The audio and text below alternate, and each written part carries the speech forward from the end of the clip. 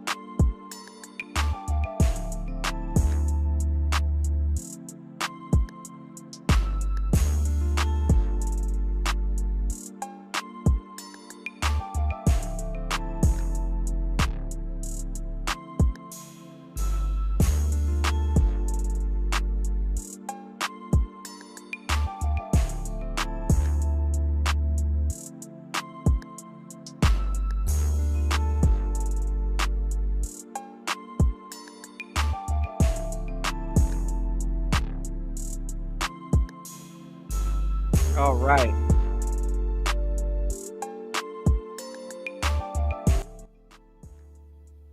What's going on? Shout outs to everybody in the building. All right, I can't see everybody in the building because I'm missing certain things on my screen. Shout outs to everybody here. It's Player Talk Radio. I am your gracious host, right back at the helm of today's show. Shout outs to David Akisanya in the building. Shout outs to Chaos. I can't see how much people are in the building, but shout outs to you guys in the building. Definitely still having technical difficulties. It's to UFO Kamikaze. Shout outs to Chaos. Shout outs to Country Boy. Shout outs to Bronze, Flat Power God in the building. Shout outs to everybody here. It's good to see everybody here in the building. Hopefully you guys are doing well. Man, I went to the electronic shop. I spent all day in the electronic shop trying to get my screen fixed. No bueno. But I do have he said he is getting in a new monitor and a new laptop that I could probably choose from, so hopefully that comes in this week. But man, all day yesterday, all up until this morning, it's this afternoon now for me. But all up until this morning, man, Wi-Fi been super janky. You know, the power been going in and out. They got some construction work going on the next block, so I guess it's like a whole block thing. And then it's been storming like crazy out here. So didn't get to do yesterday's show. Definitely wanted to give you guys a Friday show, but just a lot is going on. So I appreciate everybody here. Rocking with the show, and definitely everybody showing the show some love. Thank you guys for rocking and supporting Player Talk Radio. Please make sure you guys hit the like button on the way in. Got so much stuff to, hold on, let me see. Got so much stuff to cover on today's show. I still need to share the show. But if you guys can do me a huge favor and definitely share the show, you know what I'm saying? And definitely, yeah, had to switch it up on today's show. I might start playing some more rock music. Putting y'all guys on to something different. You know what I'm saying? It's wintertime will be here before we know it. So sometimes y'all gotta cut off the NBA YoungBoy and throw on some goddamn, some goddamn rock. Kind of switch it up.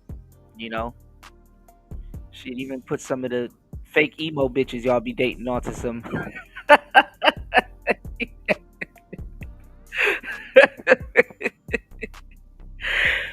know what's wrong with me, y'all. I don't know where I come up with this shit, but put some of the fake ass emo bitches y'all like to date. Put them in like, bitch. I know you don't know nothing about this. This 7 days grace. It's 3 doors down. I mean, shit. We lived in one of the the last best rock eras anyway. Shit, they got black people doing rock now. Go listen to Playboy Cardi and Trippie Redd's album and shit like that. Oh, that shit is grunge. Niggas making grunge music and shit. But anyway, man, shout outs to everybody here in the building, man. So much stuff to talk about, man. I don't know where we left off on the last show. I kind of you know what? Shout outs to War Master. Shout outs to LT, man. Shout outs to everybody. That was here on the last show. You know what I wanted to show you guys, and I horribly kind of did it. I was talking about video games, right? And this was like in the midst of the whole, Charlie Kirk situation and stuff like that. I wanted to kind of, run something by you guys. And I didn't know how I was gonna say it. I didn't know how I was gonna I didn't know how I was gonna explain it to you guys. I'm trying to explain this concept, and I'm really having a hard time explaining it. Like really articulating what I'm trying to say. With the with what I was trying to tell you guys on the last show. You know what I'm saying? It was really hard to explain it to you guys. I wanted to show you guys, if not, not just tell you guys, but I wanted to show you guys how the world, right? How the world is going into a dystopian, a dystopian age. And I was trying to use Metal Gear Solid to explain it. And we got into a great discussion about video games, so that was really good. Definitely, we chopped it up heavy on the video game tip, which was really good. And I was trying to, because it's a complex story, so much stuff to tell you guys about. But I was trying to give you guys like I was trying to give you guys like a. Give me 1 second. Let me make a thumbnail for today's show. Hold on, guys. I was trying to give you guys a overall view of what I was talking about, and I was using Metal Gear Solid as one of the examples.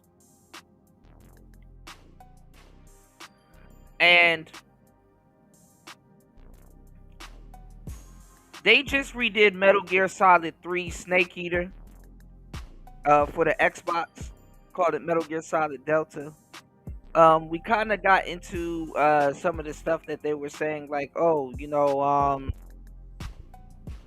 what's the next Metal Gear we should remake, blah, blah, blah, all that other stuff, right? And I totally forgot this. I was like, I know I'm forgetting something. I don't know what I'm forgetting, but I'm forgetting something. And the game that I was going over with you guys was gonna be Metal Gear Solid 3. And then it ended up going to Metal Gear Solid 2, right? I know this is gonna sound like mumbo jumbo to y'all, but trust me, we're going somewhere with it. I'm gonna land, right? I remember playing Metal Gear Solid 2 as a kid, right? And this was like in 2001. And even then, the graphics of the game was really good, and the gameplay and everything was just phenomenal. It's perfect, And I remember playing this, and this is what I wanted to bring up, but I couldn't find it, and I couldn't explain it at the same time. And we kind of went over it, but we kind of didn't. So, a guy a couple years ago, well, several years ago, more than 11 years ago, just about, because this game is actually pretty old, right? If I'm not mistaken, this game came out before YouTube. You know what I'm saying? This game came out before. This game came out a minute ago. I'm talking about a minute ago. 2001 seemed like it was yesterday, but it really wasn't. Now I remember playing this game at 15, and even up until a couple of years ago, people were still going over it. Even the guy it was another guy that went over this video, but I wanted to show you Asmongold. He actually went over this video, and I think he had a great reaction to it and great commentary with it. So I definitely want to jump into it with you guys. And what I wanted to illustrate and what I wanted to show you guys was not just the video game, right? But how Hideo Kojima this video game predicted every single thing that we're going through now down to the T. You know what I'm saying? Especially with politics. Definitely with AI. But I want you to hear it. This was what we were playing back in 2001. The most profound moment in gaming history. Yeah, I'll look at this. I don't know what this is. For the past 4 years on this channel, I have made videos on various topics, but by far the most popular form of video I have done centers on video game analysis. What I think made them so popular is that instead of being your usual video game review, I have focused primarily on narrative. Specifically, I have focused on what I believe are the best stories in the video game canon. For 20 odd years, video game narratives have been demonstrating a capacity to confuse, entice, and emotionally manipulate their audience in the most positive of ways. Okay. Most recently, in fact, I have been putting forth the argument that video game narratives have demonstrated such sufficient profundity that they sometimes have matched the greatest stories told in other mediums. To continue our collective... I think video games can be really great stories. I mean, there's good examples of that. I thought Dark Souls had a great story, and, Final Fantasy, a lot of people love that one. There's a lot of examples of this. Warcraft 3, yeah. Celebration of our modern-day digital mythology, I would finally like to give full attention to a game which, I would argue, has the most profound moment in gaming history. I refer to the final codec conversation from Metal Gear Solid 2. While I have done several videos on Metal Gear Solid 2 in the past, I have never given full analytic attention to this specific moment. The main reason why is because somebody has already done so. My all-time favorite YouTube video is titled The Most Profound Moment in Gaming, MGS2 AI Conversation Analysis. Though it was released almost 9 years ago by its creator, I pondered for a while how I might do a better job than he did. However, given our current cultural context, I believe I have a few other worthwhile things to contribute. The advent of subjects like fake news, the resurgence of rampant political correctness, and our tendency towards online tribalism has imbued this conversation with a much denser sense of meaning. Bro, I love this picture. These cute little birds, and one of them has a sign that says die. Oh man, this is great. To those who consider themselves gamers but have never played a Metal Gear Solid game, you are obligated to at least listen to this final conversation. Not only will you be enlightened by its philosophical commentary, but you will be terrified by its implications, as I have been for my entire life. That's exciting. Raiden, are you receiving? We're still here. How's that possible? The AI was destroyed. Only GW. Who are you? To begin with, we're not what you'd call human. You look lost. Over the past 200 years, a kind of consciousness formed layer by layer in the crucible of the White House. It's not unlike the way life started in the oceans 4 billion years ago. The White House was our primordial soup, a base of evolution. We are formless. We are the very discipline and morality that Americans invoke so often. How can anyone hope to eliminate us? As long as this nation exists, so will we. Up until the end of the game, the main character Raiden believed he was receiving orders from a man named Colonel Roy Campbell, a man who was also Solid Snake's commander throughout Metal Gear Solid 1. Right. At the end of Metal Gear Solid 2, Raiden learned that his colonel was in fact an artificial intelligence, manipulating Raiden to perform its political bidding. The bidding in question refers to the AI's desire to control the human race by controlling the spread of information via the press and the internet. But that sounds pretty. I could see how something like that could happen. Yeah, I mean, yeah, I could see about that. 2001. We also have to contextualize this. This is like Serial Experiments Lane explored something that's kind of similar to this. And didn't Lane come out in 1998 or 99 or something like that? Yeah, Wabaka with the I feel like.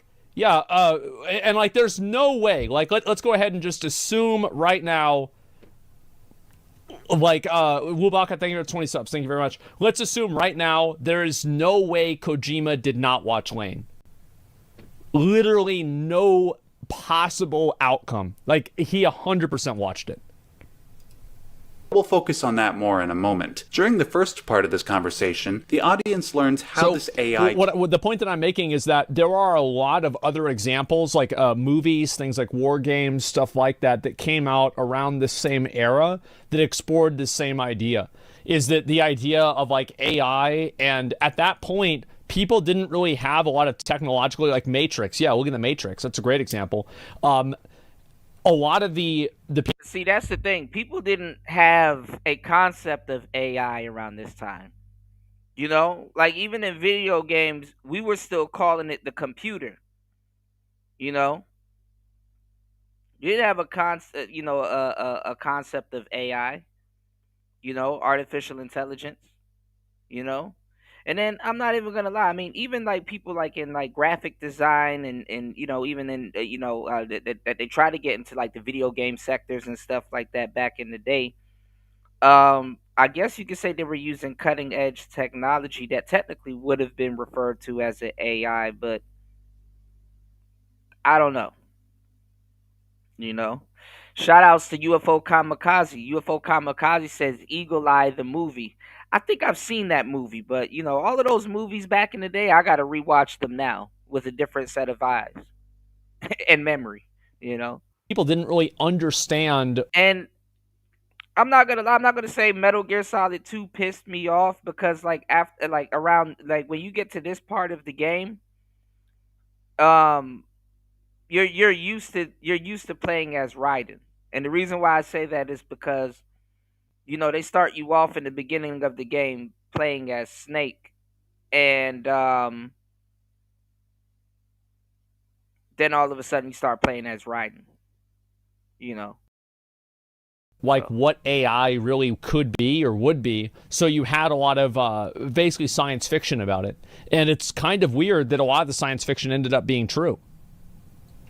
Came to be, and surprisingly, it is similar to the way human beings as a species came to be. Unlike the origin of human life in the oceans, the AI's quote-unquote life had its basis in American idealism, hence the AI's referencing of the White House as a symbol. Okay. In the mind of the AI, their purpose is to push forward American values, things like freedom, equality, and healthy competition. However, Raiden points out what should be an obvious contradiction in the AI's thought process, that the AI wants to take away those freedoms via censorship. Cut the crap! If you're immortal, why would you take away individual freedoms and censor the net? Jack, don't be silly. Don't you know that our plans have your interests, not ours, in mind? What? Jack, listen carefully, like a good boy. Not only are the AI... Wow. Damn, that is crazy. about to argue for the ethics of controlling information, but they are going to do so in a very condescending manner. As we move on, I suggest that... Now, some of this stuff is things that I've taught to you guys, even though y'all don't give a damn. Stuff that I taught to you guys about in the past, like memes. I've talked to you guys about memes, like memes, MEMES, memes, right? How memes in today's society has become a form of news. It's how we share news. It's a lot of different things, and I've also talked to you guys about how you know how like a lot of musical genres have came from memes. If you guys have sat and watched me, create lo-fi music and beats and stuff like that. I tell you guys about how certain genres like Outrun and what's another one? Vaporwave and a lot of those, which got a whole iceberg of its own, with itself. I showed you guys how like memes are like a big thing, and it's a big part of internet culture. Um, remember back in the day, if you guys ever, some of you guys that read the newspaper or have always had a newspaper given to you, or if you've been on the bus and you've seen a newspaper. I forgot where I used to go. I think I don't know. I think was it school? Where did I used to go? And like I used to get I don't know. I think it was in the metro or something in DC. Like there was a place there was a paid newspaper, and there was a place where I think it's in the metro. They used to give you a free newspaper almost every day, and then there was a paid one, like the Washington Post, that was paid. But there was a free newspaper that you can just get almost every day at the metro station. And I used to always go to the comic section. Sometimes you didn't have to read the whole newspaper. You could just straight go to the comic section, and it's somebody that did a comic or a couple of comics in the comic section, that's talking about things that are trending, that might be on the cover of the newspaper, or that might be one of the major topics that's in the page. Even though I read newspapers, I used to go to the comic section. And the reason why I'm bringing that up is because that's what the memes, the memes, that's what they remind a lot of people of. A lot of people used to do the same thing. They used to go straight to the comic, little comic, section. It wasn't even a real page. It was just like a little section of the newspaper. So I think that's where a lot of people, a lot of the memes kind of, I guess that piece of the paper or news turned into memes. So, but there's another side of memes that a lot of people don't understand, and they're going to talk about it here. You, the listener, pay attention to how the AI demeans Raiden. Their pomposity is intrinsic to the... And trust me, we've been using memes since obviously Facebook, but like even MySpace and the stuff effectiveness like that. of their future argument. The mapping of the human genome was completed early this century. As a result, the evolutionary log of the human race lay open to us. We started with genetic engineering, and in the end, we succeeded in digitizing life itself. But there are things not covered by genetic information. What do you mean? Human memories, ideas, foreshadowing. Culture, history. Genes don't contain any record of human history. Is it something that should not be passed on? Should that information be left at the mercy of nature? We've always kept records of our lives, through words, pictures, symbols, from tablets to books. But not all the information was inherited by later generations. A small percentage of the whole was selected and processed, then passed on. Not unlike genes, really. That's what history... You said I keep telling niggas the era of you said I keep telling niggas the era of crime as we know it will become extinct within 10 years. I mean, I don't think crime is ever gonna go away. The era that they know, of course. But yeah, you got to start getting more sophisticated, And I think more blue-collar crimes will happen by trusted people in like cybersecurity and etc. I was just talking to a friend about this not too long ago. Jack.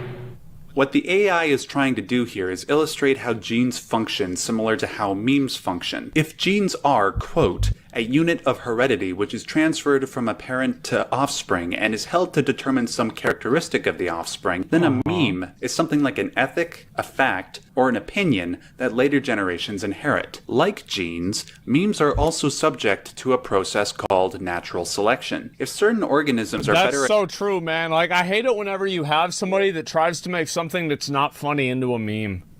Oh my god. Because they try to do it.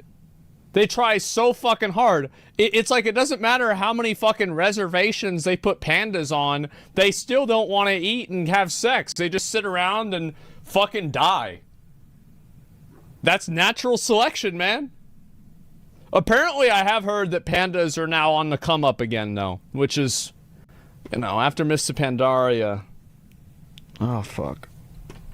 Adapted to their environment than others, then their genes are passed on to the next generation while others have the potential to die off. Yeah. Similarly, if certain memes seemingly hold enough meaning or logic, then supposedly they survive better than memes that do not. Oh, there's a lot of memes that everybody knows.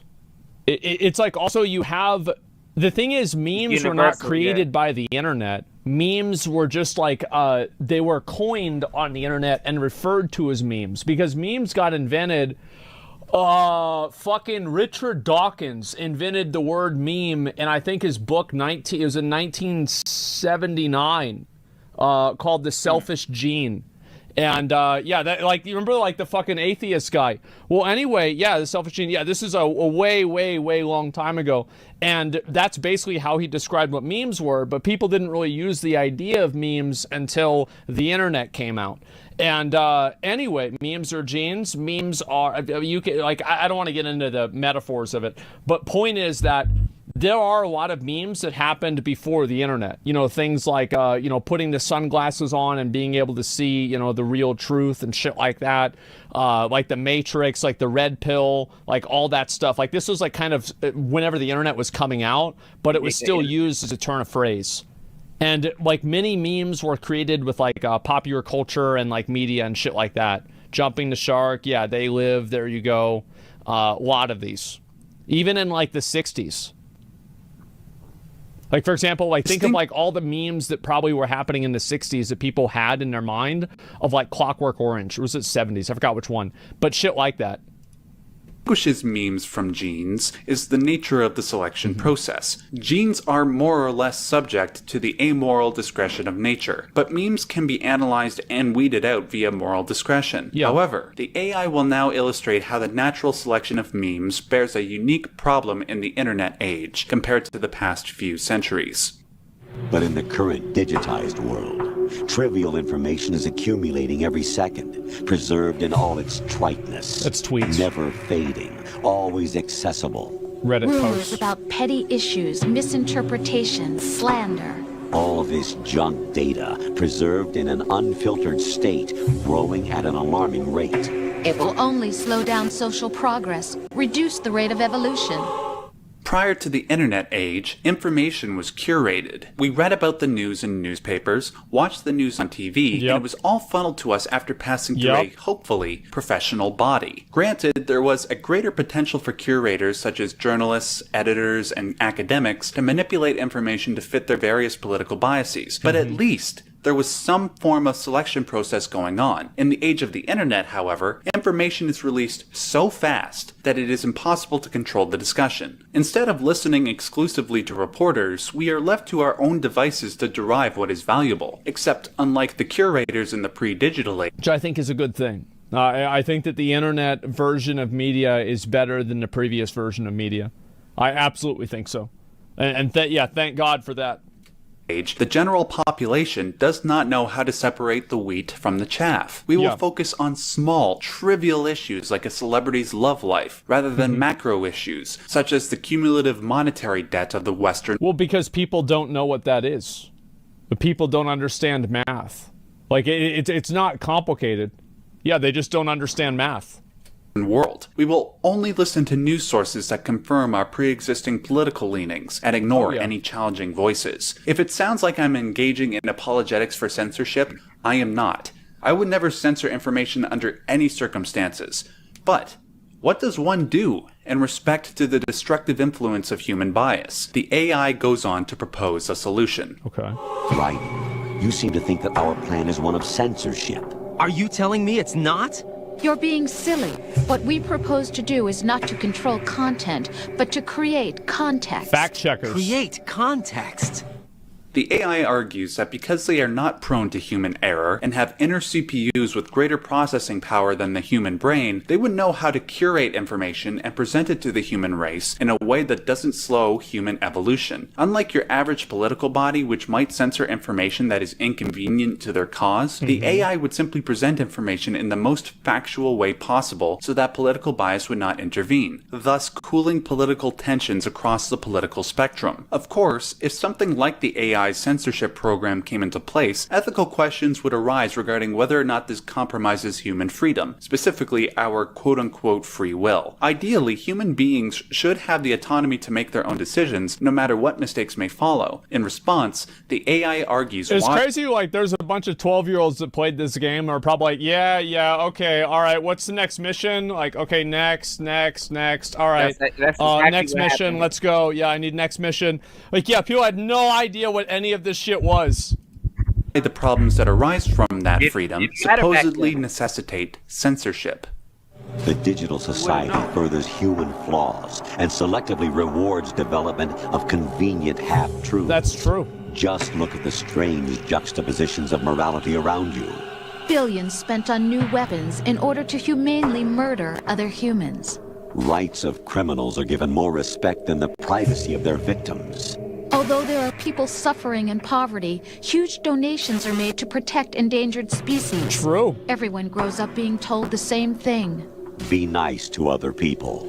But beat out the competition. You're special. Believe in yourself and you will succeed. But it's obvious from the start that only a few can succeed. Oh, shit. You exercise your right to freedom, and this is the result. All rhetoric to avoid conflict and protect each other from hurt. Here, the AI illustrates the various ways in which human error corrupts truth. That human error arises from an instinctual drive to protect ourselves emotionally and physically, which truth tends to threaten. For instance, let's say a religious fundamentalist is confronted with various scientific truths that challenge their worldview. Let's say the fundamentalist Yeah, if that happens, they're lying. Again, like, God put those dinosaur bones in the earth to test us. To test our faith, to make sure that we'd still believe the Bible, even whenever there's dinosaur bones in the earth. Yep, Satan put those dinosaurs in the earth to make us think that it was older than 6,000 years old. But you read the Bible, you know what it is. loses faith when confronted by those truths. What happens psychologically is that because the fundamentalist no longer has a belief system to make sense of the world, they are thrown into a mental pit of confusion and resentment. That loss of structure and certainty is so painful to the ideologue that it seems it would be better to avoid that feeling at all costs. This instinct is endemic to almost all human beings. This is why we separate ourselves into political tribes and won't consider the ethical implications of our positions. For instance, is it right to be pro-choice or pro-life? Instead of considering the validity of either side's argument, the pro-life crowd will chastise the pro-choice crowd as being on par with murderers, and the pro-choice crowd will chastise the pro-life crowd as being misogynist, religious zealots that want to control women. These Does that sound familiar? See how I'm putting this together, y'all? Does that sound familiar? UFO said, imagine AI being able to access and categorize every text, emails, DM, Discord, Google search, chat room comment with predictive software looking for criminal tendencies and creating watch lists. Of course. A video popped up on my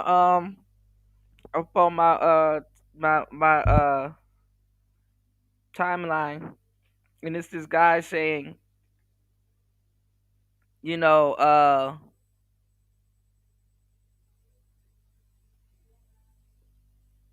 was he saying? He was like, here's this page. He was like, if you think the FBI is watching you, go on this page and blah blah blah. You can go to the FBI website to see if the FBI is watching you and stuff like that, to see if they have a public investigation on you and shit like that. And everybody in the comments was like roasting him. Was like, look, if they didn't have a file on your ass, they do now, because you went to their page to see if they had a file on you. Why would you go to their page? You know, if they don't have a file on you, somebody was like, try back 2 years later, they're gonna have a file on you for what you did today, you know. But no, what you're saying, UFO kamikaze, that's easy. That's basic virtual assistant work. That's basically virtual assistant work. Hell, I told you guys in an article I was reading the other day that Chat GPT is already flagging people and damn near calling the police on them because of some of the stuff they putting into Chat GPT, because Chat GPT is more like a search engine now.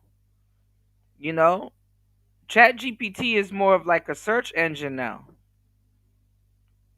You know, and the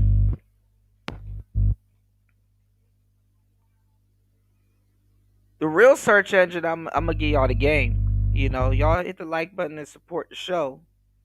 The real search engine is actually Perplexity.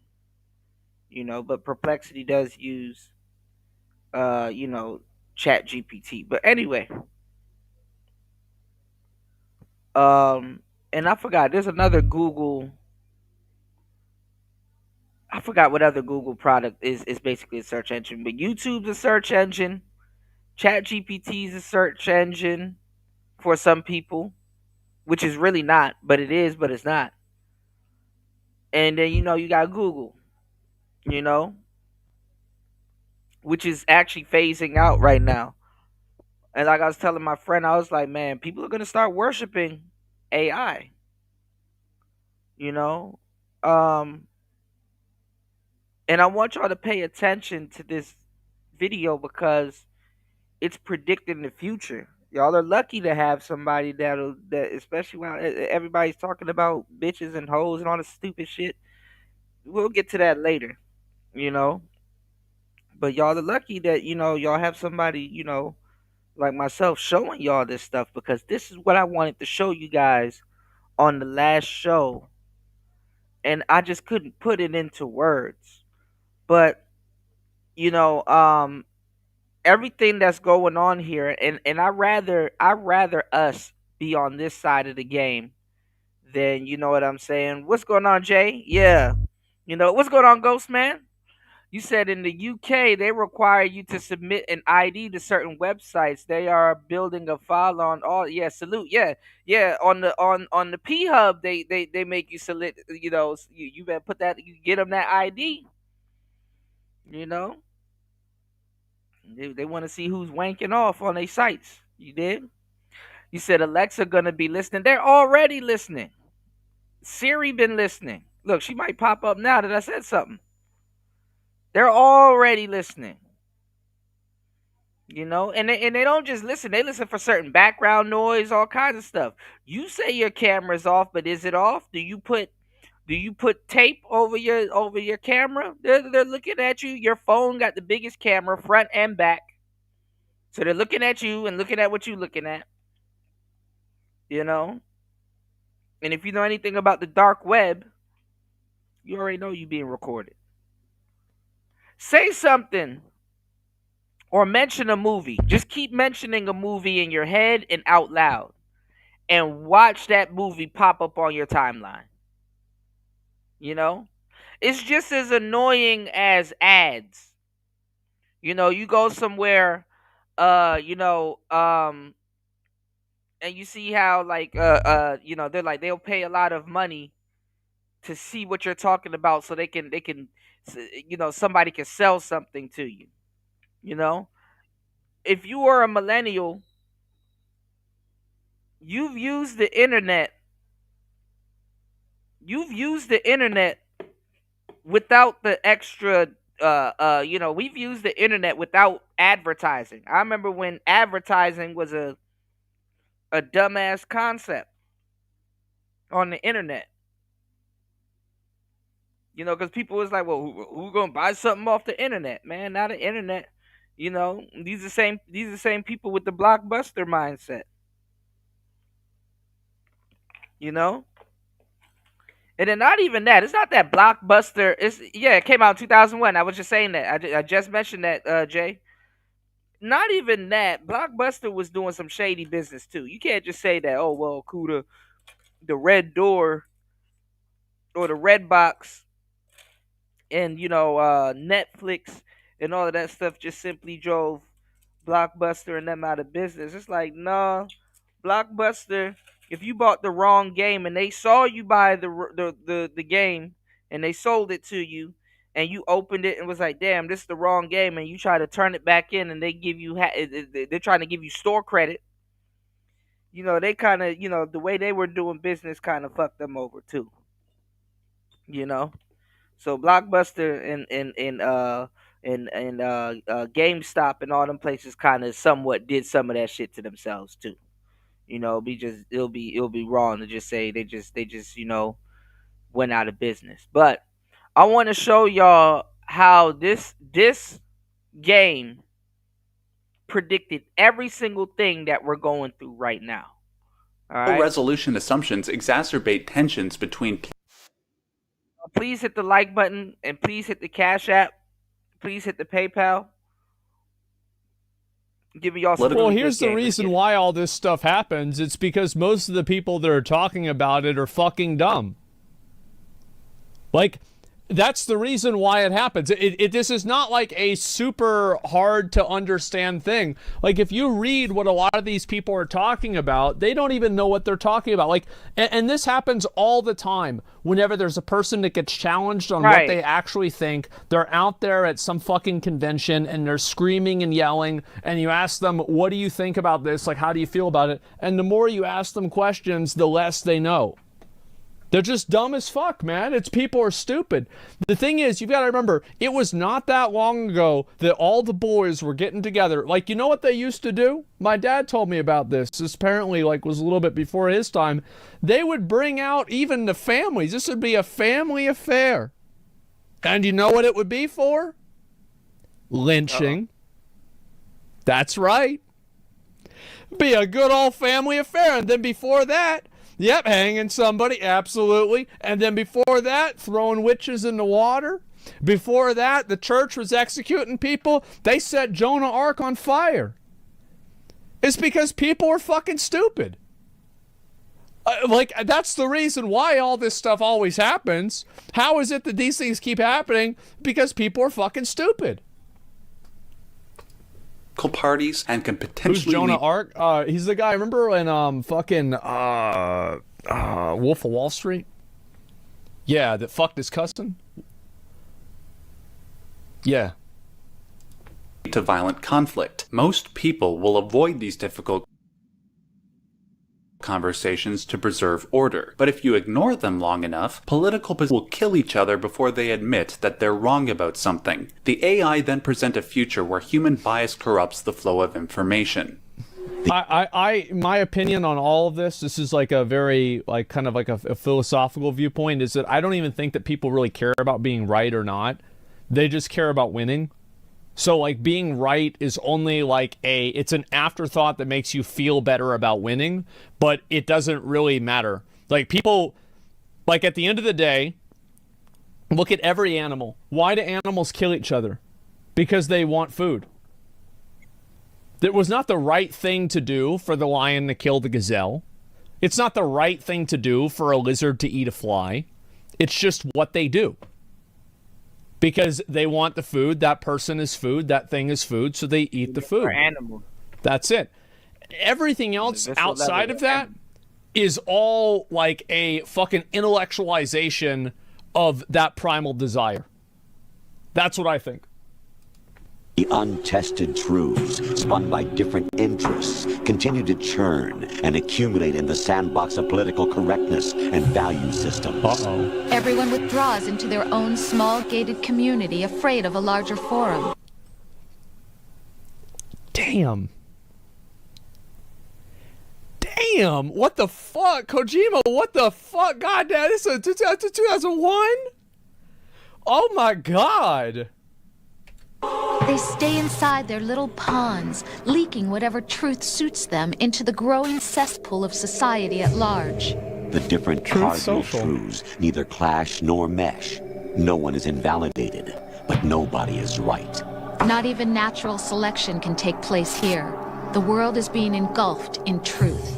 And this is the way the world ends. Not with a bang, but a whimper. Yup. As we saw in the 20th century, whether it is with Hitler's fascism or Stalin and Mao's communism, the ideologically possessed would rather kill millions in the name of their ideology rather than consider the arguments of their political opponents. We see I disagree on that completely. I think that the reason why Stalin and Mao killed all those people was because they put them in danger. You kill those people because those people disagree with you, and they serve to put you at risk. Yeah, that's why they went to go kill them. It had nothing to do with an ideology. The ideology is the intellectualization of the power struggle.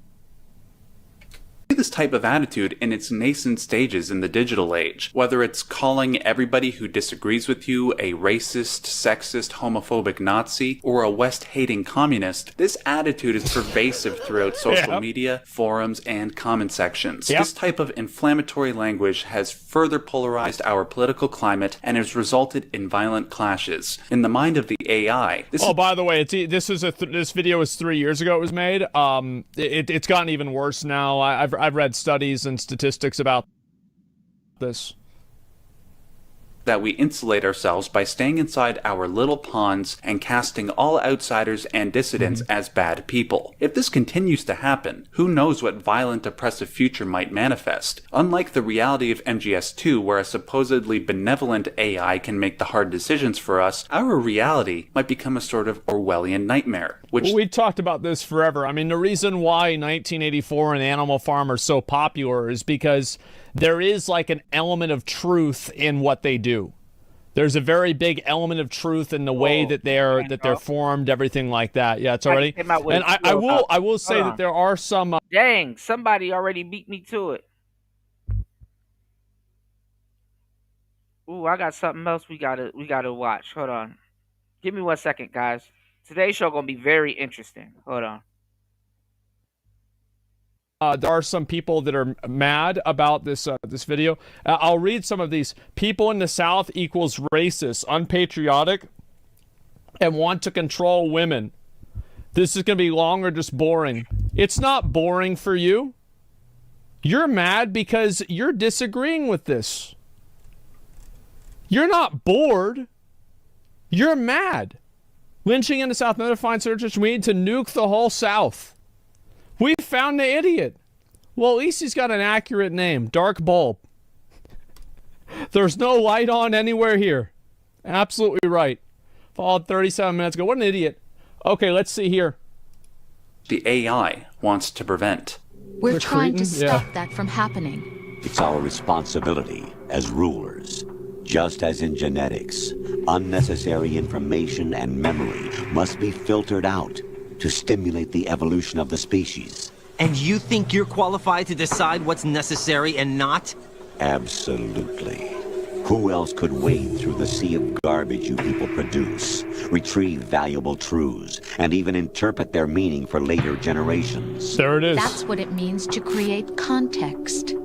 I want to remind you all that Metal Gear Solid 2 came out in 2001. This game was warning us about the advent of fake news, misinformation, and half-truths roughly 2 decades before the issue captured our collective attention. Wow. Worse yet, not only do the AIs describe a potentially dystopian future for both our reality and the reality of the game, but they also make us inadvertently realize that we currently have no constructive solution to the problem. The only tactic available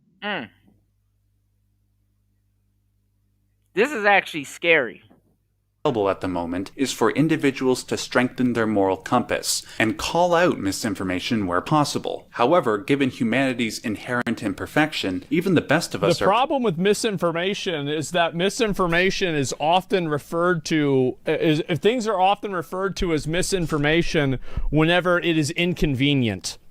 It's like, oh, well, this part is misinformation. Like, oh, this isn't really true, or oh, saying it this way or interpreting it this way is, oh, this is not really true. Yeah, I don't think so, guys. It's a buzzword. Yeah, it's 100%. It's a buzzword that makes people feel like they're justified to censor things. Prone to mistakes. Worse yet, instead of bolstering the best among us despite their mistakes, we will feverishly exacerbate the mistakes of our opponents for political gain. We see this quite vividly in what has been aptly termed call-out culture. For instance, it is thanks to this culture that there is no host for the Oscars this year. It is thanks to this culture that people will be fired from their job over a tweet they made 10 years ago. A person... Yeah, well, the call-out culture and stuff like that, I think the real problem is not really call-out culture. The problem is doxing and people going after each other in real life. That's really what the issue is there, because like calling out a tweet and saying that a tweet is bad is totally okay. It's the fact that people use the platforms to attack people in real life. That's where the issue is. So, like, in my opinion, I think anybody who promotes this kind of stuff or engages in this kind of stuff, this should just be like an auto ban. Like, there's no way, like, anytime that you try to, like, attack somebody in real life because of something they did online, I think this is a very bad thing. Might even be fired for a tweet that was taken out of context. By attacking in real life, you mean physical or getting them fired? I think both. Yeah, I think that both. Like, it's just better for social media and it's better for everybody if people can't do that. Text when said person did nothing wrong whatsoever. Yeah. Worst of all, it is thanks to this culture that we will elect politicians not based on their ethics or policies, but on how effectively they can punch the other side. And let me Well, it's also the reason why I think people usually vote for politicians based off of how much they don't like the other side. That's it. Yo, Rex Strong, thanks for the 10,000 bits. I know you don't need this, but you've inspired so many small streamers like me that I just want to say thank you. Have a good stream. Well, thanks, man. I appreciate it. I'm glad to help. Thank you very much. And I try to be, I don't know about inspiring. It's odd for me to hear that. It's kind of humbling in a bit. Thank you so much. Thank you. And yeah, hate voting. Exactly. That's what it is. If it's a game, Kojima didn't put this game just because he thought it was something he thought of. Yeah, I mean, I'm so glad you're watching this. Yeah, I mean, I think this is a big issue. I think the reason why people vote for other people is they like them, or the accessibility of their ideas is very, very easy to understand. That's why somebody like, I think that the problem, a lot of people were mad at Donald Trump, not because he called people Lion Ted, Crooked Hillary, and fucking Sloppy Steve. They didn't get mad at Donald Trump because he did that. I think the real reason why they were mad is because it worked. It fucking worked. He went there and he used these third grade insults, and he was calling people stupid, talking about how big his dick was on a national debate stage, and it worked. And that is a fucking reality check for a lot of people who don't think that that's what it really is. Because, yeah, it was entertaining. It was the truest truth out there. That's why it worked. How? Worked by making him the president. He won the election. He did not win the popular vote, keep in mind, but he did win the election. Yeah, so I think that's really what it is. Emphasize, we have no solution to this problem. In the reality of Metal Gear Solid 2, however, a hypothetical solution is presented. Because people abuse the responsibility that comes along with freedom of speech and expression, and would rather attack people than their ideas, a system that controls information must be set up, supposedly for our own good. The AI go into more detail regarding this solution as the conversation goes on. Well, we do have a system for that. It's called the law. The problem is whenever people think that they are beyond the law and they can enforce their own justice that extends beyond that. However, that analysis... That's what happens whenever somebody goes out of their way to get somebody fired. And I know that some people might think, oh, well, it's good that people that are racist are getting fired. And it's like, yeah, I can see why you say that. But you have to keep in mind that, like, the only thing you have to do whenever you create a system to oppress people and to fucking shit on them and hurt them, the only thing you have to do for that system to be used on you is wait. Things always change. Right. Things are always different than they were. That's why I try to tell you guys, stay down till you come up. Stay down till you come up. Patients get rewarded. Clocks are right 2 times a day. Stay down till you come up. Shit, prepare for the come up. You know what I'm saying? Because if you know you staying down till you come up, you know, the come up should be anticipated.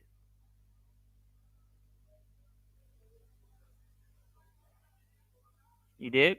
Or before. And the people that were in power will not be in power, and the people that are in power will not be in power in the future. That's what always happens. Don't open that door. Have to be saved for the second part of this video. Thank you so much for watching, ladies and gentlemen. If you liked this video and understand the importance of the message I'm trying to convey, please share it around. Also, I implore you to check out Logo Steve's original video, The Most Profound Moment in Gaming. 9 years later, it is still my favorite YouTube video of all time, and I think you will get a lot of value out of it. If you want to see my other Metal Gear related content, please click on one of the videos you see on screen now. And hey, if you like that, maybe consider subscribing. It is lit. See here. I'm gonna link it for you guys. Part 2? Is there a part 2? Okay, alright, we can watch the part 2 for it. Yeah, please give this guy a sub, give him a like. This is such a well-designed video. I think that, again, it's so incredible. It is incredible, and at the same time, it is not quite as insane as you might imagine, because back in, like, the early 2000s, again, there was so much popular media and social media. Not social media the way that we know it, but social media discussing the idea and the implications of, like, what really is AI, what is, like, the information age where people can just, like, go on the internet and say whatever they want. Like, it was very popular, whether it's Serial Experiments Lane, The Matrix, fucking, like, I think those are the two of them that just pop right into my head that explore that idea. And then also you had things like, like Logan's Run, things like Clockwork Orange that had happened before then, Blade Runner, let's see, Soylent Green. A lot of these movies all kind of explore different shades of the same idea. Terminator, 12 Monkeys, Bruce Willis going back in time. Kind of, yeah, I think so. Minority Report, yeah, but that was like way later. I'm talking about things that happened in the 2000s. Ghost in the Shell, yeah, that's why I said Ghost in the Shell is probably my favorite anime. I used to watch that all the time, every day it came out. Let's see, back over here, Dystopian Society movies. Yeah, there you go. And there's a great video game adaptation of I Have No Mouth and I'm a Scream. Truman Show? No, different. All right, we'll watch the second part of it. This is really good. I like this. Before we continue, allow me to summarize the main arguments from part 1. The Patriot AI argues that in the internet age, the flow of information has become far too complex and grandiose. The natural outcome of this overabundance of information is that human beings, on account of their natural fallibility, are unable to separate factual and valuable information from information that is at best incomplete and at worst filled with outright lies. On account of our... It is so funny that this literally fucking happened. Yeah, this actually happened on Twitter. Tribal instincts, our political biases, our emotional fragility, and flawed intellect, we will potentially embrace. I'm not gonna lie though, Metal Gear Solid 2. I got a love-hate relationship with it, even though I played it for a good. Metal Gear Solid 2 was an interesting, definitely interesting game, and it's still a beautiful game till today. Embrace information that conforms to our worldview best, rather than information that is true. In the era of fake news, this has undoubtedly been demonstrated as fact. As we build up echo chambers... Shout outs to everybody in the building. Please hit the like button, hit the Cash App, hit the PayPal. Let me know you survived the rapture. Let's go. To confirm our political leanings and demonize those who express dissent. In response to the inherent truth of this argument, the AIs propose a frightening solution. Create a system that controls human will and consciousness. A system that compromises a human being's quote-unquote free will to come to their own conclusions. Though such a system is repulsive to myself and hopefully many of you, the AI...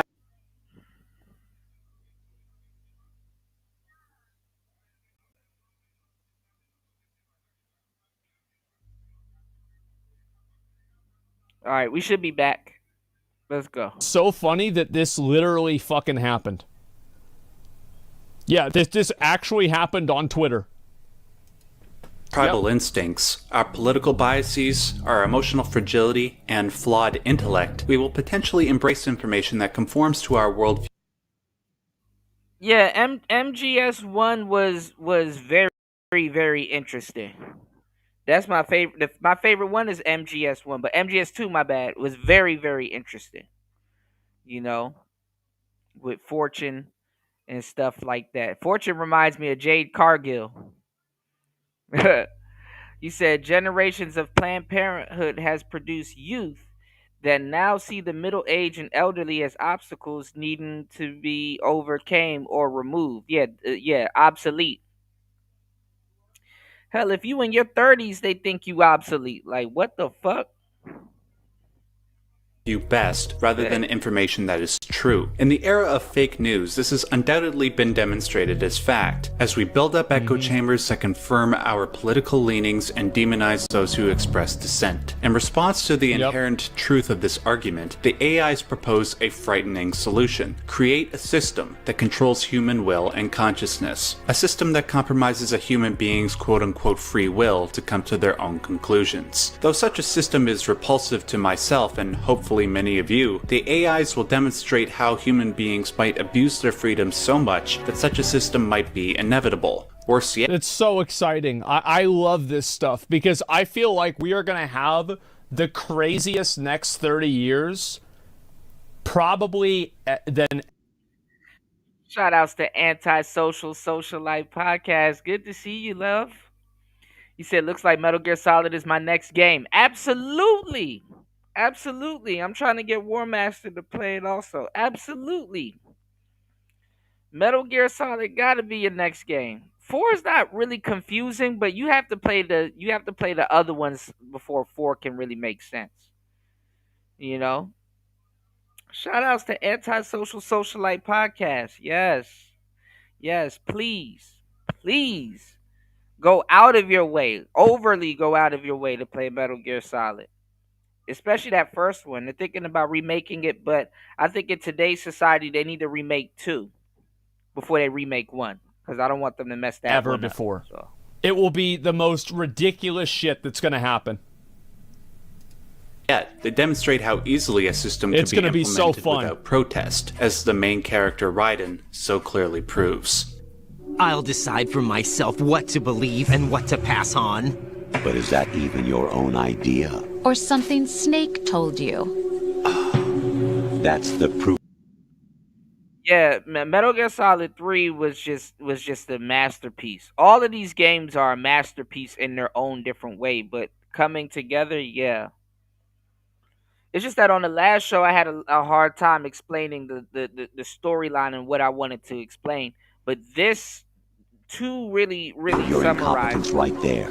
You lack the qualifications to exercise free will. Never in my life have I heard an insult as cutting and condescending. Put aside just for a second whether That's or not good. Yeah, quote-unquote it is a good free one. will is a valid concept. To say that somebody lacks the qualifications to destroyed. exercise free will suggests that their personality is entirely constructed by outside forces. For example, if you believe that abortion is an unethical practice, or an ethical practice, did you come to that conclusion yourself? Did you put together a bunch of arguments from opposing sides and decide for yourself what the... No, you just read the headline where it says abortion's bad, and then, you know, it was written by your favorite multi-billion-dollar corporation, so, I mean, they'd never do you wrong. I mean, shit. I mean, of course they're right. How do you think they made all that money? I mean, it's just that simple, guys.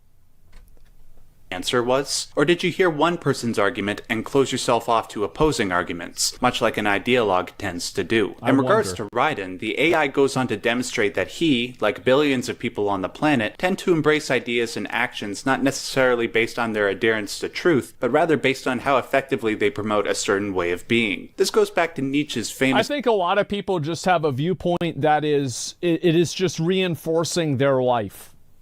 Like, that's it. A lot of people that are rich think that they are rich because they deserve it. A lot of people that are poor who think that they think they're poor because the system's out to get them. Why? Because it makes them feel better about where they're at. It's just that simple. Criticism of philosophers in Beyond Good and Evil. While philosophers might proclaim a desire for objective truth, they are more than likely trying to justify their worldview and way of life. This is why fake news exists. This is why echo chambers crop up all over the internet. I usually am not a big fan of that type of argumentation, because I feel like this is like onion argumentation, where like you can always find more layers to it, and it can also be applied to even the person who is applying the logic themselves. So it's like you're going into these like meta levels of biases without actually engaging in the ideas. Right. Despite the wealth of information available to us that should allow us to live in accordance with truth. Yeah. It is because living in accordance with truth and developing a sense of free will can be life-threatening. So people choose to embrace falsehoods in order to protect their sanity. Raiden then desperately protests that he is not a product of the mindless masses. That's not true. I have the right. Does something like a self exist inside of you? That which you call self serves as nothing more than a mask to cover your own being. In this era of ready-made truths, self is just something used to preserve those positive emotions that you occasionally feel. Another possibility is that self is a concept you conveniently borrowed under the logic that would endow you with some sense of strength. That's crap! Is right, it? Ghostman. Would you prefer that someone else tell you? All right then. Explain it to him. Jack, you're simply the best, and you got there all by yourself. Yep, there you go.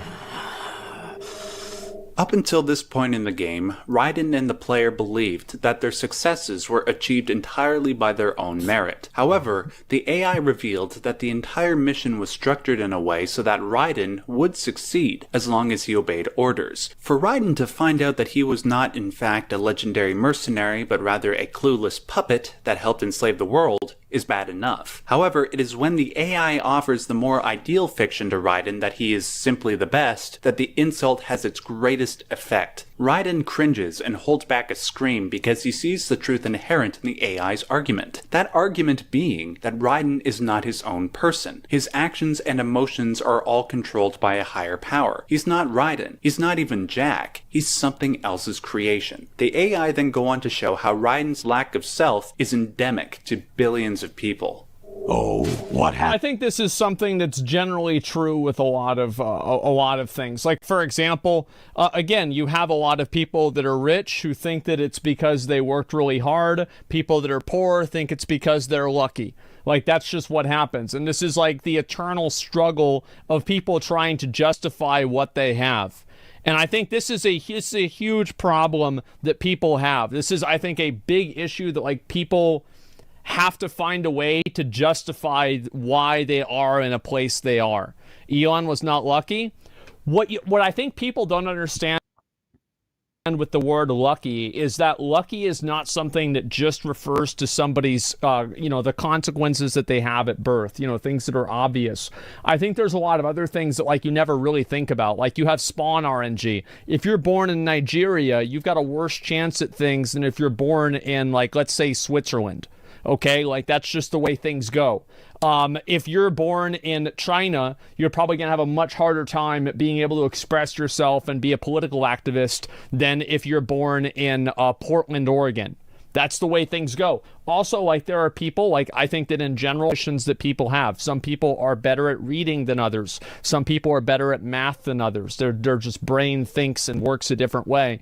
So whenever you narrow down somebody's advantages to like, oh, their parents or something like that, I think this is a very narrow way of looking at it. Because like, for example, I got very lucky with a lot of things. Like, for example, I'm not massively overweight. I'm not sick. My parents were both, college educated. I'm relatively decent at talking. All of these things are not things that every single other person has access to. They're things that I have access to because I seem to get lucky. Also, I got the internet very early on. I was on the internet very, very early on. These are all things that made me lucky. There's a billion people in the world right now that don't. A lot of people back then, I'm not even gonna lie, just even regular people were very lucky to have the internet as early as they did. We was up there playing The Sims, and if some of y'all got the chance to play like Diablo and EverQuest and some of those, crazy ass games, you know, that they got, yeah. That kind of that was the lore back in the day. You said I actually need to get Delta. Speaking of which, yeah, man, I'm definitely trying to save up to get a Xbox right now myself, and definitely do some of the gameplay with you guys, shout outs to everybody from the original Player Talk. Y'all know we used to video game over here heavy, so definitely trying to get the channel back to that. You dig? Definitely need you guys' help. If you guys can please hit the like button and support the show as always, you know. So yeah,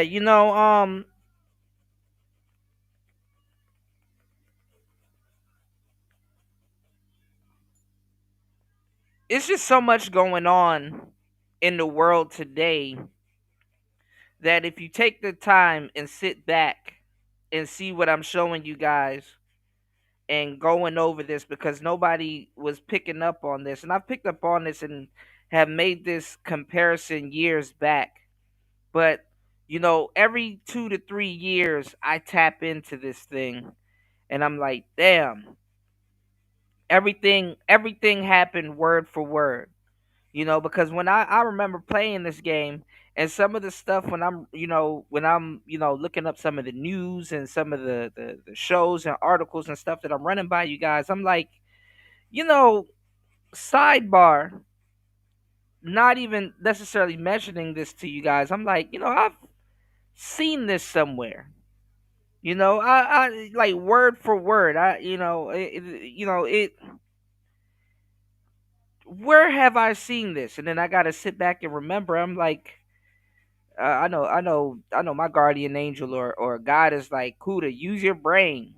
Your favorite game series. That's where you seen this. And I'm like, oh shit, Metal Gear Solid. Metal Gear Solid. They talked about this in Metal Gear Solid. This one always gets me though, because I'm not gonna lie. When I think about Metal Gear Solid 2, I don't necessarily always think about this part, even though this part was a pivotal role in Metal Gear Solid 2. But the funny part is that Asmongold, the reason why I like his breakdown of this video is because Asmongold said he didn't play Metal Gear Solid 2. And it's crazy how he's connected with this kind of like he did. But the funny thing that he said was that I bet you kids were like, okay, next mission, next mission. And the funny part is that at the time, yeah, I probably was one of those kids at that point. You know, definitely probably was one of those next mission kids. Because guess what? Even when I played this when I was and I played this when I got a lot older, not just when I was young, but even when I was a kid,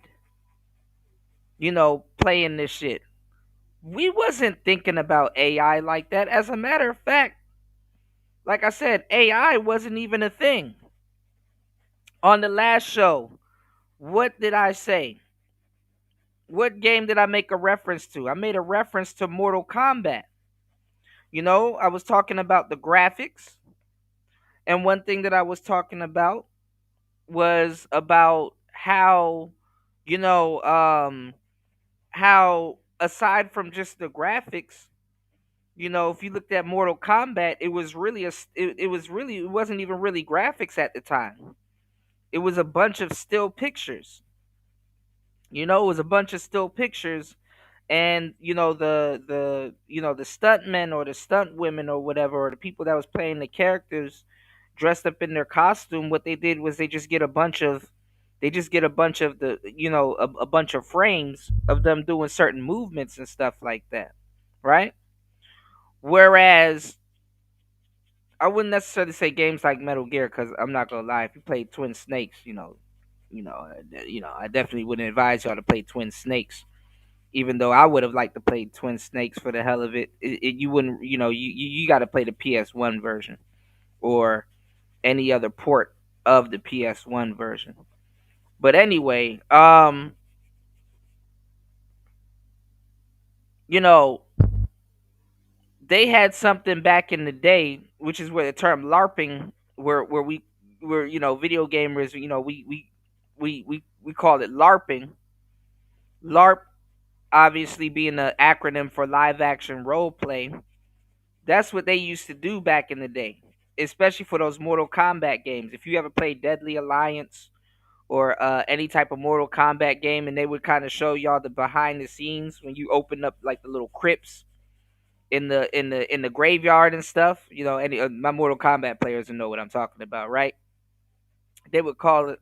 They would show y'all with something called mocap. Okay. They even had a person named mocap. I'm pretty sure they had like one stunt man doing damn near all the fucking moves, like the bicycle kicks and all that other shit, all the Liu Kang moves and shit. But it's called mocap, and mocap was short for motion capture. Because they would have to wear those little balls on them, those little balls and stuff, so that it could capture the movement. And that's how they did motion capture back in the days. They would have to wear those. I forgot what they call them. I think they start with a P. You know what I'm saying? But they had to wear those balls on them, and the balls will capture the movement. And this is where you start getting what's called motion capture. Aside from all the graphics and all the stuff that they got, quote unquote, today, right? So anyway, um,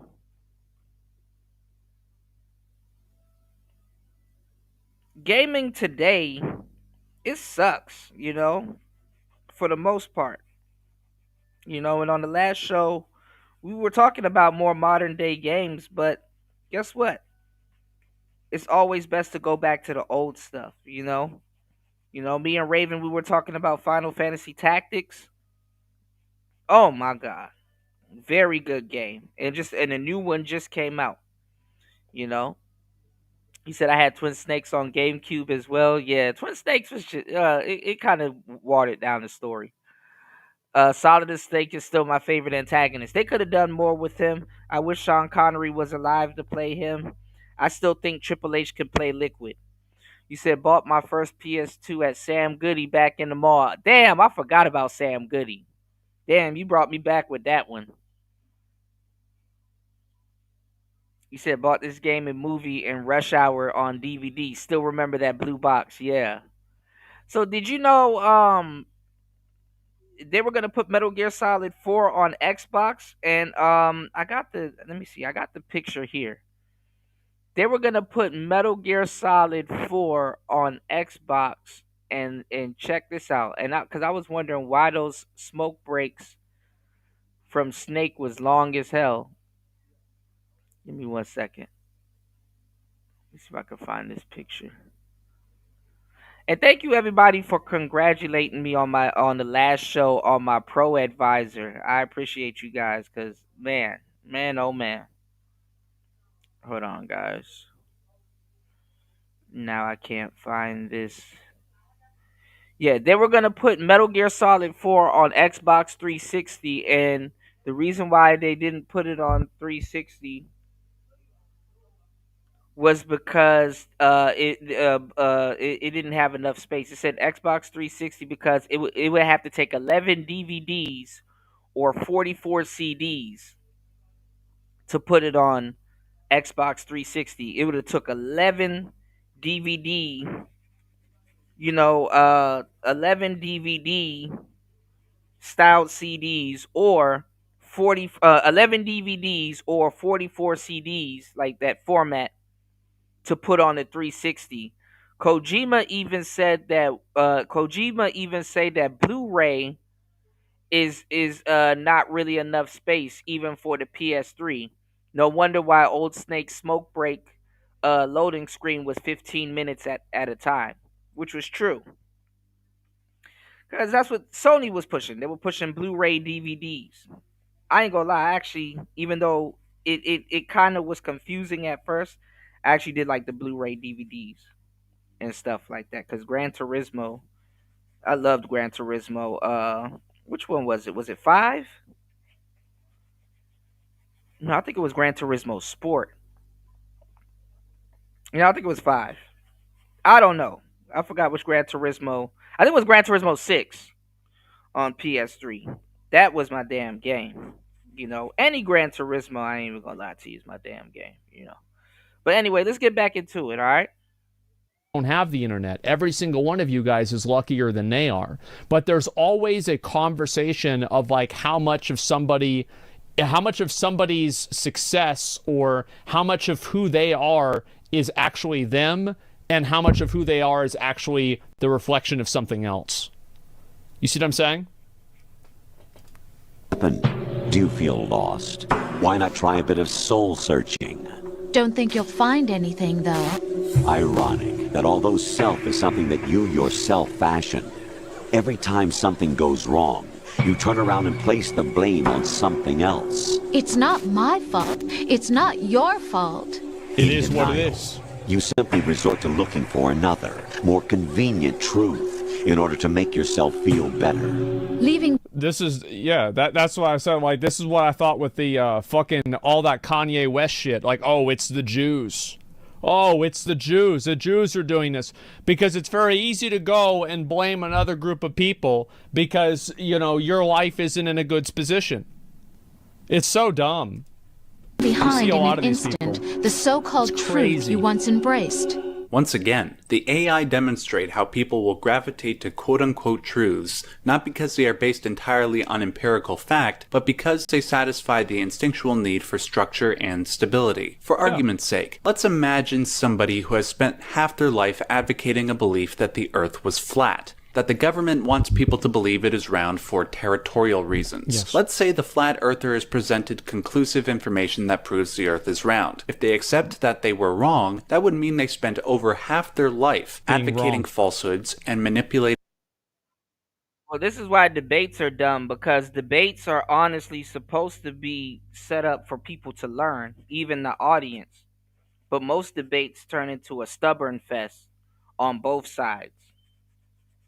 You know what I'm saying? Most debates turn into a stubborn fest on both sides because, to tell you the truth, after a while, when somebody's being educated, them, including the audience, need to shut the fuck up.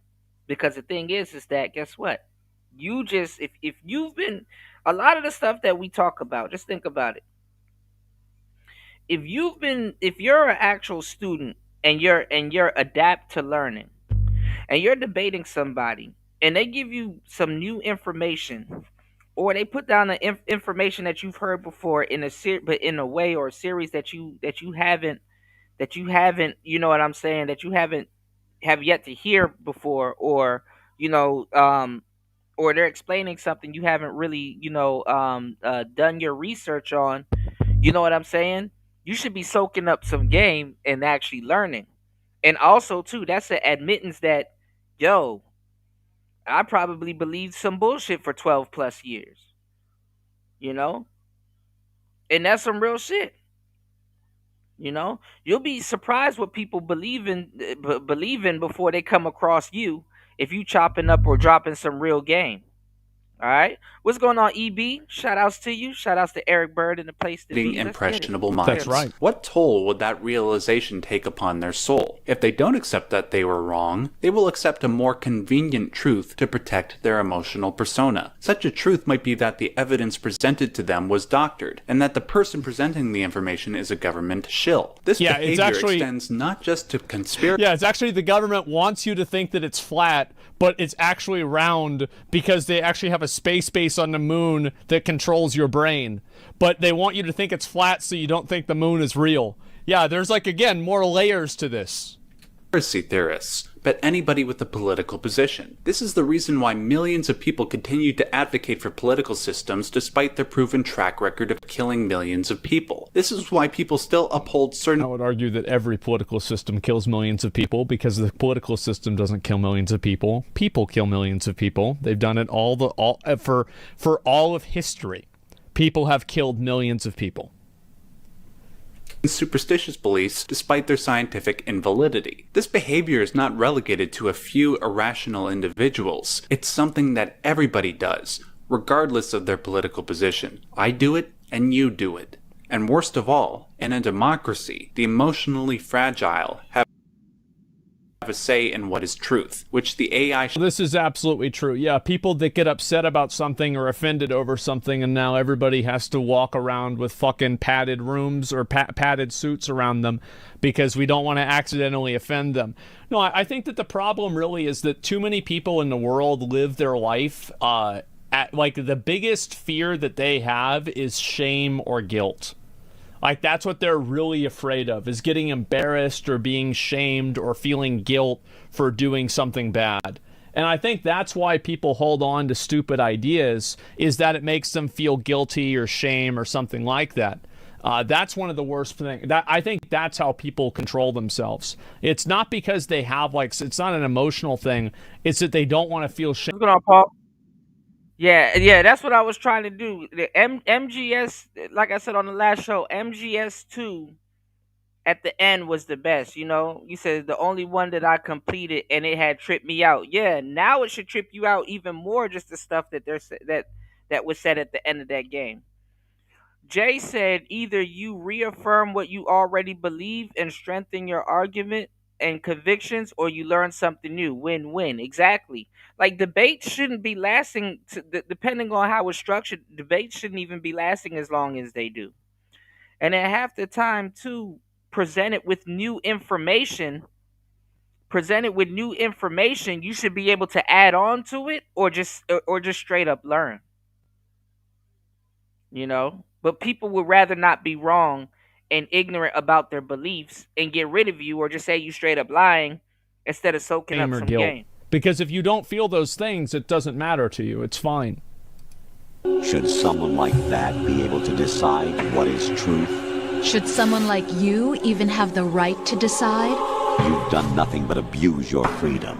You don't deserve to be free. We're not the ones smothering the world. You are.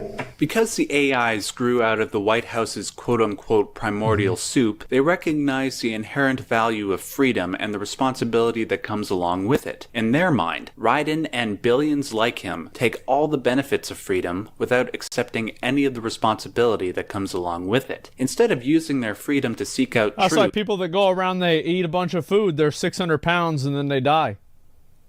Yep. You can do that. Wouldn't recommend it, but you could do that. Yeah, I mean, no, there's plenty of people that do that. It's the same with people that do drugs and shit like that. They get really into, like, they drink alcohol, they become alcoholics, shit like this. It's the way it goes. Absolutely. People don't know what to do whenever they have decisions. Whenever they can choose to do something good or bad, they'll just do something bad. That foster the human race, they resort to partisanship and ideology to make sense of the world. Instead of being introspective and considering the potential faults in one's position, they will cast the blame elsewhere. The result of this is stagnation, and soon afterwards, violence. This extends not just to our leaders, but to ourselves. The individual is supposed to be weak, but far from powerless. A single person has the potential to ruin the world. And the age of digitized communication has given even more power to the individual. Too much power for an immature species. Building a legacy involves figuring out what is wanted and what needs to be done for that goal. All this you used to struggle with. Now we think for you. That's we nice. are your guardians, after all. You want to control human thought, human behavior? Of course. Anything can be quantified nowadays. At this juncture, I feel the need to repeat something I said in the first video. That's I am so not good. For censorship or controlling information whatsoever. I think the ultimate conclusion that the AIs come to is wrong. Even if they were right, I am certainly not giving up the ability to control my own life and make my own decisions. But put aside their conclusion and consider whether or not their arguments are wrong. Do human beings consume fake news and accept it as truth? Absolutely. At a high consumption. You damn near got to see 10 videos before you find out the damn truth.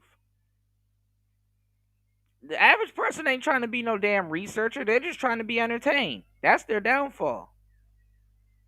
And I'm not going to lie. I'm not going to say AI is right or wrong to talk down to human beings, but it's going to eventually have to have no choice but to talk down to you. People are worshiping AI.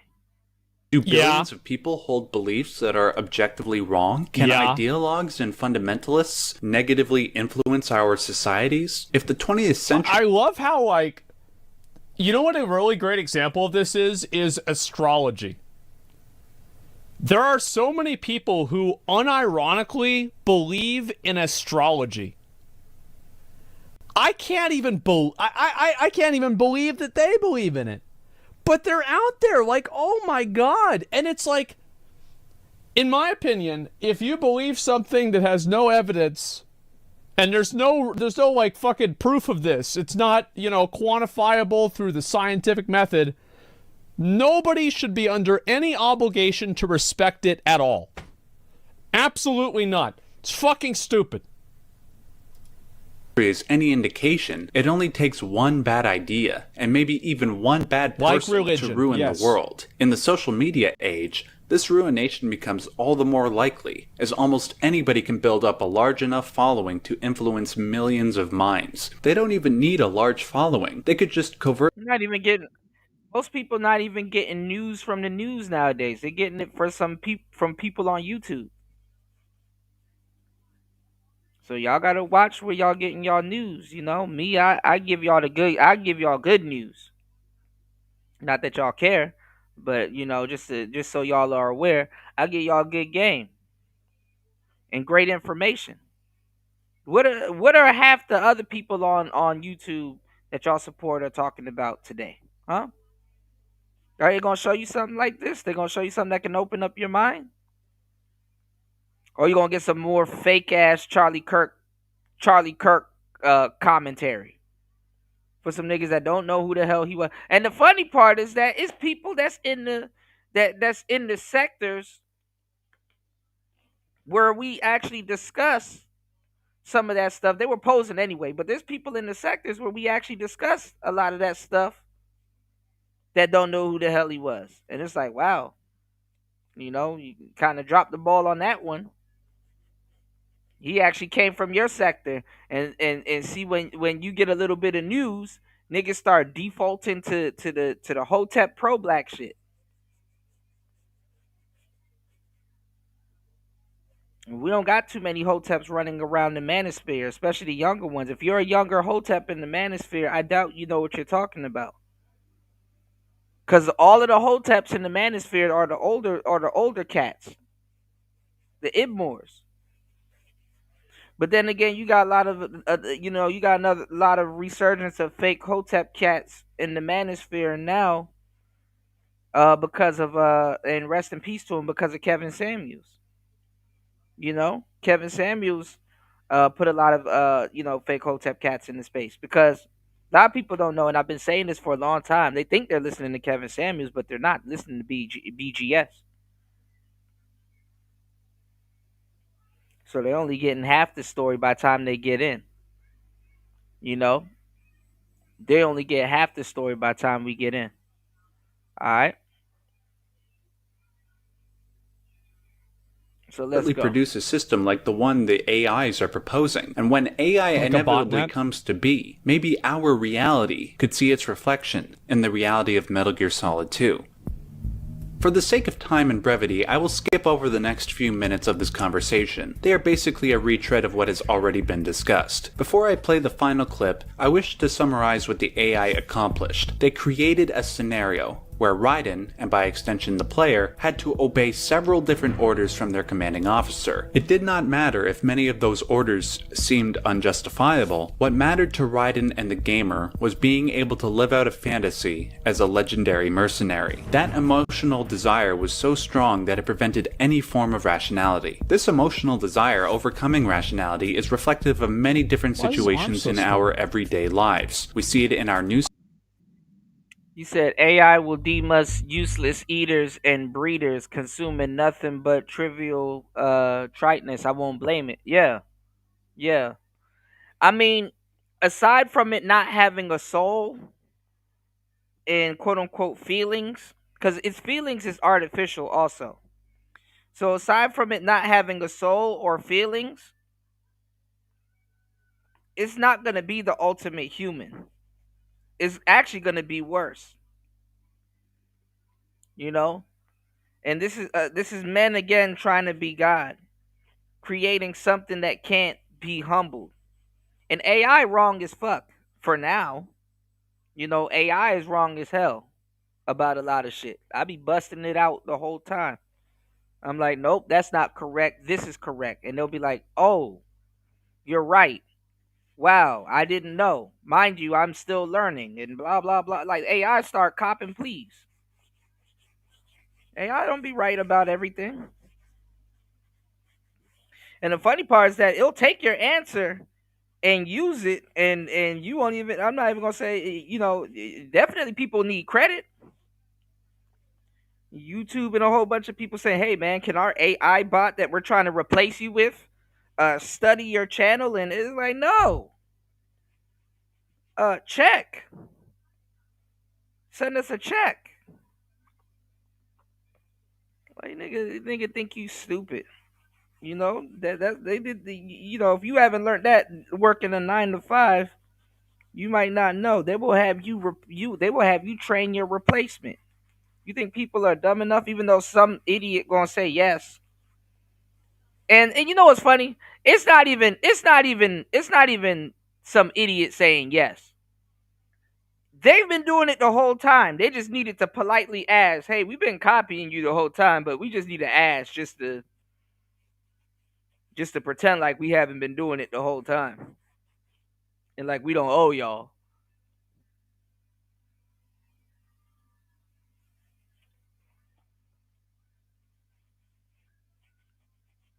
Nah, man, they definitely been stealing from us. The thing is though, the millennials gotta die out. That's the grim part about everything I'm about to tell you. The millennials gonna have to die out. And the reason why the millennials is gonna have to die out is because after a while we're gonna want something with a damn soul in it. Niggas ain't trying to talk to inanimate objects all day and shit. We gonna have to have something with a soul in it. It's the same thing.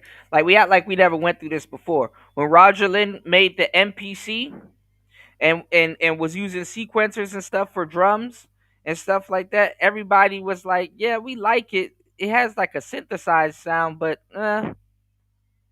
people wasn't people wasn't really trying to listen to something synthesized. They needed something, a little bit more lively. This is why live music sounds good because like the hits ain't gonna hit, at the same time. It's not programmed. It's like it's somebody performing live. So it's like another rendition of the record, but it probably sounds good. It probably has soul in it. Probably sounds a little bit better. Whereas, you know, um, with the synthesized sound, it's gonna sound that way every single time. No changes or anything. You know. You said so a lot of people, they want the real shit. You know. You said the worst part is AI has replaced some developers that help build the AI. That's what it is. They basically trained their it was their job to basically train their replacement. You know. I actually think this is something that's true with video games in themselves. There I you go. think I that was this is just like about to say, dang, I wish Party was here. Party will tell you about the NPCs. Shout outs to Party. Party said, I'm a need for society to get over these industries or negotiating with them. Their freedom is directly tied to this. I agree. Absolutely, bro. Good to see you, man. Welcome to the show. Absolutely. I agree, bro. I wholeheartedly agree because you know,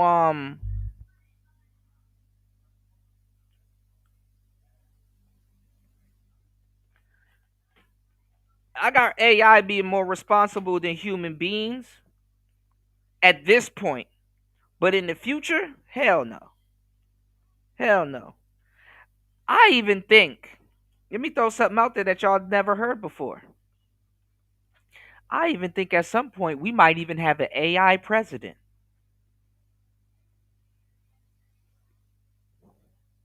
Oh, y'all didn't think about that.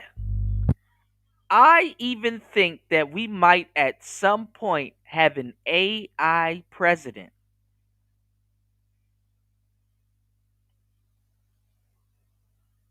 You know where you heard it first.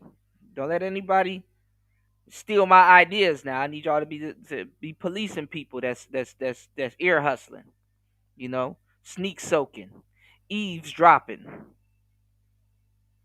I believe that we're gonna have an AI president at some point. All right, y'all hit the like button, support the show, hit the Cash App, hit the PayPal.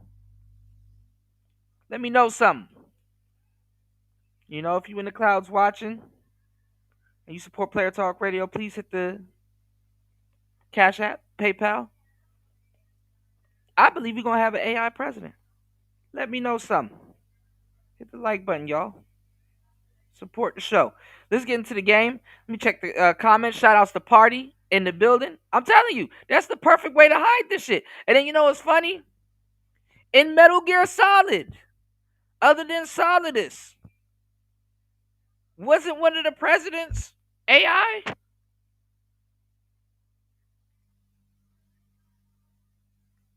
Man, Hideo Kojima, boy.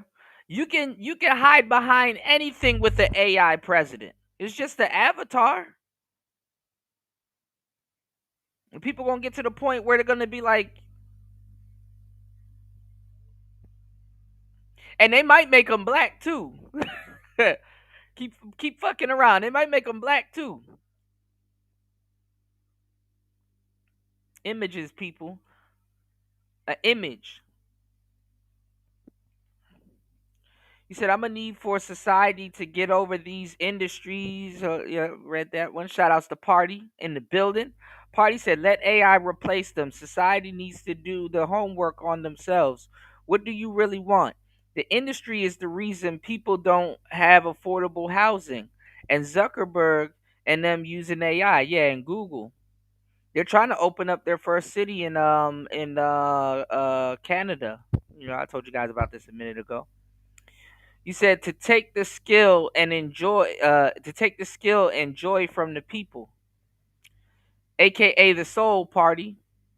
What's going on, Cap? You said what was Joe Biden? I believe, and I met him too. I believe Mike Pence is an android, yo. If I can get on my fasting his life for 2 seconds, I think Mike Pence was an android, bro. That nigga don't have no soul in his eyes. Y'all hit the like button on the way in. Support the platform. Drop something on the Rice Fund. You said their version of affordable housing is you living in a pod. Yeah. Not being social. Logging onto these apps for AdSense. Absolutely. Absolutely. I got another game that I've talked about a minute ago, but we haven't brought it up. There was this game, and I'm gonna actually ask AI about it while we're live, because I asked her about it before, but I didn't get a chance to show you guys. It's called Detroit. Detroit was that game right there. You said, yeah, Solidus was a clone.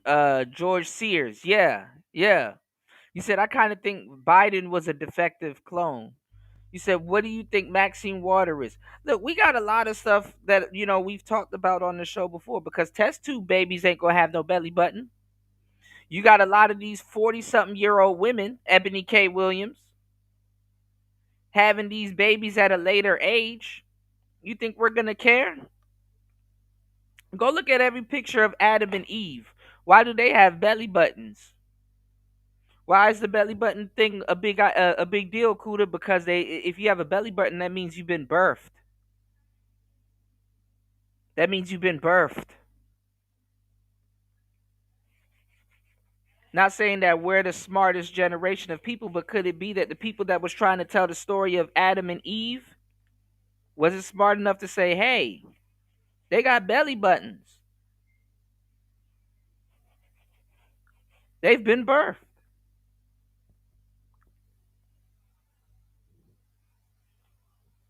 And what was the place when they got kicked out of the Garden of Eden that they went? Isn't it called something Nod? Is it Nod, N-O-D, or N-O-D-D?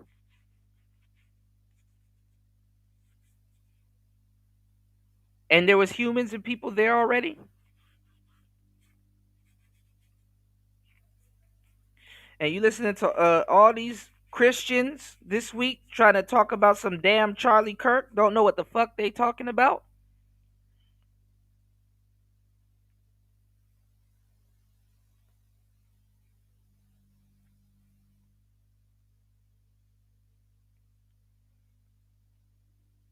Have no idea what they talking about.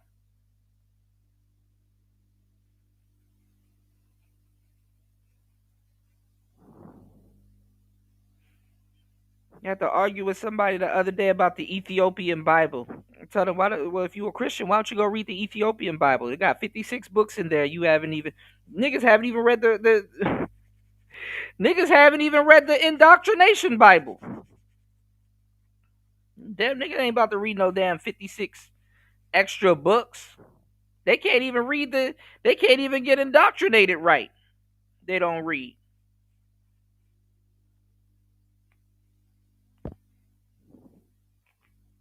Listening to these niggas about some damn Charlie Kirk. Shut up. Nigga don't even know about no damn Charlie Kirk. You know? You said, bro, all of these surviving civil rights era people are leaving clones, are living clones or Dracos. True. You said when society got awakened, roll Maxine wax figure clone ass out.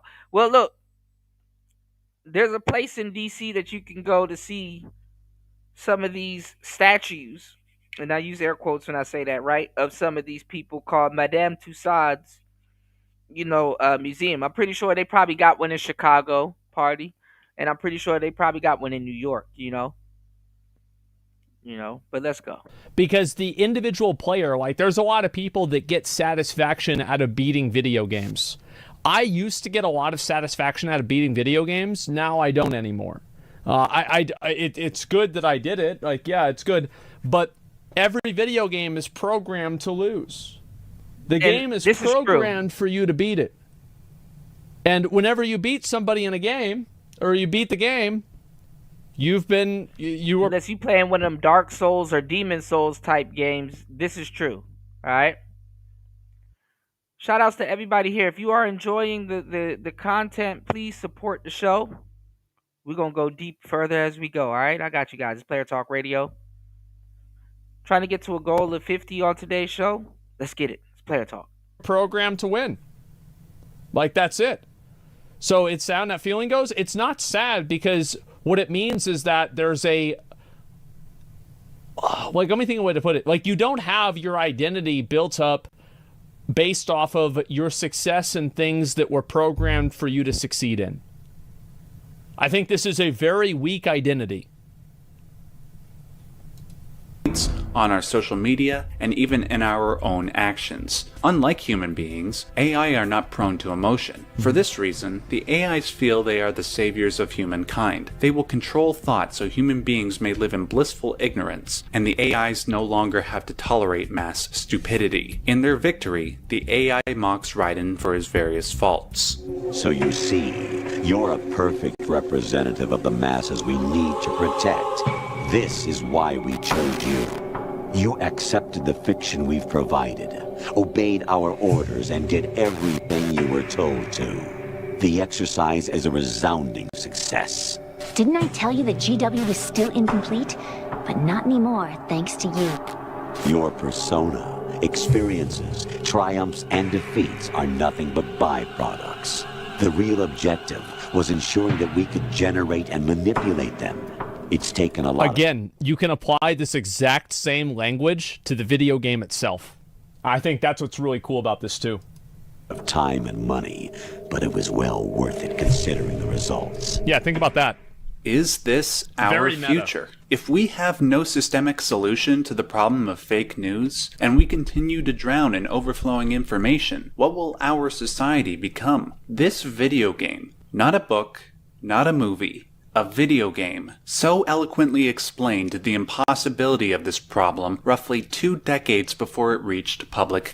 And I was playing this at 15, and I'm like, man, even off the first Metal Gear Solid, I'm like, man, we had no fucking business playing this game. Even at 15, it's interesting, but we have no fucking business playing this damn game. Final Fantasy VII. No fucking business playing that damn game. And they don't, and like this is something that you should have been able to talk to your parents about, but you really can't. You damn near had to play this on the big screen TV and your folks be in the room like, what the hell is that? Damn, that's kind of interesting. Oh, and don't let you have grown up in a Democrat household playing this fucking game.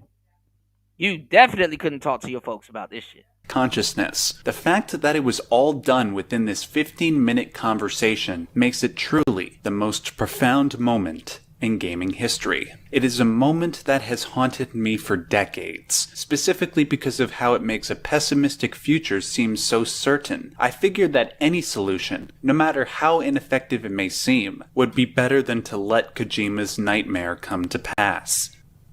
As I briefly referenced in the first video, there is one thing that can be done. We must rediscover the power that an individual holds. If a single person has the potential to ruin the world, a single person has the potential to save it. I hold no delusions of grandeur for myself, but I know that there is strength in numbers. If enough people wake up to the complex problem of misinformation, half-truths, and fake news, and do everything in their power to live in accordance with fact rather than tribalistic instinct, we will never gonna happen.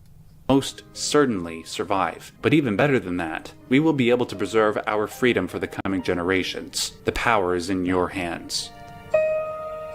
Yep, not gonna happen. Not gonna happen. Not a chance. Ooh, not a chance. I gotta go ahead and link to you guys this video. This is such a good video. I love it, man. It is so well done. It's so well put together, and I think it's like, I love Asmongold is funny as hell. Watching videos like this because I think that they are genuinely interesting. Yeah, these are so good. We're fucked. No, people have gone. We're fucked. People have lost their fucking minds, man. With like the internet, COVID, like now everybody's at home. They're constantly like getting bombarded with news that are making them angry. They're getting mad at everybody. The planet's becoming more uninhabitable. Yeah, you're right. You know, corporations are just making more and more money. The wealth inequality is growing more and more. And the only thing that they can think about is like football or like this like wedge social issue that's being, you know, like pushed at them to keep them focused on it, so they're misdirected from actual problems. This is what happens. And it will never change because people are animals and animals are fucking stupid. Like, that's just the truth. Like, that's just happening. It's always going to be like this. And whenever the people get up and there's a big problem. Yeah, man. I had look, party. I had a hard time trying to explain. I'm like, I know I could find it on the last show, and it was just so hard to find it on the last show, you know? I was in the ballpark, though, but I was using the raw Metal Gear. It was Metal Gear Solid 2. You know, yeah, we're fucked. Eat shit.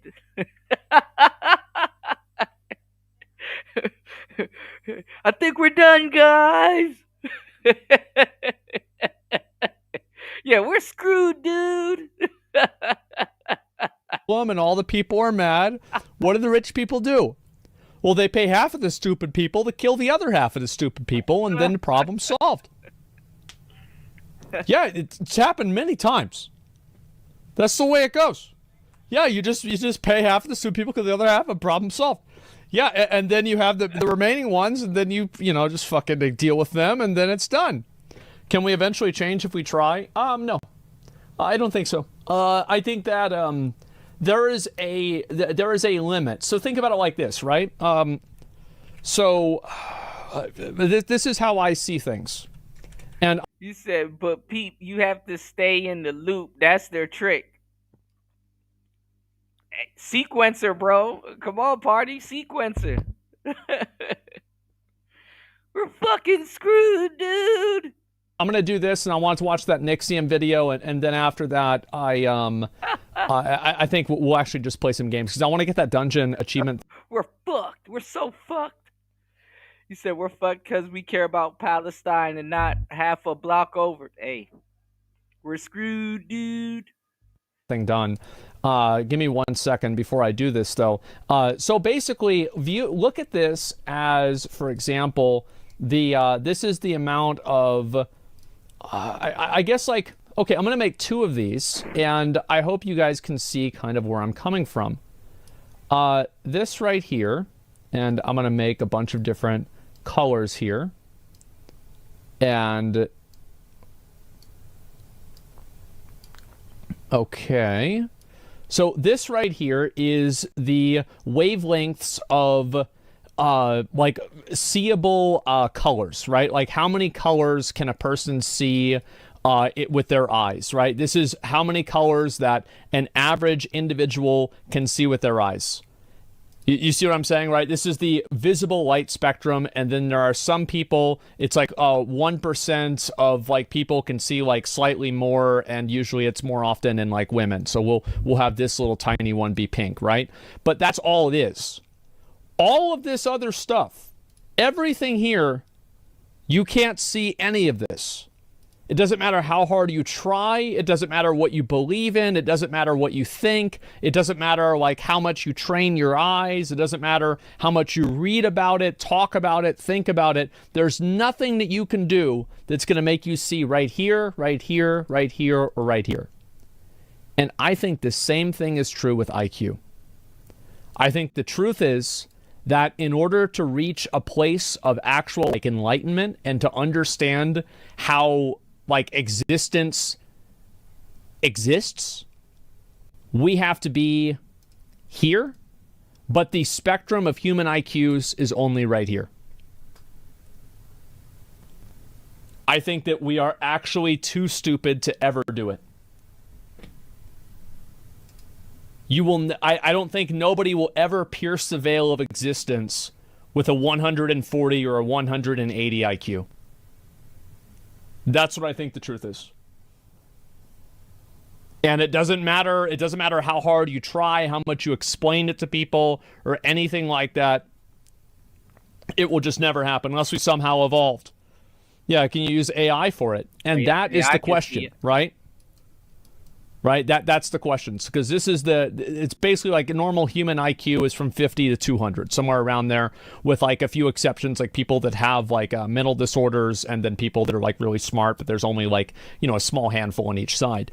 So, singularity, raise the level of human consciousness. And that is something that's very interesting. I don't really know if that'll ever happen. I think that it will, though. I'm not sure exactly what form it will take. And seen the movie Lucy? No, I haven't. Because we're able to detect and explore all those other light frequencies, so the other region of IQ should be accessible in some way. I think that it will be accessible in some way, in the same way that the other light frequencies will be accessible in some way. But we can't see what those lights are. Just because we can detect that they exist, it's the same as like you can say that I think that there is a world where everybody is happy and there are no problems. Just because you can say that and you can detect that it could exist doesn't mean that you can create it just because you can detect it. So yeah, I understand like what you're trying to say, but I don't think that's true. Lucy's about unlocking potential in the mind. What can happen? Pretty cool movie. Yeah, I'm not sure yet. Transhumanism. Yes, I think this is you will need transhumanism to actually reach any sort of point there. But obviously that is, full of its own problems. That's the problem. We try and use AI since we're stupid. It will scare and frighten us, so we'll kill it or it will kill us. The gray area in between is highly unlikely. Yeah, I think that's true too. Am I religious or spiritual at all? Well, here's what I really think. I think that I am a hyper-intelligent monkey that has no understanding of the universe or the way that it functions, and my understanding of it is comparable to a dog.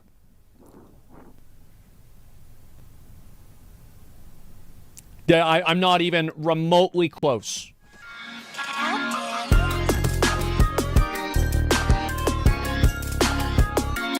Asmongold, funny as hell. All right. So it looks like somebody also covered what I wanted to cover today a year ago. Hold on, y'all. Please hit the like button, support the show. All right.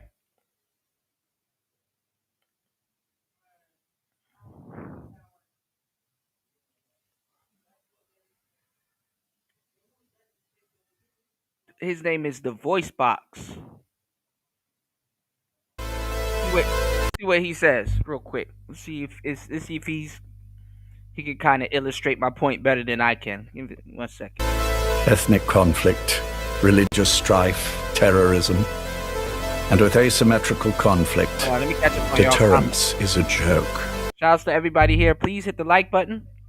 He says, so we're gonna have to assimilate or become obsolete, basically. Hey, did the new humans come out? Did the new humans come out? Are the new iOS humans come out yet? Did you upgrade your iOS? Did you download the app to your brain? Party said humans are reflections at best. Where are the aliens? No aliens used to get no aliens get used to glass ceilings. That's true. You said need better things to ask better questions. Yeah, more educated questions. You know. That's why with the whole AI thing, I was like, oh, humans, we're too smart to think for ourselves. Like, oh, thinking for yourself is cumbersome. You know? Get AI to do it. Outsource it to AI. Even in these goofy, rusty ass debates y'all be watching and we be looking at on the internet and shit like that. Niggas be like, oh, what's the definition of this? AKA a word somebody used, and they'll be like, go on Google and find it out. And they're not saying go on Google so you can find it out. They're telling you to go on Google so both of y'all can figure out the word that they're using at the same damn time, what it is. But they're using this word. Like, I got this video of this woman that they're dragging on TikTok right now, right? Of her misusing the word pretty privilege. All these words get misused. These women are misusing the word narcissist, in the dating game. When in reality, there's way more female narcissists than men narcissists. Men have confidence problems for the most part. Women do too, but that same woman that have confidence problems, she'll be a narcissist. And to tell you the truth, how much it's a privilege to even know somebody like me that's been around and have been doing this as long as I can tell y'all. I can even pinpoint to y'all why they are narcissists. They have emotional problems because they are a narcissist, an actual narcissist. You know what I'm saying? It's a side effect from being an actual narcissist. And it's something that I've told you guys millions of times.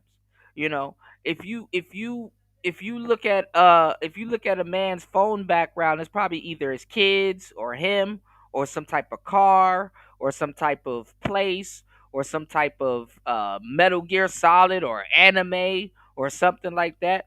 If you look at a woman's background on her phone, it's a picture of her. If you go into her house, it's more pictures of her. If you go into her camera roll, even though it could be pictures of anything and anybody, the majority of it is pictures of her. If you look at her home screen, like she didn't see enough of herself on her background, her home screen is pictures of her. When she looks in the mirror, her again. Does makeup, her. Phone camera, her. Like, even Eve, she spent so much time in the Garden of Eden looking at her reflection in the pond of herself. A lot of women worship themselves for the majority and idolize themselves for the majority of their time here on earth. Way more than a man. Way more than a man. Somebody had to point this out to y'all. Way more than a man. Way more than a man. That's why if a man gets a compliment nowadays, he'll remember that shit all until he's 60 years old. And half the time he don't even believe you. Like, man, she told me I look handsome. I don't know. I don't know. I don't know if I truly look handsome. You know? Some real shit. Yeah, self-solipsism. Yeah. Yeah.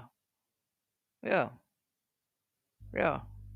And the internet, we're gonna get into this because it's a segment that I got later on in the show. Y'all please hit the like button, support the show. 2 hours and 41 minutes into the madness. I really look out for y'all.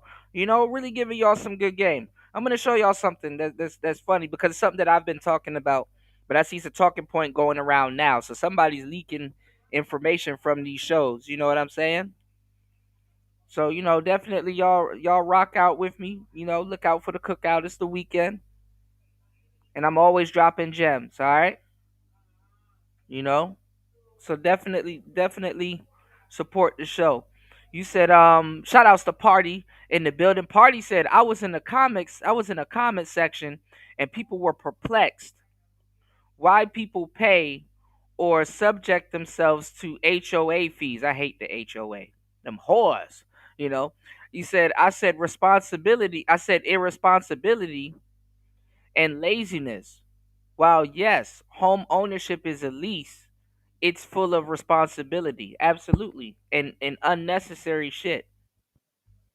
It's a death contract. Honestly, mortuary gauge. You know, husbandry, full responsibility, absolutely. You know, in the West, fellas, and let me tell you something. And listen, I'm not gonna get mad at you guys or talk crazy or anything because there's really nothing to get mad or talk crazy about. It's just the terms in the contract. I.e., what Party is saying, responsibility. It's a term, and it's a contract and stuff like that. It's like if you're a man and you like, yo, I choose home ownership and what comes with it. Nothing wrong with that. Just know what you're getting into, aka responsibility. If you choose to get married to a certain woman, like that fool that tried to bring that hoe back where she's from Kenya. Did you see that dude that they're talking about? And it's like, bro, this is rule number one. Like, y'all niggas is still falling over day one shit. That dude and that was with Kid Greatness and all of them tried to bring that Kenyan woman back to the United States, and then she ran off with that white man, and she's dragging him on Twitter talking about she successfully played a passport bro and all this other shit. Y'all niggas still losing bitches by bringing them back to the United States. Still don't understand the woman's nature. So I can't even blame the woman at this point. At this point, if I'm behind the game, I got to stick with the woman. She implementing more game than the men. And the funny part is that broads like her shouldn't even be able to talk like that. We're going to talk about that a little bit later. She shouldn't be riding Rolls Royce like that. I mean anybody could ride Rolls Royce, but y'all know what I'm talking about. Had a whole kid, got her green card. This gump brings her back to the United States, and then she left him for a rich man. And that rich man is even a even bigger sucker than her baby daddy. If she was smart, see, women gotta understand this. When you gonna be a piece of shit, you gotta distance yourself from the crime. You don't leave your baby daddy after you get a green card and get with some millionaire and think you can rest. You see, y'all got the game fucked up because y'all don't know the game. But let me give you the game. What she needed to do was, if she left her goofy ass baby daddy and got with some white prick that's really gonna use her for sex, what you gonna do? Have a baby with this stupid bitch? If she knows how to secure that, if she can get a baby out of that rich man, then okay, yeah, she parlayed something. You understand what I'm saying? She parlayed something. But if she trying to run off with a nigga with money, she needs to play the baby daddy, get with this rich simp, and then play the rich simp and run off with one of his rich friends. And then even then, she could probably go sit down for maybe like a year or something like that. But she need to play him for. She need to play that rich friend, like the rich guy. She leave him for one of his rich friends, and then if she plays that rich friend that she left that rich guy for, that she left her baby daddy for, it's the guy after that. It's the fourth guy she could run off with. So she got the baby daddy, she got the rich simp, then she got the other rich guy that she left the rich simp for, because the baby daddy and the rich simp is too close to the epicenter of her bullshit. So they don't really, they'll kind of have a inkling of knowing what she doing. So she need to leave the rich guy for another rich guy that's in his social circle, and then she can sit down with him for a little bit, and then eventually leave that rich guy for another rich man, and then ride off into the sunset. But see, these bitches don't know that. These bitches don't know that, cause see, the fourth guy will be further away from the crime. He'll be further away from the bullshit, and the only thing he'll probably know and see is probably. Give me 1 second, y'all. I have to charge this thing. The only thing he'll be able to know and see is probably some bullshit that people have concocted on the internet. Because, niggas ain't smart. See? I'm giving y'all the game straight lace, no chase. That makes more sense. But see, they're not thinking like that because it's stupid. They're not thinking like that. Okay, I can, yeah, I'm with this rich dude. But instead of sitting here and eventually be dolus, or having some shit pushed back in my face, you need to leave that rich dude for another rich dude. You need to see who's in his social circle, who you can homie hop to real quick. And that's not hypergamy. It's called homie hopping. It's hopergamy, coined by the one and only. Now help get us in Webster's dictionary. Because niggas been stealing my shit. That's good. That's straight up hopergamy. Now, when she ride off into the sunset, if she get that fourth rich nigga to marry her, then that will be a little bit of hypergamy.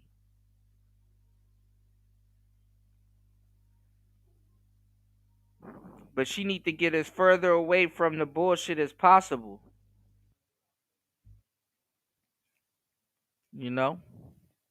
What's going on, Black Manosphere? Good to see you, player. You said, I believe homes are for families, meaning a man, woman, and child under one roof. If that's not your goal or plan, you don't really need a whole house. That's bullshit, because now they're telling single men to sit up here and buy 4-bedroom and 3-bedroom houses and shit like that. So he can, he can already have the house once he decides to have a family. And honestly, as a single person, you need either a big 1-bedroom or a big 2-bedroom, or a nice little studio with the bedroom, or a bedroom studio, something that you could interchange. Because you damn near have to have an office in the other room to make some damn money. Party said, a wife in the West in a good situation is literally a queen. Black people say it tongue in cheek. I mean, if you find the right one, you're good, and the right one is out there, y'all the game.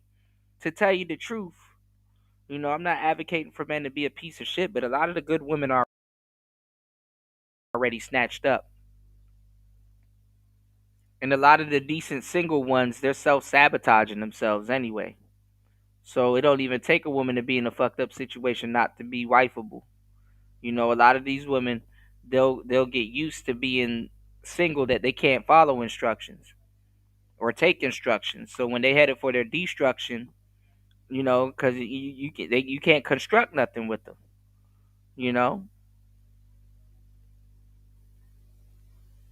And that shit is crazy. A lot of them are fighting for their life to be feminine. That's crazy as fuck. Because best believe, if you are a man and you got male issues and you are fighting for your life to be masculine, ain't no woman about to sit up there and help you be no masculine man. You know, I mean, women would love to deal with you when you're a boy. You know, you can be a boy to a woman. They'll take that. But they're not gonna help you to be no goddamn masculine man. I don't know why you dudes are sitting around trying to help them be women. It's either she feminine or she not. Why she gotta fight for her life to be a decent person? Why she gotta fight for her life to be feminine? You either feminine or you're not. And I'm gonna tell y'all the truth. If y'all do leave the country and stuff like that, and you see how actual feminine women, and you go to other places, and you travel to the next neighboring cities and stuff like that, you see how actual feminine women act. You're not about to be accepting that bullshit she trying to feed you. These hoes will burn down your house trying to boil water, and it's rare that you see them boiling water. You'll meet a woman talking about a man should bring me flowers and shit like that. She don't even own a vase. She's not even the type to do that. Y'all are sitting up here listening to women telling y'all need to have six figures and all this other stuff. Meanwhile, she's never dated a six-figure nigga in her life. She probably got smashed by one and didn't even know. She's never dated a six-figure nigga in her life. She wouldn't even know what to do with one. Y'all are sitting up here watching women spraying and praying, throwing shit at the wall, hoping that it sticks, and negotiating with them at that. That's crazy. That's why we must depend on information control. This world will become one. I have found the way. The world that the boss envisioned will finally become a reality. Race, tribal affiliations, national borders, even our faces will be irrelevant.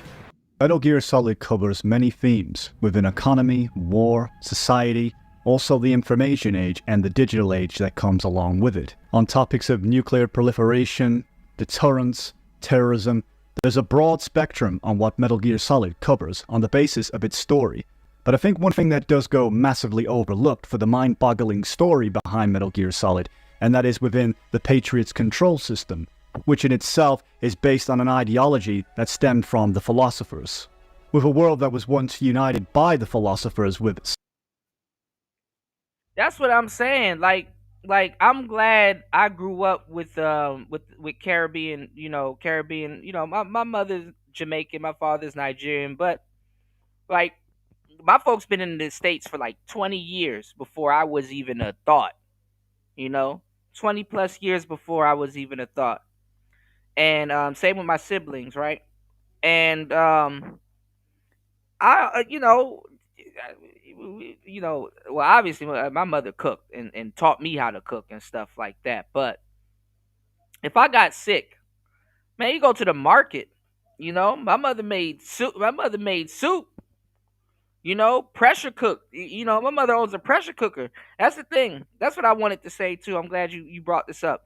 Half the women that you're going to be talking to don't even know no silverware, no clean, like no, they can't cook.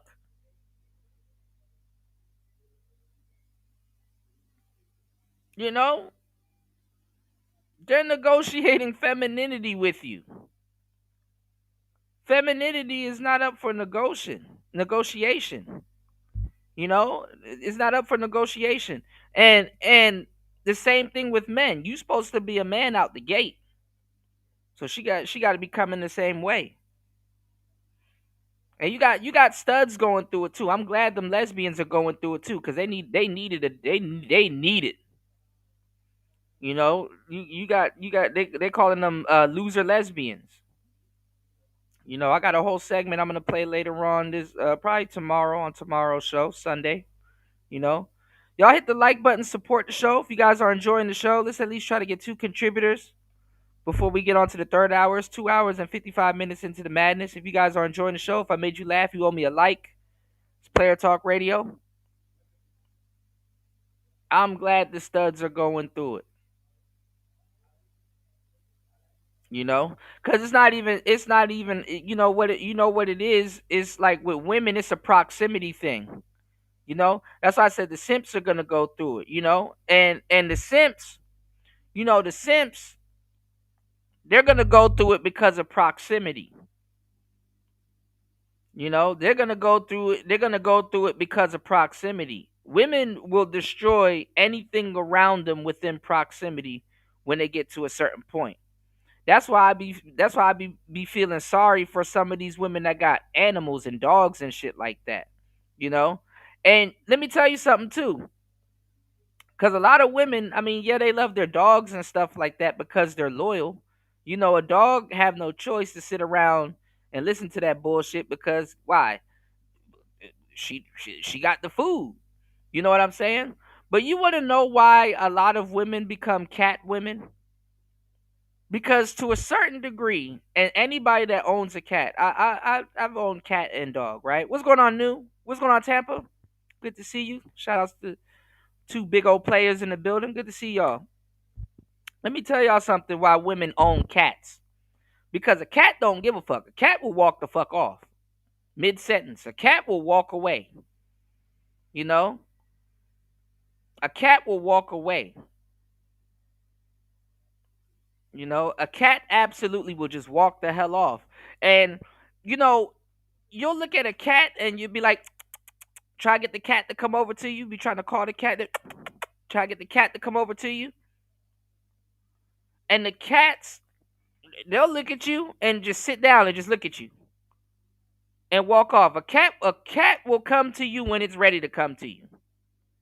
And for some reason, we sit up here, we want the cat's attention so bad. And what we going to do when the cat comes over to us? We're going to pet it. We're going to, overly stimulate it and stuff like that. We want the cat's approval and stuff like that. This is why a lot of women, they like cats. You know what I'm saying? Because a woman will, and people do this all the time. They'll disrespect the dog for some fucked up reason. They'll disrespect the dog, and the dog will just keep coming back to them. Because you know what dogs do? They mood match. When you're excited, the dog gets excited. When you're kind of sad, the dog is like, well, I'm kind of sad too. But they mood match. And sometimes a woman ain't looking for somebody to match their mood. And that's why a lot of them, they adore cats, And a lot of men can learn from cats, no matter what goes on. Stay in your fucking ground. Sometimes when she crying, you just got to look at her, Because I ain't gonna lie, if she crying, she probably lying about something. About something.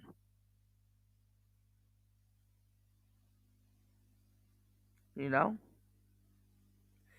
said they let dogs eat them up, man.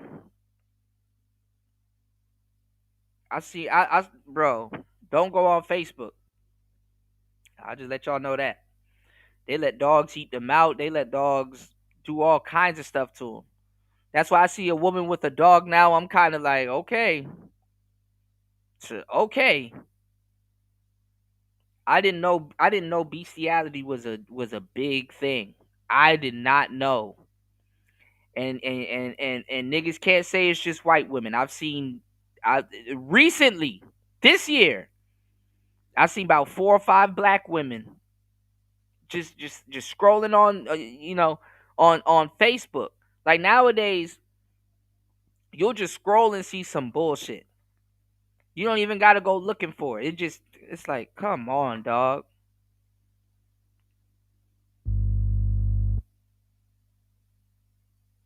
So I ain't gonna lie. Now I'm looking at women sideways with a fucking dog. Cats don't do that. Several nations across the world to try to make the world become one, under one banner, as the boss envisioned a world to be united with no borders, to unite a world that is quite clearly divided through ethnicity, religion, and different ideals and ideologies. Metal Gear Solid puts a big spotlight on such events that take place in the world, and massively noticeably of all within the Patriots' control information system is the tyranny and totalitarianism. He said, yeah, I seen that black chick on Facebook doing it. Yeah. And they be and the black chicks, they look good. They're decent looking chicks.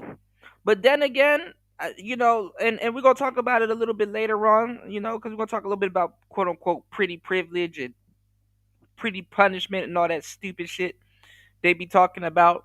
There's the appraisal system and the sexual market value place is in shambles right now.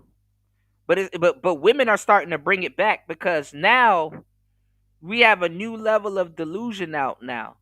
See, millennials, we were the last people to see it. We were the last generation to actually dime shame anybody. Nowadays, everybody's a dime. You know, a woman will sit up there and I don't know who said this, but a woman will sit up there and tell you that, oh, don't fat shame Lizzo, she's a dime. Telling you that Lizzo's on the same level of Beyonce or somebody, whoever y'all deem to be the most hottest woman in the world or whatever. You know what I'm saying? That Lizzo's on the level of a dime. And then when you call them Lizzo, they get mad. Cause they know they're full of shit. They know they're full of shit. And we used to dime shame them. And I've been telling you guys for the longest time, feminists, average women, and big girls, what they did was, was they in a lot of cases, and shout out to my big girls, shout out to, the real sisters and stuff like that that get it. But I'm gonna put y'all onto some game.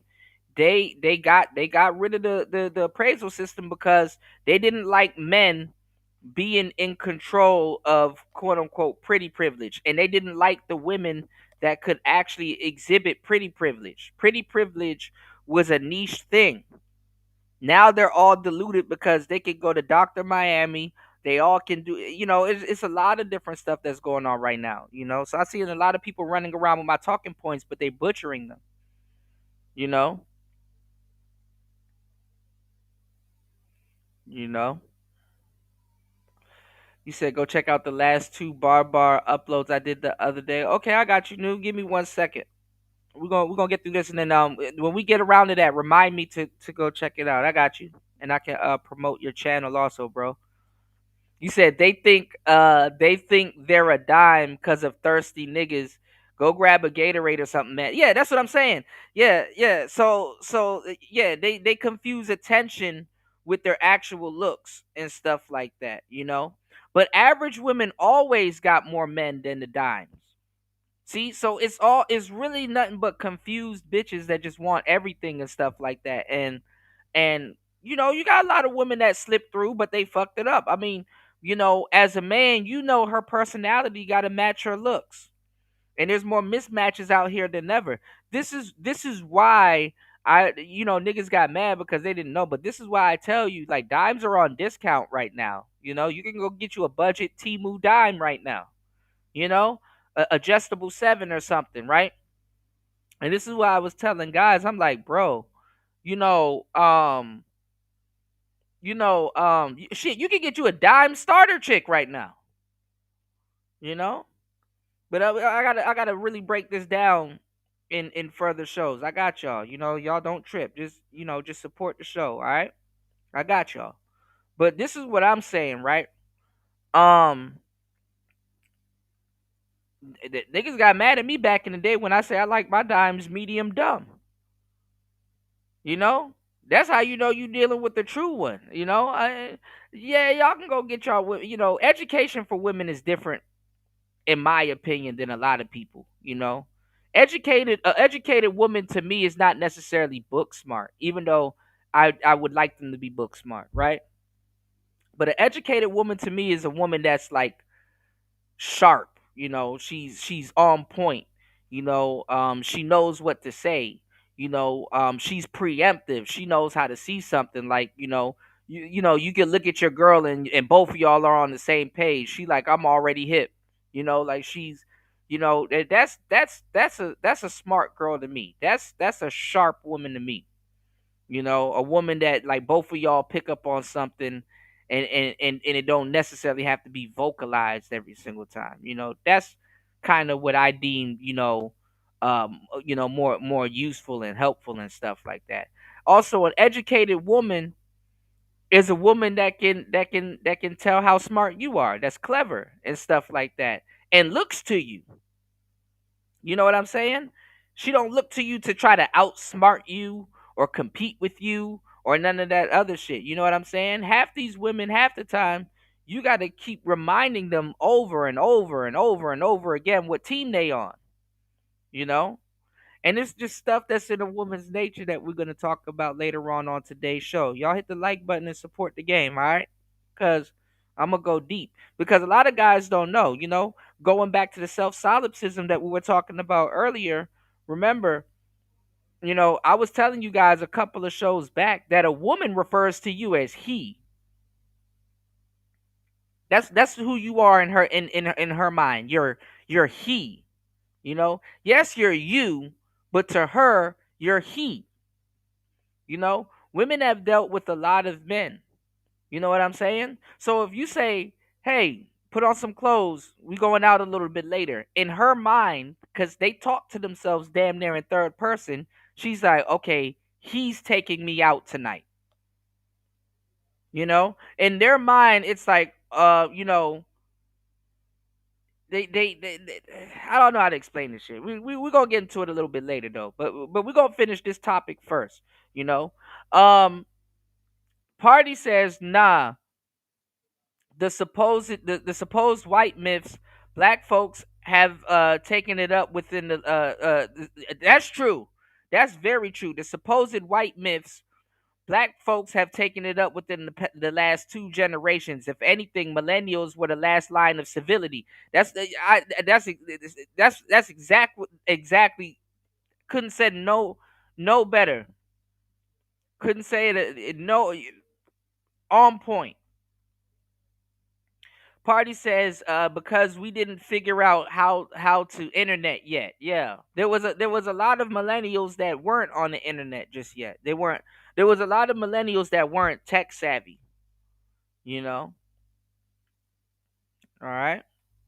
Y'all, please hit the like button. Please support the show. 3 hours and 7 minutes into the madness. You said something is changing because I saw such and such a dime talk and motherfuckers pulling their before photos about asking about their kids, and the kids don't inherit the cosmetic surgery. That's true. That's true. What's going on, Aqua? Good to see you, player. Yes, sir. Yes, sir. Good to see you, Aqua. Always good to see you, my brother. Big old player in the building.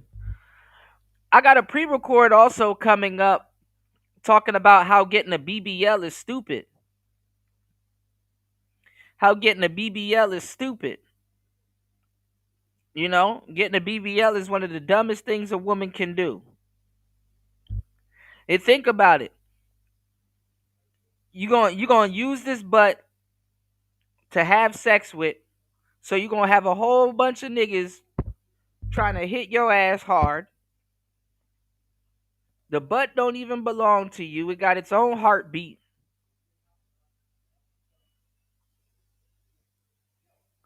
Aside from the butt not even belonging to you, the goofy fresh out of jail nigga that you're gonna have hitting that BBL is gonna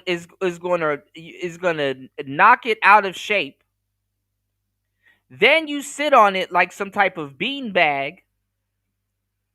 Like, BBLs are meant to lose shape.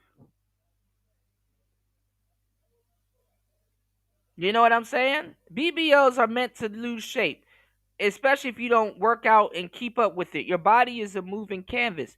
BBLs are meant to lose shape, especially after 2 to 3, 4, 5 years of the stupid shit that women are gonna put that pun intended. The stupid shit women are gonna put their ass through. Women are invested in BBLs before they invest in a house or a car or crib, right? They sleep on it. They sit on it. Your BBL is going to look like a goddamn bell pepper by the time you're done with it, sis. Not a good move. Some of y'all coochie prints that y'all keep trying to show off look like a damn bell pepper anyway. And you still got to go get surgery on it no matter how much you work it out. So you might as well just go to the gym. Party said obvious cosmetic surgery is almost like the real whore everybody knew was the whore in church back in the day. Yeah, yeah. She just get a permanent Halloween costume. You know, you said you can work out. That shit won't add up. That's true. You said a BBL is the epitome or the epitome of scarcity. All right. All right. Y'all hit the like button. Support the show. Hit the links in the chat. It's Player Talk. Utilitarianism, in which an idea of a concept that a world could be a perfect world based on the ideology of a utopia. But the Patriot system in itself would be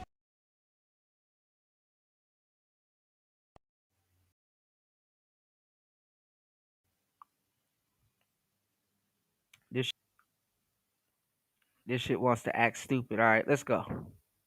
Towards Metal Gear 4, a world that would mostly be dystopian. The word utopia was coined by Sir Thomas More. Shout outs to Ms. V in the place to be. Good to see you, love. How you doing today? Shout outs to you.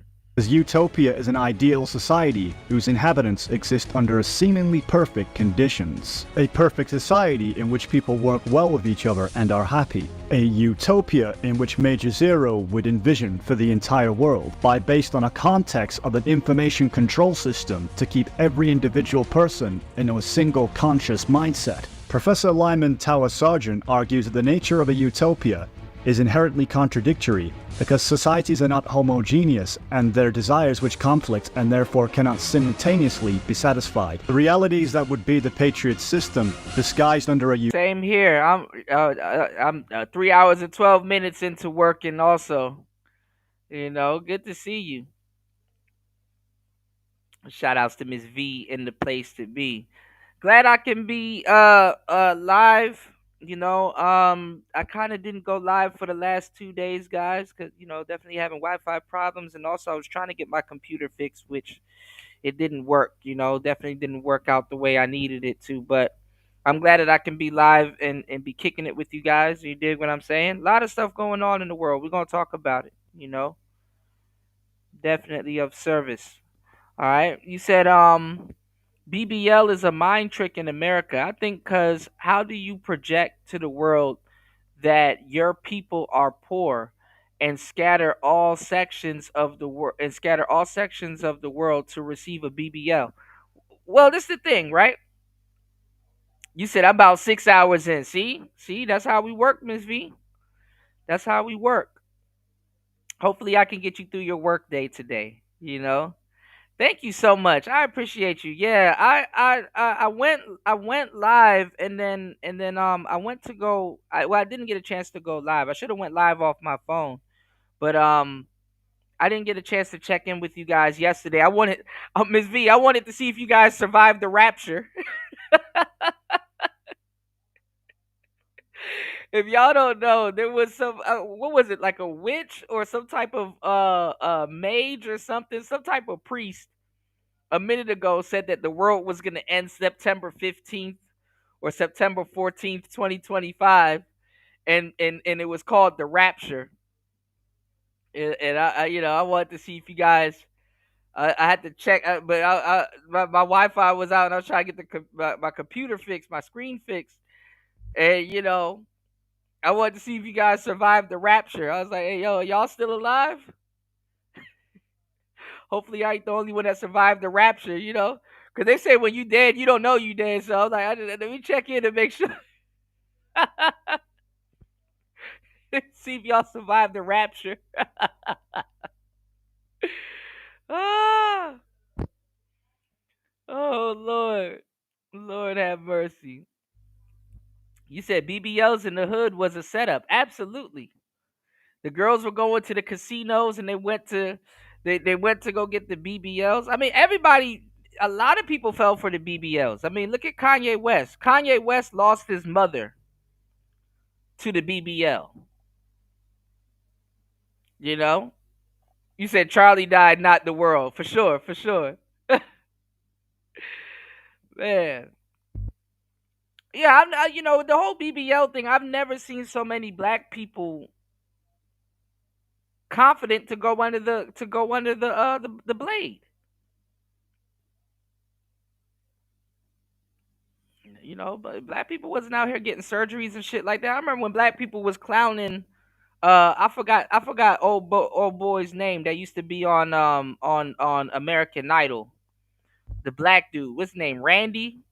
I forgot his name, Randy or some shit. I forgot his name, his actual name. I think his name was Randy or something like that. But I remember when he got gastric bypass, people was looking at him crazy. He had gastric bypass surgery, and people was looking at him crazy. Well, black people don't be going under the blade like that. Yeah, Kanye's mother, she wanted to get a BBL. Like, what type of old man are you trying to scoop up? And honestly, I'm gonna tell you the truth, and there's nothing wrong. I mean, if you're an ass guy or a boob guy, I'm more of a boob guy, but then again, I fluctuate. Sometimes I like ass, and sometimes I like boobs and stuff like that. But a fat ass, fellas, is just strictly for entertainment. There's no evolutionary. There is no evolutionary. There is no evolutionary. Effect with having a big old ass. It's just straight for sexual entertainment. Only thing that's really evolutionary for is like the hips and stuff like that. So and these are like visceral things. That I'm talking about. So like usually boob guys are a little bit more intelligent than butt guys, so they say, because there's actually a evolutionary effect tied into it. You know what I'm saying? And obviously, it's more of a visceral thing. That's why when dudes are telling y'all to go to the gym, it's more of a visceral thing. People are only around you for three reasons: an emotional reason, a financial reason, or a sexual reason. You know, and women are attracted to usually the two out of the three, or sometimes it fluctuates. All right. Um, but the reason why people tell y'all to go to the gym is because it's a health thing. People want to know that they're gonna produce healthy kids. It's a visceral reason. It's a biological reason. She knows that she can produce healthy kids with you. It's a genetic thing. You know what I'm saying? So, you know, um,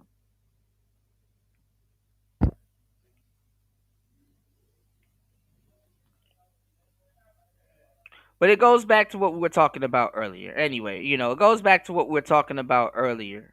You definitely, yeah, gravity will hit that ass, literally. You definitely want to see what that woman looks like, because that's genetically, go look at that Kenyan woman. Some gump goofball got mad at me because I told the truth about Kenyan women. I don't give a fuck. I'll tell the truth about my women, African women, Nigerian women, whatever, all fucking day. African women are beautiful. They're gorgeous, but they're bald. They're bald. They be bald as fuck. They be bald, like straight up bald. You know, they be straight up bald. So you already know she got somebody else's hair on top of her head. So and then they're not really westernized and shit like that. So they wigs be looking weird. Like you can see they they closure piece ain't closing. It ain't closing. You can see it's sad to the point that even if you've been with a couple of women, that you could tell if a woman knows what she's doing. Like, it's like, okay, she don't know how to walk in heels. you know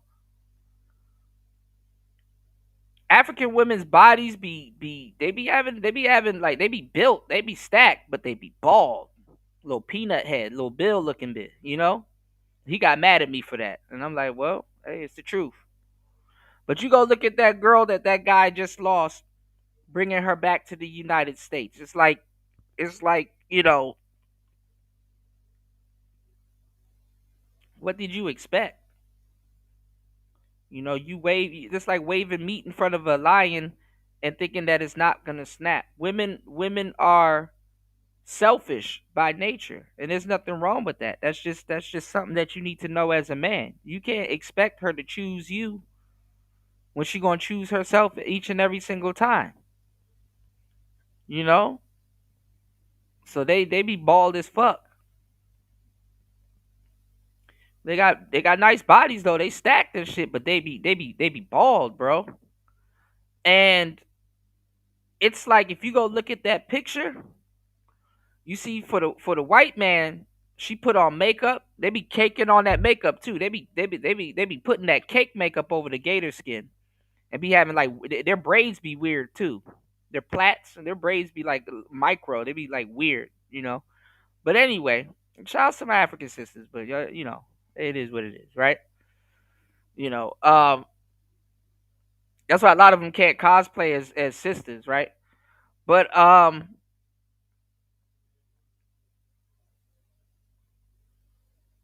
you see that she put on the makeup and dress up for the for the white dude, but she don't. She was looking crazy when she was with the brother, you know. And see, fellas, that could be a hit or miss. You know what I'm saying? Especially with certain women, especially with some of the foreign women and shit that y'all gonna run into.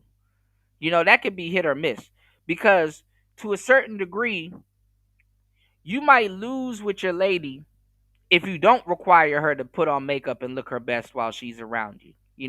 Sometimes letting your lady walk around, sometimes letting your lady walk around on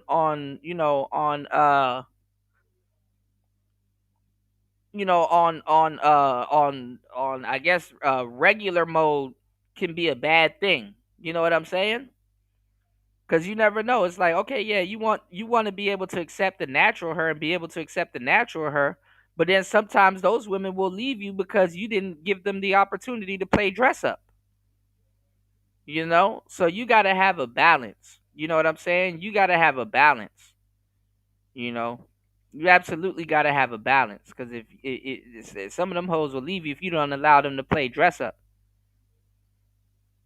They'll start looking down on you because it's like, how can he accept me like this? But you know, that shit backfires on them, rightfully so, because guess what?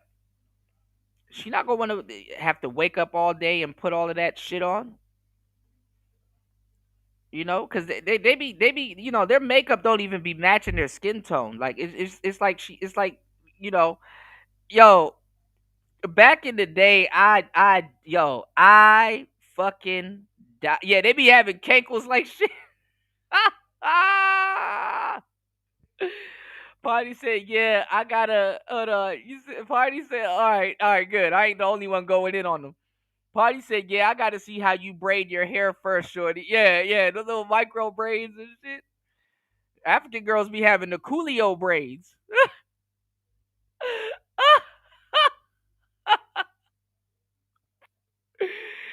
Ah, but nah, what was I about to say? What was I about to say? Damn, I was about to say something. Yeah, look, Corey Holcomb. He went in on Cynthia G one time, right? Because Cynthia G be having on a whole lot of makeup, right? He was like, if Cynthia G jumps into a swimming pool, he said it's gonna look like somebody. He said if she jumps into a swimming pool, because you know how like there was like there was like this thing in the space where they were like, if you want to see how your girl looks or certain sisters, the first place to take them on the first date is to a pool. Because half of them can't jump in the pool because of their makeup and stuff like that. And he said if Cynthia G jumps into a pool, it's gonna look like chai tea. Like somebody spilled a big jug of chai tea in the pool, like a chai coffee, because you know how the chai coffee be like brown and it be having like the creamer and all that, bruh. That shit was funny. I'm sorry. Anyway, Black Manosphere says, "Why claim her as your lady then? You can only be my lady when I say you are, and when I pass my test, laugh out loud. Other than that, whatever we doing, you not my lady. Laugh out loud. You said calling you my lady or girl comes with a certain prestige. Only I can give you when I say when you qualify for sure. You know. Uh Ms. V says most American girls go to the Africans for braids, Kuda. Yeah, but they braid y'all hair a little bit different. Sisters braids have a certain look. African women, their braids are like it's like an irritating it's like, I don't know how to explain it. They're smaller. It's like clearly you can tell she's African. Like African women's braids are like micro braids compared to what the sisters get. Shout outs to Computer Geek in the building. Good to see you, player. Bro, he said chai tea.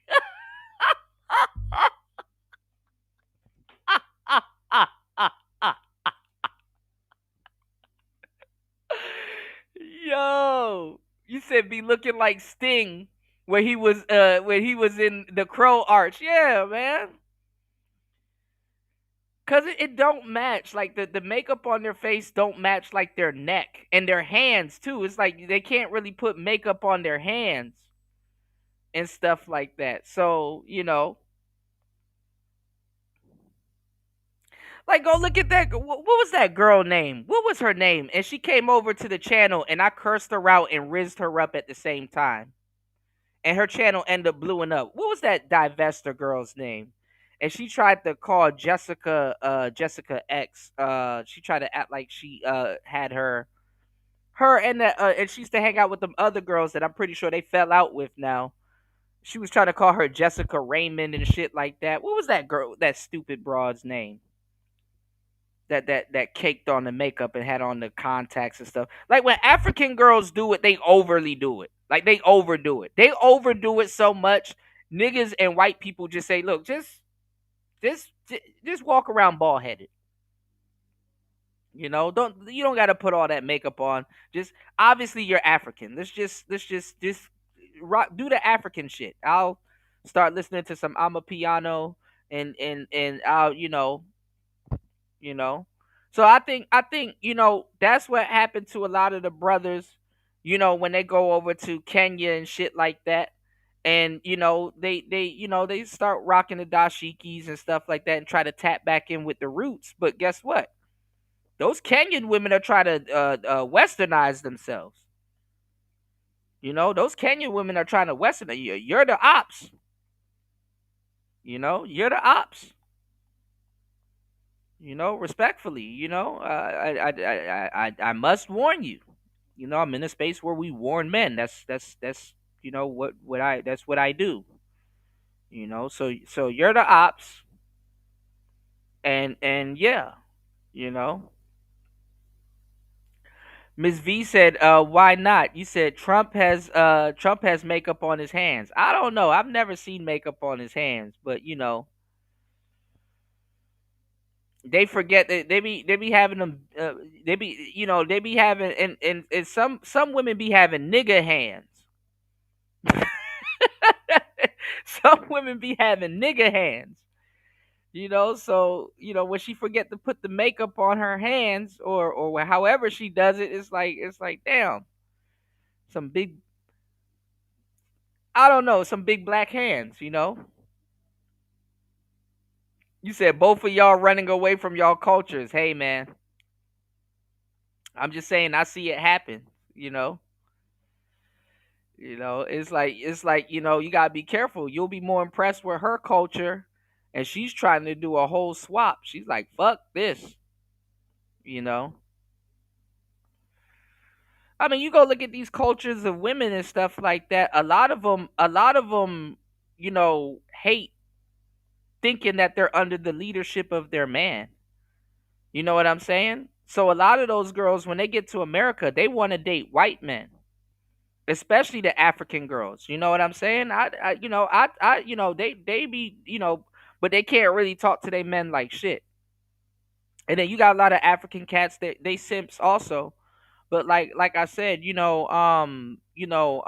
lot of those women, they play a sick game, when they get to the United States and stuff like that. That's why I was trying to tell y'all, like, back in the day. This is why it's funny listening to a lot of the FBA stuff, you know what I'm saying? Because back in the day, the women that was writing for Lipstick Alley and all of those female publications and stuff, those were African women.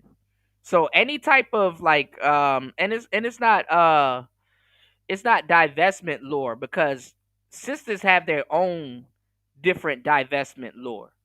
You understand what I'm saying? Sisters have their own different divestment lore. But you had a lot of black women, African American black women, that was sitting up there listening to those goofy ass African women that couldn't wait to get off the boat and disrespect their men and run off with a white man. You know what I'm saying? You know, you had a lot of them, writing those articles and those those hit pieces and stuff, and you had black American women soaking that shit up, and it's like, well, you're privileged to already be in the States. Those women are actually really jealous of you. You're privileged to actually be in the States and in proximity. Because a lot of sisters are, they're in proximity. You know what I'm saying? They're in proximity to actually dating those type of men. What's going on, Tech Rel? So niggas was stupid. You said Google it and you'll see. I'm pretty sure. When he's signing those papers and stuff like that, it's to make it, his hands are probably wrinkled. That's how you can tell people's age. You look at their hands, their neck, or their feet.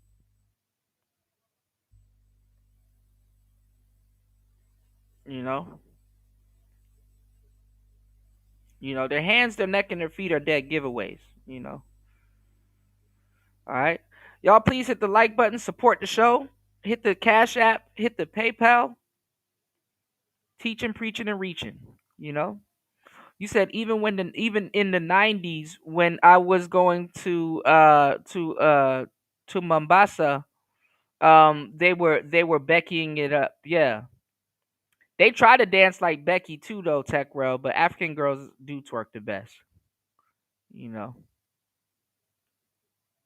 do twerk the best. Utopia is really a dystopian world with no free will, all based down to one single consciousness that is all wired up to the system to appeal to the hive mind masses. Yeah, old people bruise easily, Miss V. He got a black eye. He got a black eye. What do you say about Elon Musk? He got a black eye. Shout outs to Computer Geek in the building. There's nothing. And listen, look, there's nothing wrong with getting with the African sisters. Just they're a different speed. If you can't catch them on the speed that they're on, you can't really appreciate them. But I had a goofball try to tell me that I don't know what I'm talking about because I haven't been to Africa. I'm like, listen, there's African women all over the place in Asia. Number one, I am from America. I've dated African women in America. Number two, I am African technically. I grew up in a damn near. I grew up in both households, mainly Jamaican, but I grew up in an African household also.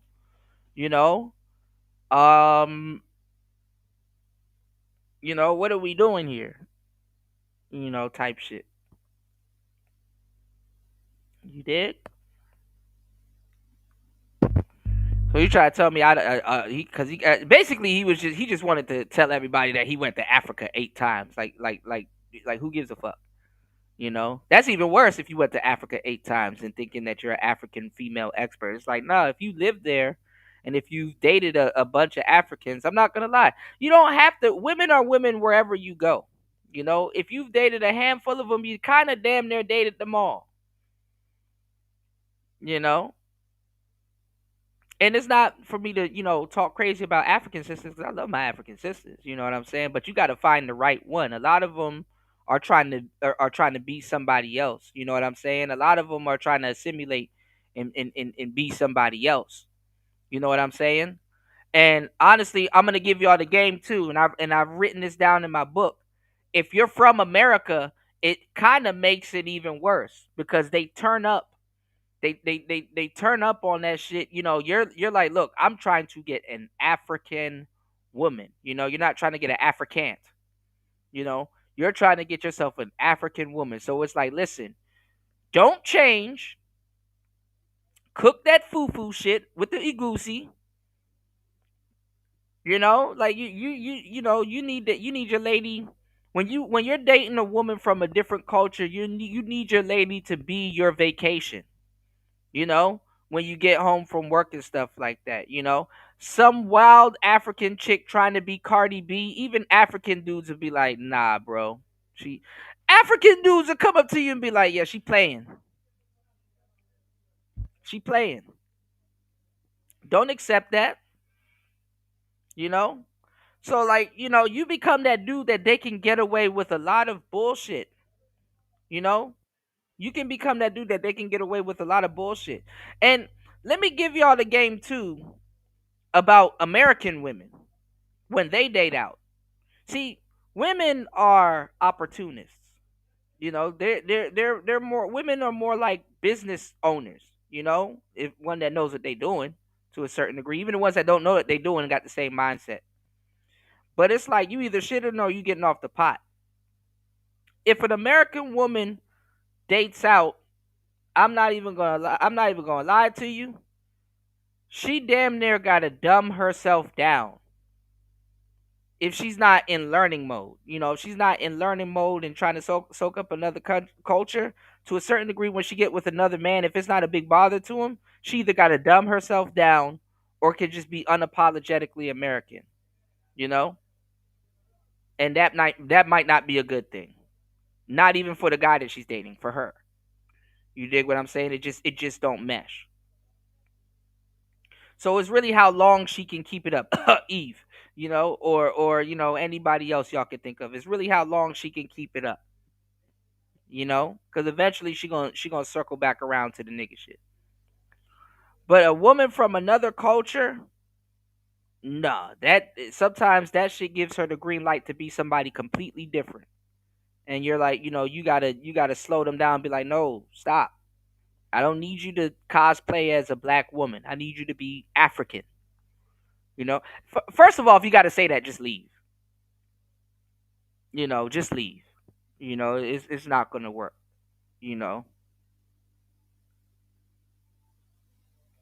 Okay? All right. Shout outs to my brother Philly Vision, aka Computer Geek, dropping the huge $15 on the Cash App. Thank you so much, bro, for supporting Player Talk Radio as always. Let me see if I can drop something on it for you. Thank you, bro. I appreciate it. Please keep the support coming. It's Player Talk Radio. You know where we going. Where the money reside, where the money reside, where the money reside, where the money resides. Let's go. It's Player Talk. Let's get it. All right, we going. Where the money reside, where the money reside, where the money reside, where the money reside. Okay, let me tell y'all something. I'm doing something real big this month. Any deal that y'all got and they beating us, I'm going to beat about $400. Just give me your pen and the paper because I'm asked what the what? Where the money reside, where the money reside, where the money reside, where the money reside. Okay, I told y'all before, y'all know what I do. I give all these good deals and everything else. Y'all better ask about me because I do on that all the time. And that's on who? Mary Had a Little Lamb. Okay, okay, okay. All right, guys, I had to switch over real quick so I can charge. I can charge. All right. All right, y'all, please hit the like button, support the show, hit the Cash App. Thank you so much, Philly Vision, as always. But yeah, you know, you want to get the sisters, you know, that are them. You don't want to get nobody that's like cosplaying as somebody. You know, you definitely don't want to get somebody that's cosplaying as somebody else. All right.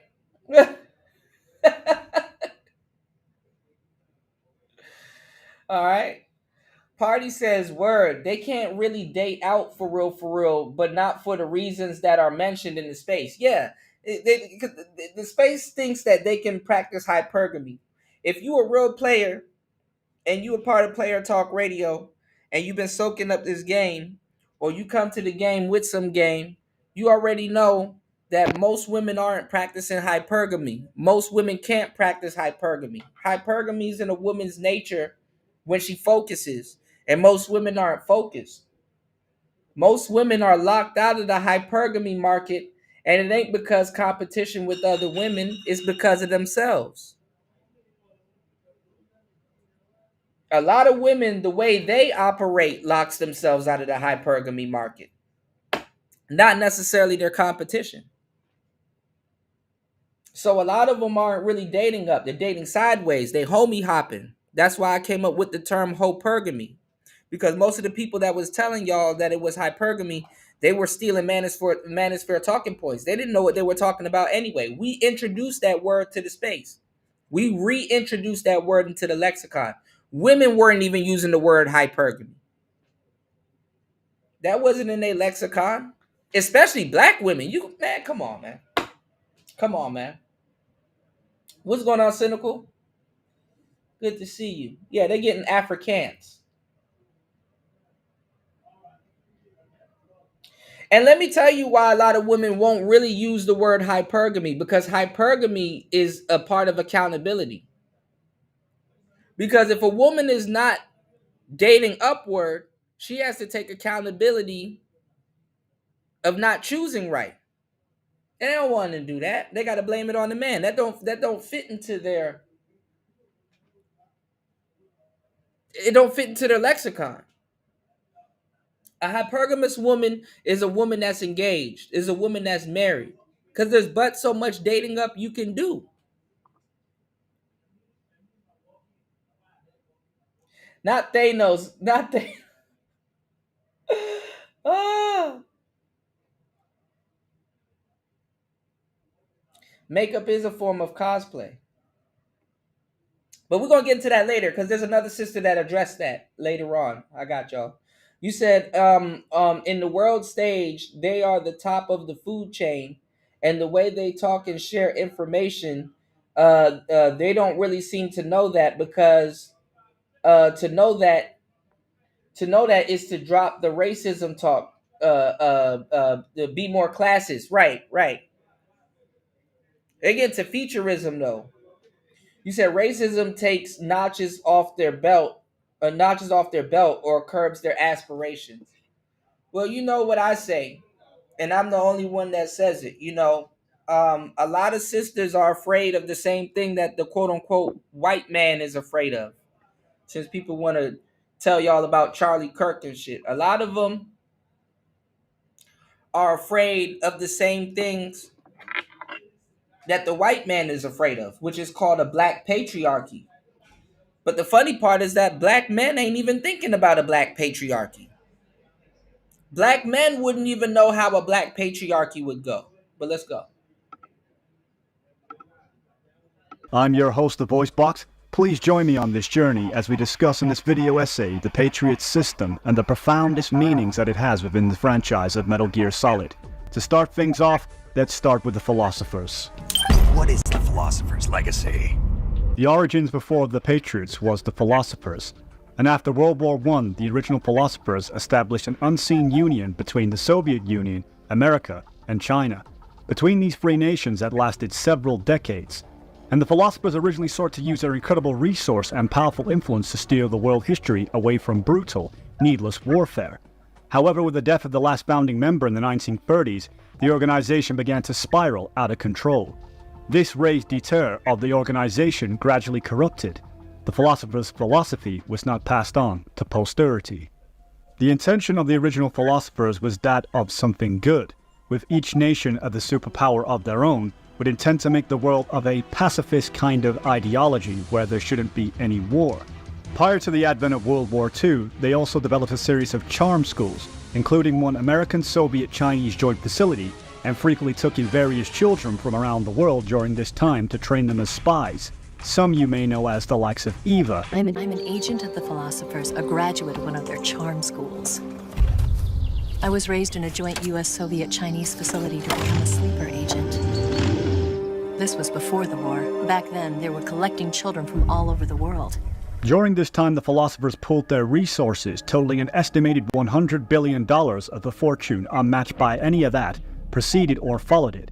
This money was known as the Philosophers' Legacy, and was used to develop an entirely new forms of warfare that would dominate global affairs for decades to come. And in the confusion of World War II's end, the Philosopher's Legacy was stolen by Boris Volgin, the father of Volgin. What's going on, Larry? Welcome back, bro. Man, if you guys were on the last show, I found the video that I was looking for. So you guys may have to go back to the beginning of this show. You guys may have to go back to the beginning of this show. But and this is talking about it also. You guys may have to go back to the beginning of this show because it talks it gets into basically the foreshadowing and the prediction of the world that we live in today. That was at the end of Metal Gear Solid 2. But this guy actually is saying the same idea. He's saying the same idea. You know what I'm saying? That I was saying, that we're headed towards a dystopian future. It was a big discussion. It was a big discussion, in the MGTOW spaces. It definitely was a big discussion in the MGTOW spaces. Shout outs to Shaka Nulu. Definitely was a big discussion in the MGTOW spaces. But how men were discussing it, right? We were discussing it as, the reasons why your woman would leave you. You know what I'm saying? For another man. And when your woman leaves you for another man, that doesn't necessarily mean that she dated up. Which a lot of brothers, are going to figure that out the hard way. That doesn't necessarily mean that she dated up. But a lot of brothers is like, well, she left me. That means that she dated up. That doesn't necessarily mean that she dated up. That just means that you just got left. And one thing I keep having to tell you guys, you know what I'm saying? I try to keep it player at all times. Bro, stop worrying about the next nigga. Because 9 out of 10, you will never realize why she left you. You want to know why? Because you're first of all, you're using your emotions. And second of all, you know what I'm saying? You're using logic.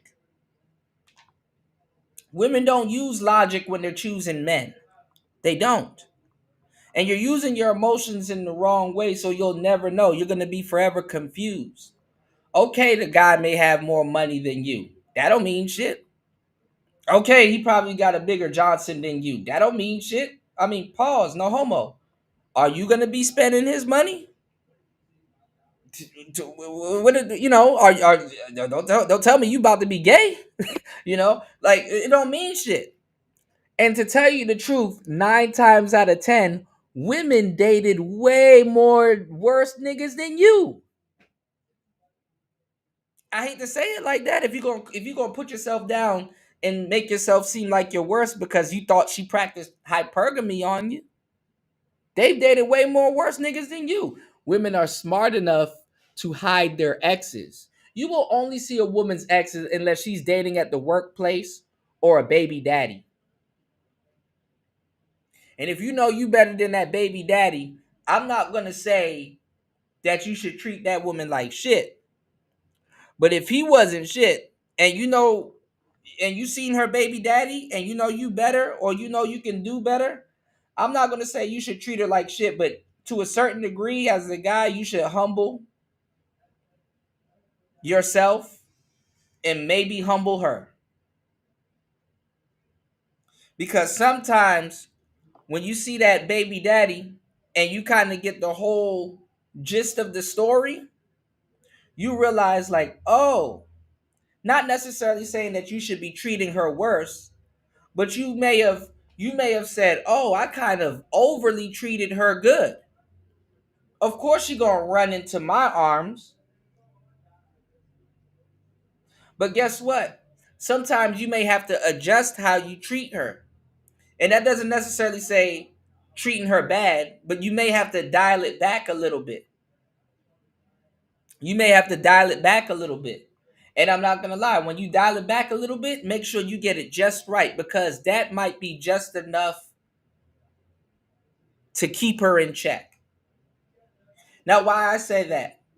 Look at the guy that just lost that Kenyan woman to some random rich dude in America. What a lot of women don't know, and even lesbians find out, this is why I tell y'all to go get their Instagram and stuff like that, because guess what? You can see her baby daddy. You don't got to meet that goofy ass nigga in real life. Actually, he probably the smartest person in that situation, to tell you the truth. But what I'm saying is, if you not hip and you not gamed up and you overly treat a woman good, she gonna start treating you like shit in a lot of cases, because you don't know. It's like he don't even know me. Why he treating me good? You know? He don't even know me. If he knew me, he wouldn't be treating me like this. In the back of their head, they know that. That's why a lot of times in the back of their head, they know if they give you some coochie, you gonna leave, because they ain't worth it. So they gotta prolong that shit as long as they can. That's just how it goes, right? But for real, in the back of their head, it's like when they shit test you, a lot of them are gonna shit test you. And the undertone of the shit test is gonna be like, let me see what this nigga will do for me before I give him any type of coochie. Because if he's overtly thirsty and just not cool or cordial or you know, if he tripping over some shit that he didn't even get yet, I can only imagine how he gonna trip when he gets it. That's why you got these goofy bitches running around now talking about some, you better bark like you want it. And these niggas barking on Pop the Balloon shows and shit. I wish I would bark on command. What's going on, Raven? I wish I would bark.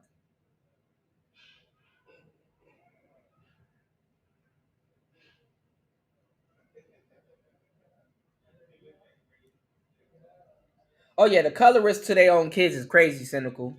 We talk about that. But all of that stuff too gets into a level of featureism, you know? You said, so avoid colonists. Oops, colorists like the plague. Yep. You said women are smart enough not to post their current relationship. If it's a situationship, you dig? Shout outs to Shaka Nulu. Thank you, bro, for dropping the huge. As always, $10 on the Cash App. Shout outs to everybody supporting the show. Yeah, man, we're gonna go a little bit deeper, man. We're gonna go a little bit deeper. Shout outs to Shaka Nulu. Let's get it. It's player talk. Let's go.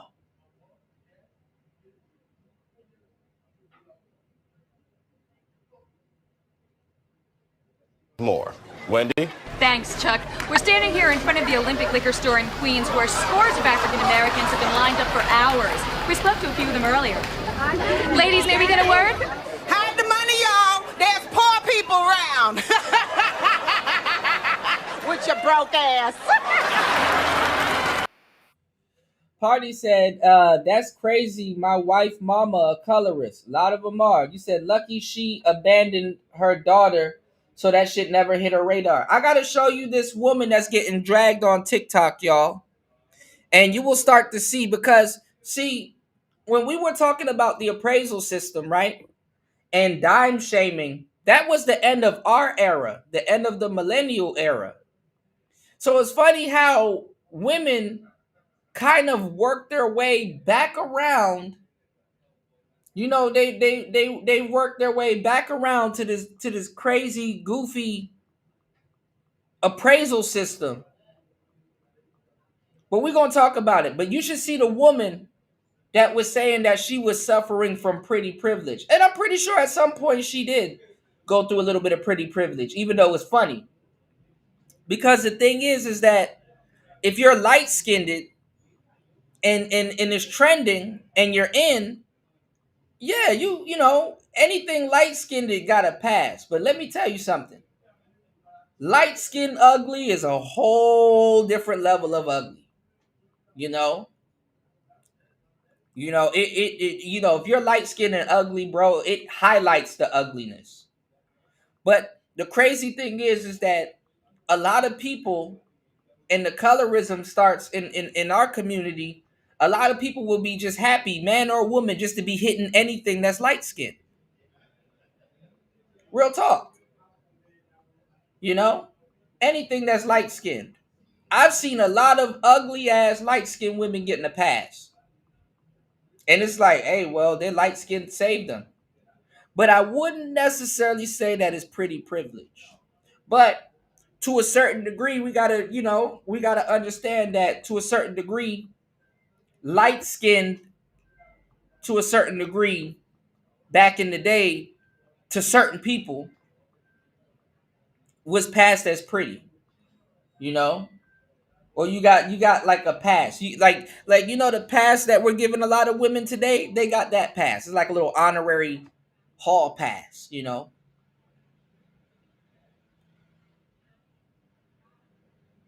You said strong, independent, best communicators handled with kid gloves. Just about. They want to be handled with kid gloves, you know. Yeah, lazy game. Yeah, light skin ugly hit different as hell. Yeah, like bro, you know.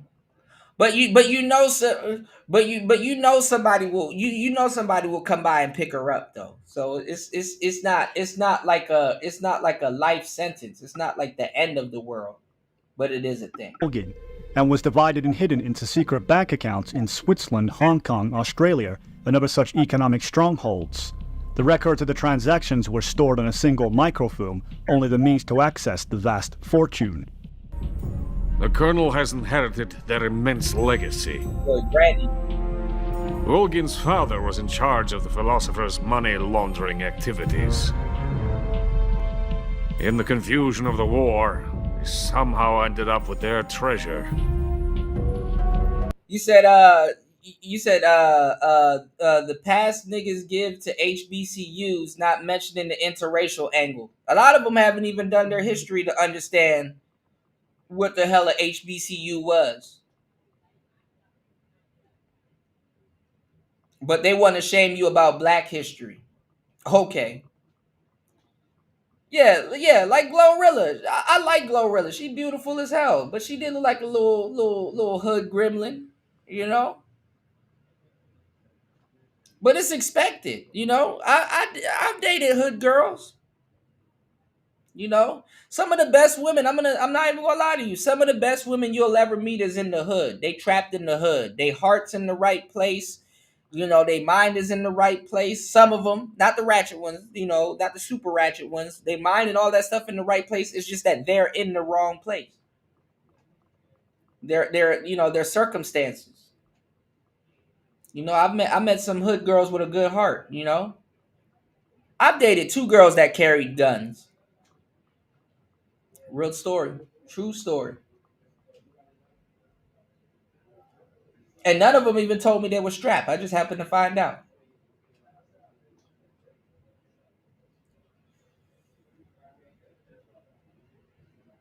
You said most light skinned chicks don't look.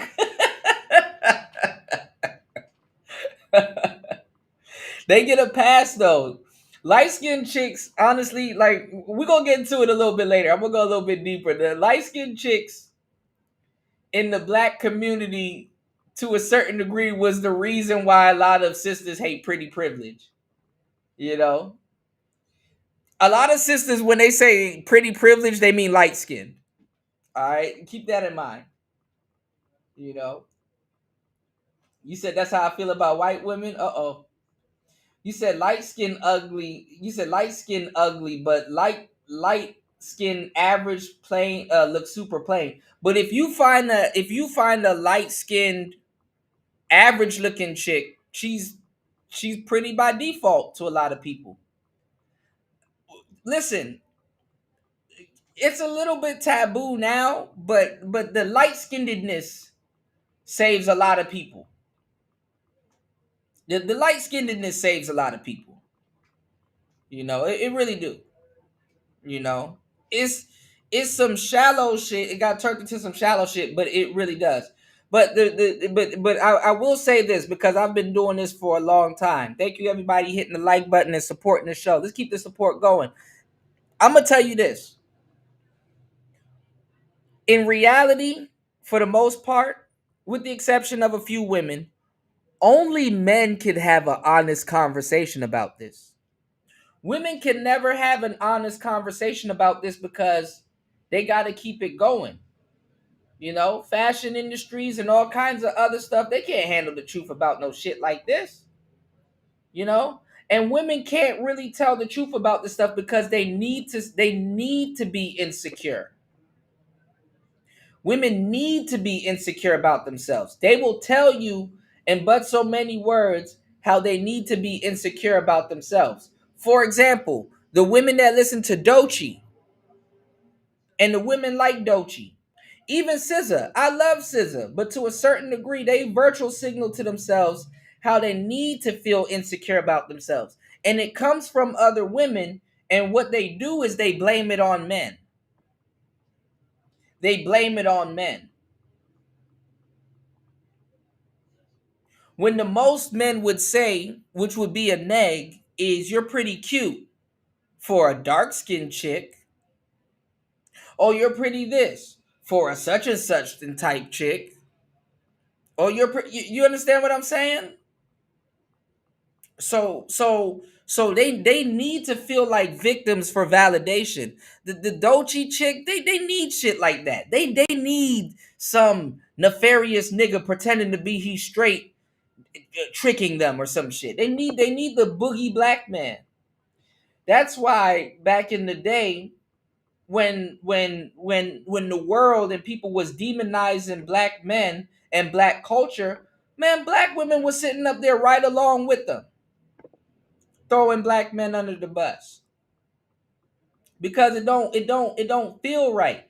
If they don't have a boogie black man to blame some of their insecurities on, guess what happens? They got to take accountability. They don't want to do that. So guess what? You got to be the boogie black man. And they need that type of music. It's like if you listen, and somebody said it. What song was it? I played a song. It wasn't The Pretender. I played a bunch of rock songs earlier in today's show. Y'all need to go check out the mix that I played earlier in today's show. I played a song from, was it 7 Days Grace? That even if I said you want to end your life, somebody put in the comment section, which is true. I forgot the name of the song. What they put, right, word for word. But they said, let me see what they said. Let me go check it. Hold on. This world would never be what I expected. Hold on, y'all. And if there's something wrong, who would have guessed it? Hold up, hold up, hold up. Everything that I own to make you feel like it's not too late. It's never too late. Here we go. 3 days grace. My bad. Never too late. I said 7 days grace. Boy. Hold on. Let me see. Okay. Somebody said in that video, I just read this quote, and this is some real shit right here. Somebody said, when you're happy, you enjoy music. When you're depressed, you understand it. That's very true. When you're happy, you enjoy the music, you dance to it and all kinds of shit. But when you're depressed, you understand it. And also, what you will do is you will have that song on repeat. Those lyrics and those words will talk to you. Because sometimes it's how you feel, but you don't know how to express it, or you have yet to express it the way that the artist paints a picture. I was telling you the same thing on the last show about sometimes when you make a song, you might be in a certain type of mood when you make that song, and the mood that you were in was it's a legit mood, and you legit write some crazy hard lyrics, some lyrics that people can feel. And when you go to record that song, you might not be as sad, but you still have to embody the cadence. You still have to, you know what I'm saying? You still have to kind of, get it in. So they can, they can resonate with the song. That same effect happens to a lot of sisters when they listen to Doechii, or they listen to SZA, or they listen to certain people that overtly talk about how they feel insecure about their skin color or their body and stuff like that. And women be taking so much credit for another woman's experience. Like a woman will take on the emotions and the feelings of a friend that probably got cheated on, and she herself probably never got cheated on before, but since her friend went through it and she could kind of understand where her friend is coming from, she gonna carry herself as if somebody cheated on her when nobody cheated on her. This is why you got a lot of women running around here, and I swear to God, and women are, when you really like peel back some of the stuff that you hear them say and do and seen them do, they are fucked up creatures, bro. For example, if you let them talk, some of them talk enough, all of them, just about all of them, a good 85% of them will tell you that somebody has either sexually assaulted them or raw paid them, when it's not true. You want to know who will never tell you they got raw paid or sexually assaulted? For the most part, women that are actually got raw paid or sexually assaulted. You let them, you damn near let them all speak. They'll tell you they got raw paid. And that's nothing to play around with. It's fucked up. It's fucked up. But I noticed that. I'm like, why? And look, and it fucks up the one that actually been raw paid, because guess what? They'll never be able to get help. They'll never be able to get help. That's why this is why they don't even come forward. Imagine you actually being sexually assaulted and you have to go through all of the women that are doing a money grab to get justice.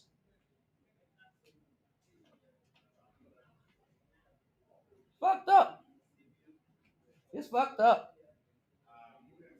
The most fucked up people towards women are other women. They even had a study that you'll see later on showing that when women tell other women to cut their hair shorter, that's to undercut them. No pun intended. They say if a woman goes into a hairdresser or a nail or any hair place and stuff like that, and they'll be like, "Oh, we'll cut your hair shorter." You know, women tend to forget, but they do remember sometimes that they're in competition with each other. They compete with each other. They're necessarily not on the same team. And that's why like people like She-Ra 7 and stuff like that, she know damn well all of those women that's fake smiling and fake being her friend, she can't leave her husband in the room with them. They're gonna try to take her man. Mariah the Scientist is pretty but plain, you know.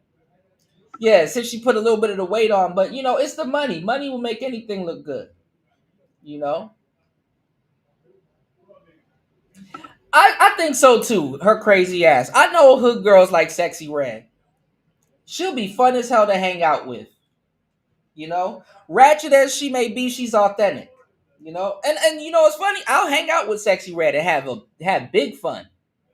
I'll hang out with a Suki Hana, have big fun. You know, they fun. You know, some of these guys in these spaces are too damn serious with women that they ain't gonna sleep with anyway, and be secret and not even secretly, because I can read it on them. I'm very good at reading people. Overtly be wanting the Suki Hanas and Sexy Red types. That's why I don't be taking brothers in this space seriously, because it's like, bro, if I leave you in the room with a Suki Hana or Sexy Red, you're gonna be trying to pop shit. So like, just stop. Or if they threw it at you, you wouldn't turn it down. You know, a lot of these dudes don't even know what to play in the car in a car ride with those type of women. You know, you said they don't. I dated a lot. They're an amalgamation. You said y'all niggas must be wearing glasses to think Glover. She do look good, man. You got Angela Simmons still twerking to Yo Gotti's music and shit like that, you know. Angela Simmons. You said Sexy Red is the quintessential black hood bitch. That's why she won. You know what saves her? She from the north. She from the north, you know. I like St. Louis girls. They like country north girls. You know, she like a northern country bumpkin. You know. It's not even that. You know what it is, party? I'm gonna give you the game. And guess who said this? And I thought about it, and it's the truth. Nelly. And guess what? Nelly from St. Louis. You know what's funny? I was gonna play some Nelly earlier today. You know, you can find me in St. Louis. I was gonna play some Nellyville. You know, y'all done forgot about Nelly. But nah, Nelly said this. Let me tell y'all what Nelly said, and it's the truth. Because it's the same thing with the men. You had a lot of niggas that was rapping about some gangster shit until a real gangster show up. You got a lot of niggas that was rapping about being a killer till a killer shows up. Right? And then you had a lot of hoes rapping about hoe shit and some mo shit. And what you think was going to happen? Eventually, a real hoe going to show up. And it's funny because it's sadly because a lot of hoes, they got personality. You know, a lot of hoes got personality. When I date, I've been in relationships. I've dated a couple of strippers, right? And even before then, rapping and doing all kinds of shit. I've been in these strip clubs and shit like that, and performed in them and shit. And you'll see women that are talented doing like OnlyFans and stripping and doing all kinds of stupid shit. And it's like, bitch, why are you doing this? She know how to trade stocks. She know how to play the piano and the clarinet. And she speaks 3 different languages, but she chooses to be in Magic City. Makes no fucking sense at all. Makes no fucking, and she got a rich dad. Make no damn sense at all. Make no damn sense at all. So they be having personality and then realize, hey, I can actually do other shit. I was watching this show. My friend, she sent me a she said, I forgot her name. I gotta go find her show. I just got hip to her show. My friend, she sent me a link to a podcast of her friend, and I think I've met this girl before. She has a podcast where she interviews corn stars, right? The lady of the corn, right? And I think she was interviewing what's her name? You know her, Raven. Was it Hazel Angel or something like that, or Hazel something? What's that black girl? Hazel something or whatever. I forgot her name, but y'all know what I'm talking about. There's only two of them, and that got dreads. Hazel and Kiara Noir, right? That's in the industry, right? And the Hazel girl, she was lying her ass off saying that, oh, you know, and I'm pretty sure they do get kicked off of websites and stuff like that, but they get to be free. She was like, oh, a sexy red or a blah, blah, blah. They get to be free and do whatever they want. And it's like, no, that's not the truth. The corn stars, they get to be free. They get to do whatever they want. You know, a sexy red can't even do half of what those women do on Twitter. You know, yeah, she may have to, show her titties a little bit, or like Cardi B might show her little fucking pancake areolas or some shit. You know, her what you call it? What's them shits called? Those English muffins and shit. You know, the areolas.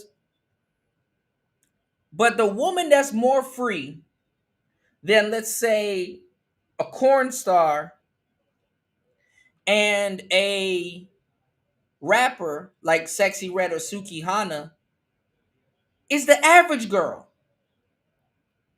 Is the average girl. The average woman is more free than your local rapper and then your corn star. Because average girls can be butt naked on the internet and literally they don't have to worry about getting fired from their jobs or none of that shit. Ain't that crazy? You can sit up there and blow weed in your kid's face. You can shotgun your kids with a J and all kinds of other shit. You can be butt naked showing your birth canal every single day on your Instagram, Facebook, and all these other places, on your LinkedIn. Nobody says a damn thing. That's why I'm like, damn. It gotta be something for them to get fired over Charlie Kirk, because these bitches been naked on the internet, smoking weed and doing all kinds of drugs on their personal account, and their job don't say nothing. She can still be the head of cybersecurity and not have to worry about none of this shit. Naked as hell on her shit. Don't have to worry about none of this shit. But if you say something wrong about feminism, you lose your job. Can't make this shit up, people. So she tried to talk like she don't like they don't have as much freedom when they got way too much freedom. But the average women, their fans, that's gonna emulate and repeat and go out and do what they see them doing, they're more free. So the average, to a certain degree, fellas, I'm not even gonna lie. I know it sounds crazy, but I'm gonna tell you the truth. In today's dating climate, if you know, like I know, to a certain degree, I wouldn't do it, but you're not too far from it. You might as well go date a damn corn star.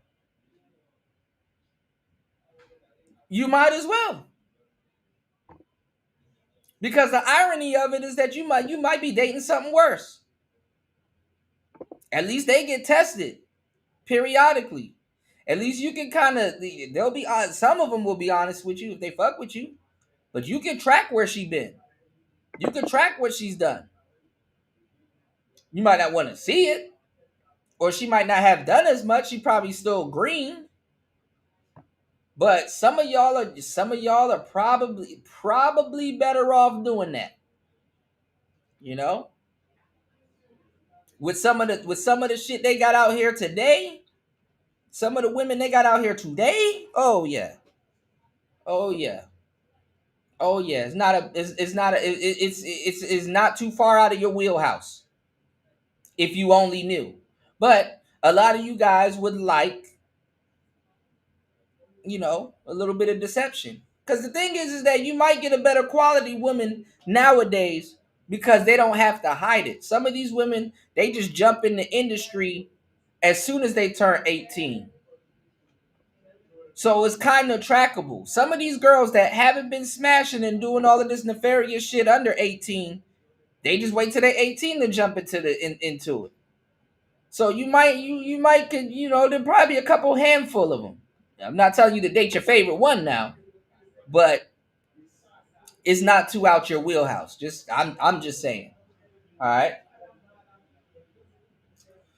You said I don't think light-skinned ugly hit different. Ugly is ugly regardless of skin tone.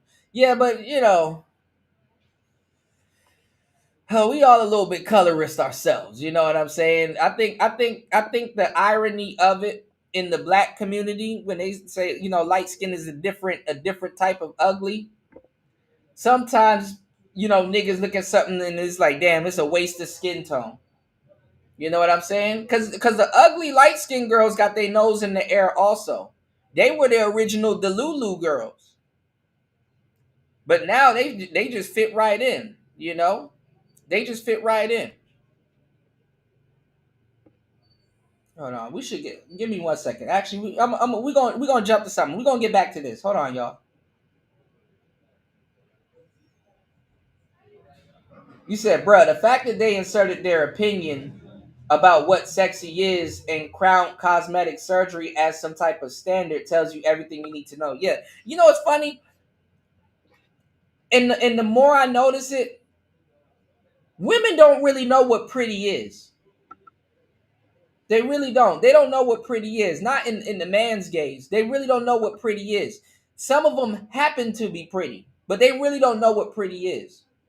You can even see, even when some of the pretty ones be looking in the mirror, that they have to try to convince themselves.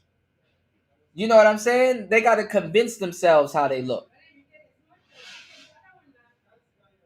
But hold on. Let me show y'all something.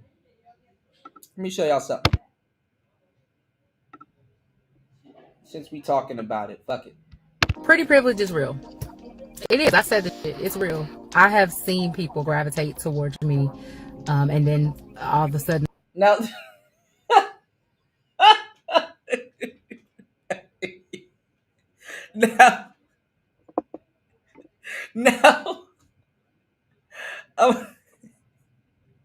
I'm gonna try to prove my point without laughing. Okay. I'm trying to prove my point without laughing, all right?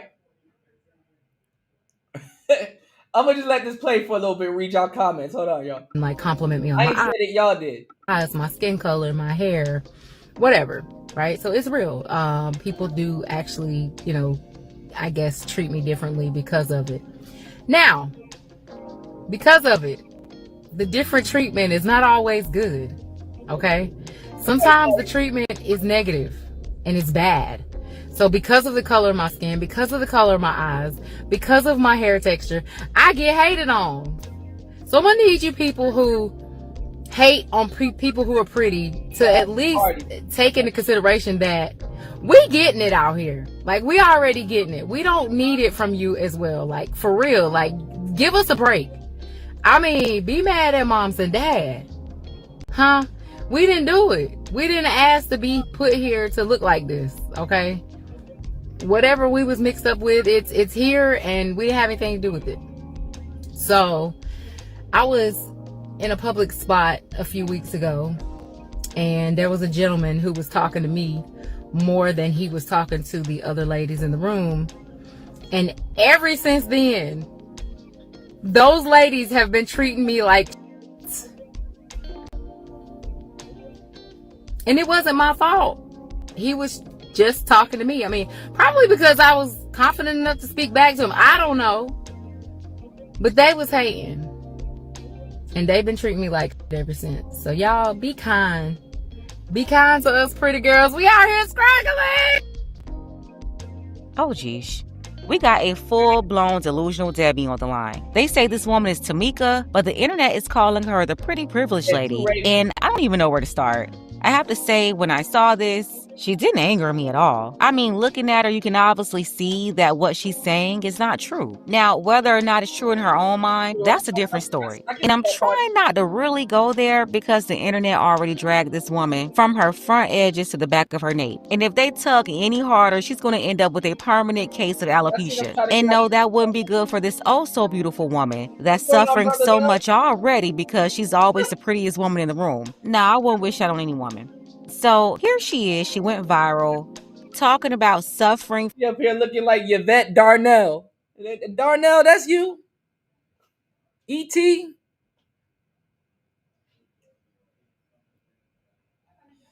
Bruh, look at what this is all women. Look at what the women do to each other. Check this out. From her own beauty. Then she came back, doubled down with more, whining about how folks only hated on her because of her skin color, her eyes, her hair. And by then, that's when the internet was like, oh no, let's put this mirror up real quick. And when they pull this up right here, let's just say reality don't line up with the fantasy in her head. Because right now, I can't unsee it if I try. So after days of nonstop dragging, Miss Old Pretty Privileged Lady deleted every video, including the original that got this all popped off. Some folks were even generous, like maybe she was cute back in the day and she's just living in her past. But then they came with the blockbuster receipts from yesteryear, and let's just say they dropped a whole new sequel on this saga. A redneck household, the only 2 biracial kids in a redneck household. I knew it. I'm assuming she might have been bigger her whole life, so they probably made her. See, so she lost the weight. You know, she was big Pakistan, and then she lost the weight. And it's crazy, see, ladies, and it's different too, because when you lose the weight, see, brown skin and darker sisters, when y'all lose the weight, you know, it might show up as tiger marks. You might get a little, you know, couple of stretch marks and stuff like that, but you can always lotion that shit away. If you light skinned and you spent a good time fat or, you know, on Michelin man status, you know, when you lose the weight, you got to be careful, sister, because, you know, that shit'll just turn into straight up wrinkles. You know, that shit'll turn into straight up wrinkles and lines. That shit'll be a hard line, you know? But let's get it. Feel trash about being fat. They probably made her feel trash about being biracial, and now she's just projecting it on everybody else. And I bet because of the way she talks, she does spend a lot of time with black people, but that doesn't mean she's necessarily like she trying to be on Marsha Amber Rose status. Likes them, because she probably still has that household mindset. Because I watched a follow-up video, so when she compared pretty privilege, which I don't understand, I don't think she understands what that means, and she compared it to white privilege, I said, this lady don't know what either one of those mean. So the fact that I watched this video and it confirmed what I was thinking, I could tell from a mile away. It's not gonna get it, because she got that Wati lady in her blood, and they just gonna deny and act like the victim the whole time. Everybody's hating on me. They're just hating. Nobody's hating on you. That's in your head. I saw the video of that light-skinned lady that was talking about pretty privilege because she has, you know, she's high yellow with light-colored eyes. And I just can't help but think, like, girl, what the hell was you thinking when you posted that? What was you thinking when you posted that? Like, did she not see what we see when she's looking in the mirror? I'm not saying she's not attractive, because beauty is in the eye of the beholder, but I'm just saying I'm not sure that she. Cynical, don't say chai tea. Don't say chai. Yo, Corey Holcomb needs to be, bro, and I got to show y'all the update with Corey Holcomb and that sister that got locked up. He said Cynthia G is gonna be a pool full of chai tea. Hold on, y'all. Seeing what we see when she looks in the mirror. That's all I'm saying. And I think that her interpretation of beauty is I'm light skinned and I got light color eyes. So I'm automatically like really pretty. When nobody else's interpretation is like that. But I think she must come from a generation where being light skinned is like automatically like bad. It's like if you light skinned, you automatically got your face card. Like it's just given to you at birth no matter what because you light skinned. Now think about it. If she is 50, she comes from an era where if you're light skinned, you're automatically bad. Like she is she is putting herself on a on a scale that makes sense to her. She's putting herself on a scale that makes sense to her. And it's true to her. She probably spent a lot of time trying to get that weight off and kind of cash in on being light skinned. Did it. So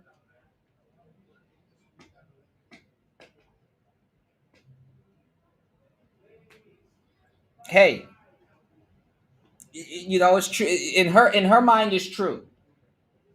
She doesn't realize that they got rid of the scale. 2, everybody's a dime. Everybody's a dime nowadays. I'm not even gonna lie. They let other people have their delusion, but they won't let this old lady have her delusion. They just felt the need to humble her. And these are the same women that think that they're dimes. But let's go. So I'm not going to deny that pretty privilege does exist. Look, she got to wear fake hair and put her bazookas in the camera. She got to be like, if I'm going to be talking about somebody's looks, I got to make sure I don't look chopped. But I just think that it's the wrong messenger. And I feel like she's more so talking about colorism. Like, just the wrong messenger. Just because you light skin with light eyes does not. Light skin did. You said, bet she actually looks older than she really is too. Yeah, like I think she's 50, brother love. I believe she's 50. So, she might be, no.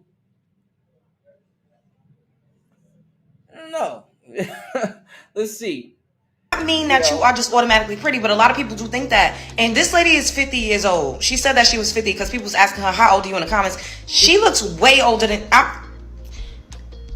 Lord Jesus, forgive me. I'm not trying to be funny, but she looks way older than 50. So I guess her light skin, pretty privilege is not necessarily aging the best. And a lot of people are roasting that ass in the comments. Like, why would you get up here and get... These two people are the same person in different stages of life. This is who people like her become without some sort of intervention.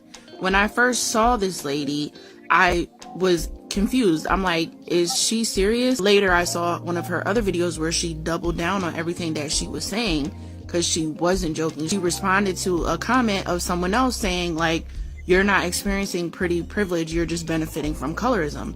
And she was like, I know what colorism is, and I am experiencing pretty privilege because I'm pretty. She says she is a conventionally attractive woman, and but a lot of guys, see, we don't look at as much as how women do. I mean, yeah, she's like overshooting her shot.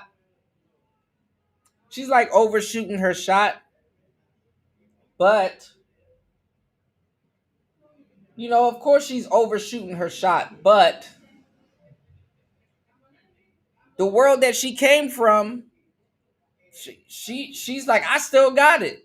And let me tell you something. A lot of women will never know the real truth about themselves again because men want to fuck.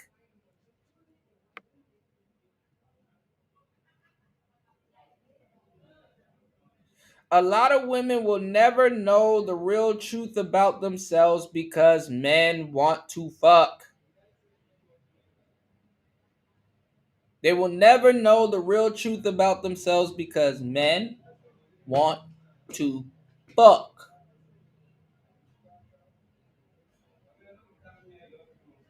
So even though it's like, ooh, sis, I can say that for a lot of women that actually look good. But they think they're Beyonce.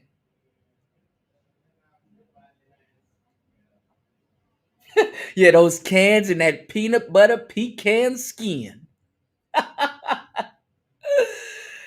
Oh, shit. That peanut butter pecan skin. That nigga stayed up many nights thinking about that, bro.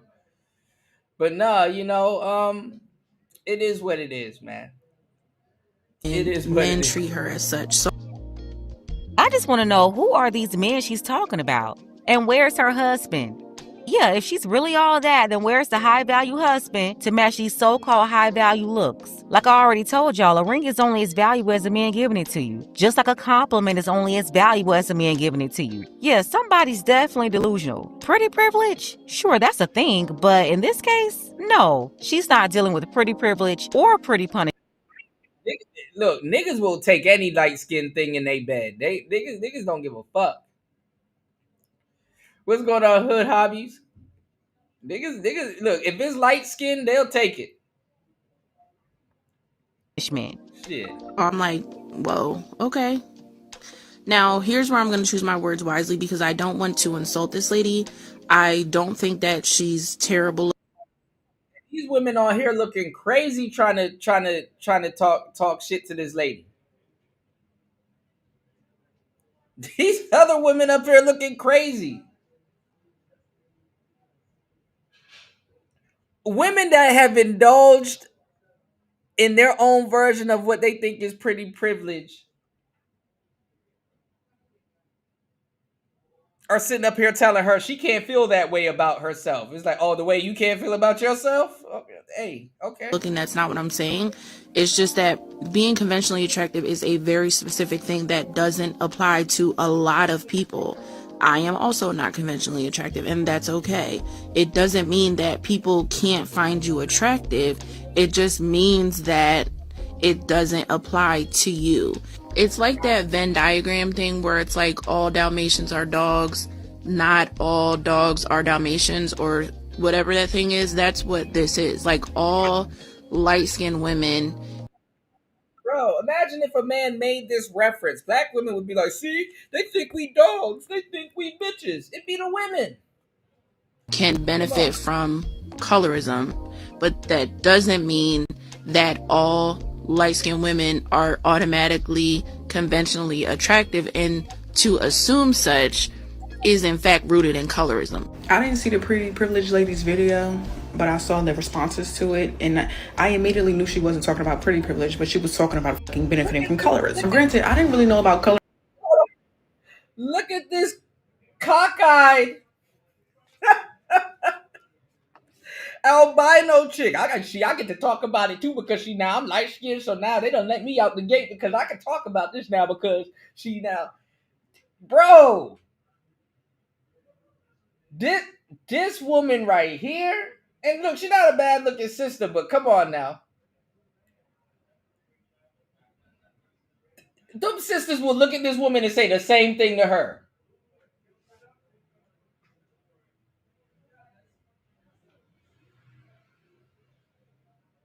This is she gets a pass. Look, honestly, look down. Look.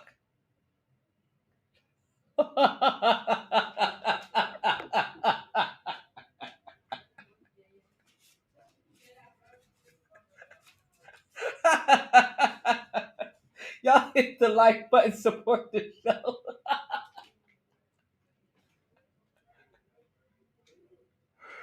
Oh, we know you gonna chime in. Let's go. Let's go. There's a lot of things. There's a lot of things you ain't gonna be able to see. I really don't see what they talking about. We know.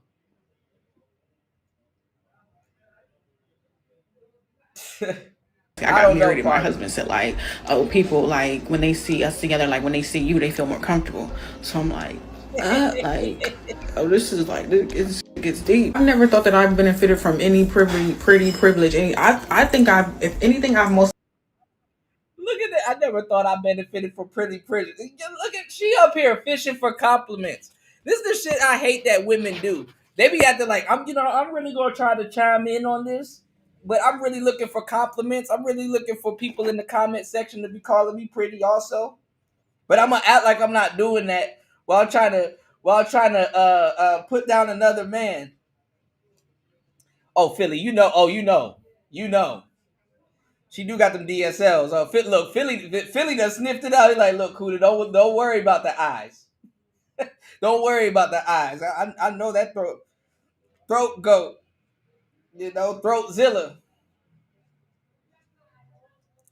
Yeah, but this the thing though. She has benefited from pretty privilege, and she gonna act like she haven't. We'll overlook certain things. That's not an eye joke neither. We'll overlook certain things. We like, yeah, she a little cockeyed, but she is awkward looking. She is a little. Oh, what? Hold on. What they call them, y'all? Exoticals. She's an exotical. That's the term for it. Yeah, y'all think I wasn't gonna sniff y'all out? I got y'all. They're called exoticals. That's what they're calling them now. That's what the generation Z calls them, y'all. All right, we can be hip, right? They're called exoticals.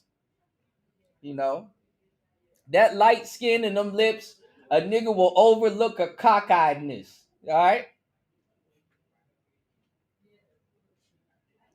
She will never know she cockeyed until she get into an argument with you. And then you say so. That's why you cockeyed now.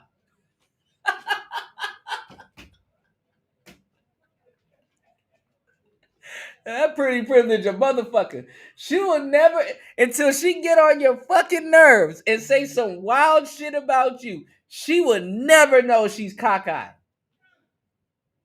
Bitch, that's why you cockeyed now. Benefited from like being a woman. Like, you see this bruise on my hand? It's from working in a fucking warehouse, right? As a woman in a warehouse, you could be like, oh, like, that's a bit too heavy. Like, I don't really want to do that. Like, so, as a woman, like, Get away with it. Look how conceited and confident she is. You know damn well. You know what gesture messed up a generation of hoes? The duck lips. Come on, man. Listen, I know what they talking about, but do they know what they talking about too? Because it's like, bro, I know she old and delusional, but let her live. Because some of y'all don't. Men don't get that privilege. They be like, go on the dock and lift those 50-pound boxes. Anyway, that's neither here nor there. I'm saying all this to say, I do believe like her apology. Like, I feel like she was sincere in her apology. But at the end of the day, if you're a fucking younger light-skinned woman and you think you're better than somebody because you're fucking light-skinned, and you think people hate on you because you're fucking light. They don't give a fuck. I don't give a fuck if you light-skinned. Go pick up them boxes. Get in that warehouse.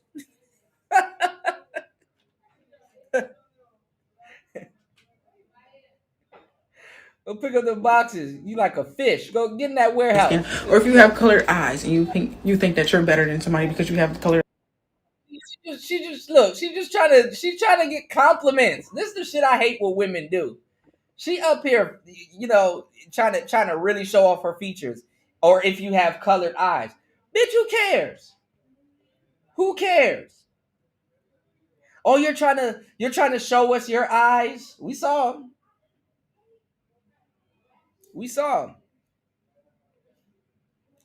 Like, and that's the craziest shit ever that they like. That's why I said women don't be women's friends. They will put down another woman to uplift themselves. Like, she just sat up here and really was fishing for compliments the whole time. What's going on, Royce J? Royce, you already know, player. Good to see you, my brother. Royce said some bitches just like slumming. Oh, I got you. We gonna see some more. You said, look at her nose. She probably got a dumper. They crashing out in that warehouse. Yeah, she probably stacked. Yeah. Yeah. You said a Keisha is a Keisha no matter the shade. Hey man, you might be on to Or you think something. that people are hating on you because you have colored eyes. They're not fucking hating on you. You're conceited. You might not be as cute as you think you are. And all that goes to show is that you are intimidated by women who are darker than you and are prettier than you and are darker than you because you think because since you are the quote unquote beauty standard, you should be treated better than them. But that's not how life works. Right, there is no beauty standard nowadays. There is no beauty standard nowadays. What is the beauty standard? What the hell is the beauty standard? Just because you're fucking light skinned with colored eyes doesn't make you the baddest around. Humble yourself. Sometimes they do get special treatment. They will get special treatment. They're getting all the attention. Everybody is like worshiping the ground that they walk on. It's like people are thirsting after them. And I wish I was kidding, but that's a true statement. I don't think that's false. Listen, pretty privilege is a thing. Pretty punishment, I can understand that concept too. But that lady completely misdiagnosed her own problem. Obviously. I mean, she back in the dating game. She trying to live her life. Yeah, you right. God damn, you right. Fuck, you right. You right, Royce. God damn. Shout outs to Royce always being the voice of reason. You right. This is paywall game. You said there is no standard because they don't care what men think, but they want men. Yes. But this is what I'm telling you. Like this is why you can't dime shame dudes because they wanted to take that away from men. They didn't want men to be able to say who's pretty and who's not pretty. Women can't really choose. Women are blind, bro. They really don't know what's pretty and not what's pretty. They just be talking half the time. You know, men, we know what's pretty, you know. I hate to say it, but men, we know what's pretty. For example, like I said, go ask your girl for a threesome or something and say she could choose the other girl and watch she bring her fat friend. And it's like, come on, man. She's pretty. And it's like, yeah, she alright, but like let me choose. Let me choose. I'm not dealing with this tonight. Let me choose. She pretty. Women lie to each other. Like I said, like it was said before, they will tell you Lizzo is a dime, and then when you call them Lizzo, they get mad. Yeah, listen, and then that's another thing. I will say this: you do got some lesbians that are femmes that will date another lesbian, and you know, and they look good. But the majority of lesbians, thank you. This will tell it, right? They be dating the ugliest lesbians on the planet. And this is why I'm like, y'all niggas, black men have to be the most dumbest creatures on the planet. The Western black man. See, we good. We get it. But y'all are arguing with these women. These women are telling y'all that you need to have 6 figures, 6 inches, 600 horsepower car, and all this other stupid shit. Y'all are sitting up there arguing with them, but when they jump to the other side, they will proudly sleep with a woman that looks like Manny Fresh. That's creepy. That's creepy to me. You don't know what this bitch gonna pull out. They will sleep with a woman that look like Manny Fresh. They will sleep with a woman cosplaying as King Von. They will sleep with a woman that looks like Little Boosie and swear up and down you are out your fucking mind. They will sleep with a big back Kevin Gates looking woman. They will sleep with a fuck. First of all, they will sleep with it. Fellas, they will sleep with something that looks like a gremlin that's technically a woman. Like, they're giving that pussy. And you are sitting up here trying to map out a lifestyle, a whole lifelong plan with this woman? I don't know who need they ass whooped. You, her, or the stud. And then the stud ain't always mentally together. They're emotionally unstable. You got this gangster stud that look like Twister, and she's disrespecting you by making you compete with that. It's like, oh, so you gonna skip me and deal with Twister over here? Oh, fuck no. Oh, fuck no. You gotta remember, some of these hoes come from abusive relationships and they're on their way into another one, whether it's with a man or a woman. You are taking a woman that got hit in the head serious.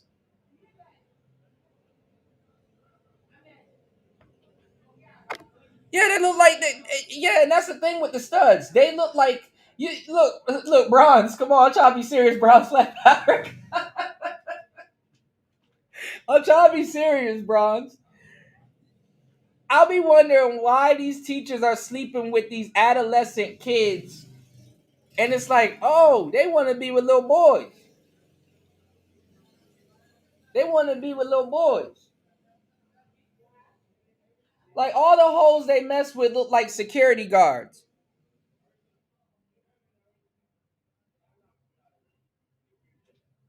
This shit crazy, man.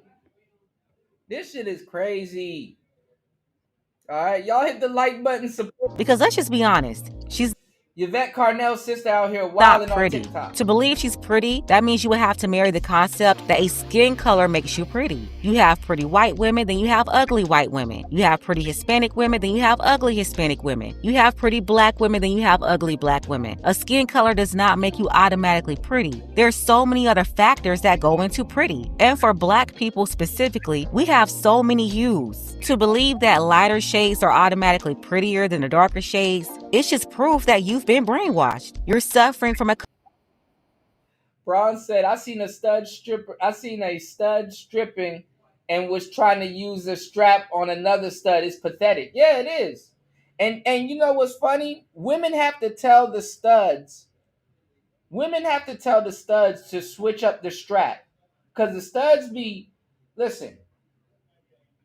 It's like what old boy said. Like, I was watching this comedian and he was like, ladies, your pajamas and your nightgown wear need to match your relationship, meaning that it needs to be new. Because it'd be like, y'all be wearing pajamas, like, y'all be like, that set of pajamas is like 7 relationships in and stuff like that. You know, these studs be using the same strap on 7 broads later, and they don't want to throw it away because they can't find it anymore. And to them, technically, that's they phallus. You know. And then I got videos of the lady that created the Matrix. Shout outs to that sister. She was talking about how the male phallus can never be recreated. It don't even matter if you go trans. The male phallus cannot be recreated. So that's even worse. What the hell are these women putting up inside of them? coloristic attitude or mindset, because you can indeed be attractive, but when you have an off-putting demeanor like you're nasty, disrespectful, and have a disgusting personality, you can instantly be deemed unattractive and people won't even look at you the same anymore. So yeah, I think this woman was brainwashed by whatever community she grew up in, because this is definitely deep-rooted in her brain. Now, I don't know why that elder lady got on here talking about she got pretty privilege. Not elder lady. And look, she got a face full of makeup too. Like, wouldn't to prove the point you would have to come on here with no makeup? It's like other delusional women not allowing this older, clearly delusional woman to live in her delusion. And the reason why I'm not taking a harsh stance on it is because we've acclimated as men. We're used to it.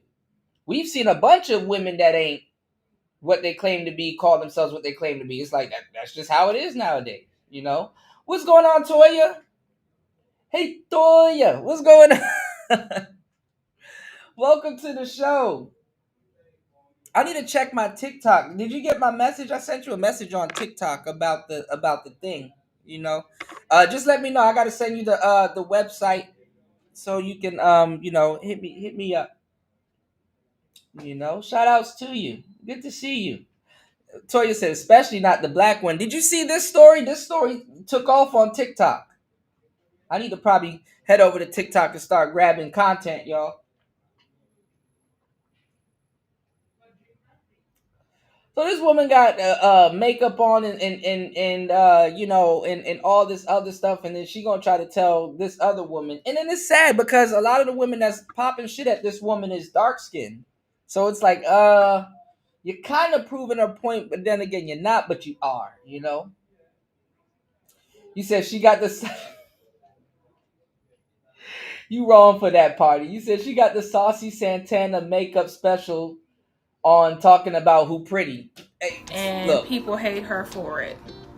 I don't know if she just don't know how TikTok works, but anytime you get on here talking about you have pretty privilege and people who are hating you for it, people are going to commence to trying to do everything to find every inconsistency and every insecurity that you have to negate that statement. They are literally going to start picking you apart, such as they did with her. But really, they kind of got a good excuse because this lady did sit up and say that she got hated on because of her green eyes and her curly hair and her light skin. I don't know if a lot of light-skinned women realize this. Not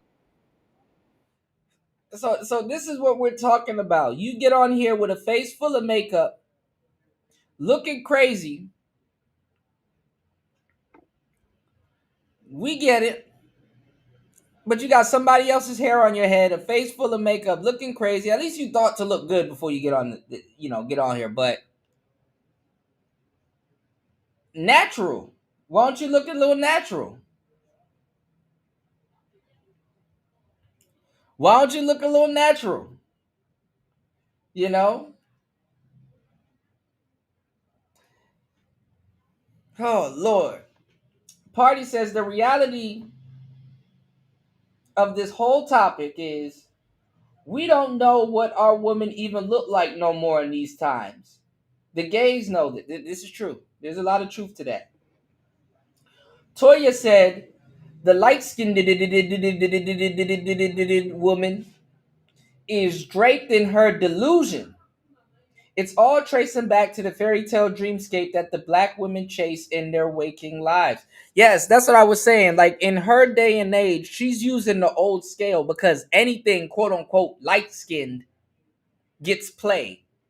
You know, anything light-skinned walking and moving, it gets play in her day and age. So technically she's not wrong, but technically she's not right.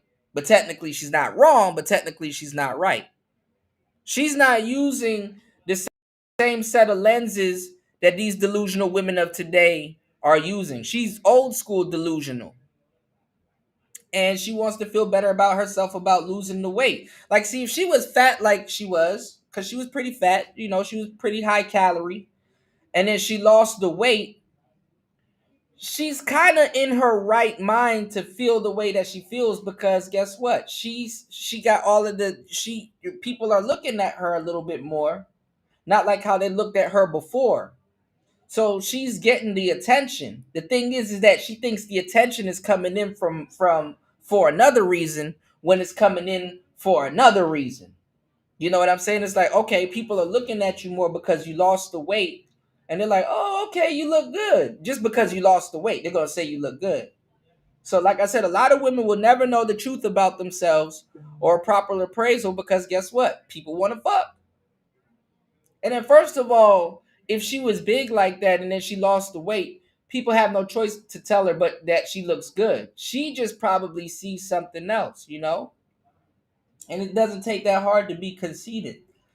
Her scale is different from the scale that women are using today. You know, this woman right here will tell you that she's a dime, and it's like, mm, mm, you know, you look good, but you're not a dime. You know, I hate to say it, and you don't have to be a dime. That's the thing. That's the thing. People think it's like offensive if you're not a dime. You don't have to be. You know,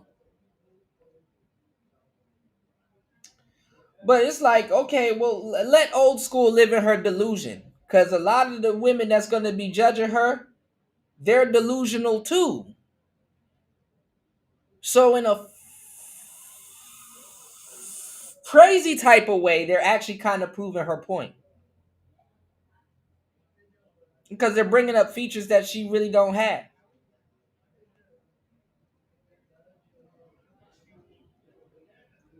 You know,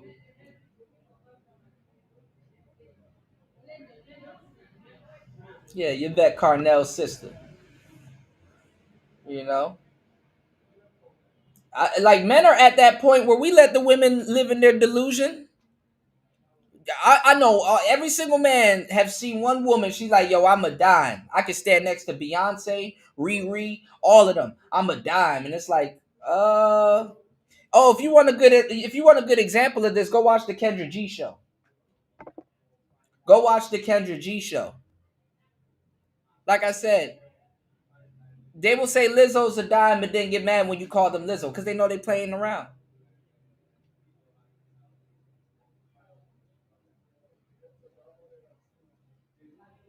And it's crazy that the women, fellas,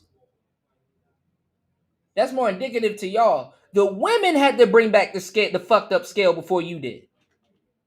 Because men nowadays, we're like, okay, clearly she's delusional. Clearly she's delusional. But then again, you know what's funny? You know what's the fucked up part, ladies? That us men actually see very attractive women still being delusional. It's like, yeah, she look good. Like, she bad as hell. But she's not Beyonce. But it's like she owned the same attitude. Like y'all all are reading from the same playbook. You got a girl that looked like Precious, same attitude.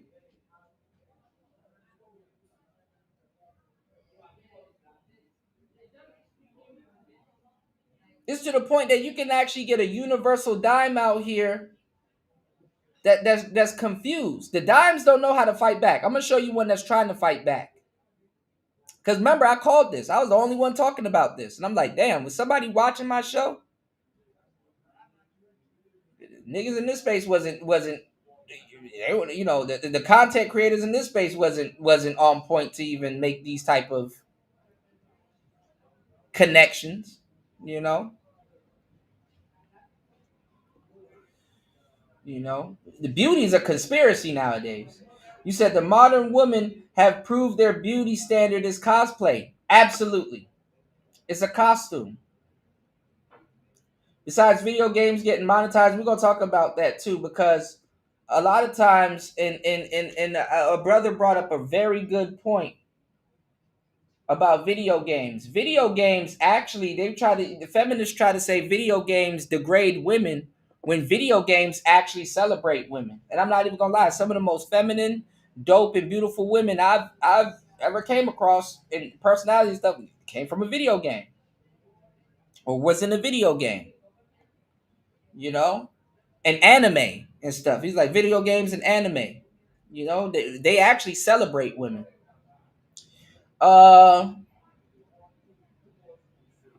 You said, and M Lane opens up also. You said she made those statements because a lot of people kept gassing her up. Yeah, let her get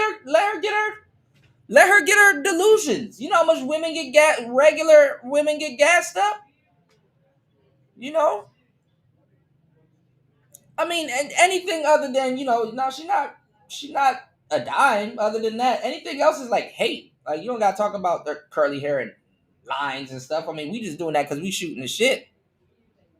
You know, but I've seen women that look worse than her. You know,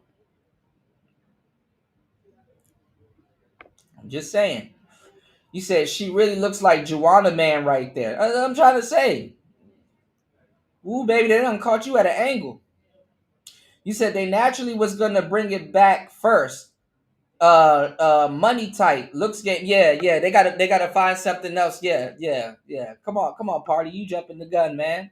I'm trying to walk them down, player. I'm trying to slow cook, man. Pressure cook.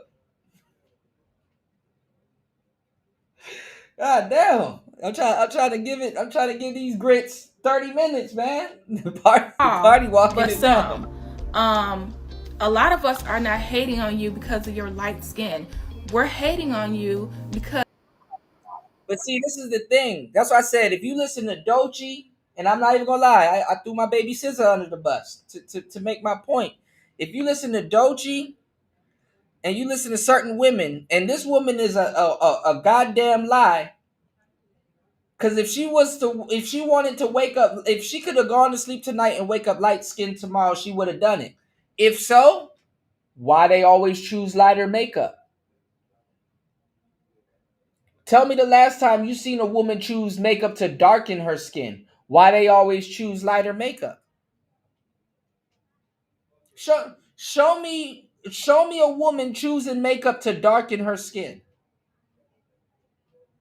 And not for Halloween neither. Y'all somebody gonna tag me in the video of some bitch dressing up as Batman and shit. Don't do that. Y'all know what I'm talking about. Of your attitude behind the light skin, which is indicative of colorism.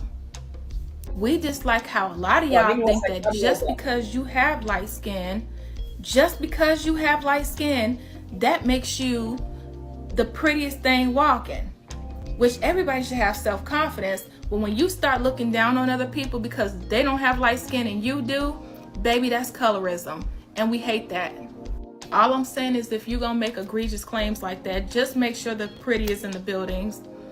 Just make sure the pretty's in the building with us. Make sure it's in the room. Because if it's not in the room and it's not in the building, the TikTok people are going to let you know it. We all seen the video that's going around, a pretty privileged lady, okay, that made the video or whatever and was talking about how she get hated on and woo this or whatever. I saw that lady when she first made that video. And you know how you like something and you save it so it could come back to you? They've been eating that lady ass up in them comments. People told that lady, ma'am, you have time to take this down, okay?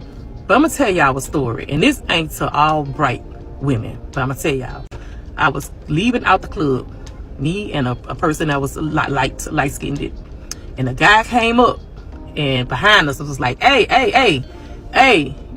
She turned around, she was like, oh, what's up? He said, I'm not talking to you. Now she bright, I'm dark. I'm not talking to you, I'm talking to her. I bet you to this day that's still stuck with her. It still stick to her because she knew he didn't want me because I was dark. He wanted her. Baby, brown and black is in. Back in the day, oh, it was all about a red bone. And like I say, no hate to y'all. You know what I'm saying? Because we all beautiful. But baby, I'm going to be honest, baby. The blacker the berry, the sweeter the juice. And we popping. Y'all got me up out my nap to talk about pretty privilege again. So, the gals are saying that this lady doesn't know the difference between colorism and pretty privilege because she said that a guy was treating her better than her friends and her friends became mad at her because she was prettier than them because she had light eyes and light skin. And so the internet is saying, something's wrong with you for not knowing the difference between colorism and pretty privilege. Well, sorry to tell you, they are two different words, yes, but they are actually explaining the same thing. Colorism is a part of pretty privilege because unfortunately we live in a society that believes that the lighter your skin and the lighter your eyes, the closer you are to whiteness, and whiteness has been determined to be the ideal beauty in our society. I'm using air quotes around it because there is no ideal beauty. Everyone is beautiful. So now the fucked up part is that women push that. Women push that. What's going on, War Master? Welcome to the show. What are we watching? Oh man, War Master. I found what I was looking for. I need you, when this goes off air, I need you to rewind to the beginning of the show. The early show. I found what I was looking for. It was hard for me to find. Hold on, let me get my headset. Hold on, y'all. Hold on.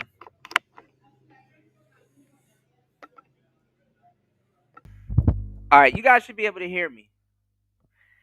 It was hard for me to find what I was talking about on the last show with Metal Gear Solid, and I found it. I found it on this show.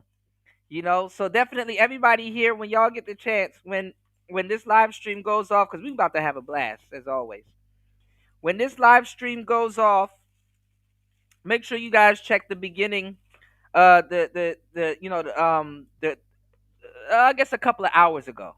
You know, we were talking about the world being a dystopia, and and I still got we still gonna go back to it, but Asmongold did a funny Asmongold had some funny commentary, and so did we. He said we're fucked. Whose mama is this? Well, this is going around on Twitter. They're having this discussion because this light skinned lady, you know, uh was saying that she had pretty privilege, like she understood. And then this is another thing too. This is another thing, y'all. Y'all know damn well that woman 50. And 50's not old, but it's getting up there, right? You know damn well she just found out what the hell pretty privilege was. She's like, it's like a epiphany thing. It's like, oh my God, I do suffer from that. It's like, she just found out what pretty privilege was. I give her a break. Give her a break. There's a lot more other delusional women out. Give her a break. You know. But yeah, I agree with you, Park. They naturally was gonna bring it back. Yeah, yeah, and that's the fucked up part, Raven. Video games have always celebrated women. I'm not gonna lie. Video games have always celebrated women.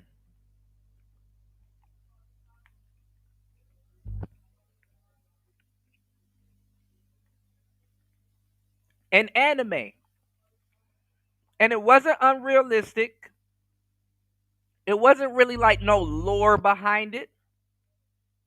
So we understand, like for example, Dragon Ball Z, right? Goku wanted to go out and fight. What did Chi Chi wanted to do? She wanted to be a wife. She wanted to stay home. And she wanted Gohan not to be out there getting punched in the face with his dad. She wanted him to keep his head in the books. And there's no lore behind her. We understood that. But guess what?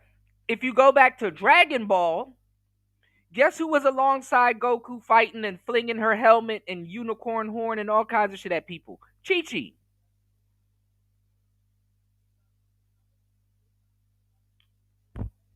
And her dad big as hell. Like, we understand this stuff. We talked about Persona 5 on the last show.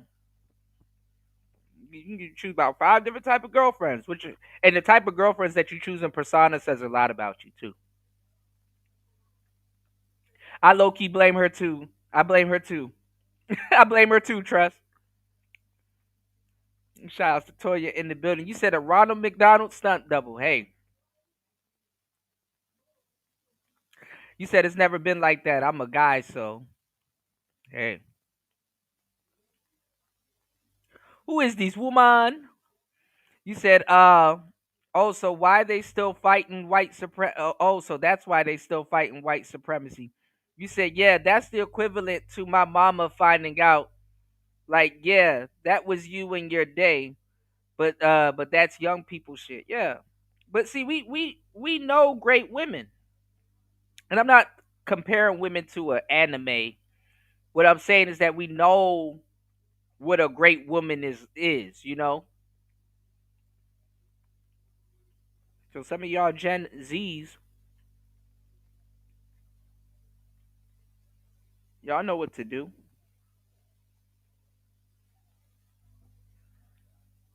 Or at least somewhat look for. you know. But at this point, women aren't gonna like if we change the scale. What are we supposed to tell this old wrinkled woman? What are we supposed to tell her? Oh, you're not a dime? Then guess what? Some other woman that look like them will come out of nowhere and be like, that's wrong. Everybody's pretty. You shouldn't tell her that she's not pretty. So why are these women ganging up on her, telling her she's not pretty? They're kind of proving her point in an alternate universe. For real. They're kind of proving her point. Therefore, colorism is embedded within this concept of the privilege of being beautiful, because if you are closer to white people, people will treat you better, theoretically, in our society. And then that's underneath the umbrella of this theory called beauty is good. Beauty is good ascertains that if you... And this shit is cap. Because they be wanting to have babies with white men so they can lighten up the skin of their child. Looking behind the baby's ears.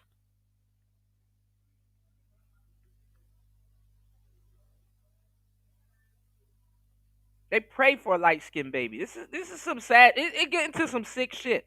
Let's go. And listen, with the exception of a few women, like I said, only men can really have this conversation. But you want to know something fucked up? Something that's fucked up? If you and this happened here multiple times. If you peel deep into the black community, you will find some men that believe in this exact same shit. And you know exactly where they got it from. And they will fight you over it. You got men that believe in colorism, featureism, all kinds of classes, all kinds of shit. are seen as beautiful in a society, then you are treated better and assumed to be better along a number of different factors. Some people believe like more intelligent, safer, richer, all the nonsense. Because we also know that what you were born with, your physical body, does not determine your character or your personality or how safe you are. But these are the messages that society builds into us from the time that we're little kids up and throughout our lives. So I'm not telling you how to feel about her argument, but I am here to tell you that colorism and pretty privilege are absolutely related. Nah, I'm sorry. I don't care. That woman don't have no pretty privilege. Yeah, she could benefit from colorism, but how can you benefit from pretty privilege if you're not? Now, like I said, when you light skinned, it's a little bit different when you lose weight, because you're gonna have lines, and you know, light skin shriveled up look crazy. But I'm gonna tell you something that's fucked up in our community. You wanna know what's fucked up? Players and playettes. When they get into this colorism conversation, that kumbaya talk comes out. And this some of the worst people to ever have that kumbaya conversation ever with. You don't ever have the kumbaya conversation with these goofy ass Negroes that fall into colorism and all kinds. They are the worst of the worst Negroes. Like, they are one of the Negro final bosses of kumbaya talk. For real. Because them the main ones that can't wait to have a baby with a white man. Because that's how rooted and invested in colorism they are, that they're in. Like, that's how rooted and invested in colorism that they are. And then also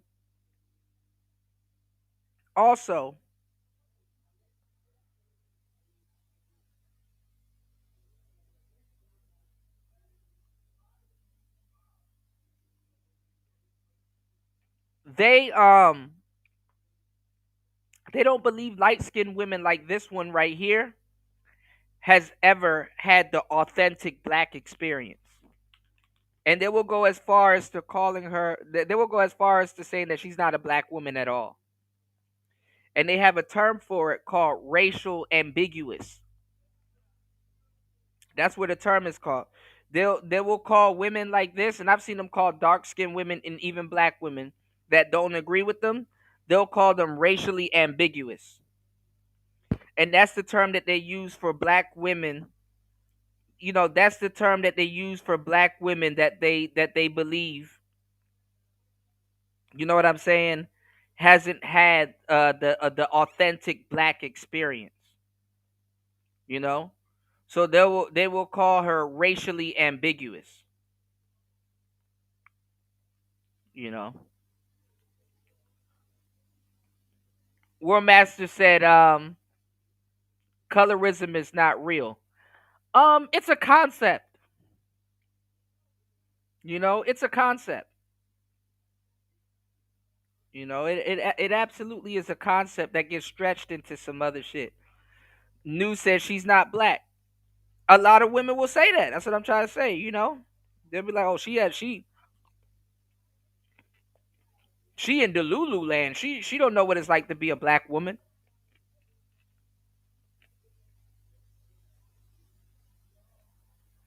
You know, and she'll get told this by a lot of black women that are clamoring for her spot, thinking, what it's probably like to be quote unquote light skinned. That's the fucked up part. That's the fucked up part. A lot of people will make fun of her but will want to look like her. And that's the fucked up part. Shit crazy. Pretty. Like, no, we're not about to do this on pretty because I say so. Nah, I'm not playing them games. Pretty privilege where? Nah, I know we all jumping her. Yeah, that's what I'm saying. That's what I said. But look at this guy. He But that pandering. 50-year-old woman that said she had pretty privilege, listen, I'm not saying she was the baddest thing out here, but honestly, she looked really good for 50. And I don't know if we're all on a lie that I don't understand or if we're just hating because we don't like the tone of her voice. I'm not really too sure. Wait, that lady is 50? Man, stop. I really thought this lady was a baby boomer. There's no way I thought she was younger than 65. She's literally looking like a 65, 70-year-old woman, and she's 15, 20 years younger than that. And he just says she looked good for 50. But see, that's why I said you gotta know who's giving this lady compliments. Because no offense, come on. He's hanging out the window with this crap on his head. Sir, your opinion don't even count. With the pretty privileged lady that just went viral, I just saw somebody say... We were just talking about that, Raven. Let me know and please throw a link. I can click links now. Please don't play. Listen, guys. I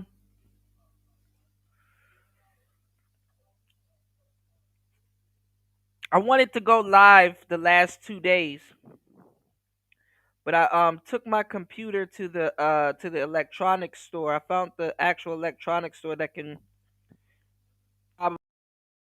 fix my screen, right? And no bueno. I spent the whole day in the electronics store, and the guy he tried. They couldn't fix the screen, and he said he might have to order one. And I asked him if he could just see if he could find me a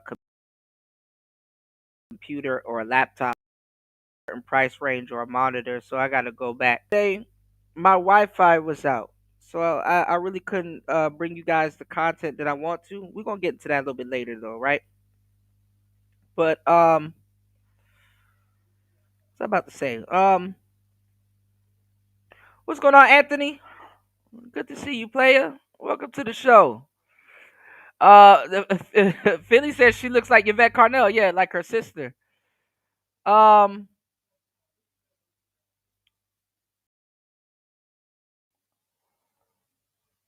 on the last show, I just been having bad luck. On the last show, we have been talking about Final Fantasy.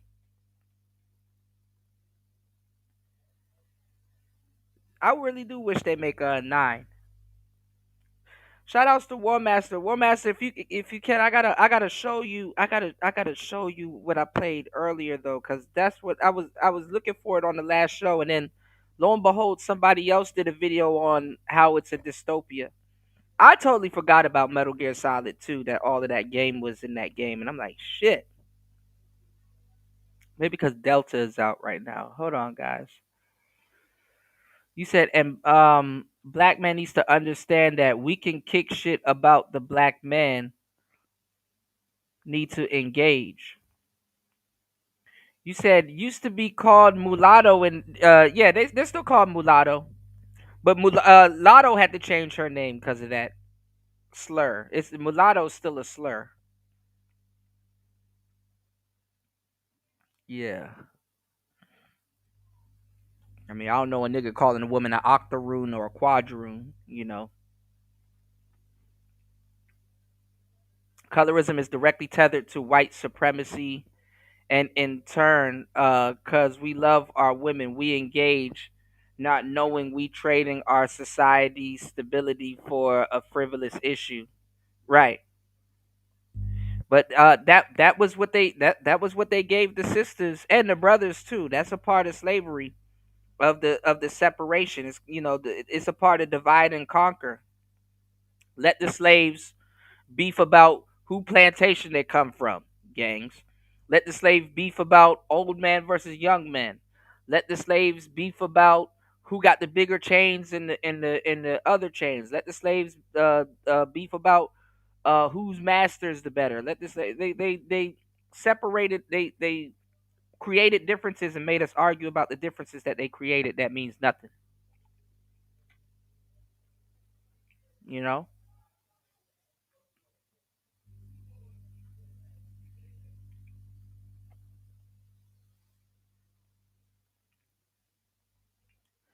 Yeah, I need to redo. I need to play Final Fantasy 9. I have it on my phone, but I haven't beaten it.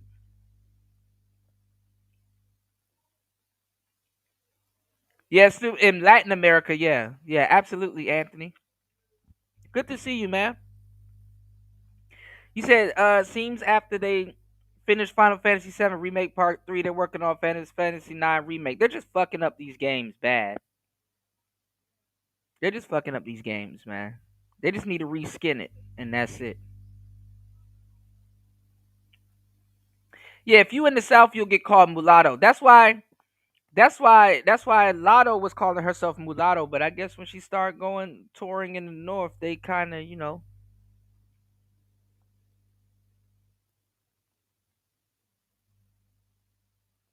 No, no, I know mulattoes used to stick together. I'm talking about black people in general, how they have slavery set up. They make differences and then make slaves beef on their differences. You know. Yeah, I'm at Esto Gaza in Final Fantasy 9. I'm in the snow place. Raven, if you listen to my videos, you know I use the Final Fantasy 9 theme all the time. By the way, that she looks really great for 50. He emphasized really great. And I know you heard it a couple times now. okay, whether she's pretty or not, subjective. She's not on my Pinterest board, you get what I'm saying? Not even in her youth would she be, but Damn. Even if she's pretty or not, she's not on my Pinterest board. Like, she not exhibiting that same type of conceitedness right here. Ma'am, you dyed your eyebrows the same color as your wig. And your lips.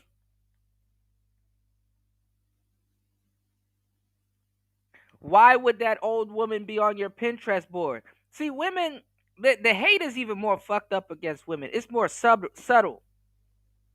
They go out of their way to. Why would she be on your Pinterest board? They go out of their way to hate. That's neither here nor there. As far as what you're supposed to look like, or expectations of what you're supposed to look like at 50, I'm not saying you're supposed to look 30 at 50. 50 is you know, I mean, as I get older, it feels younger. It's not like you're like old and decrepit, no offense. But what I'm trying to say is most of us, you know, at least the skin is still skinning and all types of things in your 50s. That's kind of like the standard. But yeah, both of my parents look great. Please don't ask me to guess your age. I'm always going to guess older because my expectations are just clearly a little different. And they're 56 and 57. And that young lady was 50. I don't know. Maybe it's just me. I think we should just call a spade a spade. People are coming for me. I mean, let her be conceited. We let y'all be conceited. Like, we gonna see how some of these millennial girls turn out. Y'all turn coming up. We gonna see how some of them tattoos turning out. Them face tattoos and all kinds of shit. We gonna see how some of y'all turn out. I'm getting old too, so shit. You know, we're gonna see how some of y'all ladies turn out. Keep talking. Oh yeah, the Mickey Mouse tattoo's gonna be looking like Batman soon. How your Mickey Mouse tattoo turn into Batman when you get 50, 60? Keep Me talking. All because right. they are haters. I want to know exactly what the are people supposed. Like, what is on your fucking head? You got a potato head trying to go after this woman. You got Bonnetzilla right here. I ain't gonna lie, even the big Pakistans are getting their kicks in. That's fucked up. Women are some fucked up creatures, y'all. They already changed the story for Final Fantasy VII Remake, though, Kuda. Did you know Cloud could still talk to Aerith as a spirit? On the original Final Fantasy, if you had a Game Shark, you can actually go back to the you can go back to the you know that house that you meet Eris, you know when you fall out off the reactor and you fall into that flower bed, you can go back to that church and her spirit is still there tending to the flowers and you can talk to her. So I'm pretty sure they probably redid that. I just don't want to go look it up cuz I'm going to fucking get mad and do a pre-record and get mad. You said why does her Pinterest board matter in terms of if I want in terms of if I want to get her pregnant? These women are delusional, bro. I get this older woman is overstepping her boundaries. I get it, but there's a thousand more examples. Like the women that's going after her. It's like you might as well get in a car with her, man. Some of them. The skin is still skin, and do these people know how they sound? I'm pretty sure they are aware. Yeah, we're gonna see what them tattoos look like. That Mickey Mouse gonna turn into Batman real quick.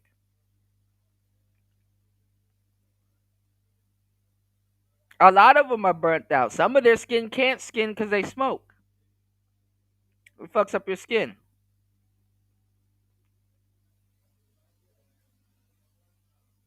Yeah, and then those surgeries, bro. Those surgeries. I ain't gonna lie. Old women with big butts are creepy to me. I'm sorry. Somebody had to say it. I will. Old women with big butts are creepy to me. Ass look like the diaper, you know.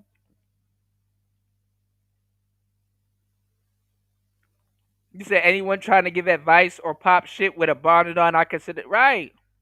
Right.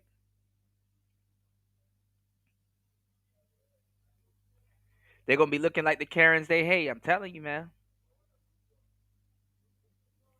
Yeah, these BBLs gonna be looking crazy on a lot of these Supposed to older be women, hating man. on. See, this part of the reason why the younger generation look at us like you was looking for an ego stroke when you made that original video about the pretty privilege, which was actually colorism. You've been corrected a gazillion times, so I. And a lot of these women coming on here trying to correct her are looking for the same exact ego stroke. They're just doing it at her expense. So I would have listened and would have agreed fully with what the women were saying that were coming at her, but it's like you're doing the same thing. No, That's you don't wrong. need that. So let's go. Congrats on your weight loss. You look amazing, okay? I'm going to give you that because I like to start off with the positive so then I can roll into the negative. But to consistently, and I get it, that video went viral. You got to get traction off of that. I get it. Make your money. But the thing is, you keep coming back with, oh, the haters. And hold on. Hold on. This because this about to piss me off the more I think about it. They're going after this old delusional woman because of her looks and her arrogance and attitude, as if they don't possess that same arrogance and attitude. But they're not going after Cardi B like this.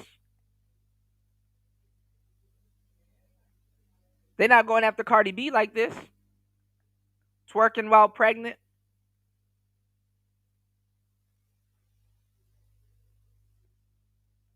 Why they not going after Cardi B like this? And they're just mad, and we're just getting it. And oh, if I sat down at a bar, a man would definitely come up to me and try to buy my lunch. You're becoming the equivalent of the coffee date lady. Okay, but at least she was young. We supposed to have more wisdom than that. Okay, I'm only a year older than you. We supposed to have more wisdom than that. Wow, she's a year older than the pretty privileged lady, but the pretty privileged lady look like she can be this lady's mama's age. Do you see this? I see that filter she got on. That's why she's not moving her head. And she got a filter on. Instead of coming and saying something positive and uplifting that could help diffuse this foolish situation of pretty privileges and colorism, light versus dark, you decided you wanted your ego stroked. And now you're running rampant, making follow-up videos, talking more shit. And it's just like, for what? Explain to everyone what people are hating on. And please don't say your hair, your skin, and your fucking eyes. Because nobody is hating on nan three of them. No one. Not a fucking body. Could they be hating on your success? I don't know. You haven't explained it. Could they be hating because you're super intelligent? I don't know. You haven't talked about your credentials. So why are you talking about her? Why are you talking about her then?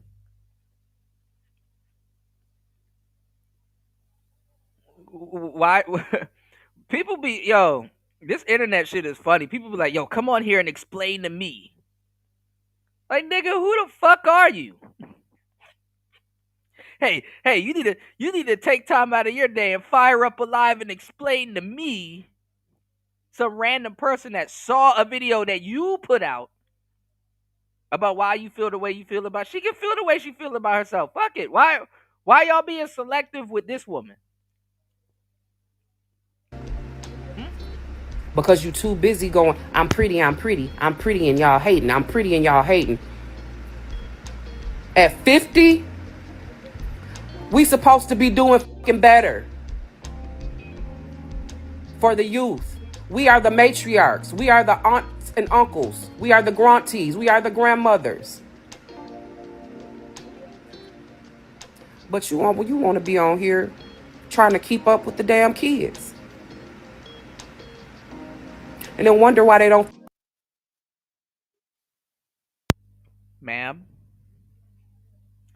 I'm not going to say every woman on TikTok, but for the most part, the majority of women on TikTok are trying to keep up with the kids. You are in your 50s, and you mean it. Don't forget that part. You mean it.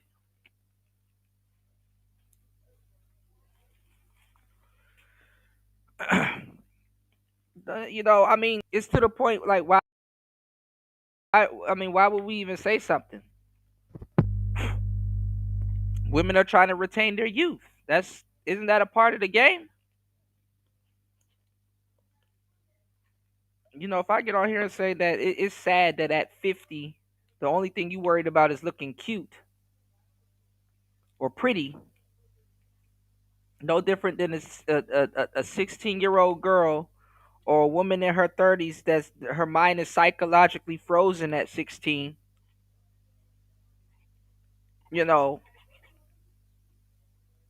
It's a problem.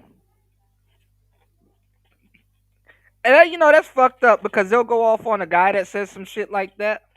And I'm not even coming from that angle today. Right?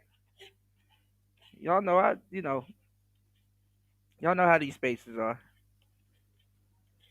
But this is actually This is funny because she talking about her age and all kinds of other stuff, and she really not saying nothing. But she coming for it still, and want her to explain to her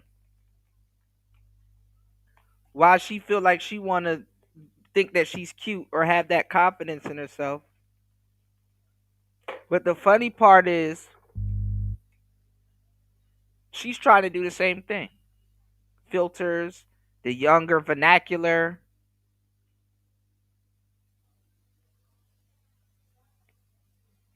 What was I about to say? Oh, this is what I want to say. You can't talk about setting no damn example for the youth or the young girls, because that's some bullshit. That's some bullshit. Y'all generation killed off the mammy class. You're trying hard to look like a mammy with the bonnet on. And I'm going to say some real shit. This just lets you know, ladies, that women are full of shit when it comes down to you. Because she's sitting up here telling y'all that, oh, y'all are trying to keep up with the young girls, and y'all are trying to this, that, and the third, and blah, blah, blah. And a lot of women, even your friends, just let y'all go ahead and do it. And she, all of a sudden, it took women to unify against a light-skinned woman.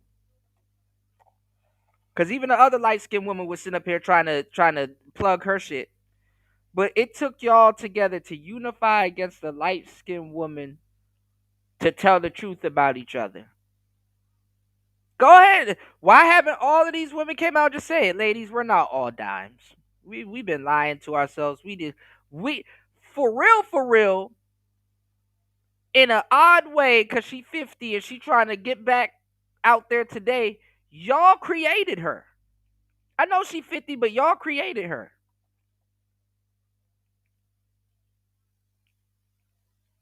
All of a sudden, she don't have feelings. All of a sudden, she not a mother. That's crazy.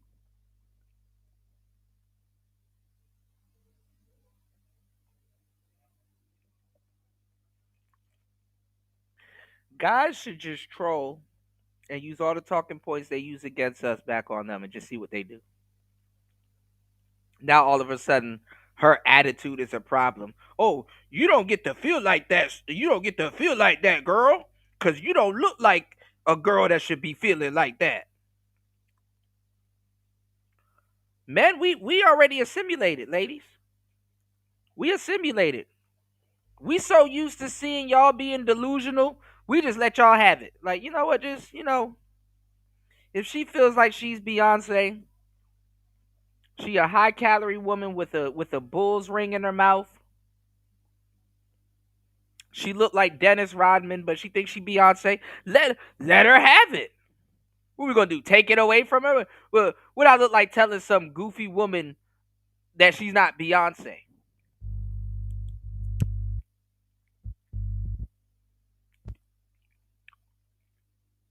Then losing my job. I was kind of a little bit glad at the Charlie Kirk thing. I'm like, shit. Damn, y'all can twerk, smoke in front of your kids, and do all kinds of debauchery shit on the internet. And it took Charlie Kirk for y'all for them to look at y'all shit? Damn.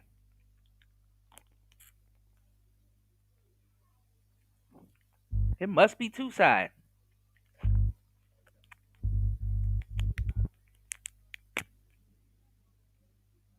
Why y'all being fucked up towards this woman?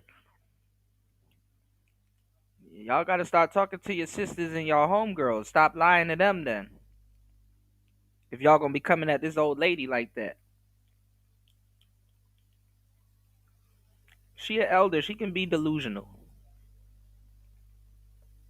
People telling her she look good. She probably just lost that weight too. She probably healing at this point.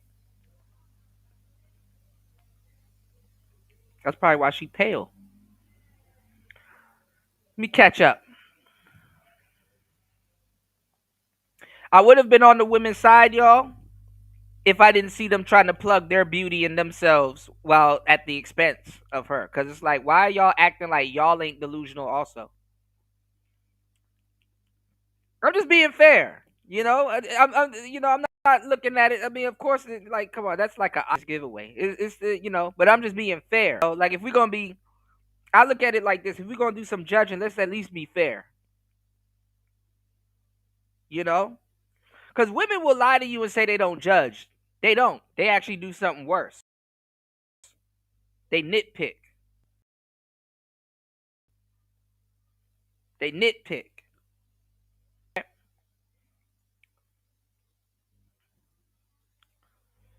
He said she's the example, the bonnet lady. Party said, and there it is. That's why the culture is stagnant. Yeah. And why the kids don't see any pathways to make righteous decisions. Because 50-year-olds competing with 13-year-olds. Yeah. They're in the same clubs. You'll see a woman in a club with her mama. I don't see a bunch of fellas in the club with their dads competing for the same women. And they would only be competing for the same women because the women will be initiating it, not the other way around. Stay woke.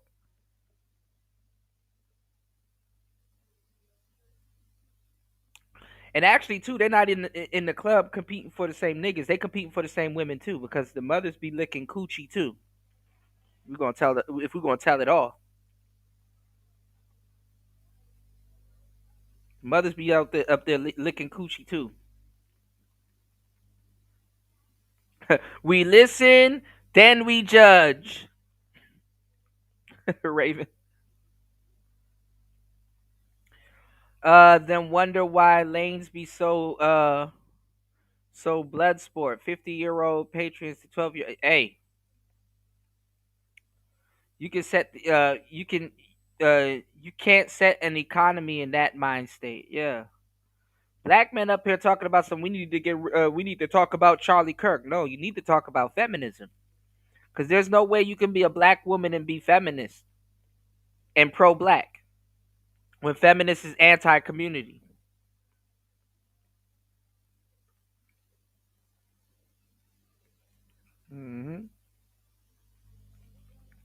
I got a video too of a woman all the way up there talking about what's going on in the dating world today. There's no men out here. Where have all the good men gone? It's like, ma'am, you are 60. Where's your husband? Where is Pops? You are 60. If you are dating north of 50, that shit should be a secret.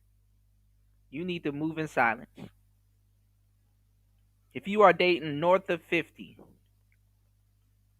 you can date in your 40s. There's nothing wrong with dating in your 40s. But 50? Oh my God. We don't want to hear it. Charles ain't checking. You know, Purnell ain't checking. Mr. Whitaker ain't checking.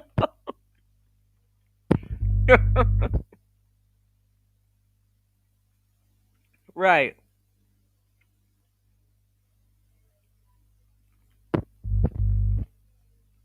Yeah, it's cool when they say it.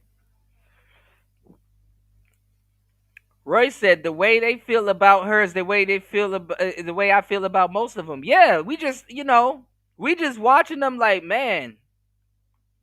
So now all of a sudden her attitude's a problem, and she's super conceited. And then in a weird fucked up way, they're actually proving her right, because they're all they don't talk about your hair, don't talk about your skin. It's like that's kind of the reason why we're all here.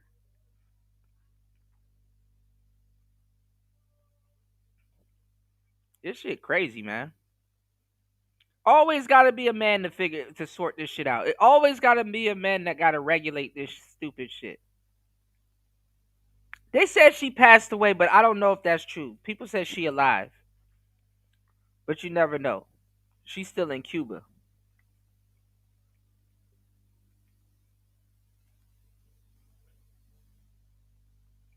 Yeah, a lot of women hate their daughter's party. You know what it is? There's a saying. They said that the women steals some.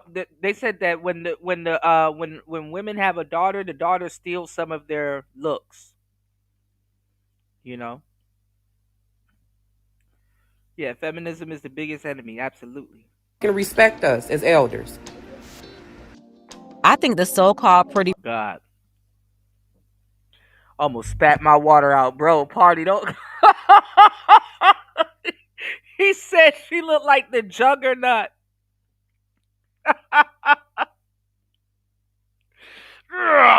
Smash.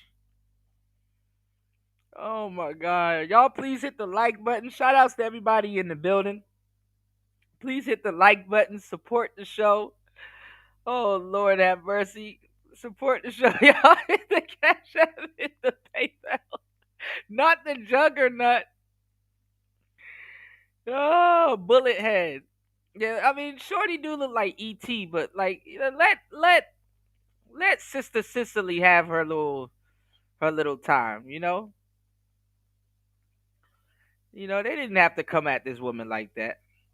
Privileged lady is broke, broken, and delusional. She don't have no accomplishments to her name, no receipts, just skin color, eye color, and hair texture that she's desperately clinging to like that's supposed to mean something. Newsflash, none of that ever A lot of these women have this, so nobody gonna tell her.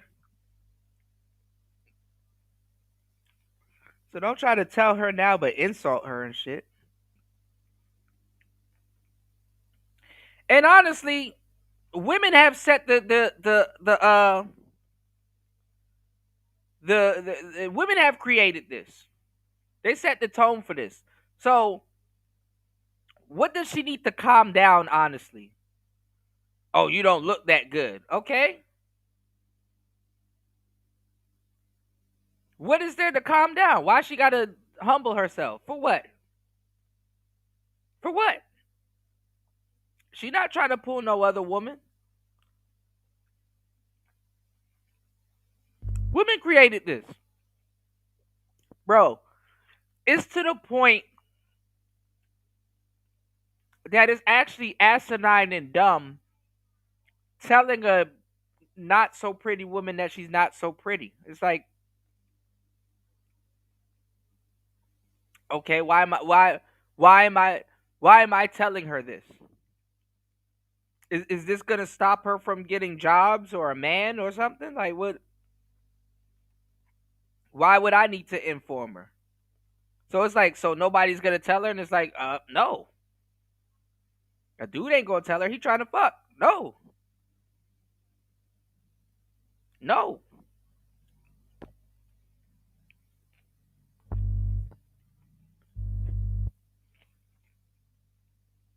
So why would a woman be trying to tell her?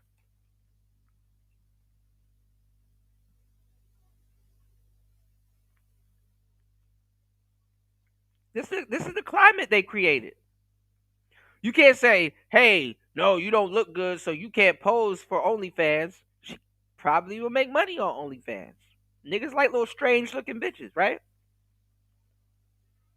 Oh, you too fat. You can't get into this Playboy mansion. I'm pretty sure now there's endless big women in the Playboy mansion, and they doing well and having fun. So it makes no sense talking crazy to them. This is the economy women created. So how is it, ladies and gentlemen, that women are bringing back the appraisal scale? Because women don't know what the hell is pretty. Like I said, you go ask your girl for a threesome, they're going to bring some wild shit. It's going into the bedroom. It's going to be a circus. They're going to bring some barracuda looking broad in the room. And you're going to be like, oh, nah, let me choose. Because they don't know what pretty is. They think all of them are pretty. My homegirl pretty, is she really not? And the funny part is that she, especially if you're dealing with them dimes, they know which homegirl you would smash. And they choose everybody but her. They find some girl you never seen before. And they know which one you, hey. Hey. Remember the one you said if you ever she would be the one. Or whatever Kanye said. Unless he gonna do it. Come on, man. They be playing games, man. That's why I'm looking at it. I'm like, man, I don't want to hear y'all calling her delusional. Y'all delusional as fuck too. All right, Royce. Not Chico the Out for her. All this everybody's hating on me because I'm pretty mess. Pure imagination. At the end of the day, being light don't make you pretty, and being dark don't make you ugly. That mindset is crazy and an illness at this point. But I digress. Let's go ahead and get the conversation started. Tell me what you think about this mess below. I want to thank everybody who supported this channel. You can show your support as well. The link to PayPal is below. Ladies, fellas. See? Look at, she's an older lady. She done lost a little bit of weight. I'm not gonna say she, she having fun. I ain't gonna lie. It's like it's like the guy that been fat his whole life, and then like he get in the gym later on in his 30s and shit like that, and then he turns into like Bobby Lashley and shit, and niggas still trying to shame him. I remember when you was fat, but yeah, I look like Bobby Lashley now. So what we talking about? You know. Now she looked crazy. She looked a little crazy, but she looked fun. She ready to go on. Look, and it's sad because like the old ends, old niggas, or the OGs of today, they don't know where to go. Like she don't need to be on no fucking TikTok. Like she need to be doing what old people do. Like they're somewhere on a carnival or the Tom Joyner cruise with the casino on it. She need to be on some carnival cruise with the casino on it, having fun, talking saucy to the male stewards and shit.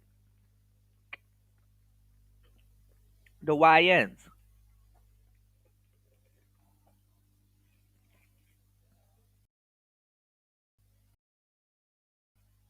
Oh, I got it. Oh, stay tuned, Raven. I got it. Look, y'all. Everybody going in on Kamala. She embarrassed herself recently.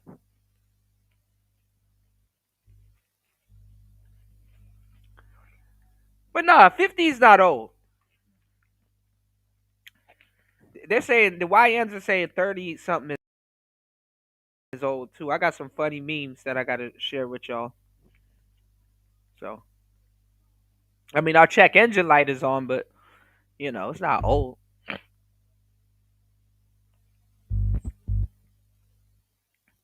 But she young and she want to have fun. These some little disrespectful girls on TikTok. Hold on. She probably could take a nigga man, a woman man though. Go after anything like in that ain't nailed down. All right, now my internet want to act. Go through y'all.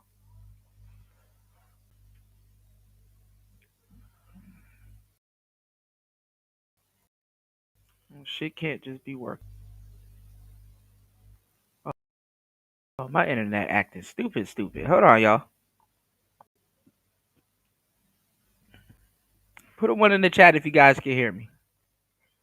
You said she did, but hey, it's Kamala. Yeah, bro. I'm whoever made that decision. I'm glad because we would have been fucked.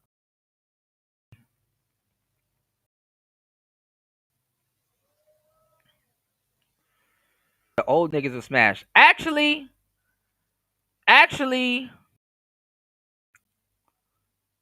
Gen Z dudes,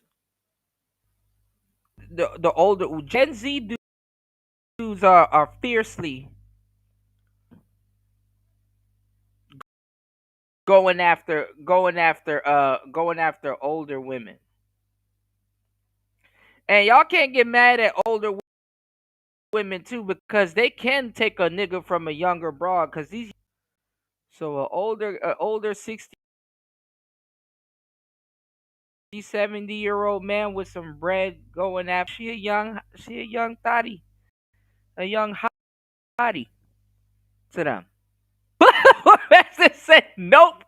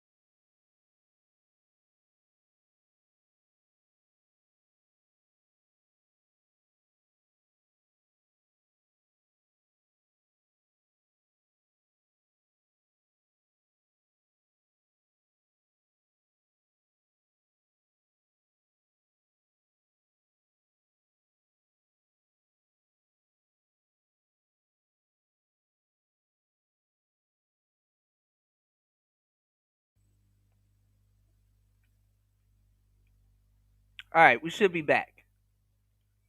Hold on. All right, good. What's going on, D Chicago? War Master said nope.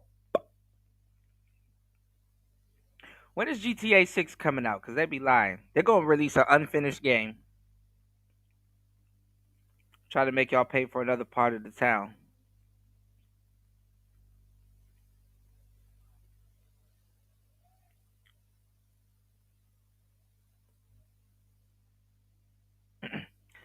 Actually, I was covering something on the last show, but while my Wi-Fi was down and my computer was in the shop, I was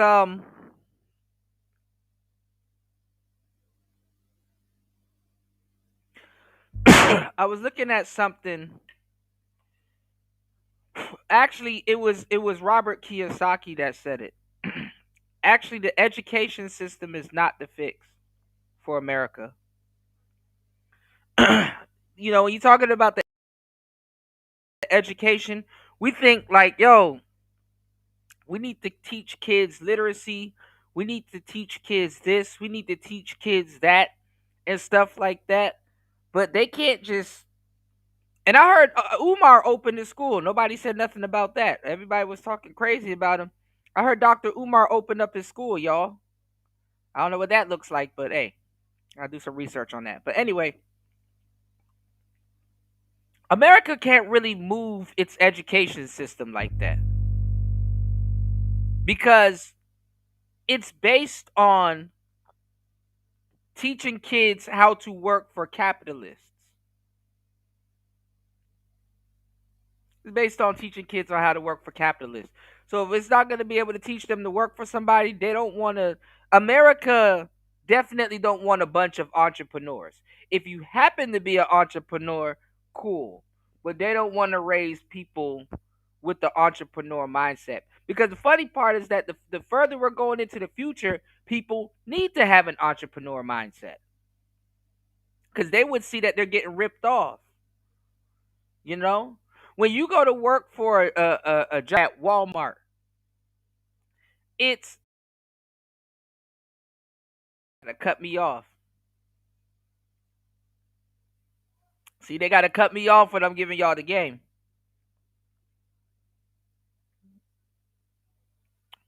They don't want it. They don't want it. They don't want me to give y'all the game, y'all. What I'm saying is that let's say if you go to work for Walmart, it's going to be D Chicago Incorporated teaming up with Walmart.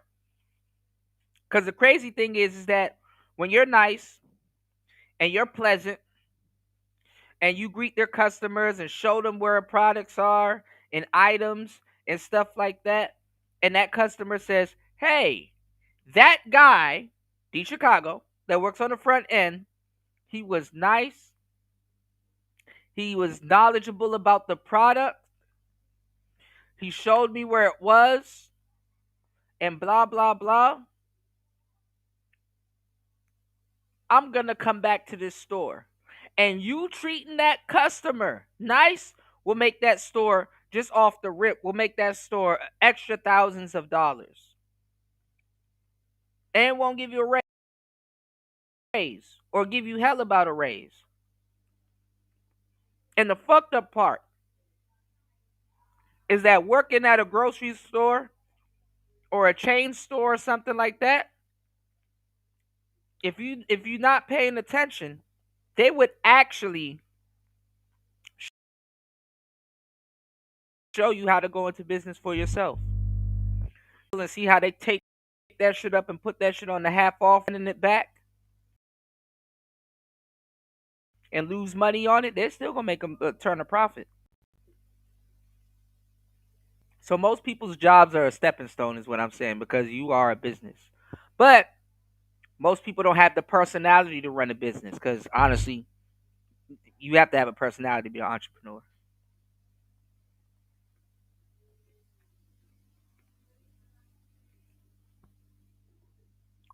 War Master with the good game. War Master says the left don't want entrepreneurs. That's the truth.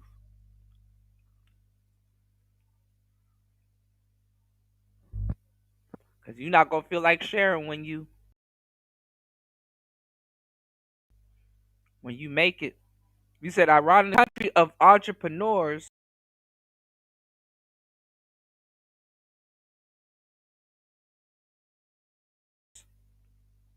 gave those oligarchs, the I wouldn't. I mean, and I wouldn't want to be in a country of a bunch of entrepreneurs, also. But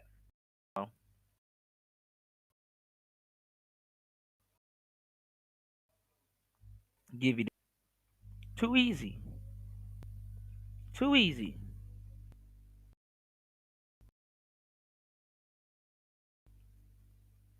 They don't want you to think that high or do something else.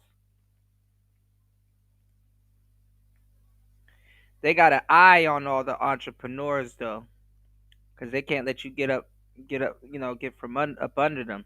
They don't want people turning into like nigga. One Elon Musk is scary.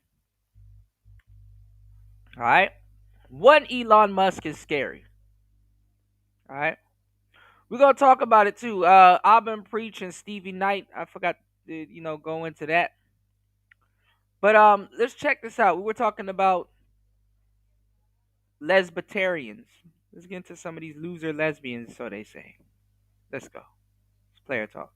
So apparently within the lesbian community, they have come up with a term for women who aren't on their game. Women who offer nothing, bring nothing to the table. No degrees, no job, can't cook, can't clean. They are now calling them loser lesbians. I dated a loser lesbian and I'm still recovering. So they used to always be like saying that they're better looking than me, more attractive than me or whatever. So some girls would like walk by us and they're like, oh, like those girls just said I'm really hot. Even though I heard no girls speaking about them like at all. But also point out how they're more famous than me, like all the time. Like they would mention, that's why it's because I'm more famous than you. Like it was just like a Funny part is that the lesbian community is opening up the floodgates for women to be as fucked up to women as they actually want it to be, but really can't. I would suspect a lot of women that didn't do fucked up shit to certain women is getting like the treatment and getting stuff that other women have done to that woman taken out on her just because she's a woman. I'm for it. Just like the simps. How can you get fucked over by women? Proximity. And misery loves company. proximity. Thing they would mention often enough. Pretty weird. Yes, I was dumb. Everyone gets to be dumb one time in a relationship. Like one relationship, you get to be the dumb one. That's just. You said the pay scale is for one not to think of further endeavors. That too, and then the economy would have to change because it'll be literally other companies selling things to other companies. But you have to.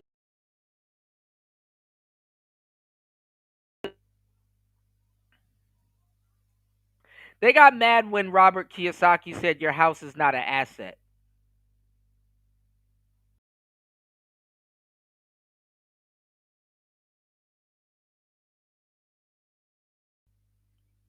You know? But if people had an entrepreneur mindset, yeah, your house would be making you money. You know? I mean, your house does appreciate. You know, you can build up equity, but it's not like an asset. And then it can go up and go down. Like other people can fuck up the price of your house, no matter how good you upkeep it and stuff like that. They start fucking up the neighborhood, you know.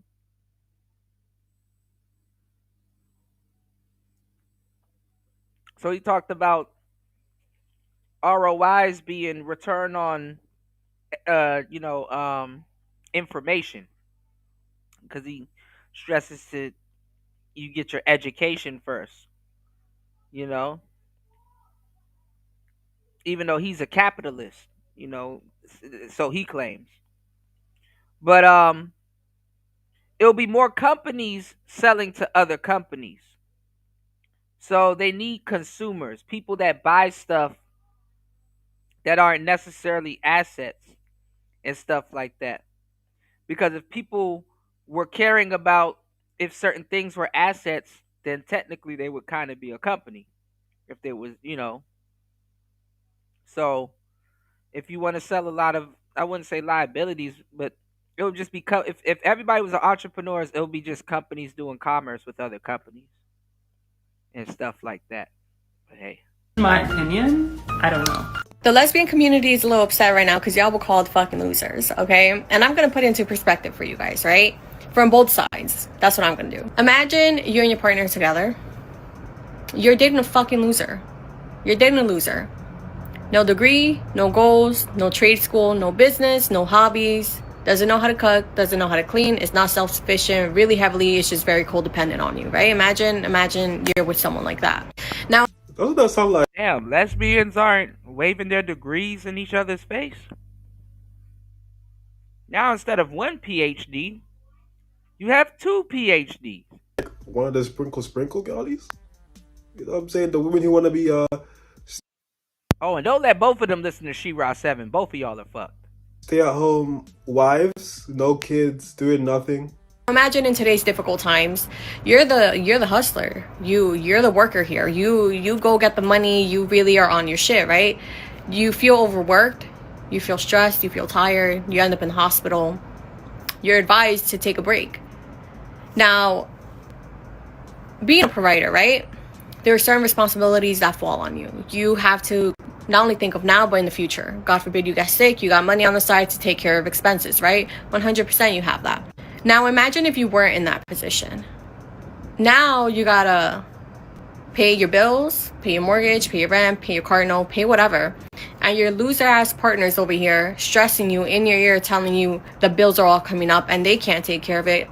Because they don't have jack shit skills. They don't know how to work. They don't know how to do nothing. And then on top of that, they don't even know how to cook. So you guys are ordering outside food every single day. I love this. I really do, because as a lesbian, why would you ever accept any sort of patriarchal relationship dynamic?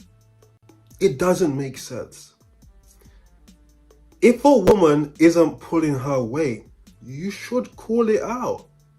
And this is what they're doing. And the amount of women in her comments coping so hard, because they've never heard it before, and it not be a man, so they can completely dismiss what the guy is saying.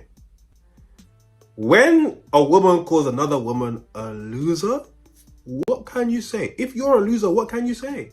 You got no job, you got no degree, you offer nothing. You bring nothing to the table. You just have to hold it. Things we did to each other, but we still stayed. Just so y'all know, we don't want our relationship psychoanalyzed or nothing. Girl, literally, y'all love to be therapists in the comments. Just watch. Literally, like we're good, we're cool. Like 2 weeks into talking, she did cuss out my mom, but like I don't know, me and my mom aren't that cool, but that was a little bit crazy for just having met me. When we were at the frats, she gave this guy her Instagram, but she said that it was just because he wanted to be friends and that they liked each other's style. I mean, she told me she like wouldn't marry a girl, but like I don't know, it's a few years strong. We'll just see where it goes. Like, I mean, definitely kind of weird. Oh my God, more women hating women. Funny how they form into Voltron when they come over here. You said in theory what they were doing anyway. In theory, that's what they were doing anyway. Yeah, it's the sleight of hand. You know, it's the sleight of hand. But you know what it is? If you haven't been bitten by the entrepreneur bug at any time in your life, you will never see it. So I see why a lot of people will never see it. He said that statement made so many people mad. And I see why it can make a lot of people mad. You know, if you were never bit by the entrepreneur bug at some point, you will never see it. You know? He said, because companies are human. The trick is them sucking all the intellectual property out of the people. Yeah.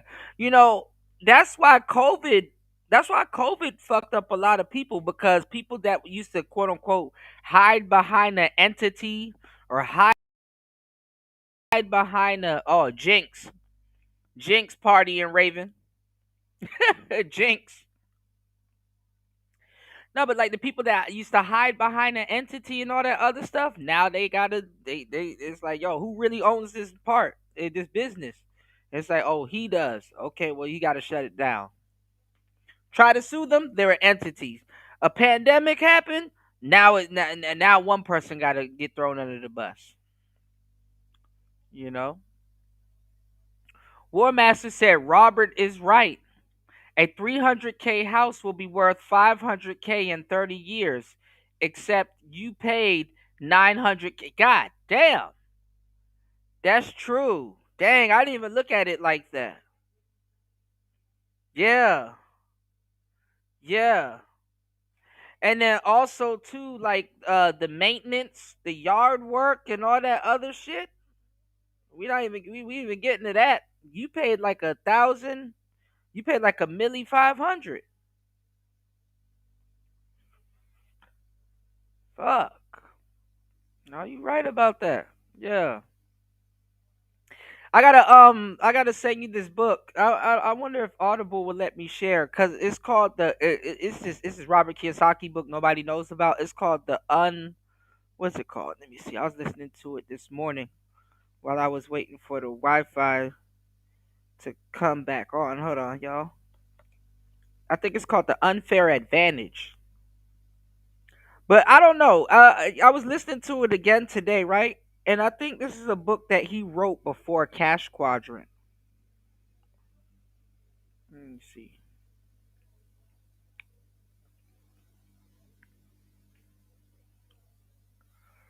This man was spitting like a cobra in this book, though. Yeah, it's called The Unfair Advantage. Let me see if y'all can hear it. Hold on. Forest lives another wide variety of birds. The S quadrant is where most entrepreneurs roost.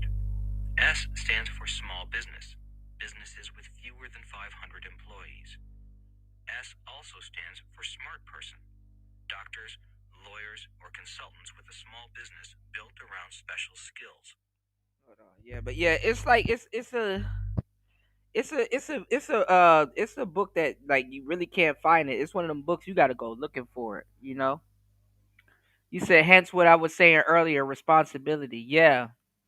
Yeah. Yeah, luxury equals somebody got to do it.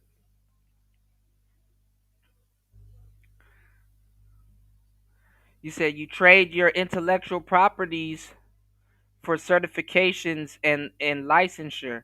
You said they're overseeing they're overseeing your view of your environment. Yeah.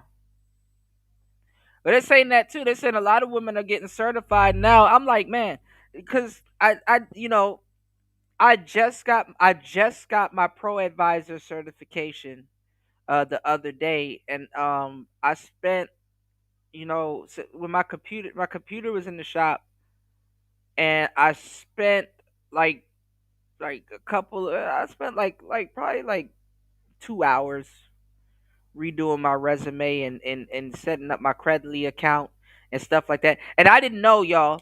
I can I got my my Google cyber security and certification, and I'm like 2 more classes away from getting my IT cert. And I didn't know that I can upload all my badges onto my Credly. Like I got Pokemon badges galore on there now. So I got my cybersecurity joint on there. I got my bookkeeping one on there. It's got my pro advisor one on there, and I need to upload my TEFL on there too. I just don't have a what the hell is on my wrist? Hold on, guys. People make way more money than you think. Shit. It's hard. Man, it's hard to do anything when you're overseas. It's hard to do anything when you're overseas. I've never been restricted like this in my life. I can't do shit. At least in America, you can like, you know what? Let me deliver for Uber or DoorDash or something. If here you can't, man. I've never been restricted in my life like this, man. You said why everybody just now thinking to garden after Bill Gates set the move up? They're trying to figure out how to take outside from you. Man, everything, man. The pandemic was a reveal. You can't refute mind wiring. That's true. Robert books are valid. Motherfuckers be trying to debunk well, no. The thing is that and I do want to read the book with him and Trump. The thing is that they just try to discredit him because he filed for bankruptcy, but they don't understand how bankruptcy works. These people will hide all of their. Trust me, I know. They got and then file for bankruptcy. They can't get that shit taken away from them. All you do is you start. Shout outs to LT Man, because LT Man was also breaking down the game on the last show. All you do is you sign up for an LLC, you get your EIN, you damn near can apply for a fuckload of loans and they'll just give it to you. Your business bank account is free.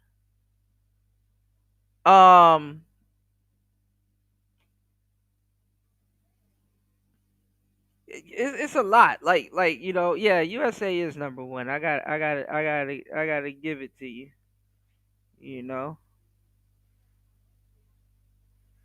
Oh yeah, I heard that the new Ace Combat game is gonna be sickening. Mhm.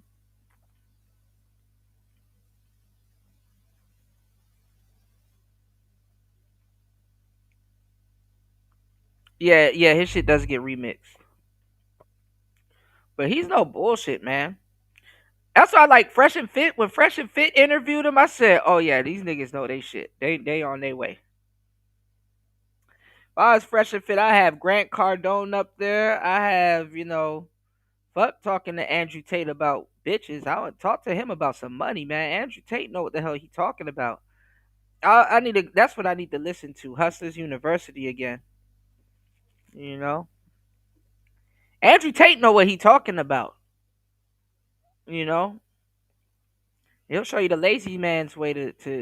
All right, hold on. Let me let this goofy shit play real quick. I got some more shit to show y'all. I think she changed her mind. Hopefully, she lied to me about her body count for 1 year. Talking about real life world shit. These bitches worry about being cute.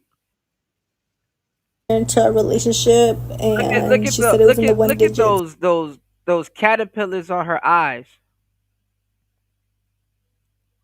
Shorty got cum curtains on her eyes. Why do you got cum curtains on your eyes? Oh, because you're still messing with men.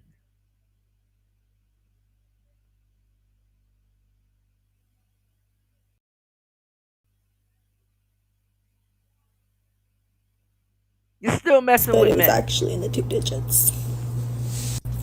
Go. She was stalking an ex on Instagram off a private account, but like the ex was chopped, so like I didn't know how mad to feel. She stayed reposting about her ex.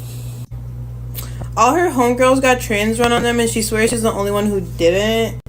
I don't know. She saw her ex for clarity. That's why she got cum curtains on her eyes. Like, I just picked up on it. Like, bro, I forgot.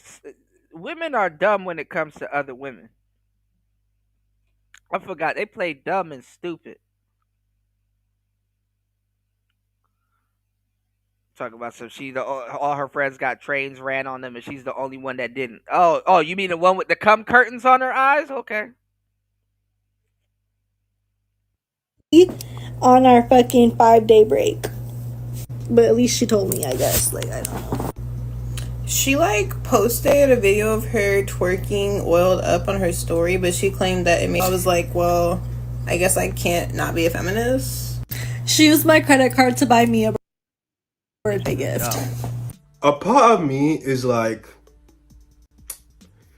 people like this in relationships, it's kind of fun because it lets you see like the other side in terms of people who just aren't serious at all. Oh yeah, of course it's fun. They're slowly sabotaging each other. One do some fucked up shit to you, then you one up her and do some other fucked up shit, then you one up her and do some other fucked up shit. Y'all don't really want to leave. Yeah, there you go.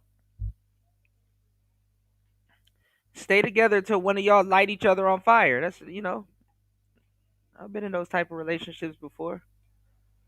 One of y'all gonna light one of y'all on fire. If everyone was serious, everyone was the same, the world would be a boring place. I always say this. So having people like this, it is entertaining, okay, watching a car crash. But then there's also a part of me that thinks this could be some sort of a satire. Because there's all of our... Yeah, but that's the thing. They form Voltron and lie and pretend like they're not that way because they gang up on men. When they will put all them lies to the side and fuck themselves up just to go against men, party. I'm training right on her. She's the only one. Come on, man. She's twerking, oiled up, seeing their ex for clarity on the 5-day break. Come on, man. Hey, so public service announcement from a average looking woman. Pretty privilege is not a man putting gas in your car. Pretty privilege is not a man buying you a drink. Pretty privilege is not a man lusting after you, okay? Again, the same problem as the last one. How can this woman tell you what pretty privilege is?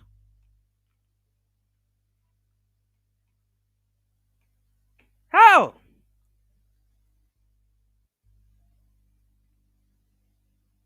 How would she know what pretty privilege is? This is crazy. Tell us what you think it is. Let's go. If that was the case, a woman that looked like me, I would have never experienced. It just results. That's not true. Any woman can get a drink bought for her. No, I'm not going to let her talk. This is stupid. She had to put that shit in front of her face to block it out. Hell no. You said we listen and we don't. I'm finna judge. She's talking about some, if that's true, it wouldn't have happened to me. She's trying so hard to get associated with pretty privilege. It's like, bro, stop.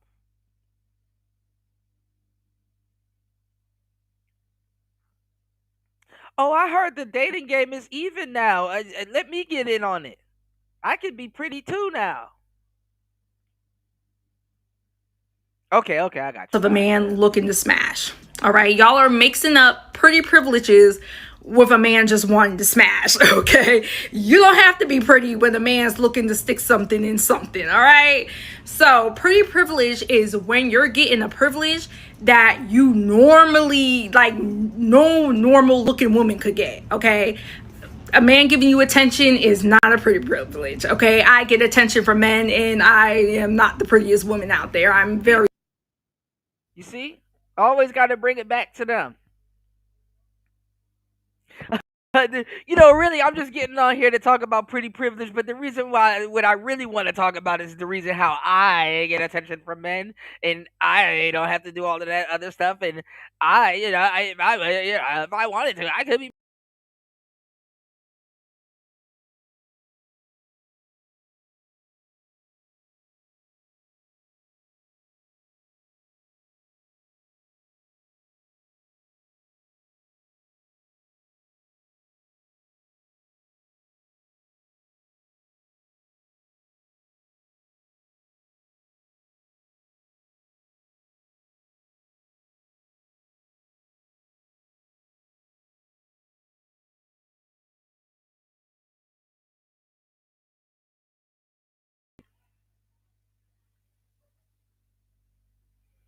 My Wi-Fi acting pretty right now. My pretty privilege is I get attention from men, and I don't have to do none of that, and I don't need to listen to this, and I'm too pretty for this TikTok, and I'm all they want to do is talk about themselves. Like, God damn, you might as well just not even make the video.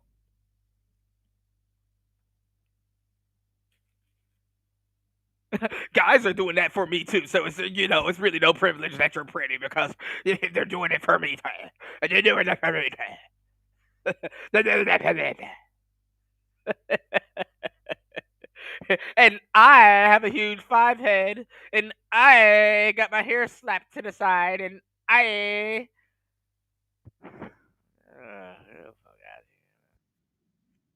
average, probably even below average looking. So I just wanted to add my 2 cents because a lot of women are confusing pretty privilege with a man just looking to smash, and y'all got it all wrong. This is incredibly self-aware, and she's completely correct. Pretty privilege is like Sweetie being a rapper. That's pretty privilege. Pretty privilege is the idea that. No, well, the other day she said it was pretty punishment. Pretty punishment is funny as hell. We're gonna get into it. The most attractive women live way above average lives. Like all of them. All of the most beautiful women. I'm not talking about. That's not true. She's That's not true. And this is so how far behind guys are. That's not true. Pretty women don't live way above average lives. Before they destroyed the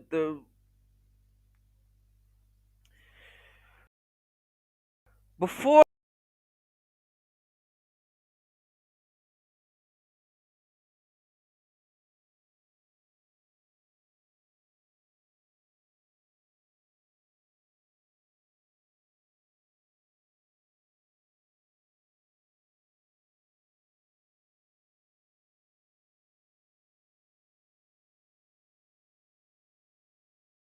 and feminist women move their way into that realm now. You will see a universal dime working at Home Depot and be like, yo, nobody see the joint at aisle 12? She bad as shit. Like, nobody.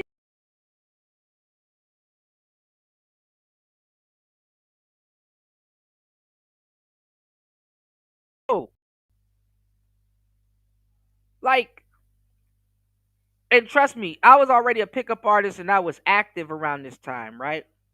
And this is before I got stories for days. I'm gonna start doing story times, but I'm gonna do pre-records. I just need to really figure out how to put it together, right? Or how I would put it together, right? But I almost said the girl name too. I remember I used to think that pretty girls didn't have to want for nothing. You know, I used to think that they're pretty. I used to think that they got a trail of dudes behind them. Um, I used to think that they're all balling and some rich dude is sponsoring them and all kind. I used to think that I used to think a lot of stuff. After the appraisal scale really leveled out, and honestly, realistically, I'm not even gonna lie to you. When I've actually started bagging a bunch of them, I start realize, like, I remember when I start really getting with like the model types, like girls that been on the cover of magazines, even if they're like local magazines and stuff like that. I don't think I've ever really been with a girl that been on like a big publication. But I, like, before Instagram really popped off and certain things popped off, I used to, certain girls I used to deal with. And when I started getting around them and being around them, I'm like, damn, beautiful girls are actually they're not secluded, but like they don't really got shit going on. You know? And I'm not even gonna lie. When social media really took off, beautiful girls that didn't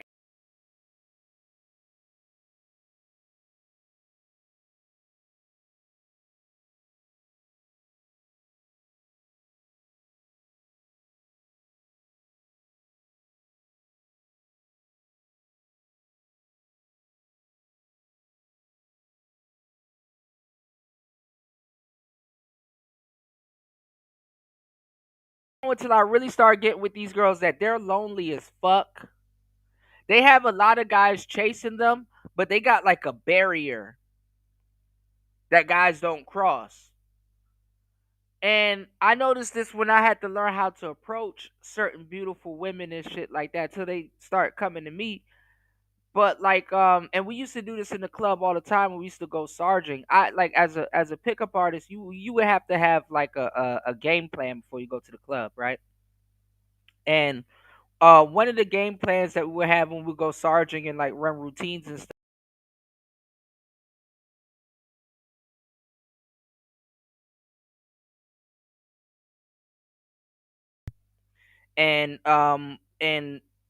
And it's like really the wrong way to approach it.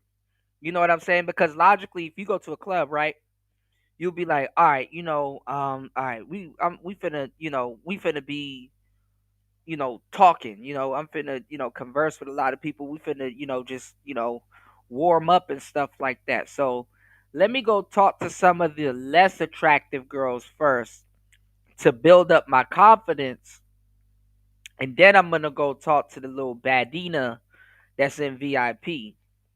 It don't work like that. Actually, to tell you the truth, you should go talk to the badina first. You know what I'm saying? You should go talk to the badina first and then work your way over to the little joint on the dance floor that's promiscuous with the titties that's half naked. That's really,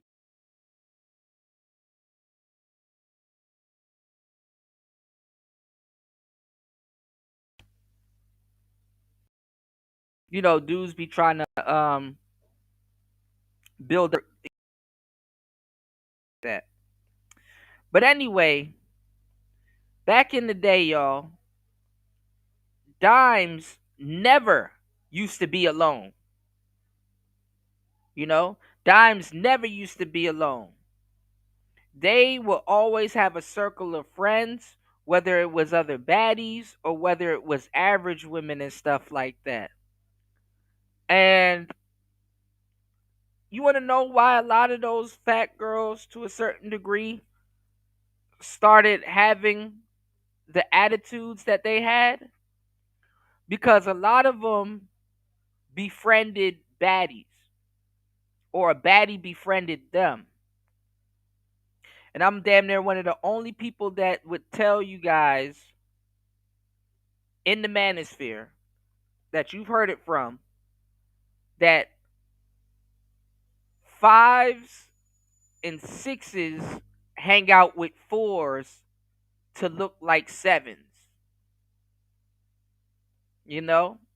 Fives and sixes hang out with fours to look like sixes and sevens. You know what I'm saying? Fake ass friendship. But you will have the baddie with the high calorie friend. We used to call them one and a ton of fun. And you know, she would be a goalie. And then if anything, that high calorie friend, even though big girls would always get, you know, top notch dudes anyway. But it would just be like on the, you know, on the low, you know. But what would happen is, right, if we were gonna go get a dime, or me myself, because I started sergeing by myself, you know. And shout outs to my wingman, you know, because me and him, oh man, shit, we tear some shit up. But you know, when I went sergeant by myself, I would have to pull these dimes out of groups. You know, dimes never used to be alone like that. They used to always have a crew or somebody. They never would be walking around by themselves like that. Rarely if you ever see that. You know what I'm saying? But nowadays, nigga, you can find dimes walking around like Pokemon, nigga. Like Weedle in a tall grass. It's just dimes walking around everywhere. Dimes really got pretty privileged. Dimes really got pretty privileged finessed from them. Like now you got to be a universal dime to really stand out. You got to be flawless. You know, you got to be flawless. You have to be flawless. You know, got to be flawless now. What's going on, Dougie? What's going on, King Picks?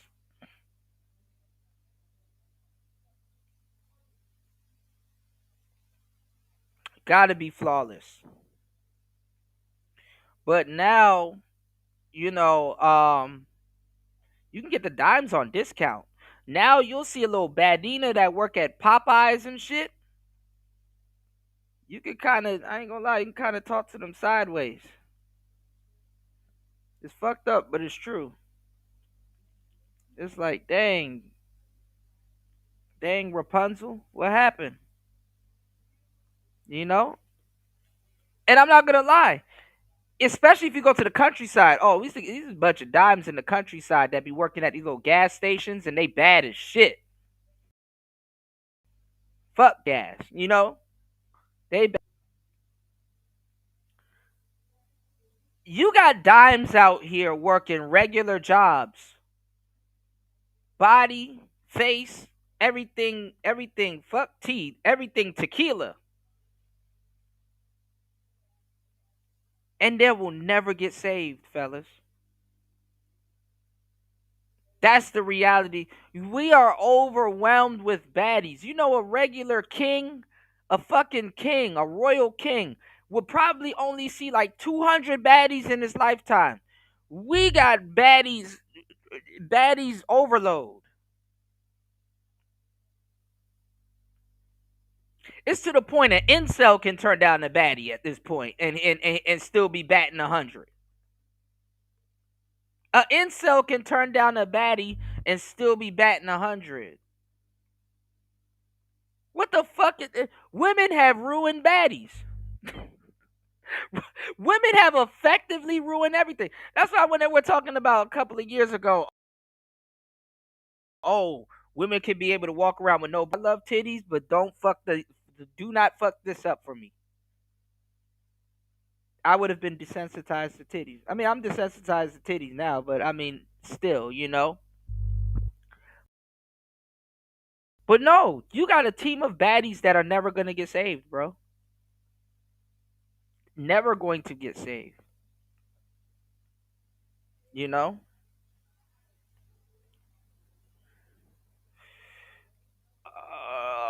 Let me catch up on the comments, yo.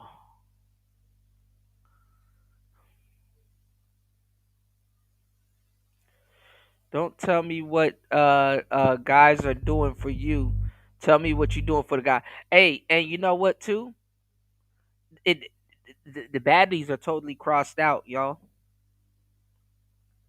Baddies could have just been a cardboard box in the bedroom, just lay there. These average girls got baddies. I think this is average girls' revenge. These average girls got baddies out here eating ass. Don't kiss that baddie, bro. Don't kiss that baddie, bro. Unless you got her rap sheet and her Carfax. Don't kiss that baddie, bro. These average girls, it was average girls that had to eat ass and do handstands and all that stupid shit. And now the baddies are fucked up.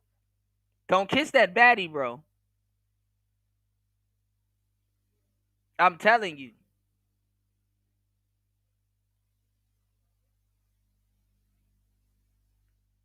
They gotta do that. They gotta do way more than the average girl now. The baddies are out here doing too much. I know she look like your fantasy, but don't lip lock that baddie, bro.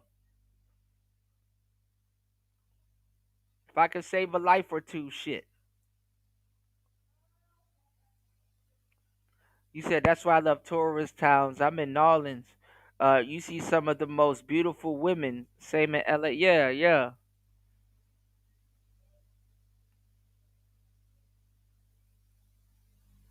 Yeah, I'd say that though. Society is getting a little bit better looking. I will say that. Or maybe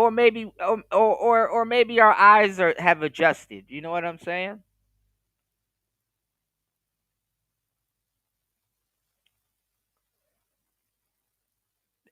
There's some truth to that, King Pix.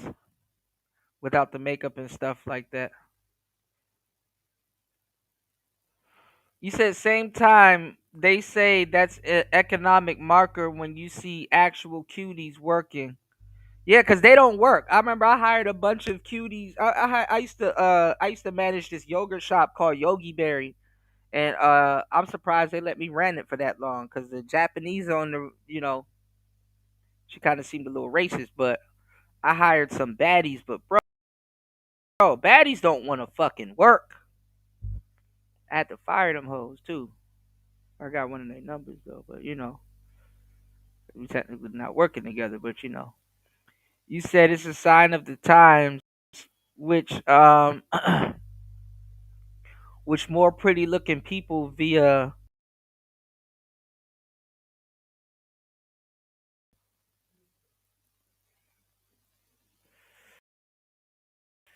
Natalie Nunn. The term is skewed. I seen Natalie face to face.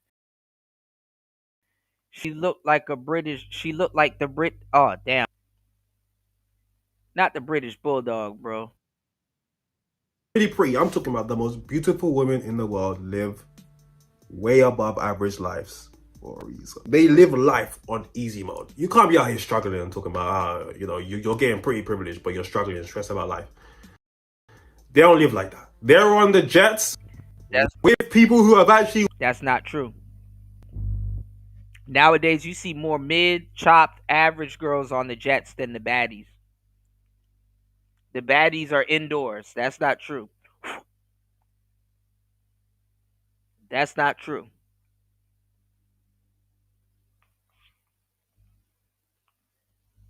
There's a lot of baddies out here. Hey, that hasn't been scooped up. Work really hard because they look good. It may seem a little crazy, pretty baby, but I promise. Got some baddies at Target. Now look at this stepdad. If that was her dad, her biological dad, he wants to kiss his daughter, then it's not. That is that little girl's stepdad. Kissing her on the lips automatically comes off weird. That most people see that video have that initial thought. The second and most important, I think, is the biggest red flag, is why are you biting your lips after you just kissed a fucking child? That shit was weird. And in the comment section was trying to, but you can tell she's in struggle mode. So she needs the help. So she's ignoring all the red flags. The people in your comment section has a right to be concerned with that video. And remember, y'all posted that video online for people to see. So I don't know why you're in the comment section being upset with everybody that's trying to point out the obvious. Of course, CPS, when I sat here biting his lip, what in the... Yo, listen, there's no reason for him to be kissing that baby on the mouth. There's none. No reason. No reason. You can kiss her on the cheek, you can kiss her on the head. That's not your baby, bro.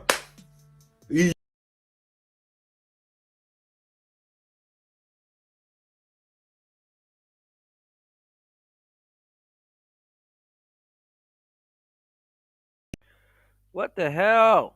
All right, let's go. No, I didn't even see that. Nah, man, this ain't right. Also, if I saw... Nigga probably in jail. Yo. What the fuck?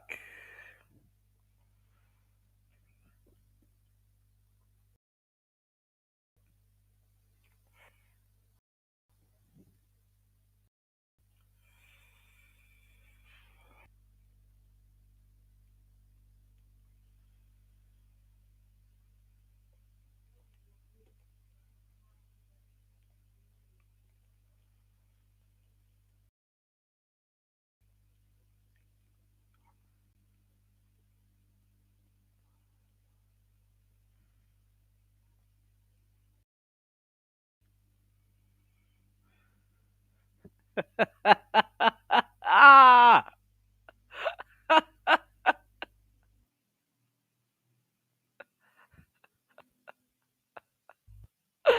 Ah!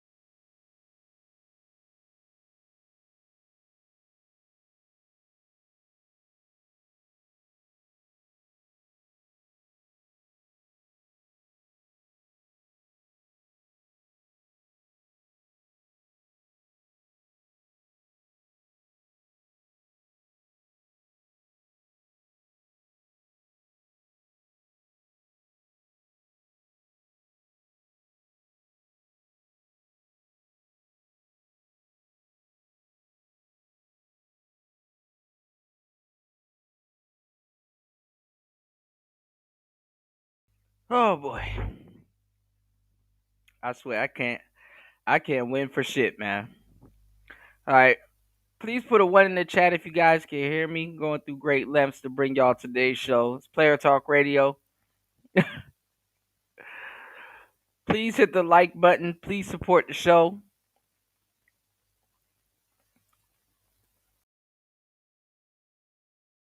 I think we should be back. Yeah, man. Big show. Oh, we finally got a counter here. Okay. Well, it's the big show. You girls be dressed up like the Big Show, knock kneed and everything. Yo, I was watching the Big Show wrestle. That nigga, he need to hang it up, bro. His knees are done. This nigga knees look like cartoon character knees, man. All of that weight. Man, War Master, I went to go get my computer fixed the day before yesterday, and I spent the whole day at this mom and pop's computer shop. Cause the guy said he could fix screens and stuff, and then I had to let him know, oh, I don't have Apple Care, and and it's an M1 and all this other stuff. And like, I swear to God, I could read on his face. He was gonna tell me to say no to crap. I said, I was looking at him. I was looking at him like, don't say it, don't say it, don't say it, don't say it. Oh man, I got him. He said he's gonna order some new PCs this week, and I told him I will be back to see if I could take a look and try to get a new PC. I was looking at him like, don't say it, don't say it, don't say it. I want to be doing content. No more. I'll be God, boy. No more Peas World.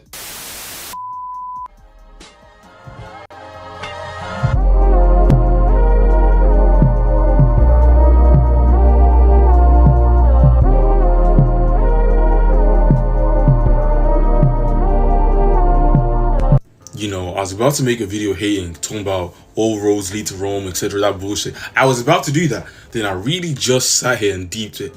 Some people in their relationship, whether it's been 3 years, 4 years, 5 years, have never even gotten a small ounce of that.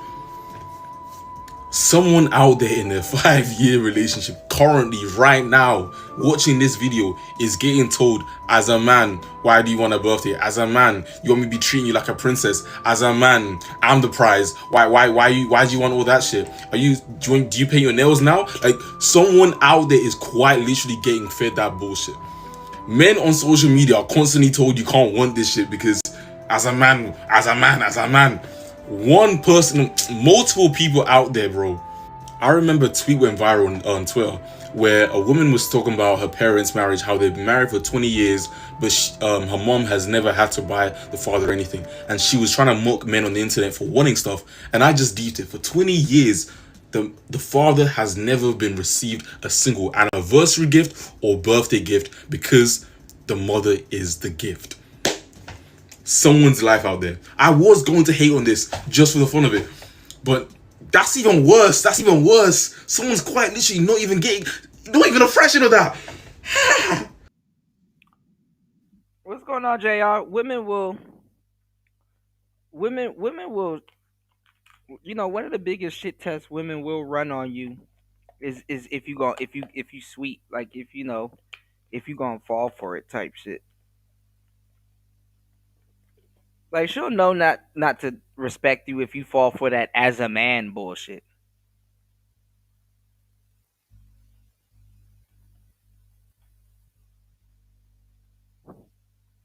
Like, like that shit is like so old. We taught the world, us in this space, we taught the world, especially men, how to not feel shame, because men would literally feel shame. Like, men is the only sex out here that really feel shame. These hoes feel no shame. Bitches will go outside naked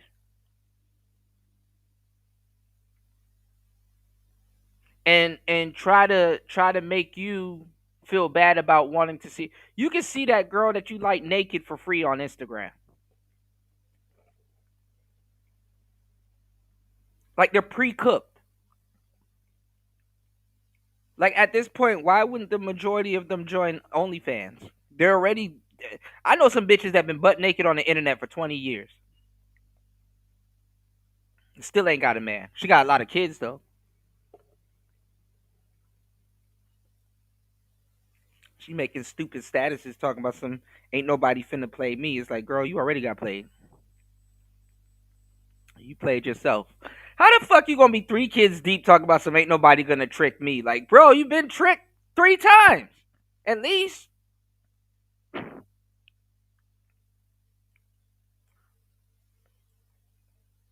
And that's y'all hoes' problem now. Y'all always trying to spin something.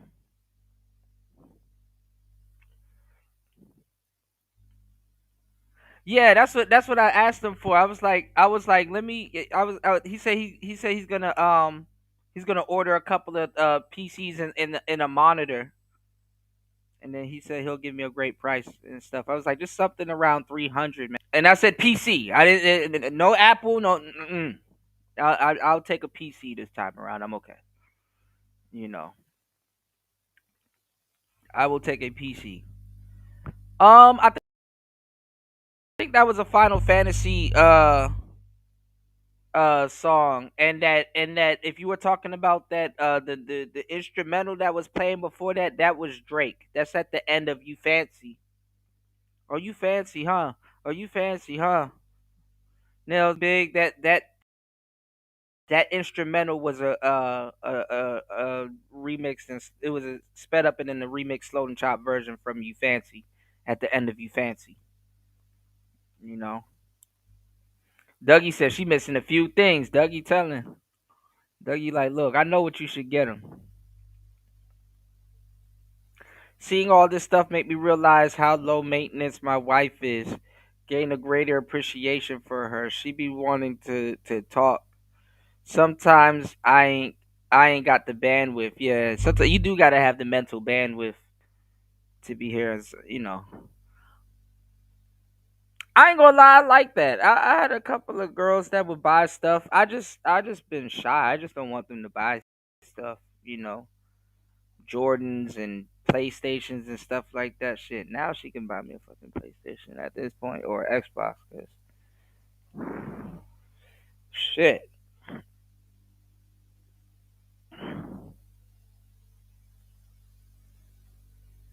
Yeah, fellas, if your girl gets you an Xbox or a PlayStation, bro, that's the one. If I got you the new Metal Gear Solid. I heard you talking about it online with Kuda. Oh, she the one. She the one. Just she the one. She trying to keep you indoors though, but she the one. You know. I like girls that do that. I had a girl that she went to the she know I like books and stuff, and she went to Barnes and Noble, and she just got me some literature. I'm like, dang, that's you never had a girl buy you a book or some type of literature? Like, dang, she trying to feed my brain. That's what's up. Both of y'all sit down in the house and read y'all books, y'all physical books. I be liking that shit.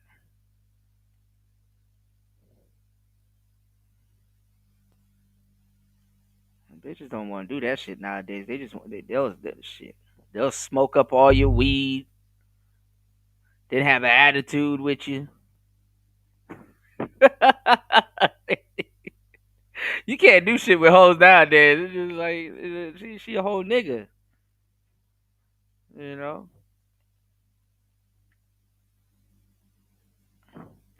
You said computer repairman almost said what? I was looking at him like, bro, don't say it. Don't say it. Don't say it. Don't say it. Don't say it.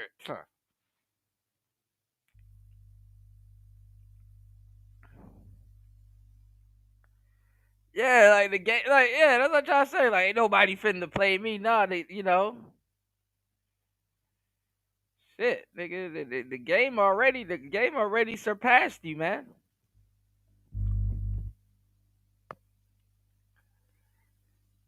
I don't know what to say. Let's get back into it though. Some of these dudes do be mad though. That these girls are that these girls are scooped up and and they catering to their man. But I'm gonna tell you the truth though. These girls ain't gonna buy all their boyfriends a bunch of shit. You know what I'm saying? Cause and niggas sold separately. You know what I'm saying? Like you know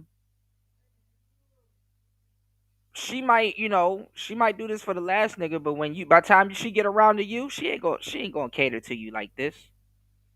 You know. And somebody will say, "Oh, well, that's because she's still recovering from the last guy," and it's like, no, that's not necessarily true. But women just don't, they know who to do shit with and who not to do shit with. If you haven't picked up on that shit, I don't What know. a life! It's so true. And modern men are dismantling this mentality. Okay, no longer is this, we're just robots. Well, Master said, I love women like that, man. Listen,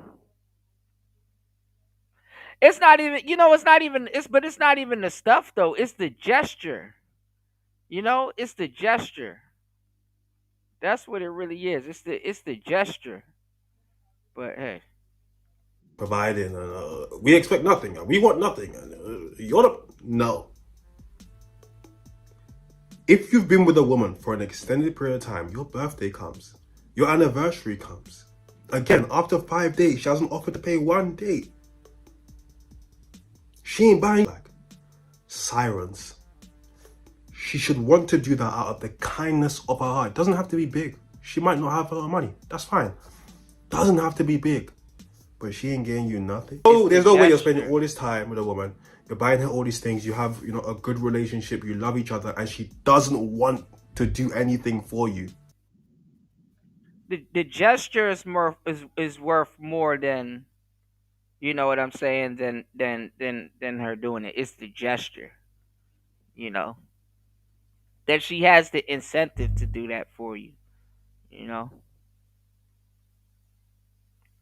You said I love a woman that can cook, so I ain't got no business out in these streets. Yeah, and then you know what it is, fellas. When you find the right woman, y'all supposed to get a little bit fat together. You know what I'm saying? So y'all don't take these fat jokes to heart. You know what I'm saying? Because I'm a fat man at heart. I'm fat as hell. But y'all supposed to get a little bit fat together and shit. You know. You've been with a girl for a long time. When they start saying y'all look like brother and sister, that shit ever happen to you? You and your lady ever get fucking annoyed by that? Like y'all look like brother and sister. I'm like, she might just be a demon.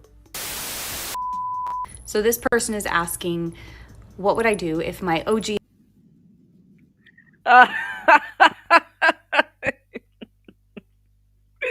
Shout outs to Marco Grande in the building.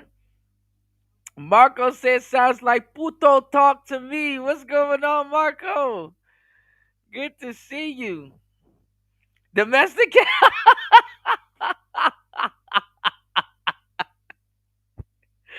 Nah, man, we just reminiscing, man. They don't make these girls like they used to. See, look, Marco's so used to modern women, his heart done turned cold. His heart done turned cold, old. I don't blame you. I don't blame you. You want to know why? Because if you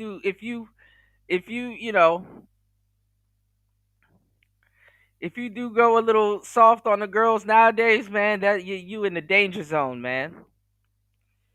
You can't even play Can You Stand the Rain for these hoes, man. Cause she can't. She gonna be gone. Like, girl, why he playing this?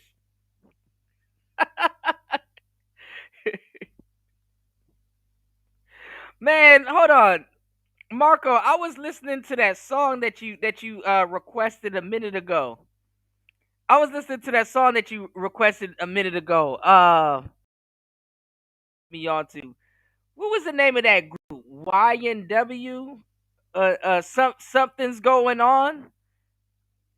What's the name of that song? Hold on. What's the name of that group?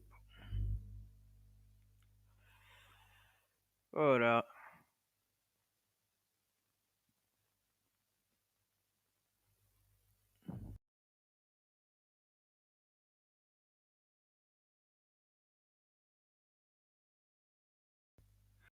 I think it's UNV.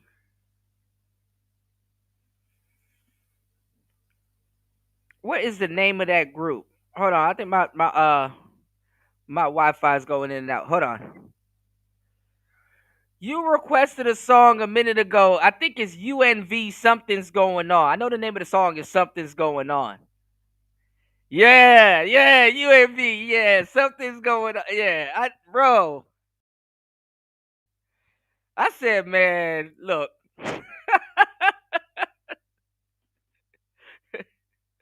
I had to turn that shit off. I said, God damn it, Marco. Shout outs to Marco Grande in the building. Player Talk alumni. Shout outs to Marco dropping the huge $5 on the Cash App. You know where we going, and that's for sure. Something's going on. Hold on, y'all. Yeah, yeah. Hold on, all man. right, Hold up. we hold going. Up. What a money reside. What a money reside. What a money reside. What a money reside. Okay, let me tell y'all something. I'm doing something real big this month. Any deal that y'all got and they beating us, I'm gonna be about $400. Just give me your pen and the paper because I'm asked what the what. What a money reside. What a money reside. Oh, let me run this back. Hold on. All right. We going. What a money reside. What a money reside. What a money reside. What a money reside. Okay, let me tell you something. I'm doing something real big this month. Any deal that y'all got and they beating us, I'm gonna be about $400. Just give me your pen and the paper because I'm asked what the what.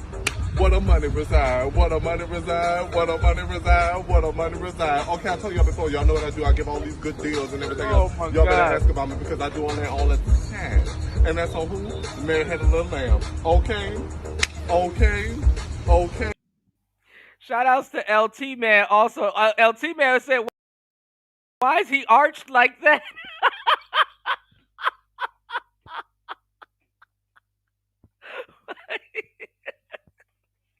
That's a good fucking question. Why is he arched like that? Oh my god. Lord have mercy. Okay, look. Whew. Shout outs to my millennial and my Gen Xers, man. I gotta do a pre-record just for y'all. Cause you cannot have the 90s love anymore, man. You cannot have that 90s love anymore. Today's women do not know how to receive that. Even the breakups are different, you know? You know what's funny? Looking back at it now that these girls got phones in their hands, if a woman was breaking up with you in the 90s, she would meet up with you. Y'all would sit down at the park and she would kind of tell you whatever's going on or if she going to leave or something like that and shit. You could redeem those chicks. And you know what's funny? Guys for it. Like you can do a little soft core simping. Like you can do a little soft shoe simping, like chase her a little bit, or meet her later on in the week and just been like, bring her some flowers and be like, I was, I listened to what you said. I was thinking about you, and then y'all back together and shit. You do some shit like that now, nah, bro. It's like no homo. It's like chasing a nigga. She gonna penalize you for that. Oh, you a simp ass. You a simp ass. You you play you play any of these 90s songs for her, bro. She's gonna get disgusted. I smell simp up in here. She gonna get disgusted.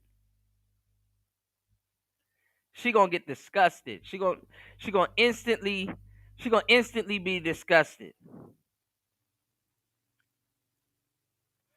And you're not gonna you're not gonna know what's going on.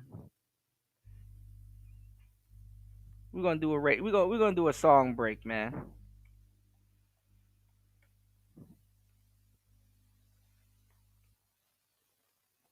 We're gonna do a song break.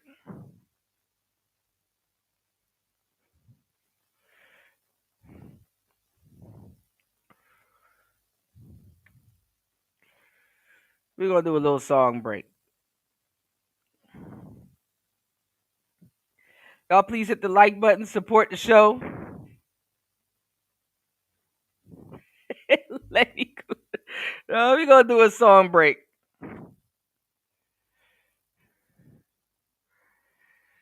Yeah, man. F these hoes, man. If you playing that music, you gotta damn near play it for yourself. Cause you play it for them, they can't appreciate it, man. They can't appreciate it, man. They'll let a good nigga go, man. Look, it's Player Talk Radio. Give me like 3, bro. Imagine getting together with your homeboys and making a fucking song like that. Like, what type of women were you making them songs for? Some women, I think some girls on Twitter or whatever was asking 21 Savage. Out of all niggas, 21 Savage. They were asking 21 Savage, why don't men sing like that and do stuff like that for women anymore? He gave them the right answer too. I said, bro, shout outs to 21. He was like, y'all ain't the same bitches anymore. It's like y'all,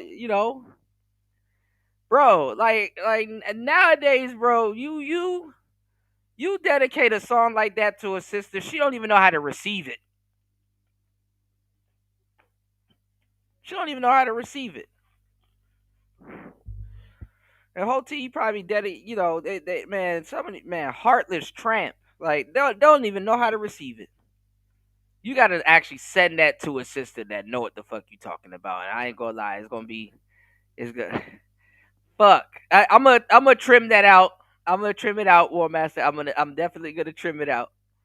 Ralph just said you need a man with sensitivity. That had me laughing. You need a man with sensitivity. You need a man with sensitivity. A man like.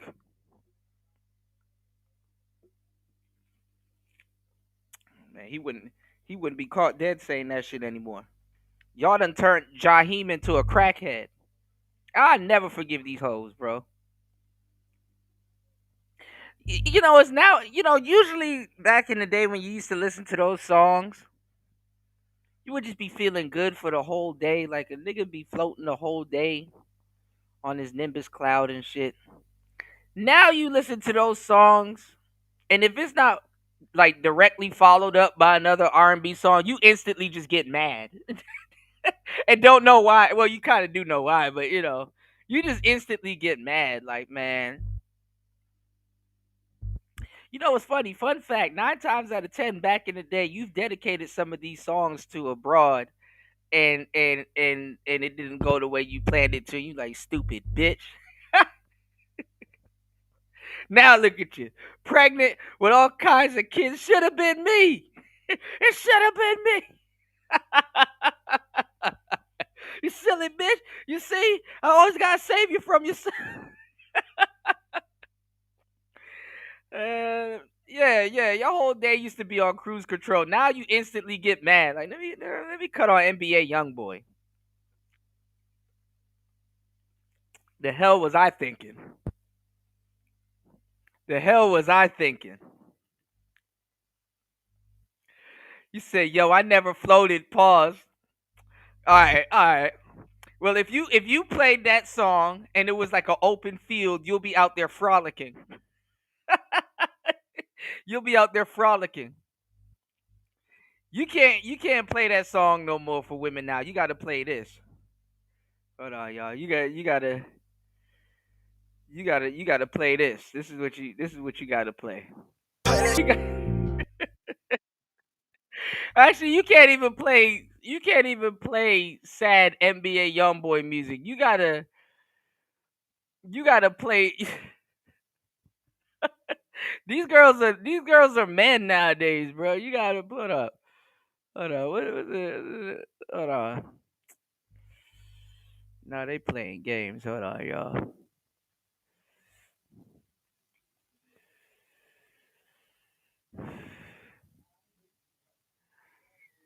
What the fuck is the name of that damn video? You gotta play some hype shit. Hold on.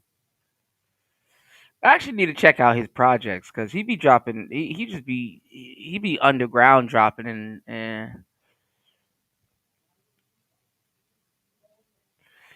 top things is fire. Hold on. Yo, what was that joint that he put out a minute ago? I ain't gonna lie, that shit was fire.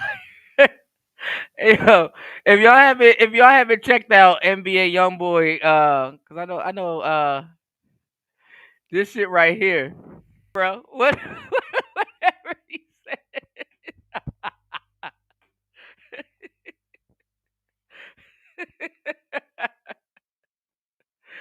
Oh my goodness, what's going on, Spawn? Shout outs to Spawn. Royce. Oh my god. Yeah, man, you can't treat them good nowadays. You gotta come in the house like, yeah, get that ass straight. Set the pussy till it bleed. You gotta come in the house screaming this shit. Yeah, you gotta damn near be turned up. Come in the house after work with a blunt in your mouth. They don't come home tired. You gotta come home energized. You know. They don't like you when work take the spirit out of you. You gotta come home. You gotta be a cyborg and shit when you get in the damn house.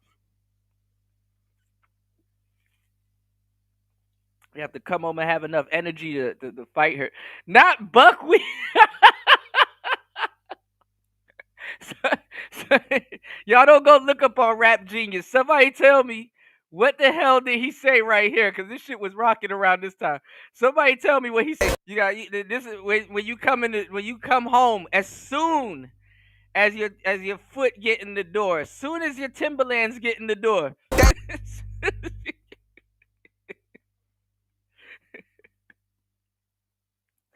Ain't no food been look. Ain't no food finna be cooked. No food finna be cooked. Your DoorDash food is gonna be cold. She gonna have an attitude. You gotta come inside smelling like ganja. And as soon as you swing the door open and walk in the door bow-legged, just like that.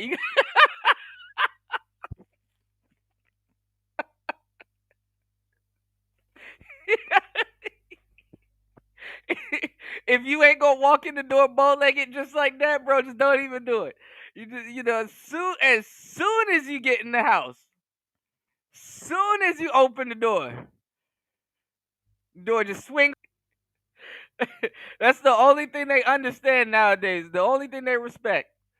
You gotta come in the house like NBA YoungBoy. Whoo-wee, Lord have mercy. Husband, my first husband, Brandon, wanted to kiss me.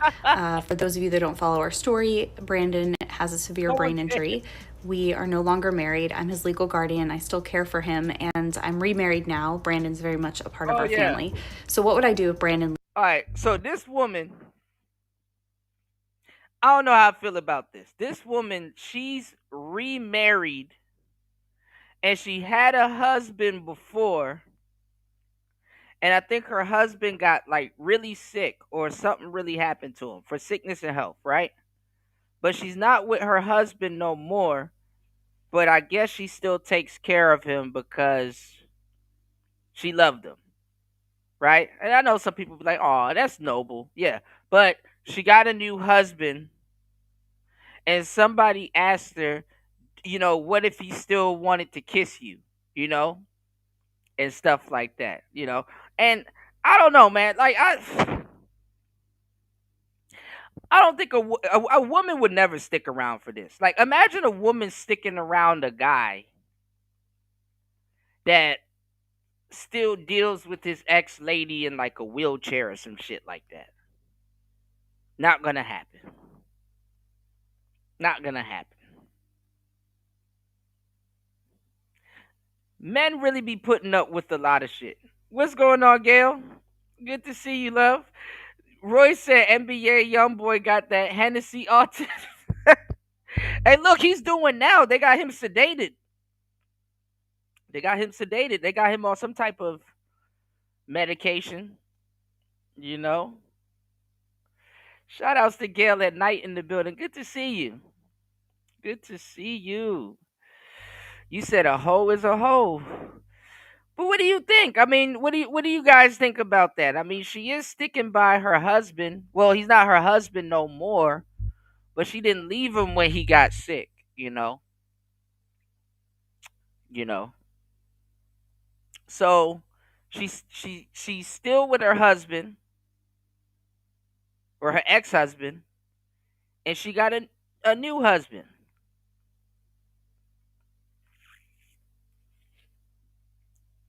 I'm just saying, us as men, we put up with so much. I know for a fact a woman wouldn't have stayed in that situation. You know, I don't even blame her. You know, but you know what? And y'all know I got stories for days, and I think I told y'all this story before, right? Let me tell you how fucked up. Let me tell you, I knew women were fucked up, but let me tell you how fucked up I found out women were, right? So, um, and rest in peace to my friend, because she passed away. Um, I got a friend, let's just say, right? And she was older than me, right? And she light skinned, beautiful. She looked like Ashanti. Like, she literally looked like she could be Ashanti's sister or something like that, But just beautiful and light skinned, and she had body, face, everything. Well, she was a friend of a sibling of mine, you know, and she had diabetes. And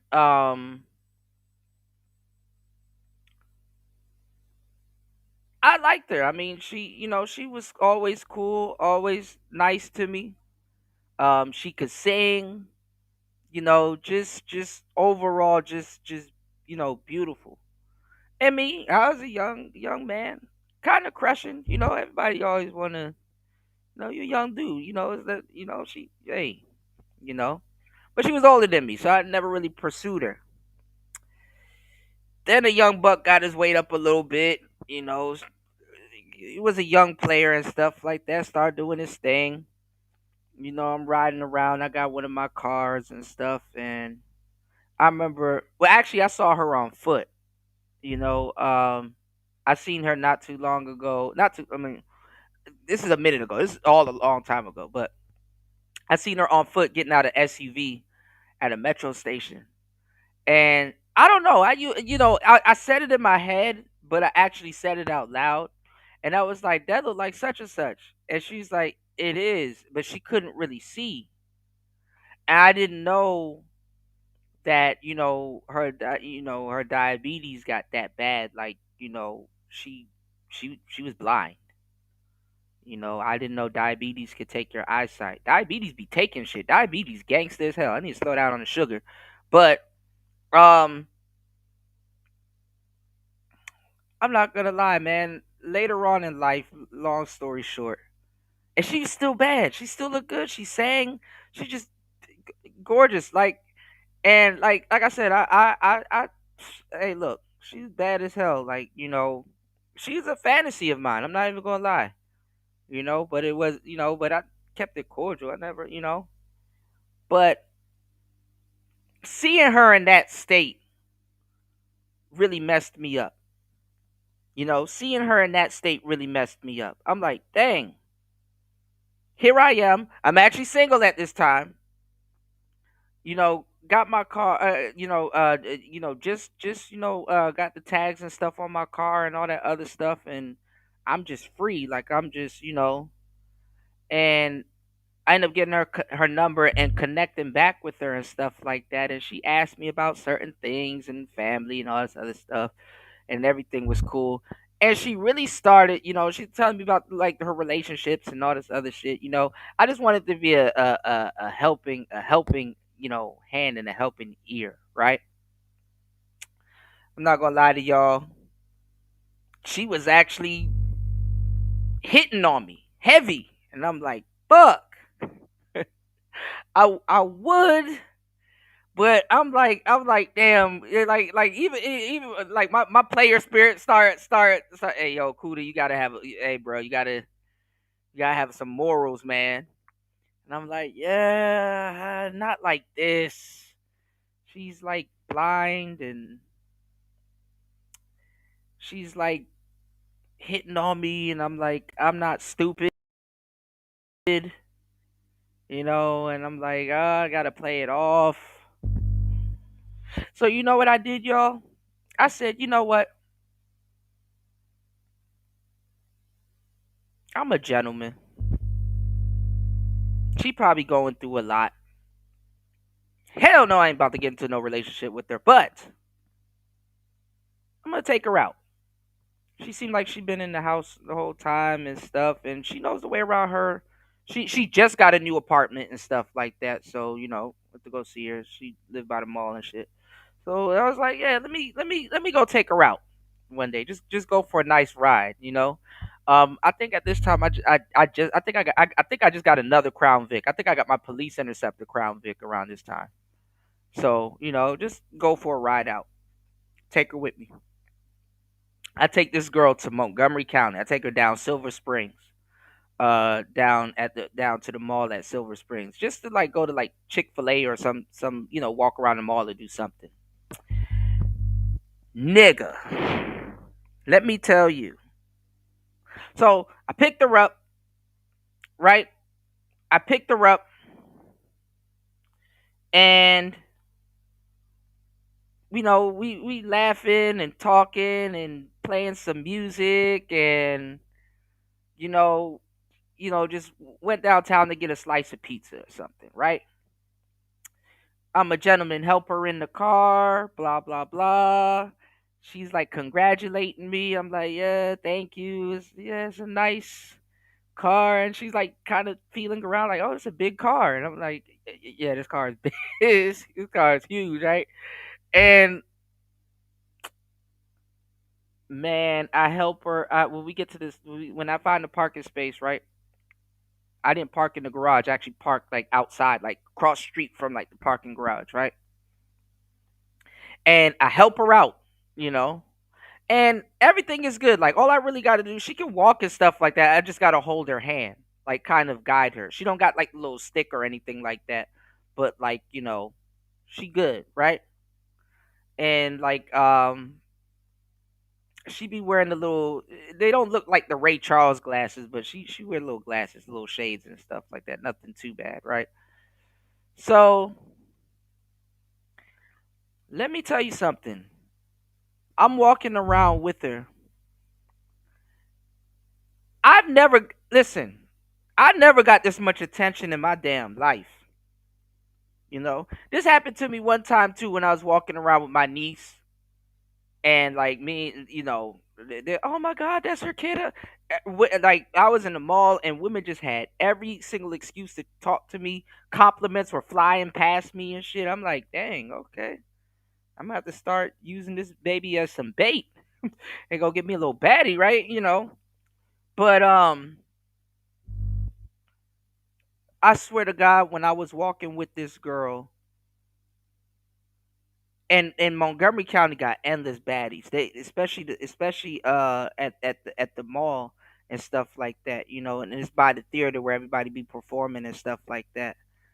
And they were just giving me compliments and stuff like that, and nodding and stuff, And I remember one lady was like, "Oh, he's such a gentleman," and all this other stuff, and women were making passes at me, and I'm like, "Bro, these hoes ain't shit." She's bad, by the way, but it's not that. I know it's not her. I've walked around with a lot of broads that draw attention, and I know it's not the being bad; it's the being slick.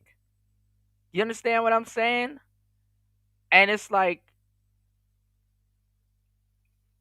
I was like, she was telling me how she had men that would like steal from her, cheat on her, and all kinds of stuff. And I'm like, yo, she's like dope. She got the best personality and everything and blah blah blah. And I kind of understand that she can't see, so dudes would be slick. But I thought about it. I'm like, bro, I'm a player, so I'm kind of used to this. I just didn't expect it, right? But I'm sitting up there walking around with her just for the little duration that we did walk around. I wasn't trying to walk around with her too much because, mind you, I got to hold her hand and stuff like that. So I'm just kind of walking around with her, seeing, yo, where do you want to eat? You want to get some pizza, or you want to go here, or blah blah blah. Check out the sneaker store, all kinds of stuff, just to get her out the house. I just felt that she needed a friend, a companion. I wasn't gonna, like, bro, when I tell you that walking around with her for that little bit of time, I'm like, bro, any nigga that is not used to women wouldn't stand a chance on this woman's arm. Because women are cutthroat. I actually got offended, because I knew her. If I didn't know her, or she was like some random chick and stuff like that, I ain't gonna lie. I ain't know. I'm actually a loyal person. Honestly, I'm actually a very loyal person. I wouldn't do that. I wouldn't be taking numbers. I wouldn't be cheating. I wouldn't do that. But like I said, like there really wasn't, if there wasn't really no attachment there or something like that. Let's just say just like a weekend or some shit. You know what I'm saying? I'm not gonna lie. I'm not gonna say I would be tempted. Wouldn't be tempted if the right person approached me. But I knew her, and she wasn't kind of, she kind of, she kind of, we kind of grew up together at a certain point in time in life. She used to come around the house and everything and stuff like that. So it's like, you know, I said, damn. I'm getting compliments and people looking at me and nodding and stuff like that. I'm like, dang, man. You know, Here I am trying to do something nice, and I'm like, I think I know a couple of the gump ass dudes that she used to date, and I'm like, bro, a good Samaritan wouldn't stand a chance around this woman. A good Samaritan wouldn't stand a chance. You know, wouldn't stand a chance. You dig? That's. I just had to say that I didn't expect women to, like a woman will see you doing something nice or a gesture for another woman, and immediately they want that. You know, and I know why women steal other people's men and stuff like that. But I'm like, come on, this girl is blind, man. It's like she don't know what the fuck going on. Them and me know what the hell going on, but she can't see it. I'm in mid conversation with her seeing this stuff, and it's like, man, you know, I'll never forget that. I'll never forget that. I look, man, when that was happening, I looked at God and I was like, I looked to God and was like, damn, God, this is bad. And some baddies too. It was like some bad joints too. Like, ooh, damn. But then again, I had to look at it like, dang, this is the lengths women would go to get a man. Like, honestly, that like that whole 666 and all that high value bullshit, that shit didn't matter, bro. That shit didn't matter. I guess if a woman see a man practice in court, this is why a lot of women gotta watch out for their man if they married. They gotta watch out for other women if they married, because you display a little bit, like, even it's not even PDA. It's not even a public display of affection. If you show any type of public display of courtship in front of women, automatically they try to test it. Women that ain't your woman and shit like that. It's like, nope, you know. All right, let me check the comments. Shout outs to Gail at night in the building. Good to see you. All right. Thank you, love. I appreciate that. All right. Shout outs to LT Man. There you go. What's going on, man? Gave you a couple shout outs earlier. Good to see you, bro. LT Man says, good afternoon, everyone. Hope everyone is doing well today. Much love and respect from the Shy, from Chicago, always. Yes, sir. LT Man said, getting my weekly massage. I know that's right. Definitely get it in, man. Get it in.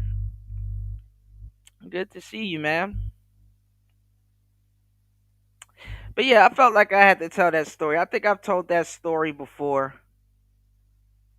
I don't even know why. I mean, I understand why I put myself in the shoes of the other guys, but I'm like, man, if this what was going on when your ex boyfriends or whoever you was dealing with was walking around you, they would have folded like a wet napkin. You know. Let me tell you, ladies. Let me tell you something. Sometimes, when your man cheats on you, or a man cheats on you, the like, a lot of guys give women a lot of credit for hypergamy, and it's like that's not what she was doing. A lot of women don't realize when their man cheats on them, it's a mind fuck, because yeah, he was cheating, but that's not what he was doing. And what I mean by that is, you would think this is crazy too if you don't have an eye for it as a woman, because the situation might be more fucked up than you think. You would think that man, you know what I'm saying? You would think that man has options because he did cheat on you, but in reality, he cheated on you because he didn't have options. You know, and depending on if you know your man or not, that might be a hard thing to decipher, because see, there's nothing wrong with, I mean, that's your choice. I'm not going to say there's nothing wrong. There could be something wrong with it. That's why I'm telling you this. But staying with that man could prolong you realizing that he don't have no choices. you know a lot of times when a man is properly loved, or he has a woman and stuff like that, you have pheromones that you leave on him, as he has pheromones that he leaves on to you. And what happens is, you know, women pick up on these pheromones. And then also too, when you have food at home, your demeanor on the street is a little bit different. You don't gotta, go to Popeyes, KFC, Kentucky, and blah blah blah. That's a metaphor. Your demeanor is different when you have a woman and you're properly loved. Your demeanor is different. Same thing with the woman. Y'all demeanor is different too. So what's gonna happen is, he's gonna start attracting women that he normally wouldn't have gotten. You know, sometimes this has to happen when you're shit testing him to see what type of man you have. You know, so he's normally gonna come women. He gonna come across women that normally wouldn't have gave him some attention. Especially if you pick out his clothes and stuff like that, or he wearing an outfit or something that you may have suggested or something like that. You know what I'm saying? It is what it is. But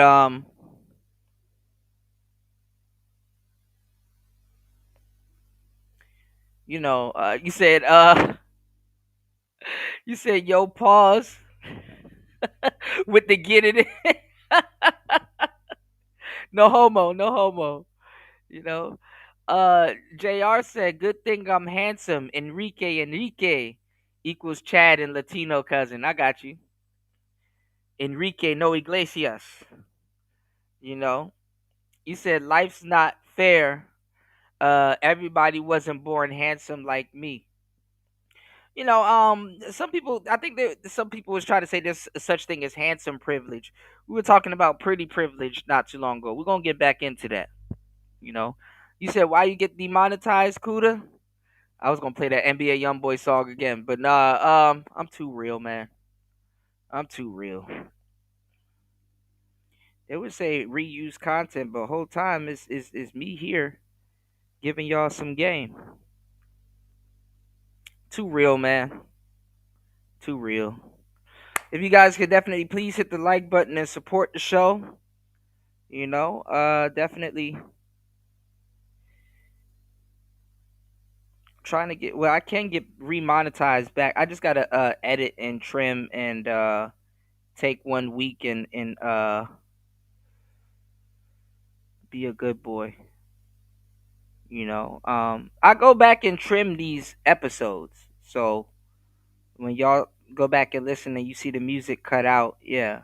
But if you want to watch these episodes in their full entirety, the best thing you can do, and I need everybody to do this also, is to head over to Rumble. You can watch the music and everything, and the mixes and everything is there. On Rumble. You know. I played some good shit earlier today too. I played Everlong from Foo Fighters. I played Pretender. I played Black Hole Sun from Soundgarden. I played some there's a couple of songs I didn't play. I played some Queens of the Stone Age. I played Go with the Flow. I played No One Knows. I played Chop Suey. Also earlier in today's mix from System of a Down. Yeah,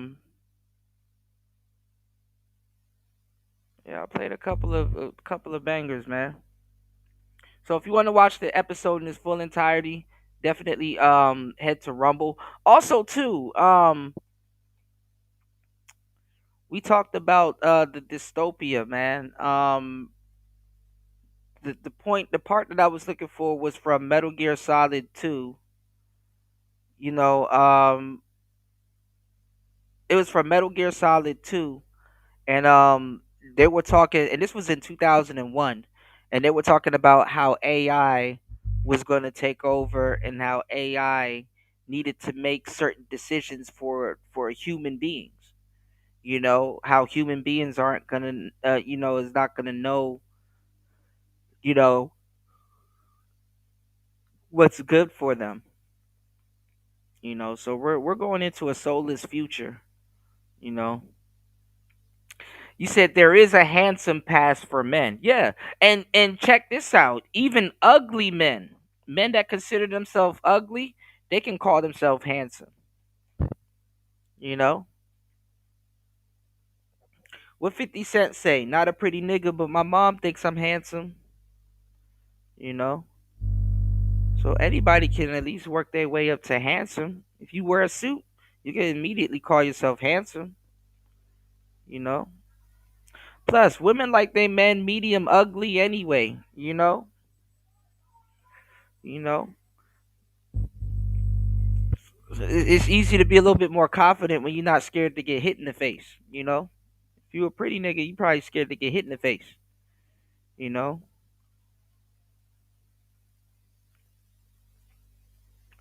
So I mean, it is what it is. They go after the medium ugly cats. That's their term, not mine. It's called medium ugly, you know?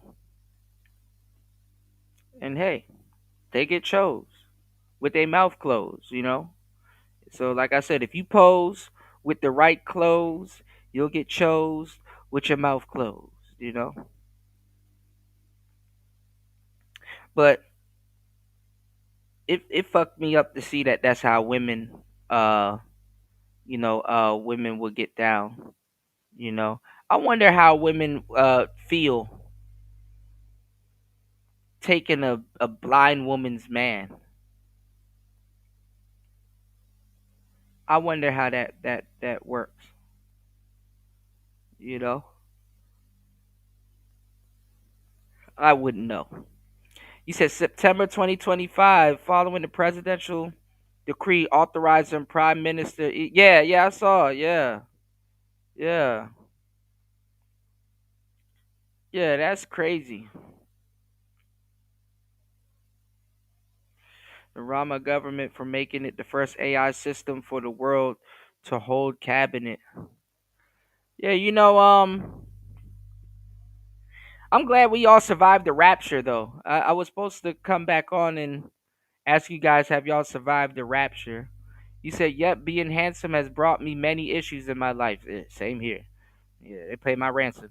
You said, many people are passive aggressive towards me for no reason. Too busy looking at your plate while their food getting cold. You said, oh shit, Trump moving troops to Portland. Uh-oh. Oregon. Don't shoot at them. Don't shoot at the National Guard. You're gonna lose Oregon. You dig? A lot of pretty women won't date you because they want ugly dudes, so they'll leverage against them. No, that's not really it. I mean, some, yeah, but when you're handsome, they already got a preconceived.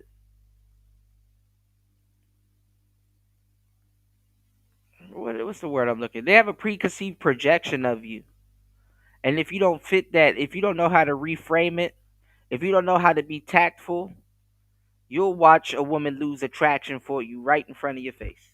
You know.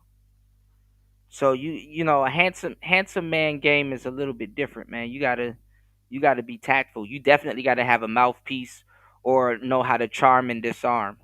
You know what I'm saying? You definitely gonna have to know how to really make what you say and do count. You know. You said Antifa about to get their ass kicked. That's hilarious. What's going on, Pepe? You said someone has been listening to some not butt rock and post grunge. No, not butt rock. What's going on, man? You said, "Oh shit, Portland, the land of the far left crazies." That's like the capital of the far left crazies. What y'all think he doing out there? Y'all think he about to try to make an example out of them people, or leaned in for a kiss. Well, first of all, over the years, I have kissed Brandon many. So anyway, my bad. Getting back to this, I digress. She has a husband, and her ex-husband is super sick, and she takes care of him.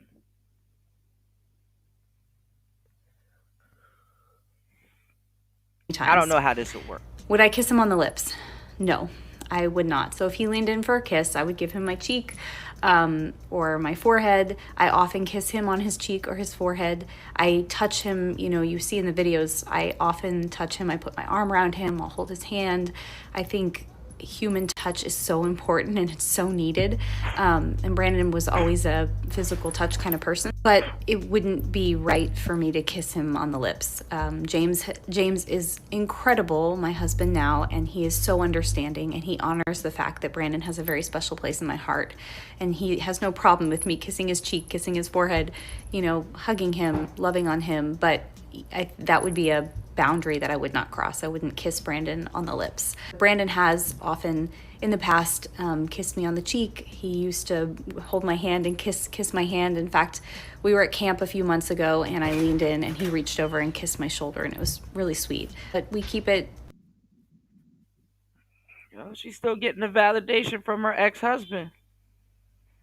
What do y'all think about that? Okay, I think I've heard the term butt rock before, but that should just sound crazy. Ass rock, you know. Yeah, I played I ain't gonna lie, Everlong was stuck in my head for a minute. Hey there, I waited here for you ever long. That's my shit.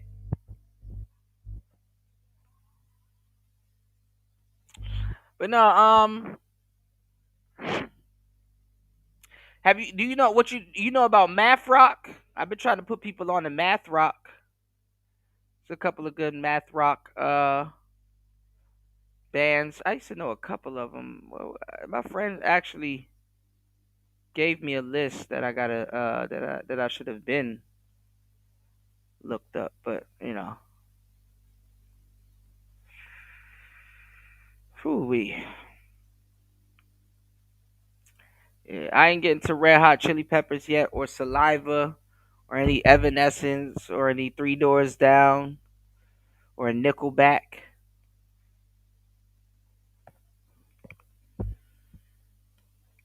Why I keep saying 7 Days Grace? Was it 3 Days Grace? I played 3 Days Grace. At that level, I wouldn't kiss him on. What do you guys think about this dynamic? She's still getting validation from her ex-husband. For real. I find it interesting. You know, a brain injury that leaves you in a certain way. Well, I mean, at least the next husband knows that if he gets sick, she probably won't leave him. I don't know how far that goes, but scary. Hey. You know, it kind of gives me like the same feeling I'd have if I had like dementia. Like this shit that alters your brain in a way that you're no longer yourself. But here you have a wife who, it happened to her husband. She obviously left the husband in terms of they're not married anymore. And she has another husband. But she still takes care of her husband. Her ex-husband. It says in sickness and in health. In sickness and in health. You don't get to leave your husband and get another husband because he fell sick. Even though taking care of him is cool. But again, people don't take shit literally. The more I think about it. Well, this is the thing though. Sometimes the love of your life gets sick out of nowhere and you're not ready for it. And they're not the same person that they were before. Like, you know, or like an unexpected car accident. You know, y'all probably were madly in love. You know, it's not always a bad thing. But then what happens is, right, something tragic happens. It's kind of like you died, but you didn't.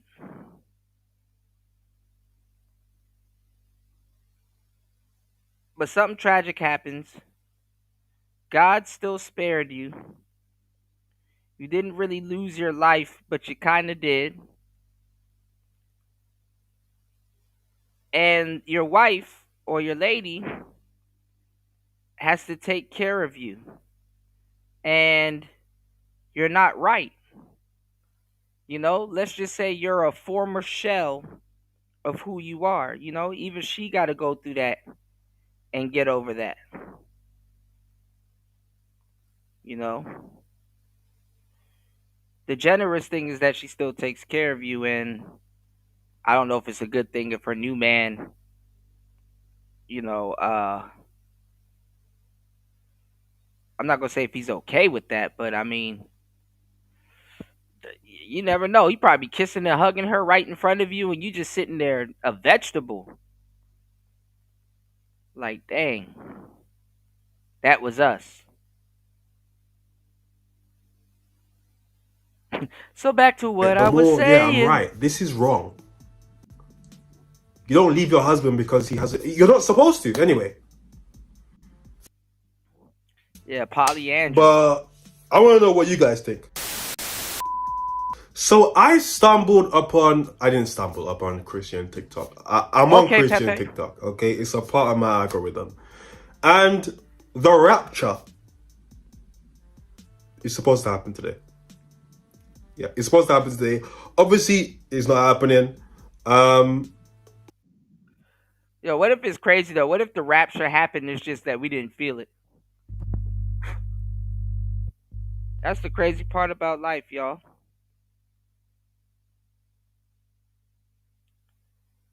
They said when you go, sometimes you won't even feel it. Canon event. Let's just get into it because this is ridiculous. Hi, so this is my last video. It's Monday, September 22nd.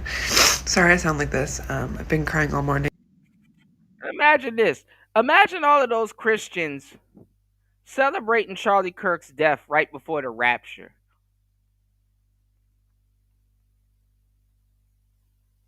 I'm just so excited to leave this place and be raptured. My family and I, we've just like called out of school, called out of work. We're just waiting around. We're all Yeah, 2020 was a biological rapture. too nervous to even go number 2 because we, you just don't know when it's going to happen. So we don't want to be on the toilet. That would be pretty silly. Yeah, be on the toilet. Go out If you're seeing this and you're still here, I'm so sorry that you didn't make it. You can try for Jesus. I can try to convince him to come back for you if you decide to be saved. But yeah, I don't know. At least you're here getting to do all the sins that you wanted to do and be naughty with your fellow sinners. I don't know. Maybe you can make the best out of it. But yeah, goodbye. Okay, I'm literally about to crash out. So I am super persuadable, and I've been on Rapture Talk for like the past, I don't know, hour. Rapture Talk. A couple things. First of all,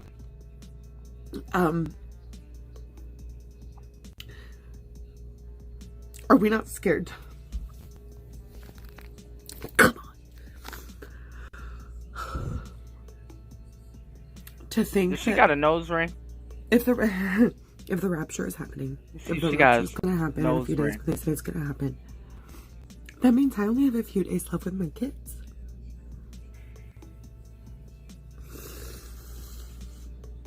Even if the rapture Probably took isn't her gonna nose ring happen, out.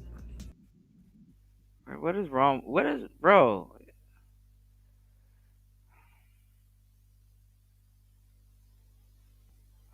Man will sleep with anything, bro. Like, it is.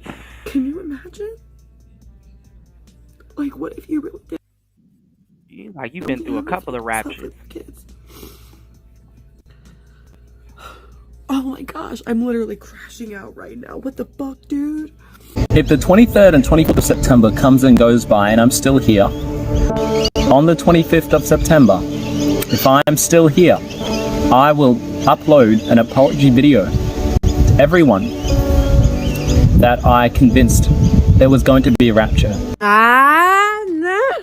Nah. See, it does not work like that, friend. You can't tell the whole entire world to sell and give their assets away and prepare to die. And then when y'all don't die, just say sorry. You know what I mean? People are changing their plans out there because you advised them, so you can't just come back and say All right, man. Yo, niggas just be watching weird shit on TikTok, bro. This is I can't do TikTok, bro. YouTube is good enough for me because I can press stop when I want to. That TikTok brain shit is real. I can't do TikTok. It's just reel after reel after reel. It's like, bro, does this shit ever stop? I can't do TikTok, bro. I can't. I'll go on TikTok. I'll probably post some old shit that I need to get up, like an old cigar review video, and then turn that shit off. I can't do TikTok. I can't. Shout outs to War Master sponsoring the show, dropping the huge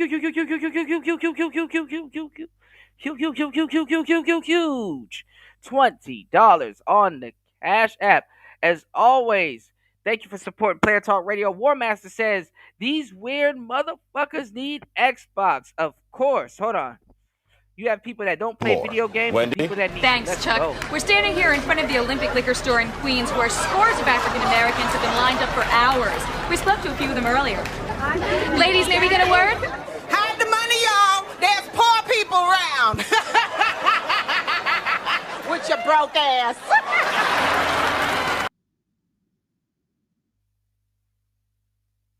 All right. Shout outs to War Master. Hold on, guys. Give me 1 second.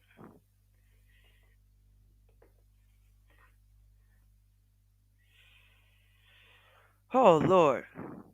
You said I don't even get on TikTok. You said TikTok is for women and kids. It's for kids. You know, it's for kids, man.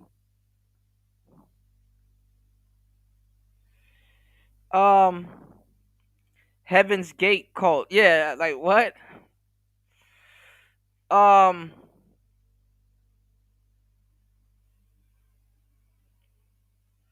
Let's get into the last segment. I don't know what people be watching on TikTok. It's anyway. You got women out here Guys, 20 repeating years stuff ago, that I've women did- said. Just look at women with social media. Check this out. Look at women with social media. I'll be right back. Hold on, guys. Guys, 20 years ago, women did not act like this. Now, to be fair, the 9s and 10s have always had the big heads. Always. But guys, you got women who are 3s, 4s, and 5s acting like they 9s and 10s. Well, why would that be? Why would all of a sudden women who are 3s, 4s, and 5s all of a sudden think they 9s and 10s? It's the affirmation. It's the day naps. It's the social media. Well, then y'all guys gonna say, well, AMS, wait a minute, hold on now, because those guys that they with, they don't even want them.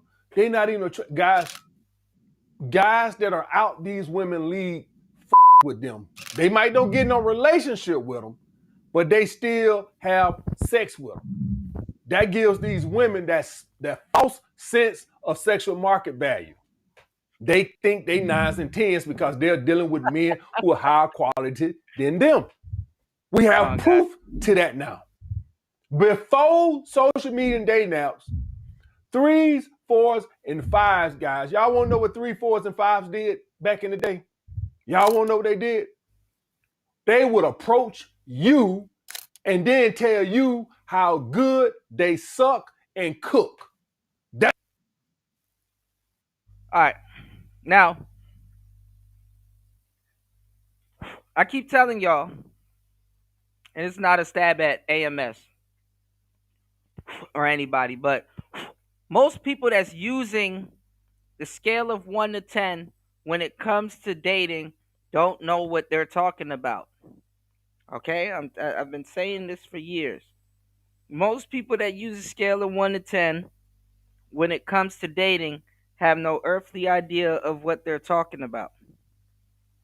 Second, because y'all get told that, you know, well, y'all think, and y'all get told that 5s get with 5s, 2s get with few, like when they present this to you, most people think in pairs. You know what I'm saying? 10s get with 10s. No, they don't. That's actually a horrible idea. 10s don't get with 10s. Like if somebody was to really tell you or talk to you about the scale of 1 to 10, it would negate all of the bullshit that they telling you about high value men, and it would negate all of the BS that they're telling you about the 6 6s. It will negate all the shit they'll tell you about how it's looks, money, and status and all that other shit. You know, you got to use a scale of 1 to 30. You know, the Patrice O'Neill scale. That has been the most brilliant, accurate scale ever, and it's just right because you're gonna you're gonna do it anyway. And that was one of the reasons why players stopped using the scale of 1 to 10, because the thing is that like like what happens is you put pussy on a pedestal, right? And like let's say you're talking to a 10, you're gonna try to adjust your conversation or your demeanor or whatever, or you're gonna put a little bit too much emphasis on it because you're like, oh, she a 10, so I gotta talk to her like she a 10. Or how I think tens get taught to, or how to pull tens and stuff like that. When in reality, if you talk to that 10 like a 6 or a 7, you're going to get her every single time. You're going to get her every single time. Or if you know what I'm saying? If how can I say this? Like I said before, fours hang out with, like sixes hang out with fours to look like sevens, and fives hang out with threes to look like sixes and 6.5 and 7 and stuff like that. If somebody's telling you the scale of 1 to 10, if you're looking at it realistically, sixes get with tens all the time, and eights and nines and sevens and stuff, fives get with sevens and nines and stuff like that. Like it's easy. You said some women just need a scale in general. They duck that scale, LT man. They duck the hell out of that scale. I swear to God, fellas, if you bring a scale with you on the date, and I'm not talking about no weed scale or no triple beam scale, see what I did there? Wink, wink, nudge, nudge. I'm talking about a scale, and you tell her to get on it, bro, that date is over.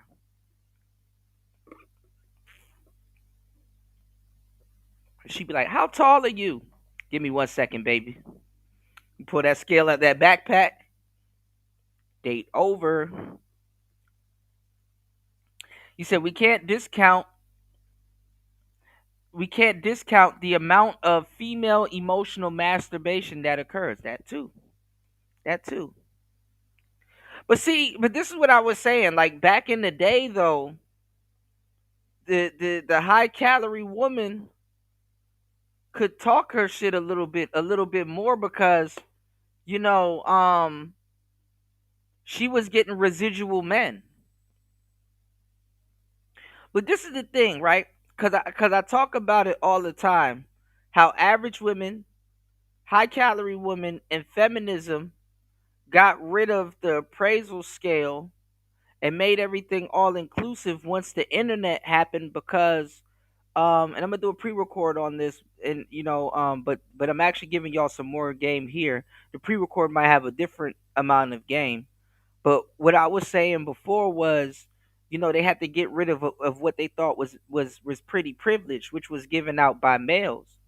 But in reality, they had to undercut actual pretty women and take that from them. Those pretty girls from back in the day, they weren't the brightest crayons in the box. There wasn't the sharpest tools in the shed. The lights on, but nobody's home. They can't land the plane. Their elevator didn't go to the top floor. You know what I'm saying?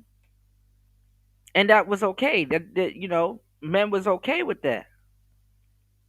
It's like, she don't need to be smart. I'm smart. She don't like before. Think about it like this, right? Cause a lot of guys, right?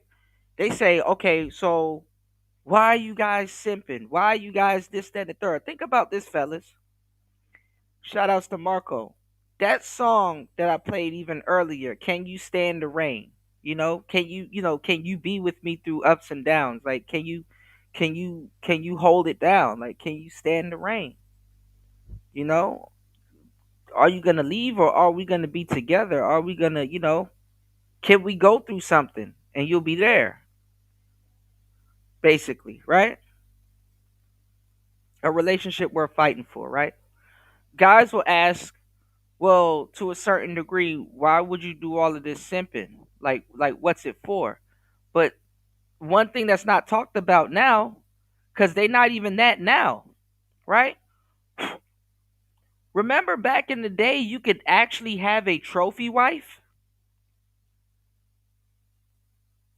And when a player or another guy see you simping, but that's your wife, it's a trophy wife, it wasn't necessarily, he didn't necessarily look at you like, yo, you in a fucked up relationship, you got to get out.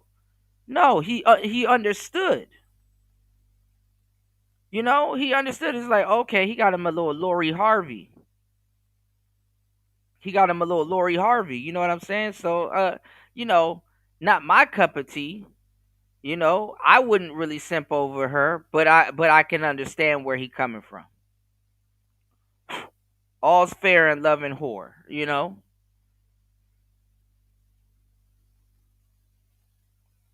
You know, I'm not gonna. You know, the soft shoe simping was a little bit justified, cause he, you know, pop hold it down.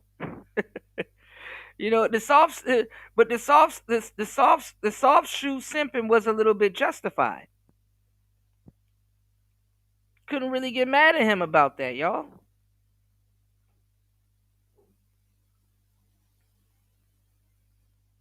You know, it's like, okay, he got him a little baddie. She, you know, she not super smart. You know, she not super smart, but you know, yeah.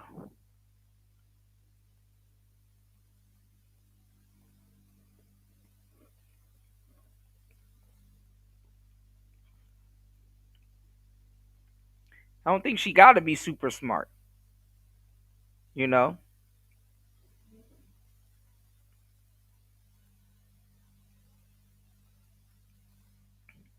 So, check this out.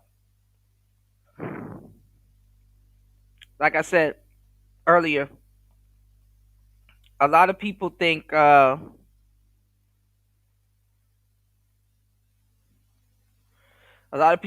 that you know the you know pretty girls are taken care of and stuff like that. And nowadays that's not true. You know, I used to think that they were spoken for, but you can find a pretty universal 10 working at Walmart. You know, they're walking around. It's like I don't know, that shit is crazy. It's like seeing a rare Pokemon just in your backyard. Like who who left this Mewtwo in my backyard? Like, you sure if I throw a Pokeball at it, nothing's gonna happen to me? I do got a Master Ball, and it's like it's just sitting there, like, baddies. They're just anywhere nowadays, man. They're just anywhere. Hold on, guys. Baddies are just anywhere, man.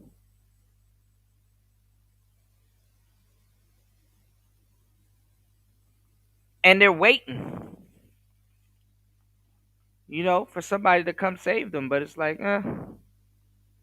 why would a Bernice Burgos have a hard time dating? And don't say because she's a bitch. Cause I ain't gonna lie, being a bitch didn't stop no woman, and being a bitch ain't never stopped no damn simp. It's something else. And even now, cause y'all be wondering, well, why are these celebrities be dating the same women? Because certain women can hold it down. Certain women, you can gift them a Bentley Musain or something that that you don't got no space in your driveway for, and they know how to take care of that car. Average girl don't even know how to change. Man, an average girl will fuck up a Hyundai if you let them. Much less a G-Wagon and shit. So sometimes you let your you gotta get a certain type of woman that know how to deal with some rich shit.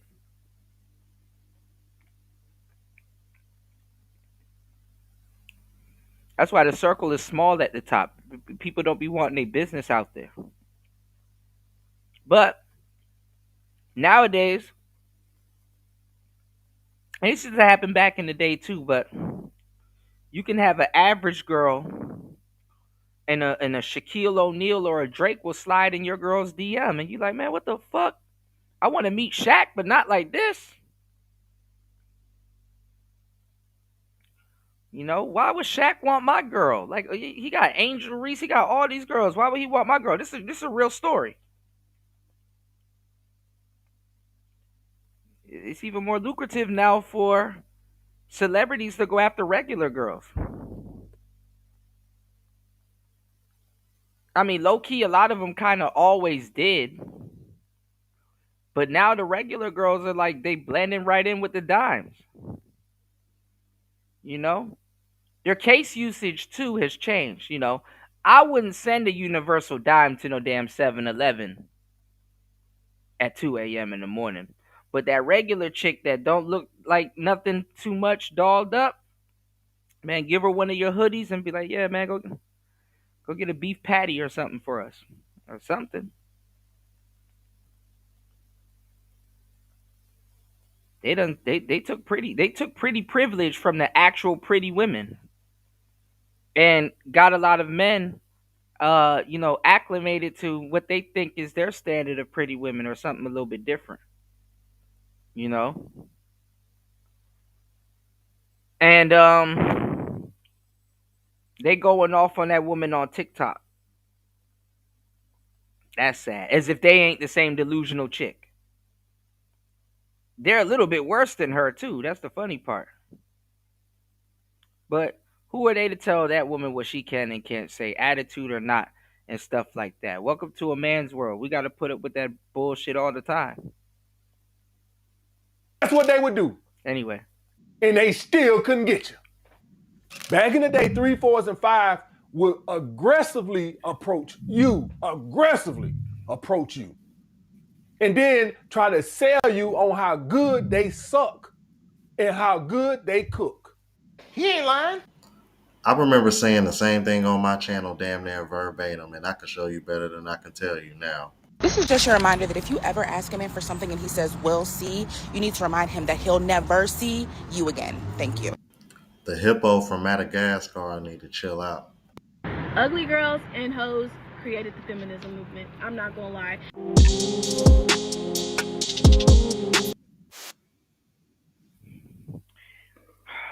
Royce, you right, bro. I need to start putting this shit behind the paywall because every time I say something, weeks later, that shit get regurgitated. Months and weeks and years later, regurgitated word for word. I'm like, fuck. Somebody's leaking information.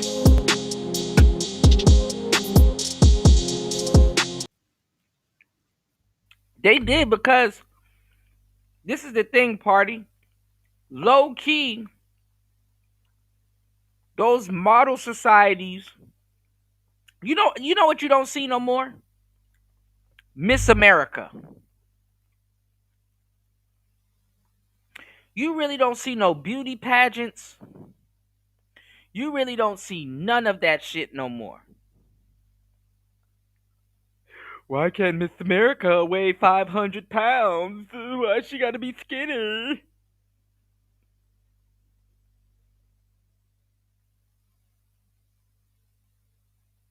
Playboy Bunny wouldn't take half the bras that's up there right now. Hugh Hefner is doing reciprocals in his grave. Why can't a Playboy Bunny weigh 600 pounds?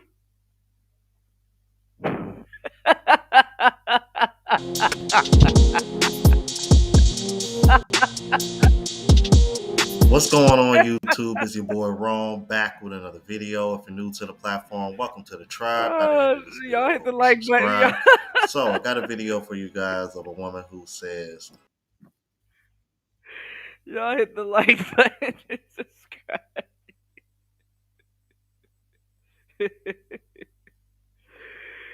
I'm just saying, why can't you're not a bunny, bitch. You a fucking kangaroo. They can talk about why can't a bunny weigh 600 pounds? God damn. Nigga, Hugh Hefner would get canceled. 304s and ugly women are responsible for the feminism movement. Maybe finally found a woman who is gonna bring some logic to this conversation. Without further ado, let's go ahead and get into it. Ugly girls and hoes created the feminism movement. I'm not gonna lie. Man, she listening to Player Talk Radio. How the hell she? You girls wasn't talking like this. Come from out of the clouds, baby. I done got a whole bunch of subscribers and shit a couple weeks ago, and I'm like, fuck, why? So, where is this coming from? If you think about it, every time you are out and you see a pretty girl and she has an ugly friend with her, what does that ugly friend do? And that's the thing nowadays. The pretty girls are by themselves. Instantly jumps into lesbian defense mode because she is an ugly Betty. The bitch is jealous. So when you try to talk to the cute girl, the ugly friend usually is like, leave her alone. She hates men. It's like, nah. He said social media gave social security check receivers at 30 years old a mic. Hey.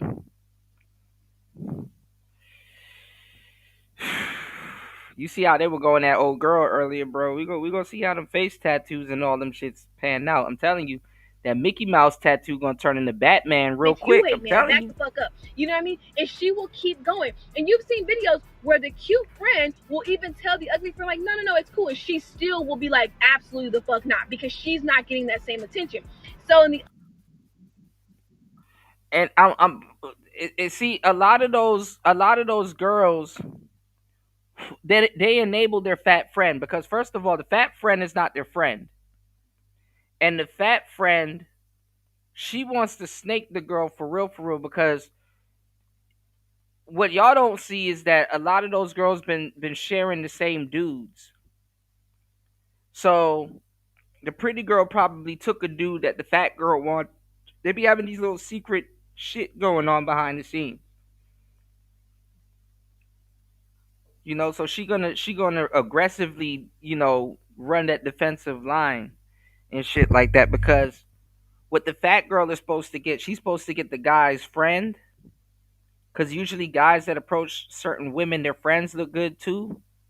You know, it's not like I befriended an ugly nigga to look like a better looking nigga. No, it's like, okay, we two cool dudes trying to get into something. My dude got to cover the ton of fun right now.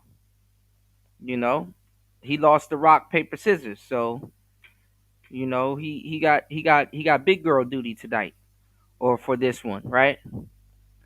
And what the fat girl gets is she'll get a chance with a lot of niggas she wouldn't have had a chance with. And low key too, can't just make fun of the fat girl because guess what? The fat girl, she a lot of times they cooler than the other girl.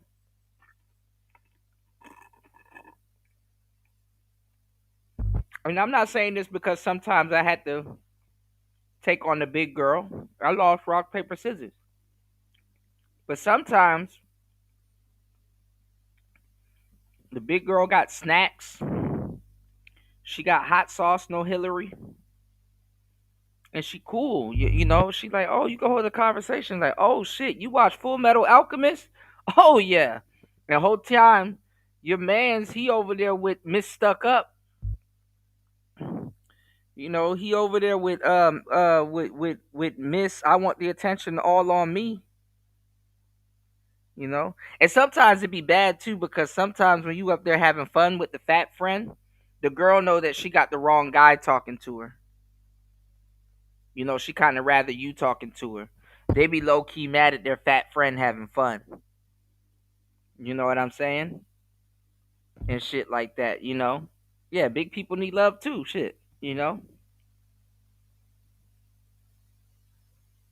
So that shit, that shit don't be working out the way that social media be like really telling people and stuff like that. Sometimes the bigger girl, she cool, super cool too, down to earth, have conversations. So low key, what they got is like a business referral partnership. Hey, you block these dudes. Sometimes I say yay, sometimes I say nay. you know, and the big girl, she probably got a couple. You know, she get a couple of residual dudes. You know, she get a couple of leads and stuff like that. You know. Yeah, I saw that. I saw that YouTube admitted, and I saw that Facebook also. I mean, Zuckerberg already came out and said he admitted, but I saw that they said Facebook admitted that they were censoring people during Biden, like on purpose. You know, unjustly too. They literally they said unjustly. I said, damn.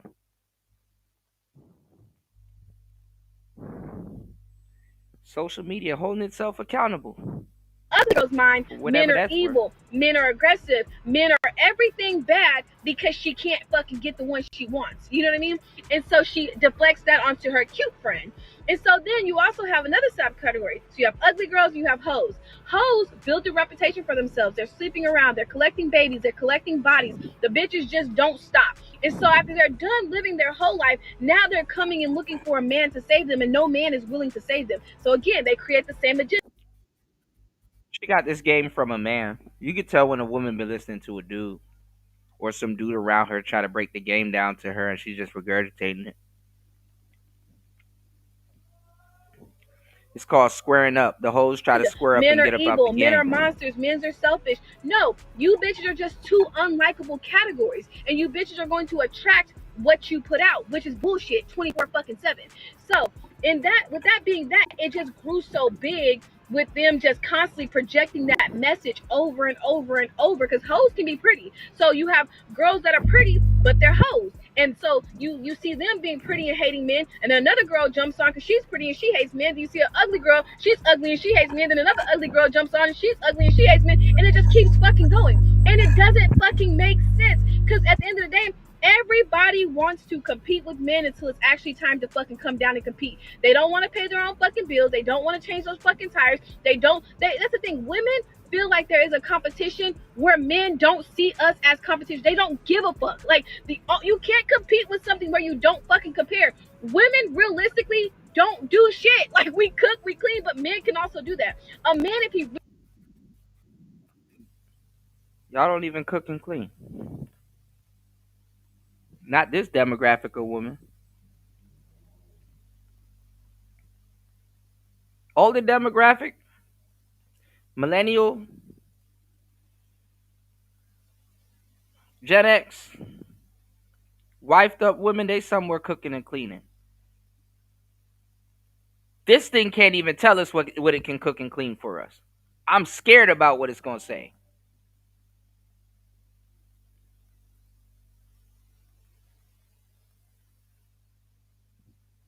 They will destroy your house trying to make some scalloped potatoes. Shout outs to Royce J. He said, yeah, bro, I got new concepts and sayings that I haven't put up on social media because I know they're going to steal it. Yeah, bro, it just pop up out of nowhere.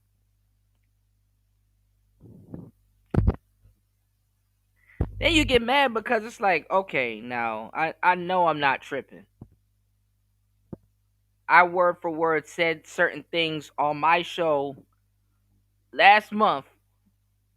And the next minute, oh, the new viral video done came out, man. There's some girl saying some stuff that you said, but guess what? No one gives a fuck. This been happening to me for years. I've even caught it blatantly and pointed out, and you guys have seen it in several instances. And the only thing I can say at this point is like, I send a prayer to God, right? And I said, God, I as much as I would like credit for work I've actually done and stuff that I've actually really put out there, I just sent the prayer and said, man, God bless all the guys that actually really did some real remarkable stuff and would never get their credit. Like the unseen names. Like people famous, good for them. But I look at certain things and be like, I know that ain't, being so any type of innovator, respectfully, you gotta look at certain things and be like, bro, I know that ain't the full story. I know that ain't the full story. You know, I can assure you that ain't the full story. You know, for sure. But here we are. You know, I heard. I was listening to Robert Kiyosaki talk about it's never too late to build a business. How like the Kentucky Fried Chicken man built a business at like 66 years old or some shit. And I was just listening to him tell the story and stuff like that. I'm like, damn, not once did he fucking mention the black woman that he stole that recipe from. Or I don't know. I think she sold it to that nigga for $5. I said, damn. I said, shit. They sold it. God damn. Sold the KFC recipe to that nigga for $5. That's what I'm telling y'all. Y'all niggas think we don't see you. I saw all of y'all niggas running around last week scared of Charlie Kirk. I'm like, what's wrong with y'all? Y'all niggas scared of the descendants. Charlie Kirk ain't racist. That ain't the nigga you need to fear. You need to fear them Colonel Sanders looking niggas. Them the niggas that used to wear the top hats and walk around the plantation and they know the slaves every fucking move. See, y'all niggas don't be really watching them slave videos like that. I don't fear no nigga that got no iPhone in his hand in a suit or a t-shirt on. Like, hey, nigga, get the fuck out of here. It's them niggas with the fucking general jacket. A nigga that look like he just got off a train. Them the ones you gotta fear. Fuck that. This nigga about to pull a monocle out his pocket. Them the ones you gotta fear. You said, or he probably made her cook some chicken for him and they took the recipe. No, she sold it. It was like an actual recipe. And I think like she like was like I think she fell on hard times and eventually it was, she got pressured into selling it. She sold it to him for like nothing. I think there was like an article a couple of years ago that her family was trying to actually get some type of reparations or something like that. Hey yo, speaking of reparation, y'all know who I seen running around these YouTube streets lying? And I liked her at one point. She was alright, but she's super fake. Hold on, y'all. Let me see if her ass gonna come up. Now all of a sudden she's FBA. Y'all gotta shout outs to my FBA cats. Y'all gotta do some coon control, man. Hold on, y'all.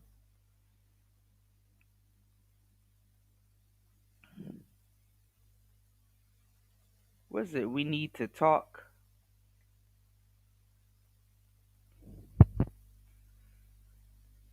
What's that fucking? Hold on.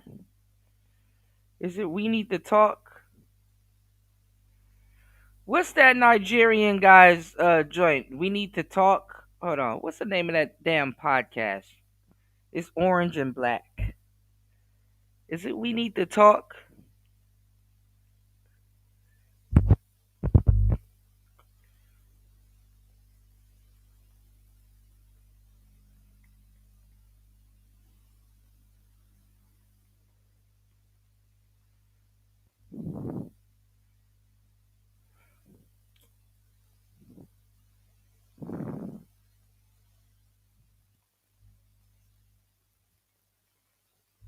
God damn, all these fucking podcasts sound the same.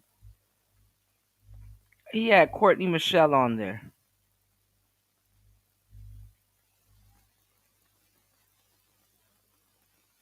She acting like she got smoke for Prince Seller. This is funny. Hold on. What's it? What's the name of that damn podcast? Y'all know what I'm talking about. Maybe we'll turn it around, 'cause it's not too late. It's never too late. Is it time to leave the manosphere? Courtney Michelle, 2 years ago. Why are y'all asking women about manosphere? stuff. She done grifted from the manosphere and grifted to Passport Bros. Here it is. It is called We Need to Talk. What the fuck? Why didn't it come up? All right. Look at this, y'all. Let me share this tab. Maybe we'll turn it around, 'cause it's not too late. Never too late.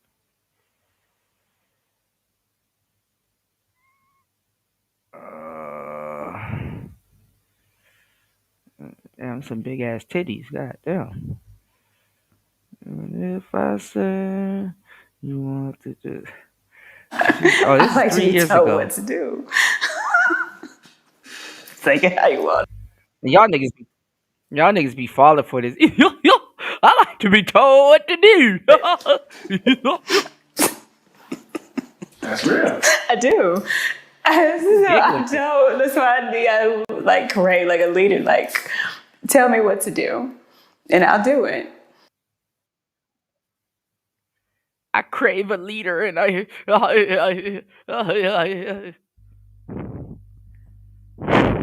why do y'all fall for this shit? I like to be told what to do. I crave a leader. Where your man at? Yo, War Master, I need to get this clip from War Master where he's like, take your hat off.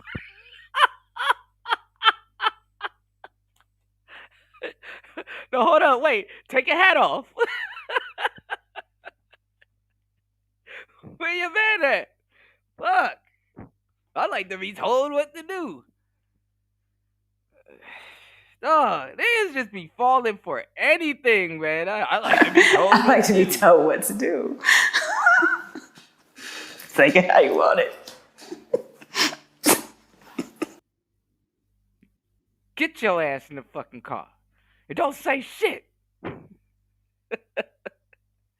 Don't tell me what to do. Really needed to, he could cook a fucking meal. He could clean a fucking house. A woman, no matter how, I mean, she would have to put some real logic together to fucking change a tire. Like, that's gonna take some fucking work. You know what I mean? I'm pretty sure there's women that can do it, but I for sure am not one. If you take 10 men, they could cook.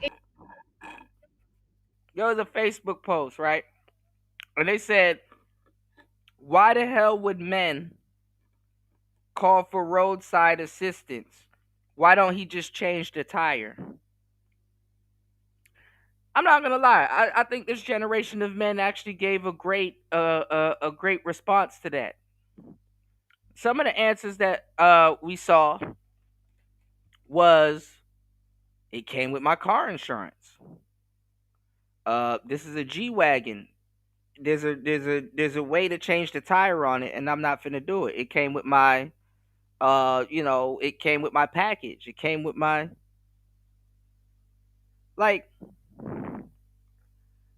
women are so, I don't know what's going on with some of these women, man. You want a high value? You think a high value man about to get on a skateboard and slide under a fucking car? A high value car? Like even Ferrari makes a joke. Lamborghini, all those Italian cars. You want to know what the biggest joke is? They will give you a toolkit. They will give you every single thing to fix the fucking Ferrari, right? Or at least jack it up and do some minor stuff, right? Because there's certain parts where they have certain jacks where you have to, like, you can't just slide first of all, it's already low to the ground. So you're not just sliding a damn jack under it. Like any old car. Second of all, you have to line certain parts of the jack up with the certain part of the car for the whole frame. Go look up a video of them towing or putting an SLR McLaren, if you know what one is, on a lift. You have to wire and screw the jacks and the lift into certain parts of the body of the car. You can't just lift that car up off the ground because it'll destroy the car. So for all these goofball bitches that get to ride around in these cars that don't know what the fuck's going on, it's like, man, why don't you shut the fuck up and go sit down? Use your damn phone and call a fucking AAA or something instead of watching. So anyway, you know what those Italian car companies, they do, even Pagani and all these other car companies, you know what they do? They give you all the tools to work on the car, right? But they give you white gloves. They give you white gloves made out of leather, by the way, too. That's the funny part of the joke. They give you really nice white gloves that you don't want to get dirty. And you know, when a man sees these white gloves, you know what that symbolizes? And they're nice too. You know what that symbolizes? Why the fuck are you touching your car? You know for a fact if you put on these white gloves, which look like they were made for driving. They look like some really nice driving gloves. They don't look like no gloves that you take and start working on the car. You want to know what they do? That those gloves deter you from using them. Cuz they're going to get dirty. Because you shouldn't be fixing your car. When you buy, if you buy a Tesla, you shouldn't be turning a damn thing on your car but that steering wheel or a clock. The people that buy these quote unquote high value cars, they're not sliding under them. Niggas will own a whole $500,000 car, never seen under it in a day in his life. So yes, you use your roadside assistance. Yes, you let professionals. Guess what? You're so much of a man, another man comes and brings you service. Women don't even understand that concept. Like a man gotta be on fucking eggshells and shit around the bitch. Every single thing is some goofy shit test that she don't know what to do. You know? Like, these women are leavable, and they keep telling y'all dudes to leave them, and y'all don't get it. I wish a bitch would judge me for calling roadside assistance, and that shit come with my insurance.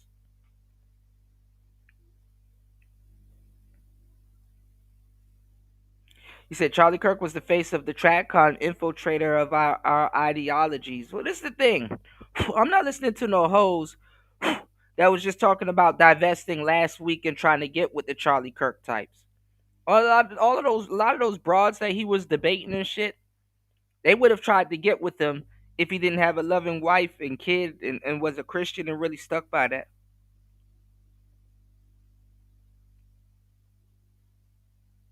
And people are trying to dub him the Martin Luther King. It's actually a tongue-in-cheek joke saying that he's the Martin Luther King of white people. And the funny part is that like Nick Fuentes would kind of be like the Malcolm X.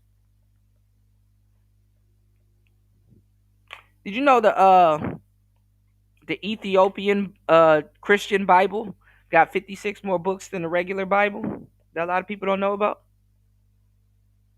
Some exhilarating stuff. Also, too, this winter, if I get around to it, I want to read this book, or at least go over the audio book with you guys, called The Gospel of Barnabas. A military man put me on to The Gospel of Barnabas. And this allegedly has the 18 years that Jesus disappeared, you know, and was denying that he was the Son of God. You know, so it might be pretty interesting to check it out, you know. But a lot of brothers dropped the ball on the Charlie Kirk thing, man. You know, he didn't spend a bunch of time talking about black people. Black people try to act like he was talking about them every day when he wasn't, you know. and it was just a lot of butchered clips and stuff like that. I'm like, this is disgusting, man. If somebody's a bad person, they're a bad person. You don't got to go out of your way to prove that they're a bad person. If they're bad, let it stand. you know. But you see, like a week later, oh man, I went down the Toddy Hook rabbit hole. I didn't know he was a. I didn't know he was a. I didn't know he was a devout Christian. I didn't know he opened up a couple of institutes for black people. I didn't know he paved the way for this brother. I didn't know he like damn dog. That secondhand embarrassment was atrocious. I got to show y'all this video of Aries Spears talking about it, and he was getting debunked the whole time. And on the next show, because this show is kind of running too long. Damn, 9 hours and went by so fast. I got to show y'all Stevie Kirk. Stevie Kirk and Abba had a discussion, and I saw a little bit of it, right? And they seemed like they were chilling. They seemed like they were boys. They seemed like they kind of, But then when Abba got back around preach, right? He kind of flipped it. Abba be flipping the script, y'all, flipping the narrative, you know. And I guess it's because some people was like, well, oh, Stevie Kirk kind of beat you in a debate, or I seen it mixed. I seen people was like, yo, Abba was actually cool, and then I seen some people was like, oh, Stevie Kirk kind of got him in this debate, and then some people was like, oh, Stevie Kirk got washed or whatever. So Abba, when he got around preached, he started talking a little bit spicy. Went on his show and started talking a little bit spicy. And it's like, dang, from what I saw, they had a good dialogue. Because y'all, and we were talking about this earlier. With these debates and stuff like that, it really should be to teach. You know what I'm saying? I know with the Charlie Kirk situation, it really wasn't teaching because he was talking to people on campus and stuff. And like people was making excuses like, oh, these are kids and these are, which they are to a certain degree, but the standard of college has changed, What do you mean that everybody are walking around college as a kid? You got 40-year-olds going back to college and stuff like that. They can easily go up there and go talk to that man. The manosphere in his infant stages, we were talking to college kids. Now, imposters are running all around this motherfucker, talking to random people. Like that's not how we used to do. We used to actually talk to people that had, a student to a certain degree back in the day had a high position in society.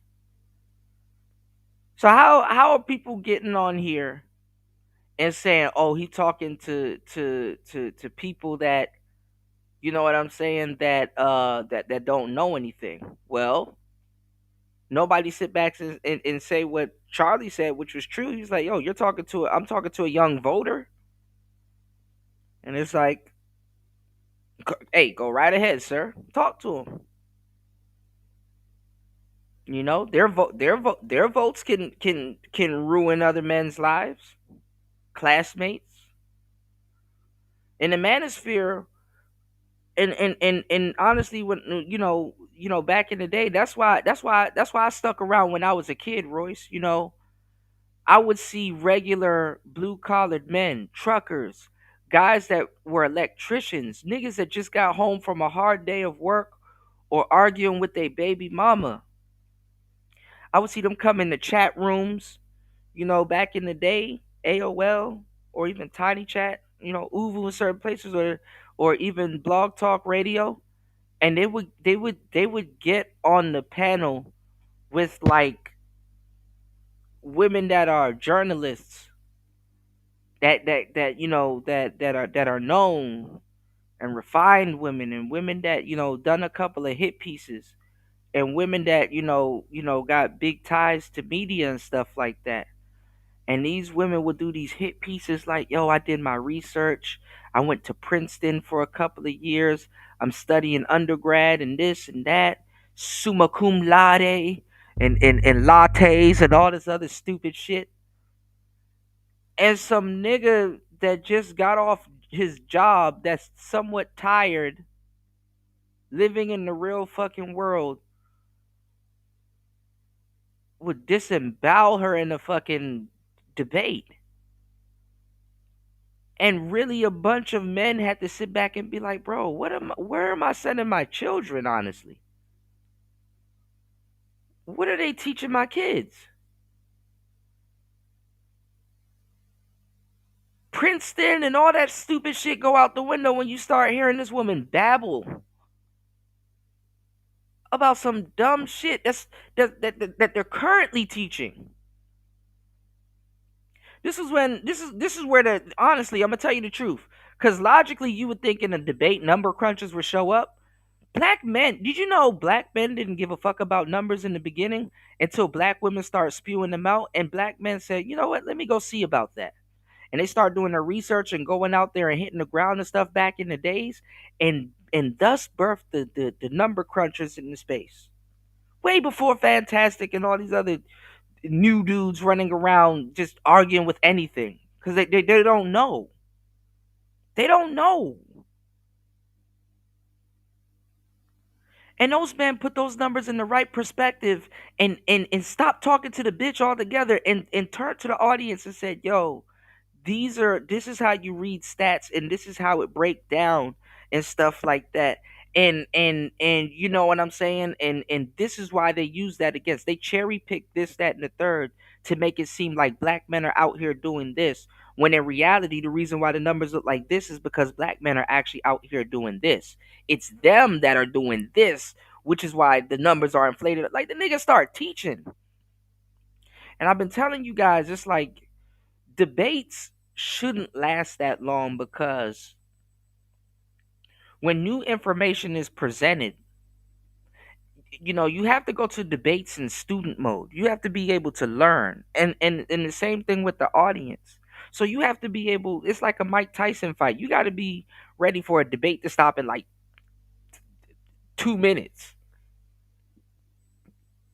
Because when somebody start presenting you information and they start lacing people with the game, and the person that previously thought they were right, it's like, okay, I spent 15 years believing feminism was this way, and I don't want to feel like I spent a long time believing the wrong thing, but here comes this guy that knows a little bit more of the subject or knows the subject from a different angle, and he's sitting here and telling me that feminists are anti-family, and actually how everything kind of progressed, I'm taking actually more of the misogynistic approach, because the level of feminism that I'm talking about got more extreme than any patriarchy that I can just arbitrarily just throw out there on them.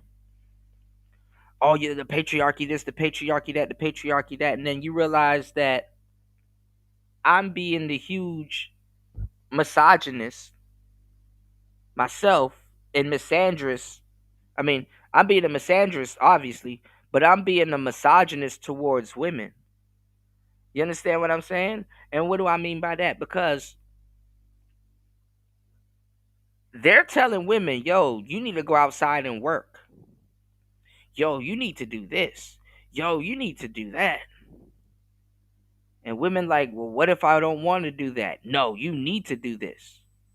And one of them lesbian girls, you need to pick up a girlfriend too and protect and provide because you're already working and shit. Like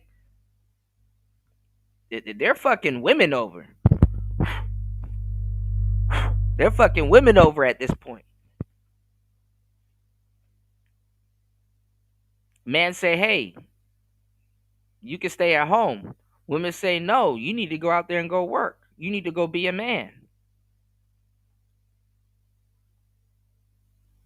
There's a level of accountability that comes with that feminism bullshit.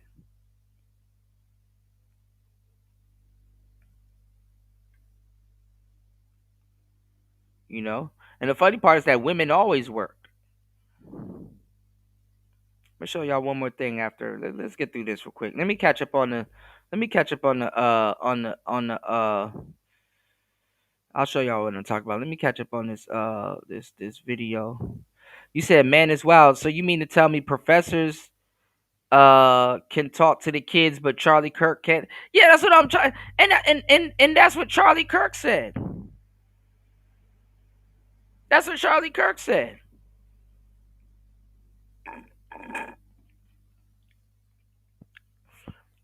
And we've been saying that, and shout outs to Andrew, cause he next up. I'm like, damn, Andrew just got promoted. He don't even know it. God bless him. Cause the thing is that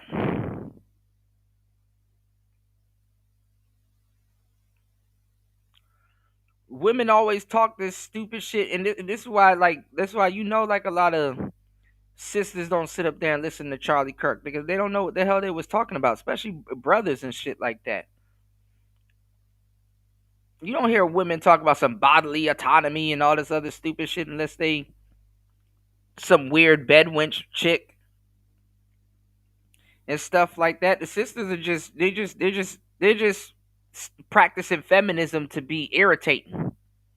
You know, they just practicing feminism to be in the fucking way. That's really what it is. It's a cheap form of trying to get attention. They don't. Black women don't know what the fuck they talking about, especially when it comes to feminism. How are you gonna tell somebody to be loyal to the black race? Like oh, Charlie Kirk is the problem. Charlie Kirk was never the problem. Feminism is the problem. Feminism has always been the problem. I'm not listening to no pro-black feminists. Feminists are anti-family. They're anti-family. You know, that shit is a misnomer. It's a non sequitur. Like I'm not arguing with no black feminists. That shit sounds stupid. You cannot be a black feminist. It's impossible. It's an oxymoronic statement. And these dudes, they don't know. They just want to talk to somebody. They just want to be on record talking to women. It's like, bro, I'm good. Not talking to no stranger broad that got nothing to do with nothing on some random panel about no fucking feminism. She don't know what she talking about. She can't even hang with the car. Why is she even talking? Cause you know what's even more funnier about quote unquote black feminists? They don't even practice black feminism. They're just irritating. These hoes ain't going to no fucking marches. If they did, they'd get kicked out. Or be up there fighting.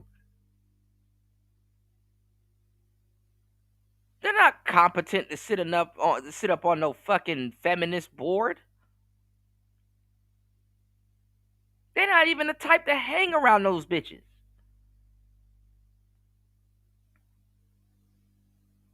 Abba and Preach are red pill adjacent. They just fucking around. When there's no red people to go after or attack, they do red pill content.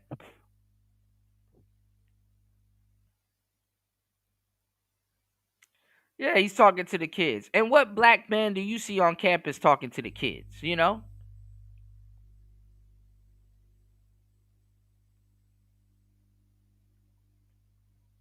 Now they done created a whole bunch of martyrs, man. And black ones too. Now, remember I told y'all the first week before, the next day, the same day actually when it happened. I said they're going to turn that man into a martyr. Black people going to start going down the rabbit hole.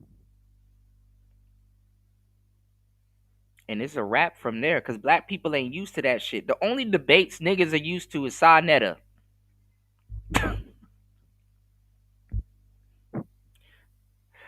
Like, that shit is funny.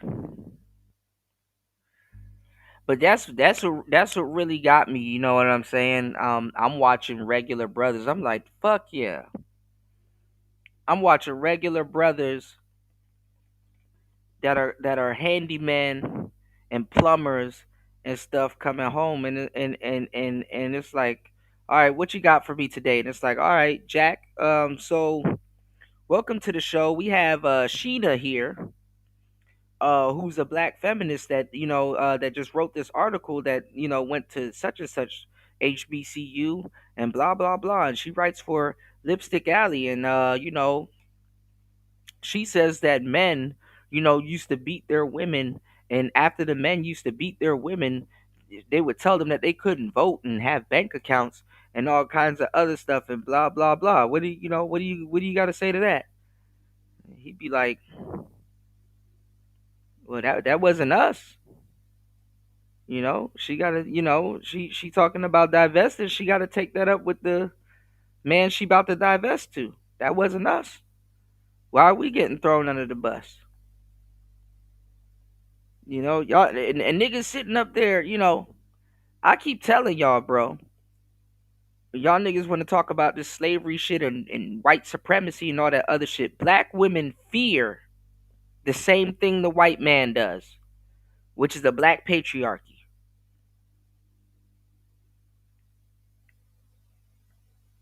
Black women fear it. Don't want it to happen. They actually don't want it to happen no more than the white man.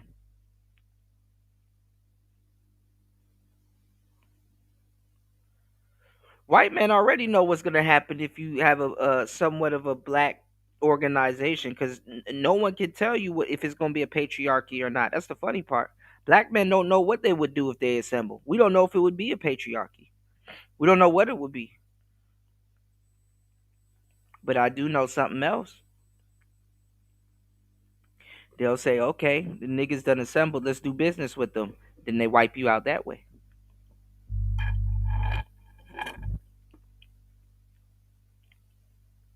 No way in hell you about to build a utopia under our watch.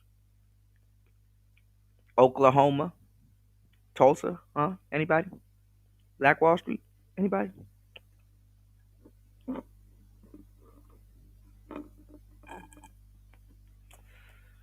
Oh boy.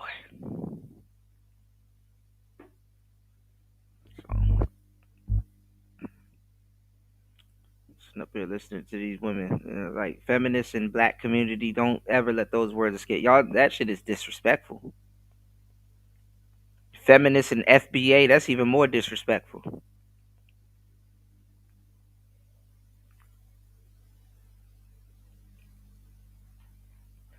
When they realize that Charlie Kirk got a wife and kids and shit like that, and it's like, oh, okay. Now all of a sudden, Miss Feminists want to talk about what happened in the black community. The fucked up part is that Charlie Kirk knew more about the black. White people know more about black history than black people do. You know that? She was like, slavery started in 19. He was like, actually, no, it was in 17. Such and such. And she was like, it did? I didn't. If a black man had sat there and looked at that woman and said, no, slavery started in 17 something something, she would have argued tooth and nail that he didn't know what the hell he was talking about. It only take the white man to say it once. You don't got to tell a black woman twice that his ice is colder.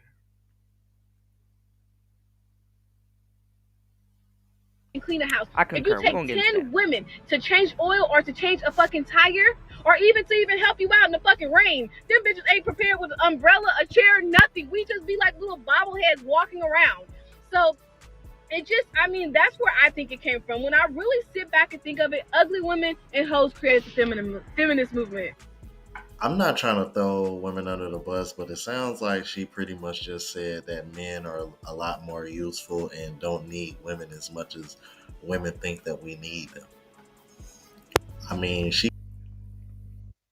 Actually, Margaret Sanger and a couple of white women that didn't want to be equal to black women created the feminist movement and the eugenics movement to eradicate black women. and y'all took y'all nosy asses because it was, I've heard helping and serving the black man in slavery. I heard the black men only fought for civil rights because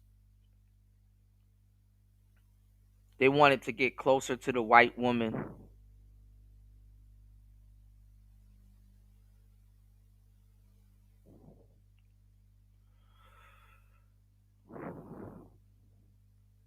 He said, "Is it the white man or the Jew?" He said Charlie was well read. He really was. He really was. He really was. A lot of white people are well read. You never really see them when they do their history, though. That's the crazy part. And they know a lot. You know? Black people just be learned, man. I can't even, let me charge this thing. I can't even begin to tell y'all how embarrassing it is to be black and actually it makes you feel like you learned shit for no reason. It make you feel like you learned shit for no reason. Party. Let me say this, right? With the Vatican and where all our stuff is held, it's best they keep that shit. Cause we would have we at this point black people would have destroyed that shit. It's best they keep that shit. At this point, I'm not even mad. Yeah, keep that shit. We'll come back for it later at some point. They're afraid of that, but we'll get it later.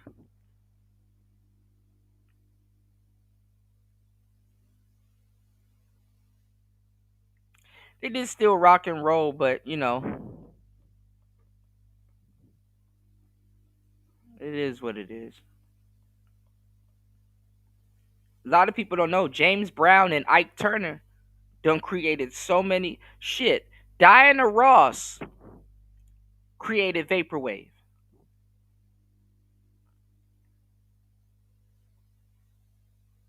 He gave you quite a few examples, especially, and I like the part that she brought up about not wanting to pay their own damn bills, because they're more than capable of doing that now because y'all fought for the right to be able to provide for yourselves, and y'all don't have no problem coming on this here internet and bragging about how much you don't need a man, although you expect a man to come in and pay for everything, which is like some of the most contradicting shit I've ever. And you can tell the average and below average women have really like been brainwashed and bought into whatever it is that has been sold to them, because I came across quite a few videos of women pretty much being delusional with their standards on their end. Like the most obvious ones. Check these out. And what do you think is the percentage of men that are over 6 feet? 40? 30. 14.5. Really? There's a lot more short kings than people realize. That's a tough one. Probably not a lot. Maybe like 70%? 14%. Okay.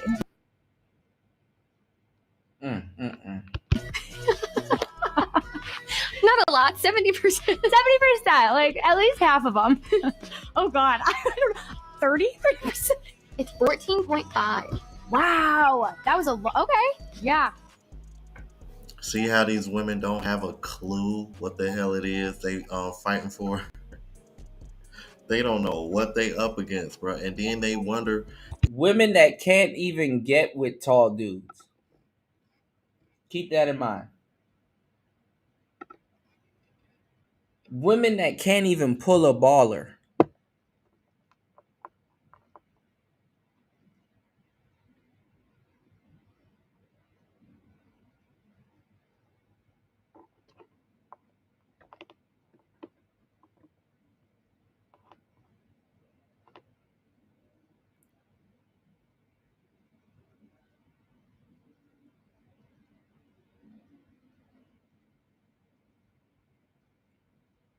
Can't even pull a baller.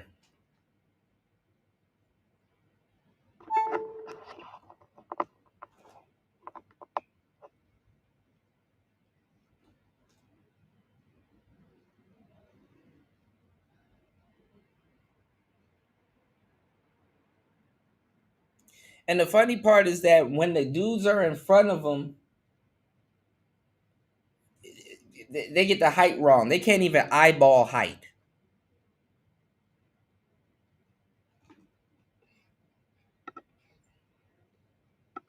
It's like, it's no wonder why so many of them feel like they can't find what they're looking for, because they don't realize how much They're not looking or how rare it is that they're not looking for shit. They're just waiting for shit to come to them. They're not looking for a damn thing. They're looking for something to come to them. what it is that they're looking for. 14 and a half. Ask them what does looking for a man look like. I don't know. I just go to Chipotle and just wait.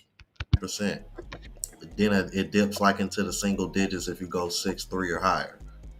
And you know how some women are crazy with it, like, oh, he got to be at least 6'4", 6'5", 6'7". I done heard that bullshit too. Never had a tall man in her life. Goodness great. I'm like, and now those women are hating those men and complaining about them because all y'all desire them, and they're like, well, shit. I'm like, why would I have just one? All y'all want a 6-foot dude, and it ain't many of us. Wait, look at his profile first. Oh, he's 5'9". Sorry. Oh, 5'9". That's a little short. You're 5'9". You're 5'9".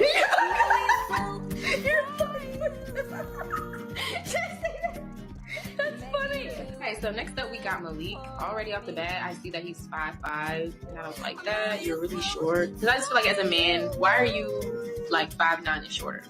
Oh my God, he's shorter than me. He said he's 5'1". 5'7". Damn, he's 2 inches taller than me, which means you're actually my height. He's 5'6". We don't discriminate. We kind of do. We don't. He's conservative and 5'6". Pick a struggle. That's true. Can somebody explain to me how the hell does being conservative and 5'6" make you have to choose between picking one over the other being a struggle? That didn't add up to me. What is it about being conservative that's a struggle? Because he's 5'6". How does that equate? I don't understand the correlation between the two.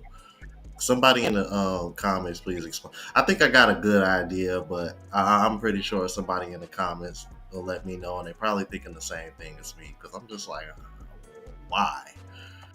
And I don't know if y'all caught the caption at the top. It said the most empathetic gender, by the way. Yeah. This is the same gender that is shaming men for not having empathy for them. Meanwhile, they over here shitting on the same men over things they can't control. But okay.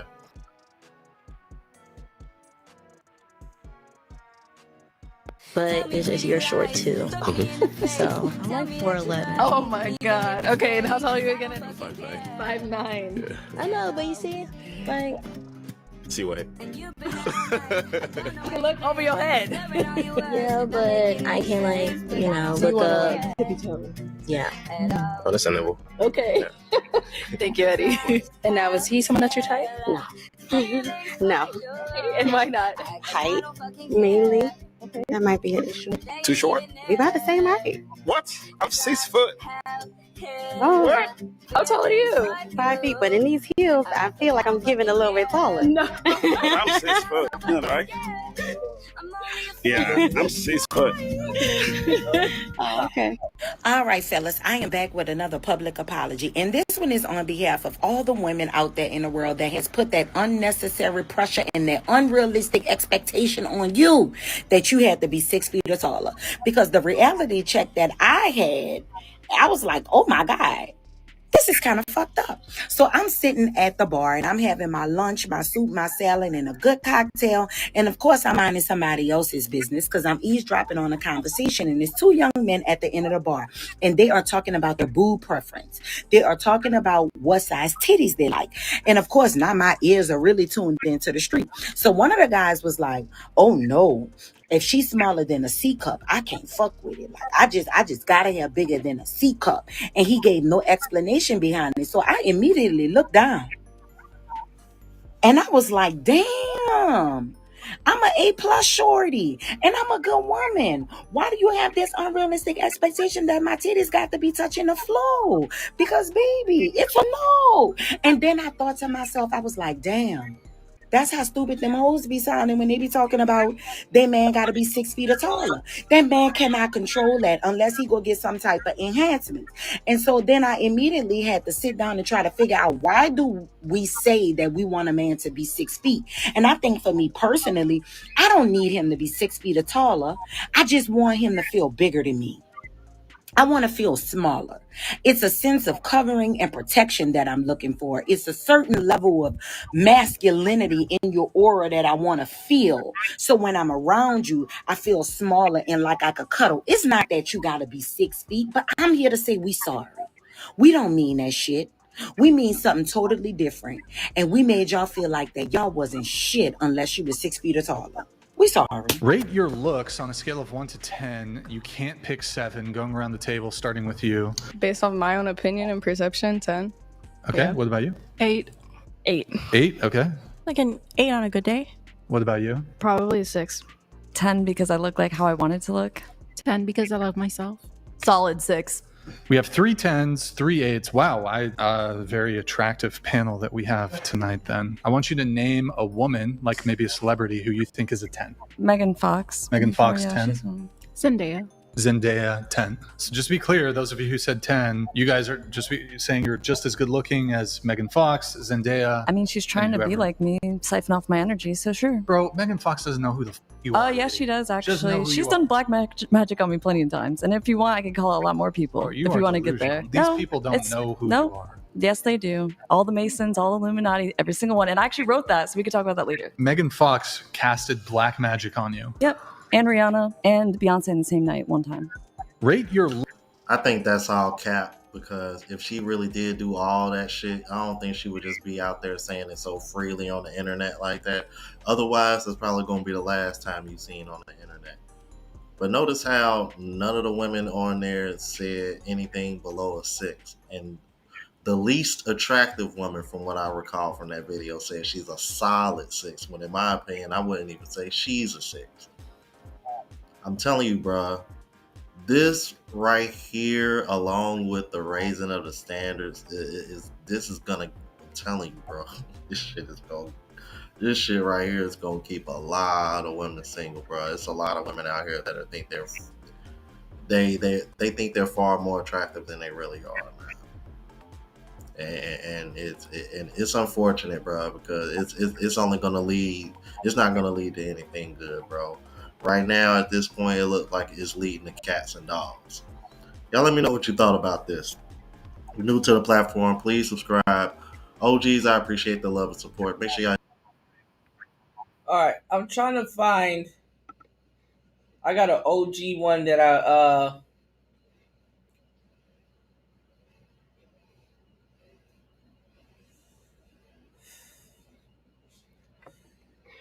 This is an OG debate here. Give me 1 second. I'm gonna let this play while I try to find the actual one that I'm looking for real quick, and we'll close out with that one. Please hit the like button, support the show. It's Player Talk Radio. Let's get it. If the question is labels, I can't speak for any other LGBT No, it's not just person, labels. but It's definitionally, if Brian says he's a lesbian, what makes him a liar?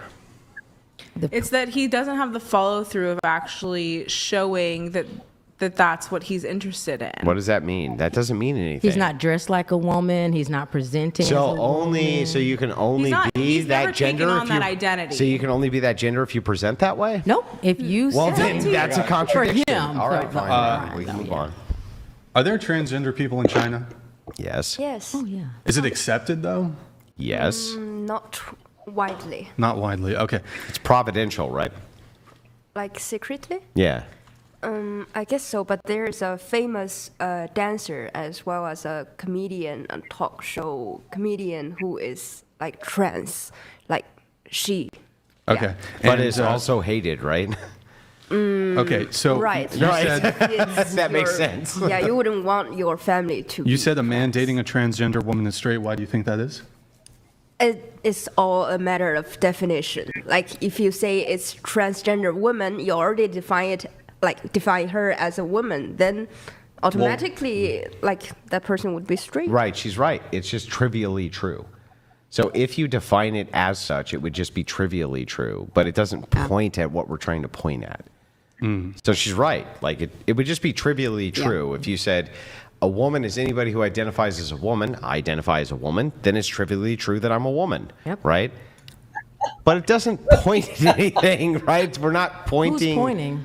I feel like I'm in the middle. I understand what you're saying, but I understand the people who have that mindset. Yeah, because as anytime well. we make a definition of anything, we want it to point to the thing we're pointing to, right? Why does any human feel like they need to define or point towards any other human sexuality? Because or what we they're couldn't doing have behind closed communication doors? if we didn't have definitions for what we're trying to communicate. Well, that needs to change. No, it doesn't. If I I'm feel like smoking a cigarette and everybody knows what cigarette means, and you're trying to convey the information that I'm smoking a cigarette, but I'm actually chewing gum, does it make sense that you say cigarette for gum if nobody understands what you're saying?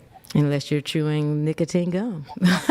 Yeah, but you see what I mean? Like, you just made my point for me. It's that the reason that in this circumstance of the example you were giving before with the son and the transgender girlfriend, it's that you wouldn't specifically say, is it gay?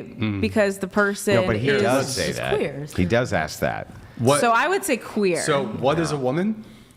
A woman, I mean, oh my gosh, I have to get into it. Like, Yes. a woman basically is usually a person who is born with a vagina and the genitalia of what we typically would know as a woman. Usually he's doing a lot of heavy lifting there.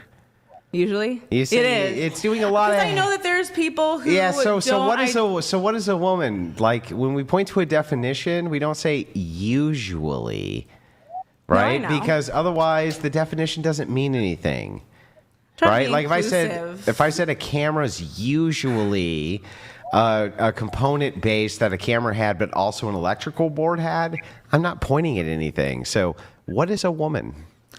A woman is someone who has a vagina. Born with a vagina. Yeah. Wait, can I ask a clarifying question on that? Okay. So you're familiar with the term neo-vagina? Actually, I'm not. Okay, so you know. But she said born with. Oh, is that something like you? Did she say born? She said born with. I thought she was a woman with a vagina. Can you repeat it one more time? I would say, yeah, a woman born with a vagina. Oh, okay, fair enough. What's a woman? Anyone who presents or identifies as a woman. Your definition? Has a vagina. Same, has a vagina. Wait, well, just to be clear, transgender women can get a surgery that gives them what they would call a vagina. So Now, just want to clarify. They wouldn't when you be guys biological, but they would Right. be a woman, a You'd transgender say- woman. And so I do, yes, that's what I'm transgender getting to woman. because because I don't consider the transgender surgery, what they do, the bottom surgery, that's not a vagina. So I just want to be really precise in our language here. Are you saying a woman born female with a vagina? So or? a woman who's born with a vagina, and then a transgender who goes through the surgery is transgender woman. What other people want to call themselves and do, yeah, that's up to you to label. Okay, so are you agreeing with her? I'm agreeing with the same. Okay, so transgender woman I is do a woman. see a distinction between the two, but they're both women. Okay. What is a woman? A woman is someone who either presents themselves as a woman or goes through the process to be able to present themselves as a woman, because there's a difference between sex and gender. Okay. And what is a woman?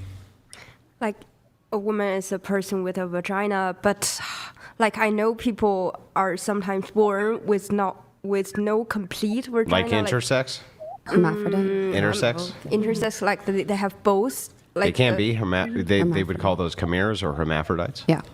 I'm not sure about those cases, but there are cases that. Man, why the fuck are these bitches fighting for their life to describe what the hell they are?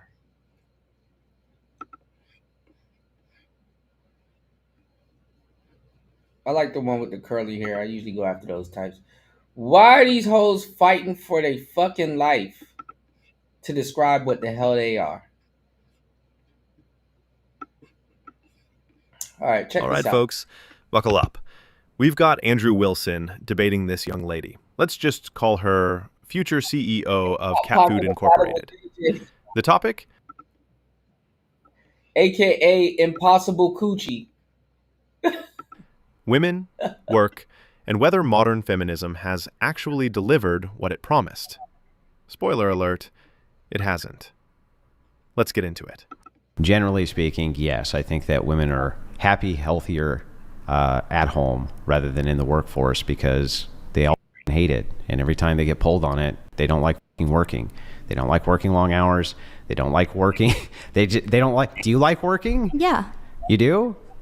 Come on, really? I find it to be more. I'd rather have a fulfilling career in my future than A family? stay at home all day. No, I mean, I would. Are you going to outsource the care of your kids to a Venezuelan woman named Marcy, or like, what do you? No. Is that what you're going to do, or are you going to stay home with your kids? Why doesn't my husband stay home? See, I hear this argument a lot. It's framed as if women are choosing careers. But the reality is, bro, they all read from the same fucking playbook. The funny part, though, is that black men in the manosphere and in certain places, they will sit around and argue with women that don't even read from the same playbook. Black women used to read from the same playbook, but they think that they've repeated themselves so much, they think that they've got it committed to memory. They don't even know what the hell they're talking about. And dudes aren't smart enough to sit there and not argue with that. And they're just going to sit here and laugh at men because you should be smart enough not to argue with that. Like, she knows she just threw out a whole bunch of bullshit at you, and you didn't even say nothing about it. It's like it's like, yeah, like she'll drag you down to her level and start whipping you with experience. And it's like, you should have said something. You should have really checked me when I said that gibberish to you.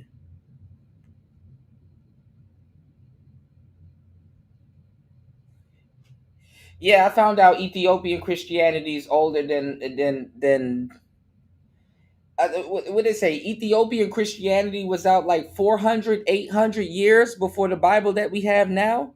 There's like 56 more books in there, Pepe. men are socially expected to provide for the family, and that expectation shapes the whole dynamic. Andrew's point is simple. Men generally make more money. And notice this subtle pattern. When a man stays home to care for his family, he never rubs it in the woman's face, never brags about it, and never weaponizes it. But if a woman is the primary caregiver or makes sacrifices, it often gets highlighted, sometimes even used as leverage in discussions. It's a curious double standard, and Andrew's pointing to it without even needing to say it outright. Well, because generally speaking, men tend to be able to make a lot more money because they work a lot more hours. Actually, women tend to, I'm pretty sure more women have college degrees. Now she about to lie. God. Oh, we have college degrees. In today's true, society, but that that's doesn't mean typically that an they make more indicator money. of earning potential. Yeah, it's true. That doesn't mean they make more money. But what I'm saying is a woman could very easily today have a higher paying job than her husband. She could. Yeah. But they usually don't marry. Damn. Jade Cargill got this big ass gash in front of her face. God damn. What happened to Jade Cargill? Holy shit. What no, it's not. Men, when the man has the higher paying job, that's the big gibberish. problem. There was a What's whole the thing evidence for that done- claim? Well, you can go to a channel called Ho Math. Not kidding. It's called Ho Math, where he breaks all of this down.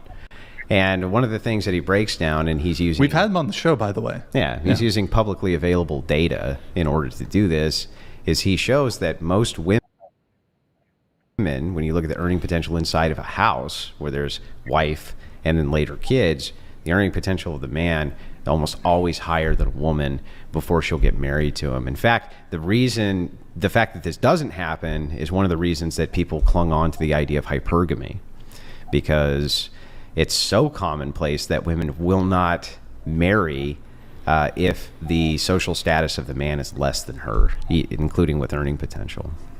Shout outs to New. She in pout mode too. Don't even know what the hell to say. Can a mother not like earn money and also be a mother? Yeah, I mean, that used to be the status quo. They used to either work out of the home, or they would do secretary work, or they would do, education. They would do work like that. In fact, feminism completely failed its duty and its promise to women that it was going to make the world a safer place for women and children, and that it was going to, give all these different benefits to women. It really hasn't given them much. We in the don't way want of safety. benefits. We want freedom of choice to make our own choices in society and not be assigned to a role of but that mother and wasn't- caretaker. That wasn't the promise of feminism. The promise of feminism was that society would. Look at this. And the funny part is that look at how he's an older man that knows more and has been exposed more to feminism than she has. But yet she has the unmitigated gall to even feel like she knows more than him. Let me show y'all something else before we finish this, right? I appreciate you guys rocking with the show and supporting the show. Let me show y'all something else. Do y'all remember this? This was funny when Jordan Peterson got this feminist on live TV and he said, "Gotcha." And she didn't know what to do. Freedom of speech Check in this that. out. Why should your right to freedom of speech trump a trans person's right not to be offended? Because in order to be able to think, you have to risk being offensive. I mean, look at the conversation we're having right now. Like you're certainly willing to risk offending me in the pursuit of truth. Why should you have the right to do that? It's been rather uncomfortable. Well, I'm very glad I put you on the spot. Well, I'm very glad that I've but you get exercised my my freedom of point. speech. You get my point. It's like you're doing what you should do, which is digging a bit to see what the hell's going on. So and do that is you- what you should do. But you're exercising your freedom of speech to certainly risk offending me. And that's fine. I think more power to you as far as I'm concerned. So you haven't sat there and I'm just trying to work. You have got me. I'm trying to work about that through in time. my head. Yeah, it took a while. You have to risk being offensive. I mean, look at the conversation we're having right now. Like you're certainly willing to risk offending me in the pursuit of truth. Why should you have the right to do that? It's been rather uncomfortable. Well, I'm very glad I put you on the spot. Well, I'm very glad that I've but you get exercised my my freedom of point. speech. You get my point. It's like you're doing what you should do, which is digging a bit to see what the hell's going on. So and do that is you- what you should do. But and you're you exercising see- your freedom of speech to certainly risk offending me. And that's fine. I think more power to you as far as I'm concerned. So you haven't sat there and I'm just trying to work that out. I mean,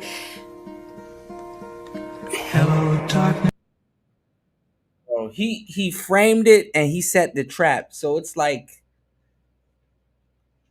he knew she wasn't gonna take accountability for disrespecting him for asking that question.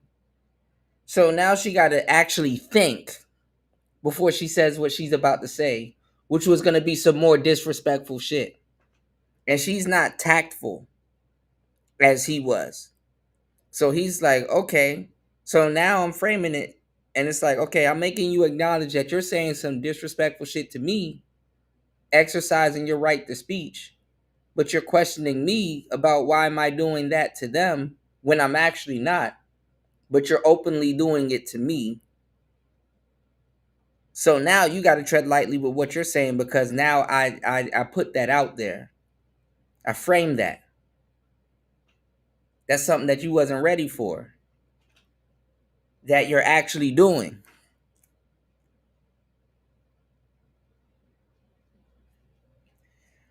So now she don't even know what to say. She don't even know how to backtrack and not even being disrespectful going forward because she know what the hell she was doing. And he shut that shit down real quick.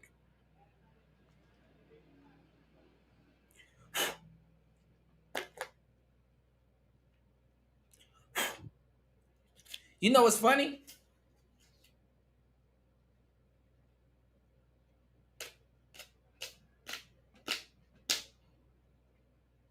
You know what's funny? a lot of guys want the ability to shut down bullshit and they women this quick and this fast. I've actually done that. Like, I've actually been in a situation where I can shut down a woman the exact same way. Let me tell you why it doesn't work. Because women are so manipulative, they know their way around it. Shutting them down don't even work. It works in the moment, especially if you can catch them on camera like he did here. But after a while, they get to, I just feel I can't get it. I can't get a say in. I can't. He doesn't allow me to get a say in because he knows anytime. And this is basically what she's saying. He doesn't allow me to get a say in because he know anytime he gives me an opening, I'm gonna try to manipulate him, and then shut it down. And anytime he shuts it down, he's shutting me down from trying to take advantage of him. And it's like, instead of talking to him respectfully, actually thinking. Because this ain't even about talking to him respectfully, thinking. Remember, this is why I told you guys, this is why the ladies in the space need to be talking to the other ladies, because they pick up on that bullshit real quick. Women don't have to think when they're talking to men. They just manipulate it just off the whim. They don't have to think when they talk to you. That shit is like second nature. Like, think. See, when she has to actually, that's why when they fall in love with you, when they really love you, that's why I feel so different to them, because they really have to think when it comes towards you. They really gotta like really think. Like, ooh, let me get my posture together. Let me see what I'm finna say to him. And they can't think, and they're aware of it. This shit is autopilot. They just run these feminist scripts like they fucking audibles, like they Tom Brady, Yes, my old friend, I've come to talk with you again. Cut down everything that's on a little bullshit paper of hers. Because a vision softly creeping. Ha, gotcha. Yeah. Gotcha. And he knows he got her too. War Master said, men, remember these words. If you don't like it, you can leave. Shuts down every one of women's arguments. Take that and frame that. Yeah, she wasn't ready for shit, Royce. Look. You have got me. I'm trying to work that through in my head. Yeah, it took a while. All right. War Master gave you the blueprint. If you don't like it, you can leave. Yeah, hello, darkness, my old friend. War Master, I'm going to tag you in a video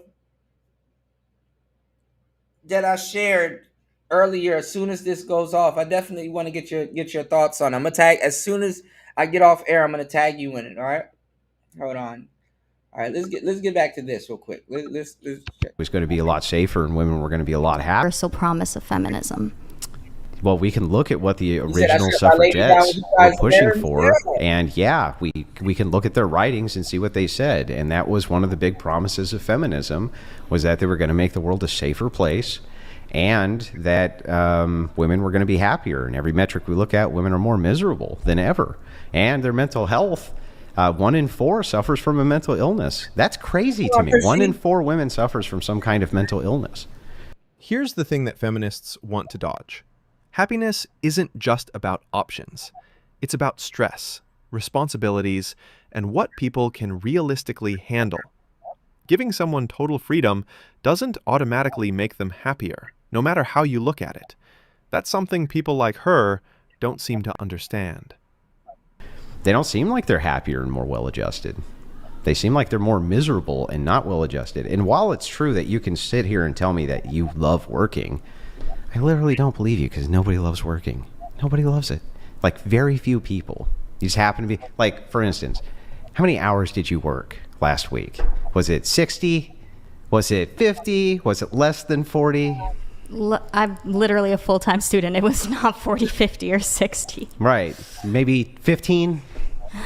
About that, but that's not relevant to the point. The point is that if I enjoy going out and doing my career more than I do taking care of the kids at home, then why am I tied down to that outcome just because I'm physically weaker? That's the whole point. You never were tied down to that outcome. Yeah. You could just not get... Peyton Manning, he's the best quarterback in the world. Those commercials were irritating. Peyton Manning. You could just not get married. But if you are married, the optimal system, if you actually value your children, is to stay at home with them. How are they going to get better results than their mother at home with them while their father works? That is the most... If you can give me a more optimal system for raising children than mom at home while dad works, I'd love to hear it. A more optimal system for raising children than both parents at home? Neither work and they're taking care of the that children? would be entailed impossible, right? For most people. What's the difference between that and having dad take care of the Before kids we get into that, and mom I'll ask work? your next question, just like I've been answering all of your questions, but answer mine. Can you actually think of a better system than mom at home with the kids and dad working? What could possibly be more optimal for the children than that? I gotta get you on phone gaming, War Master. Final Fantasy Tactics. Final Fantasy Tactics already dropped, For the children. Having two moms. So, she actually said it.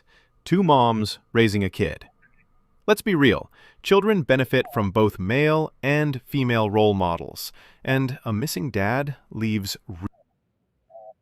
So think about this. Women try to get other women because sometimes they try to be alpha women and they want someone that they can actually boss around. Joke's on them, because when the woman feels like another woman is trying to really boss her around, they lock up. Like a North Star Real Cadillac gaps. engine. Let's go. Andrew's reaction says it all.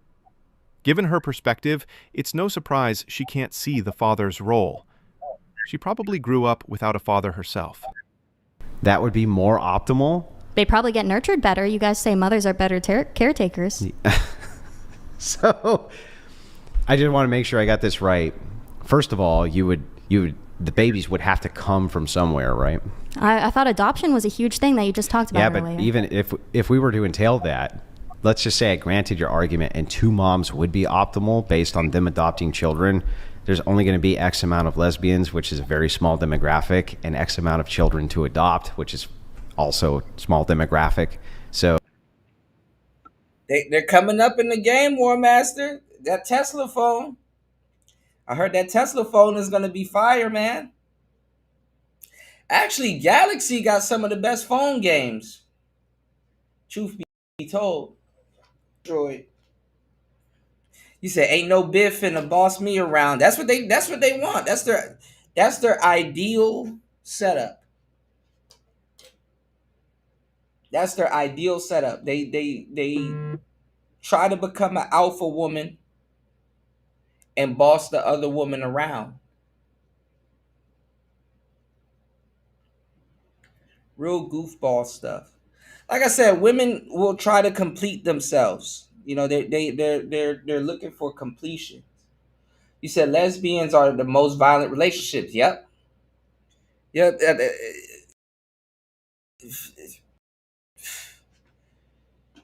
Man, look, you know. So that still could not actually be optimal. Even if I grant in certain circumstances, it could not actually be optimal for most of society to do this. That would not be optimal. And neither is a woman staying at home and a man going out and working, because increasingly more we see the need for women to go out and work. No, we don't. If women retracted from the marketplace tomorrow and stayed home, men's wages would necessarily double or triple. Okay.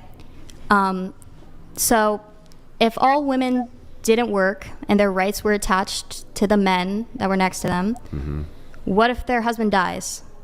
then they would do what has always been done and be able to inherit land. Like, I can give you an example of this happening. George, you know who George Washington was? Yes. Who was he? The first president of the United States. Yeah, he was married to Martha Washington, and they had a big falling out at one point in their marriage because she didn't want to free her slaves, which she inherited. As part of a giant estate, she didn't want to free them, and he couldn't make her because women have always been allowed to own property. That's never been a problem. And if the man dies, though, they... Let me tell y'all something too. With this slow bitch having picked up on.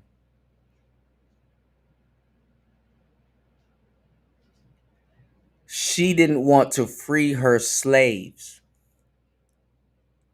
George Washington's wife was a feminist, damn near. She was feminist minded and didn't want to free her slaves. Imagine that. You're a feminist that owns slaves, but you're trying to convince the world that you were a slave.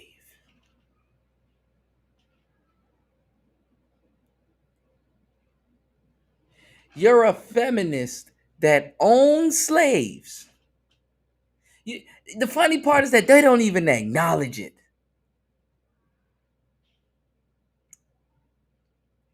And black people are sitting up here soaking this up. How are black women feminists?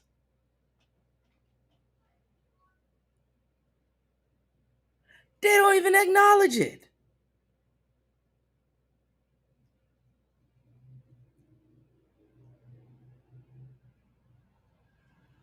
Real slavery. They telling you if they're a stay-at-home mom for the black man, that's slavery. But they would rather go work for a white man, and that's not slavery.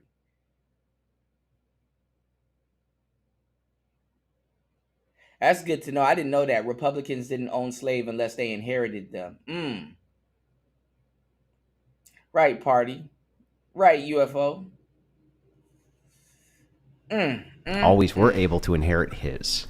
That's why she was able to inherit from her father. What about bank accounts and credit cards? What about them? That's a very recent development. That's true, but do you know when it came to credit cards why it was that women didn't have credit cards? It's because men were responsible for their debt and women couldn't incur debt. It was illegal. So women couldn't go with a credit card and spend at a store. The man, if she did, the man was responsible for everything she spent for her husband.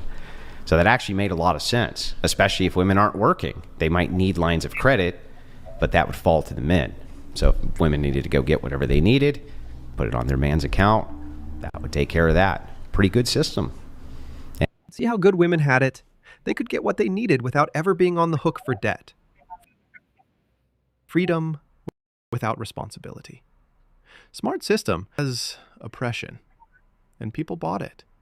You'd think history would teach a lesson, but here she is, smiling over another false independence story. And if it comes to what's optimal for children, doesn't that seem like it's pretty optimal? Black Flame Nova donated $200.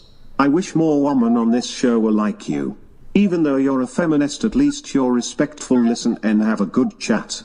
Also, props to Andrew for handling this so well.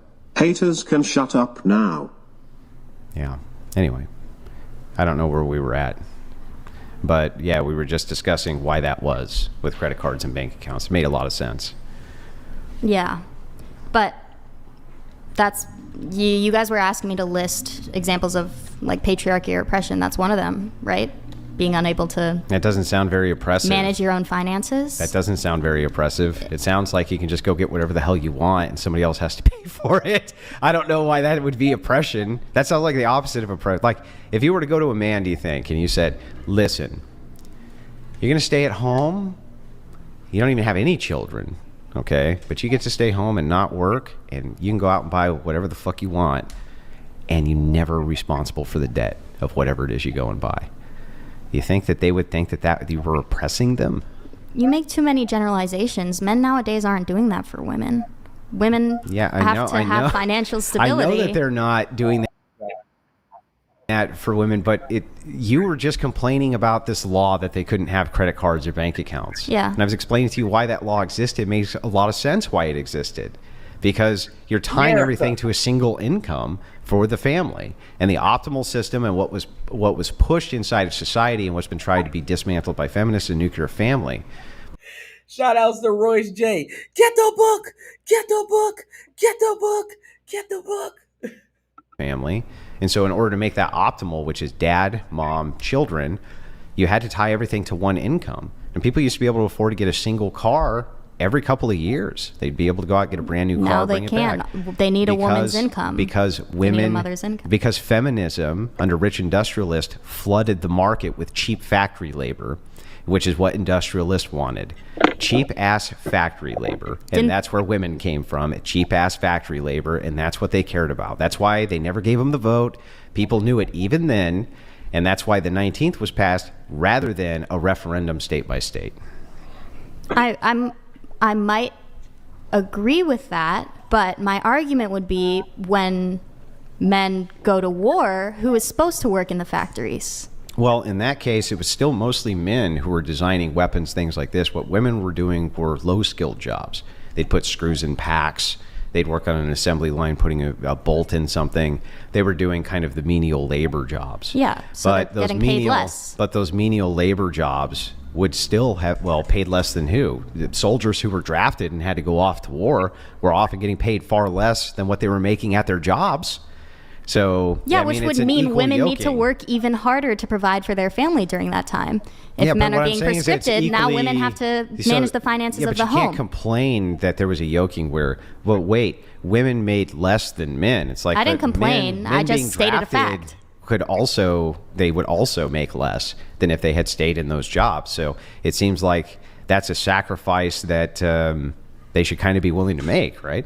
Okay, yeah, but we've conceded that there are times, like wartime, where women have to take on a financially providing role for the family. Instead of going and dying, terrible. It's awful. Man, it sounds like they really had it rough. Yeah, but that's not the point, is who has it harder. It's that shouldn't women be able to have independent control over their finances from the beginning then? Well, notice the irony here. What she calls oppression was actually security. Women could get what they needed, but the man carried the legal and financial burden. That's not disenfranchisement. That's insulation. And now... I'm not going to lie. I'm not going to say I agree with it.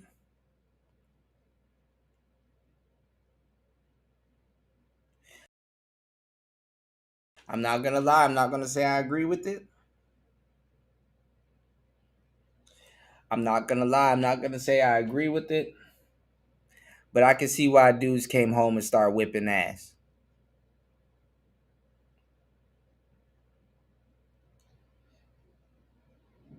I'm not gonna lie. I can see it, but I'm not gonna say I agree with it. But I see why dudes came home and started whipping ass. And that didn't even happen. That was a rare occurrence because they always lie and say, "Oh, that he just beat me out of nowhere." Bullshit. After chasing independence, everyone's drowning in debt with two parents working just to keep up. Even in wartime, right, when it came to this, what control do you think that they didn't have? They're still able to access these accounts. They just weren't responsible for them. They could get a bank account just through their husband's name. They just weren't responsible for the debt. Yeah, so if they got too much debt for their husband, I bet they would come home and their husband would beat the shit out of them. You don't see What kind of argument is that? Husbands weren't coming, they were coming home and fucking them. They weren't coming home and beating them. They were coming home and making, they thought when they got home was, hey, baby, where's all my money? Smack, smack, smack.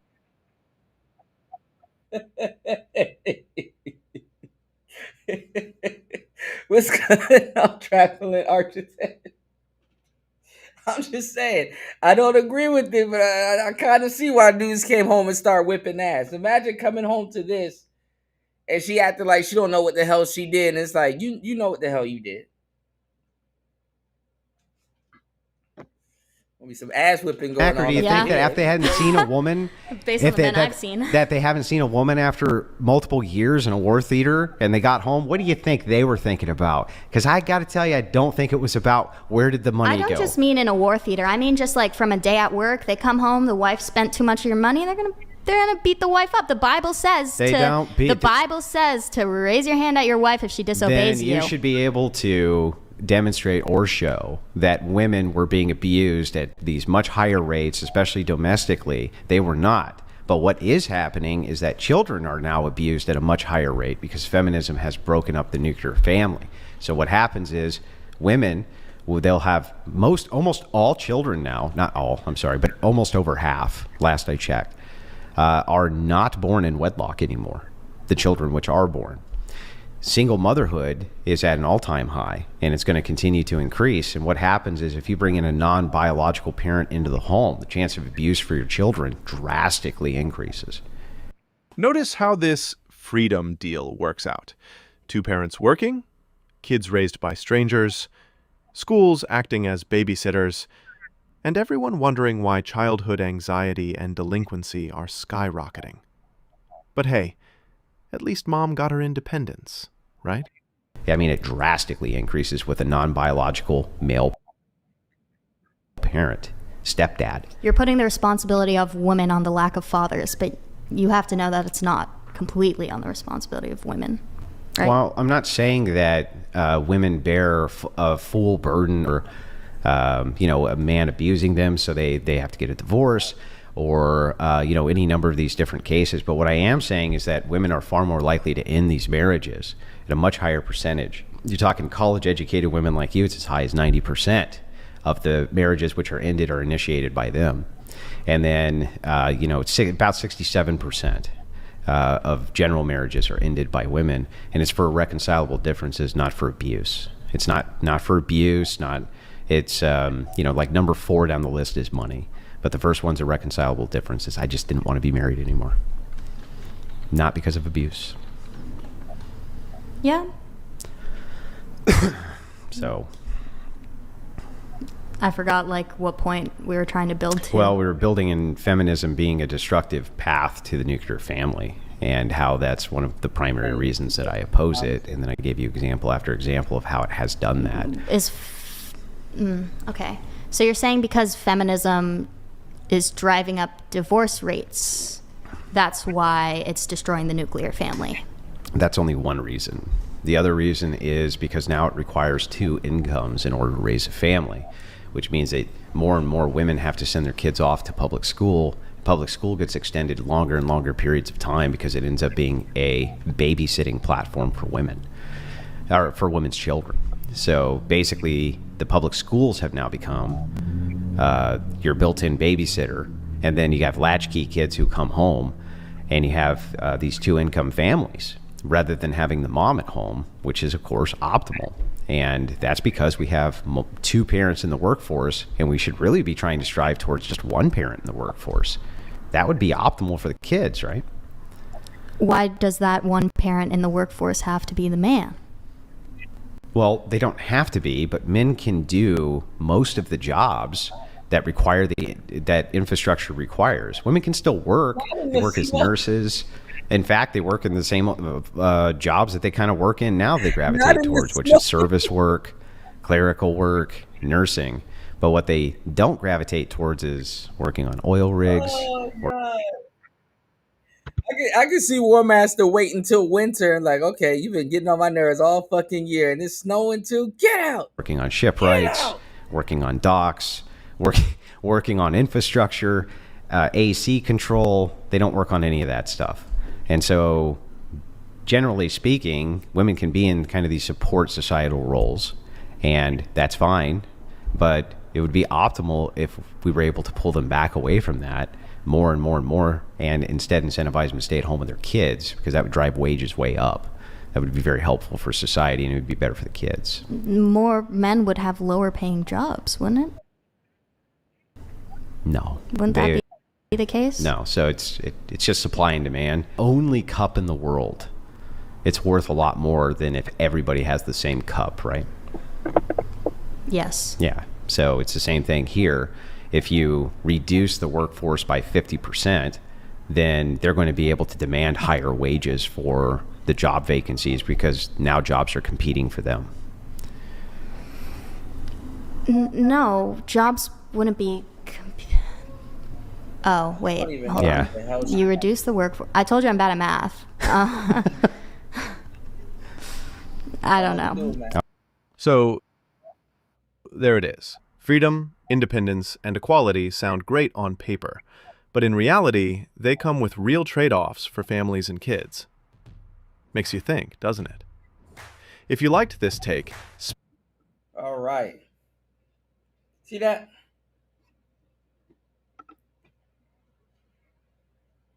Now, why would somebody be anywhere in the manosphere arguing with these hoes about some shit they got no business doing anyway? Huh?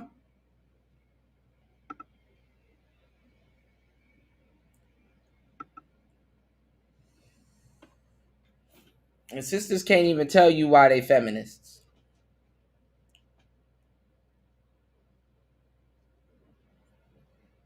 We couldn't have bank account.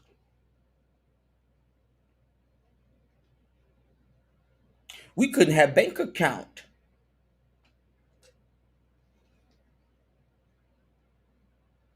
You were trying to stop me and my friends from having bank account.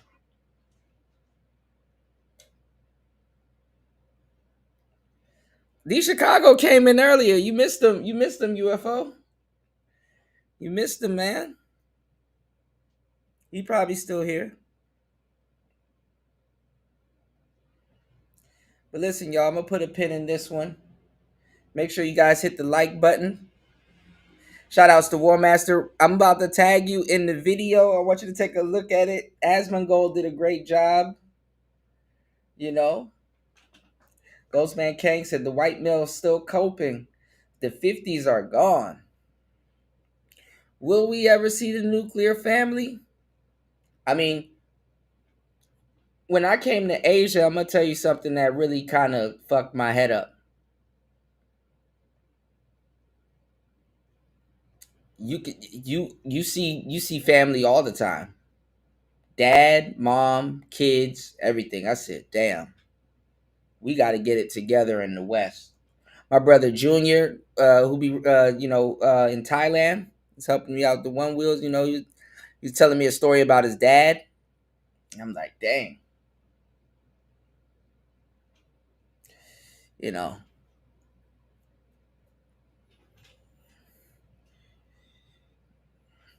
Nigga, black people walk around Asia and see these families. You turn into Life Jennings real quick. It must be nice.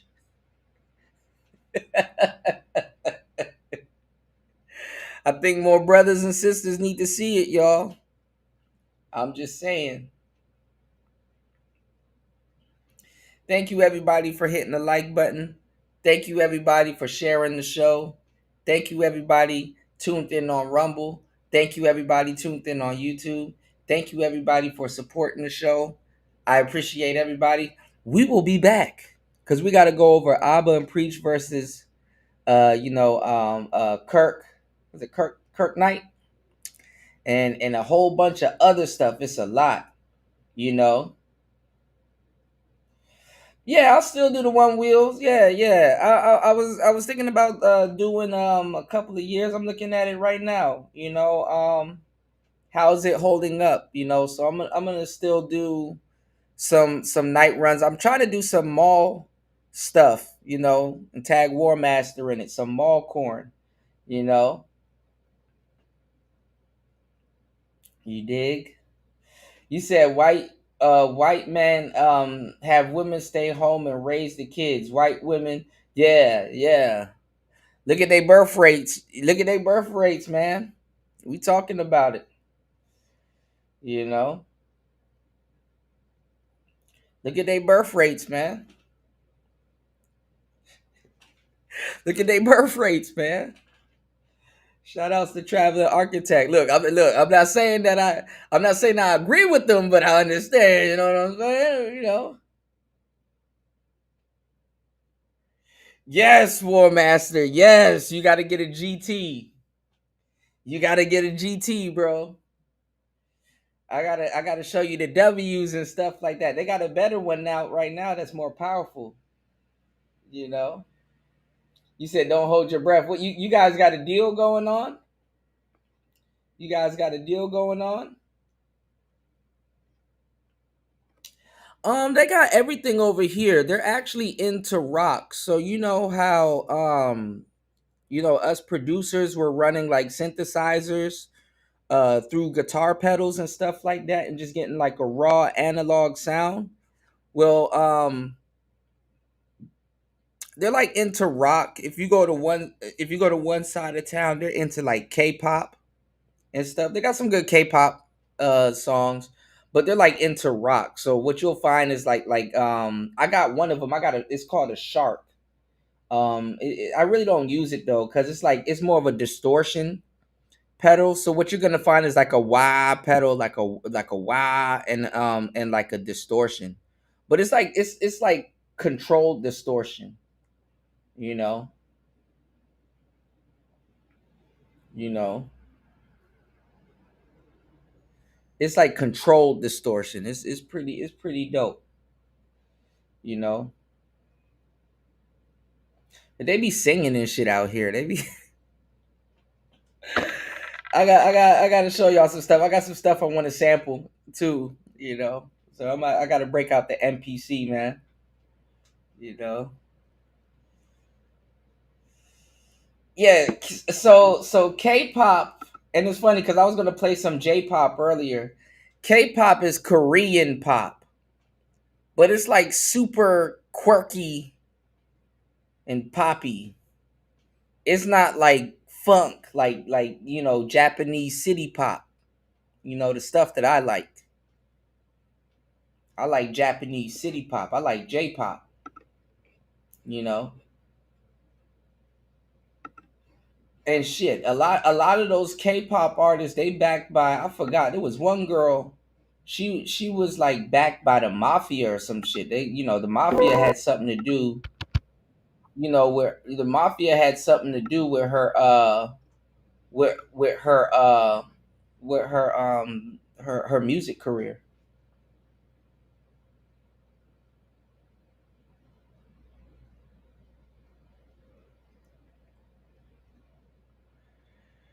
Uh-oh. Look, the Chicago UFO trying to get you to come up out of the cut.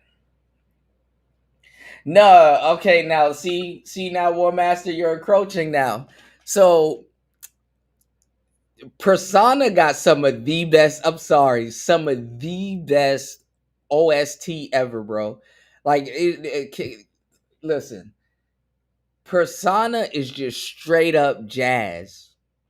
I use all bro. Persona is just straight up funk and jazz.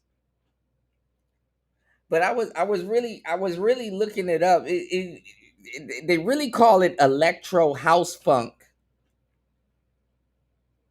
That's what they call one of my favorite songs from Makoto Matsushita.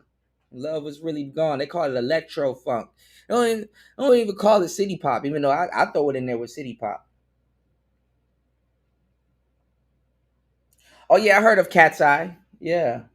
Yeah, I heard of Cat's Eye. A Doja Cat just dropped the album. They said that she went number one. She was the number one person. I don't think she got no features on her album, and she wrote the whole album. No help, no nothing, no nothing. So she just broke a record with this new album. I was listening to, I forgot the name of the song. I think it was called Mocha or something. I forgot what this name of the song was called. It was pretty good, but it's like, eh. But listen, everybody, we'll be back in the next couple of hours, 10 hours and 25 minutes. If you enjoyed the show, please consider hitting the subscribe button and supporting the show on air, off air. If you're catching this on the replay, make sure you support the show because you care. It's Player Talk Radio. We'll be right back. War Master, I'm finna tag you into something. All right? Please check it out. All right? We'll be right back. Yeah, I love Doja Cat. I love the hell out of Doja Cat. But I don't know. Maybe it might grow on me. It's a 4-minute song. That's pretty long, All right. Yeah, man, bro, I'll rock out to all Persona 5 stuff. I need to get hip to Persona 4. I got it on Steam, but I just haven't played it the way I would like to. All right. But listen, y'all, it's player.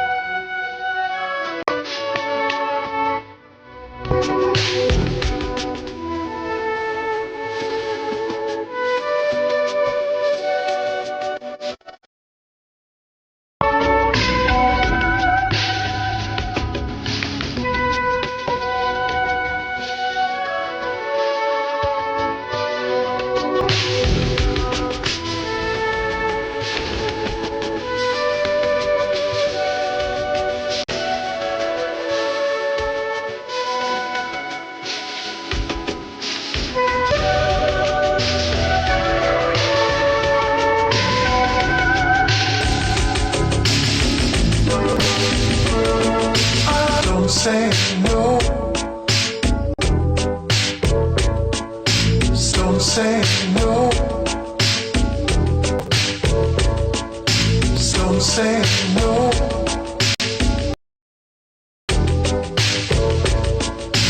Don't say no. Say no. Don't say no. Don't say no. Don't say no.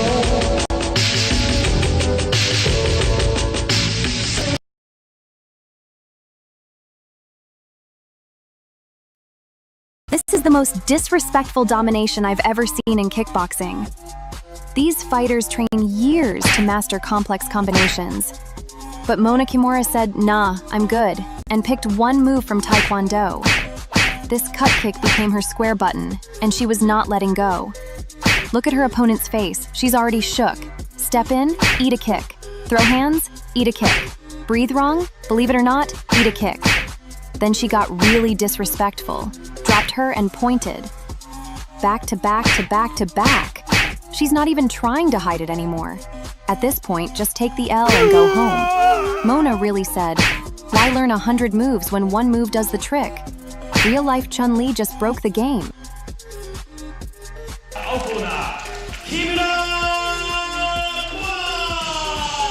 This is the most disrespectful domination I've ever seen in kickboxing. These fighters train years to master complex combinations.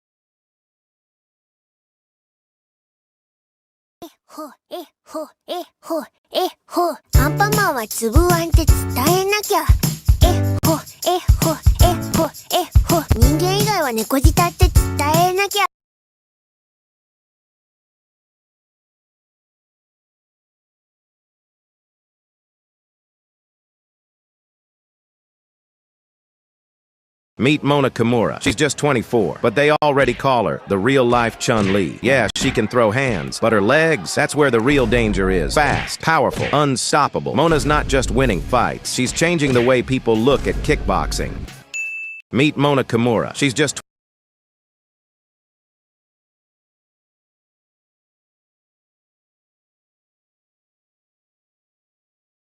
She spammed one move for the entire fight, and it worked. In her second K1 fight, Mona Kimura used a strategy that left traditional kickboxing fans both puzzled and impressed. She repeatedly used her front leg side kick, known as a cut kick in Taekwondo, just like a jab in boxing. In modern Taekwondo, it's second nature, but in K1, it felt like a cheat code. Her opponent was completely lost and had no counter. If she stepped in, she ate a kick to the ribs. If she tried to throw hands, Mona was already slipping in punches behind the kick. Just one technique had her opponent stun-locked and led to 3 rounds of pure domination. She spammed one move for the entire fight, and it worked. In her second K1 fight, Mona Kimura used a strategy that left traditional kickboxing fans both puzzled and impressed.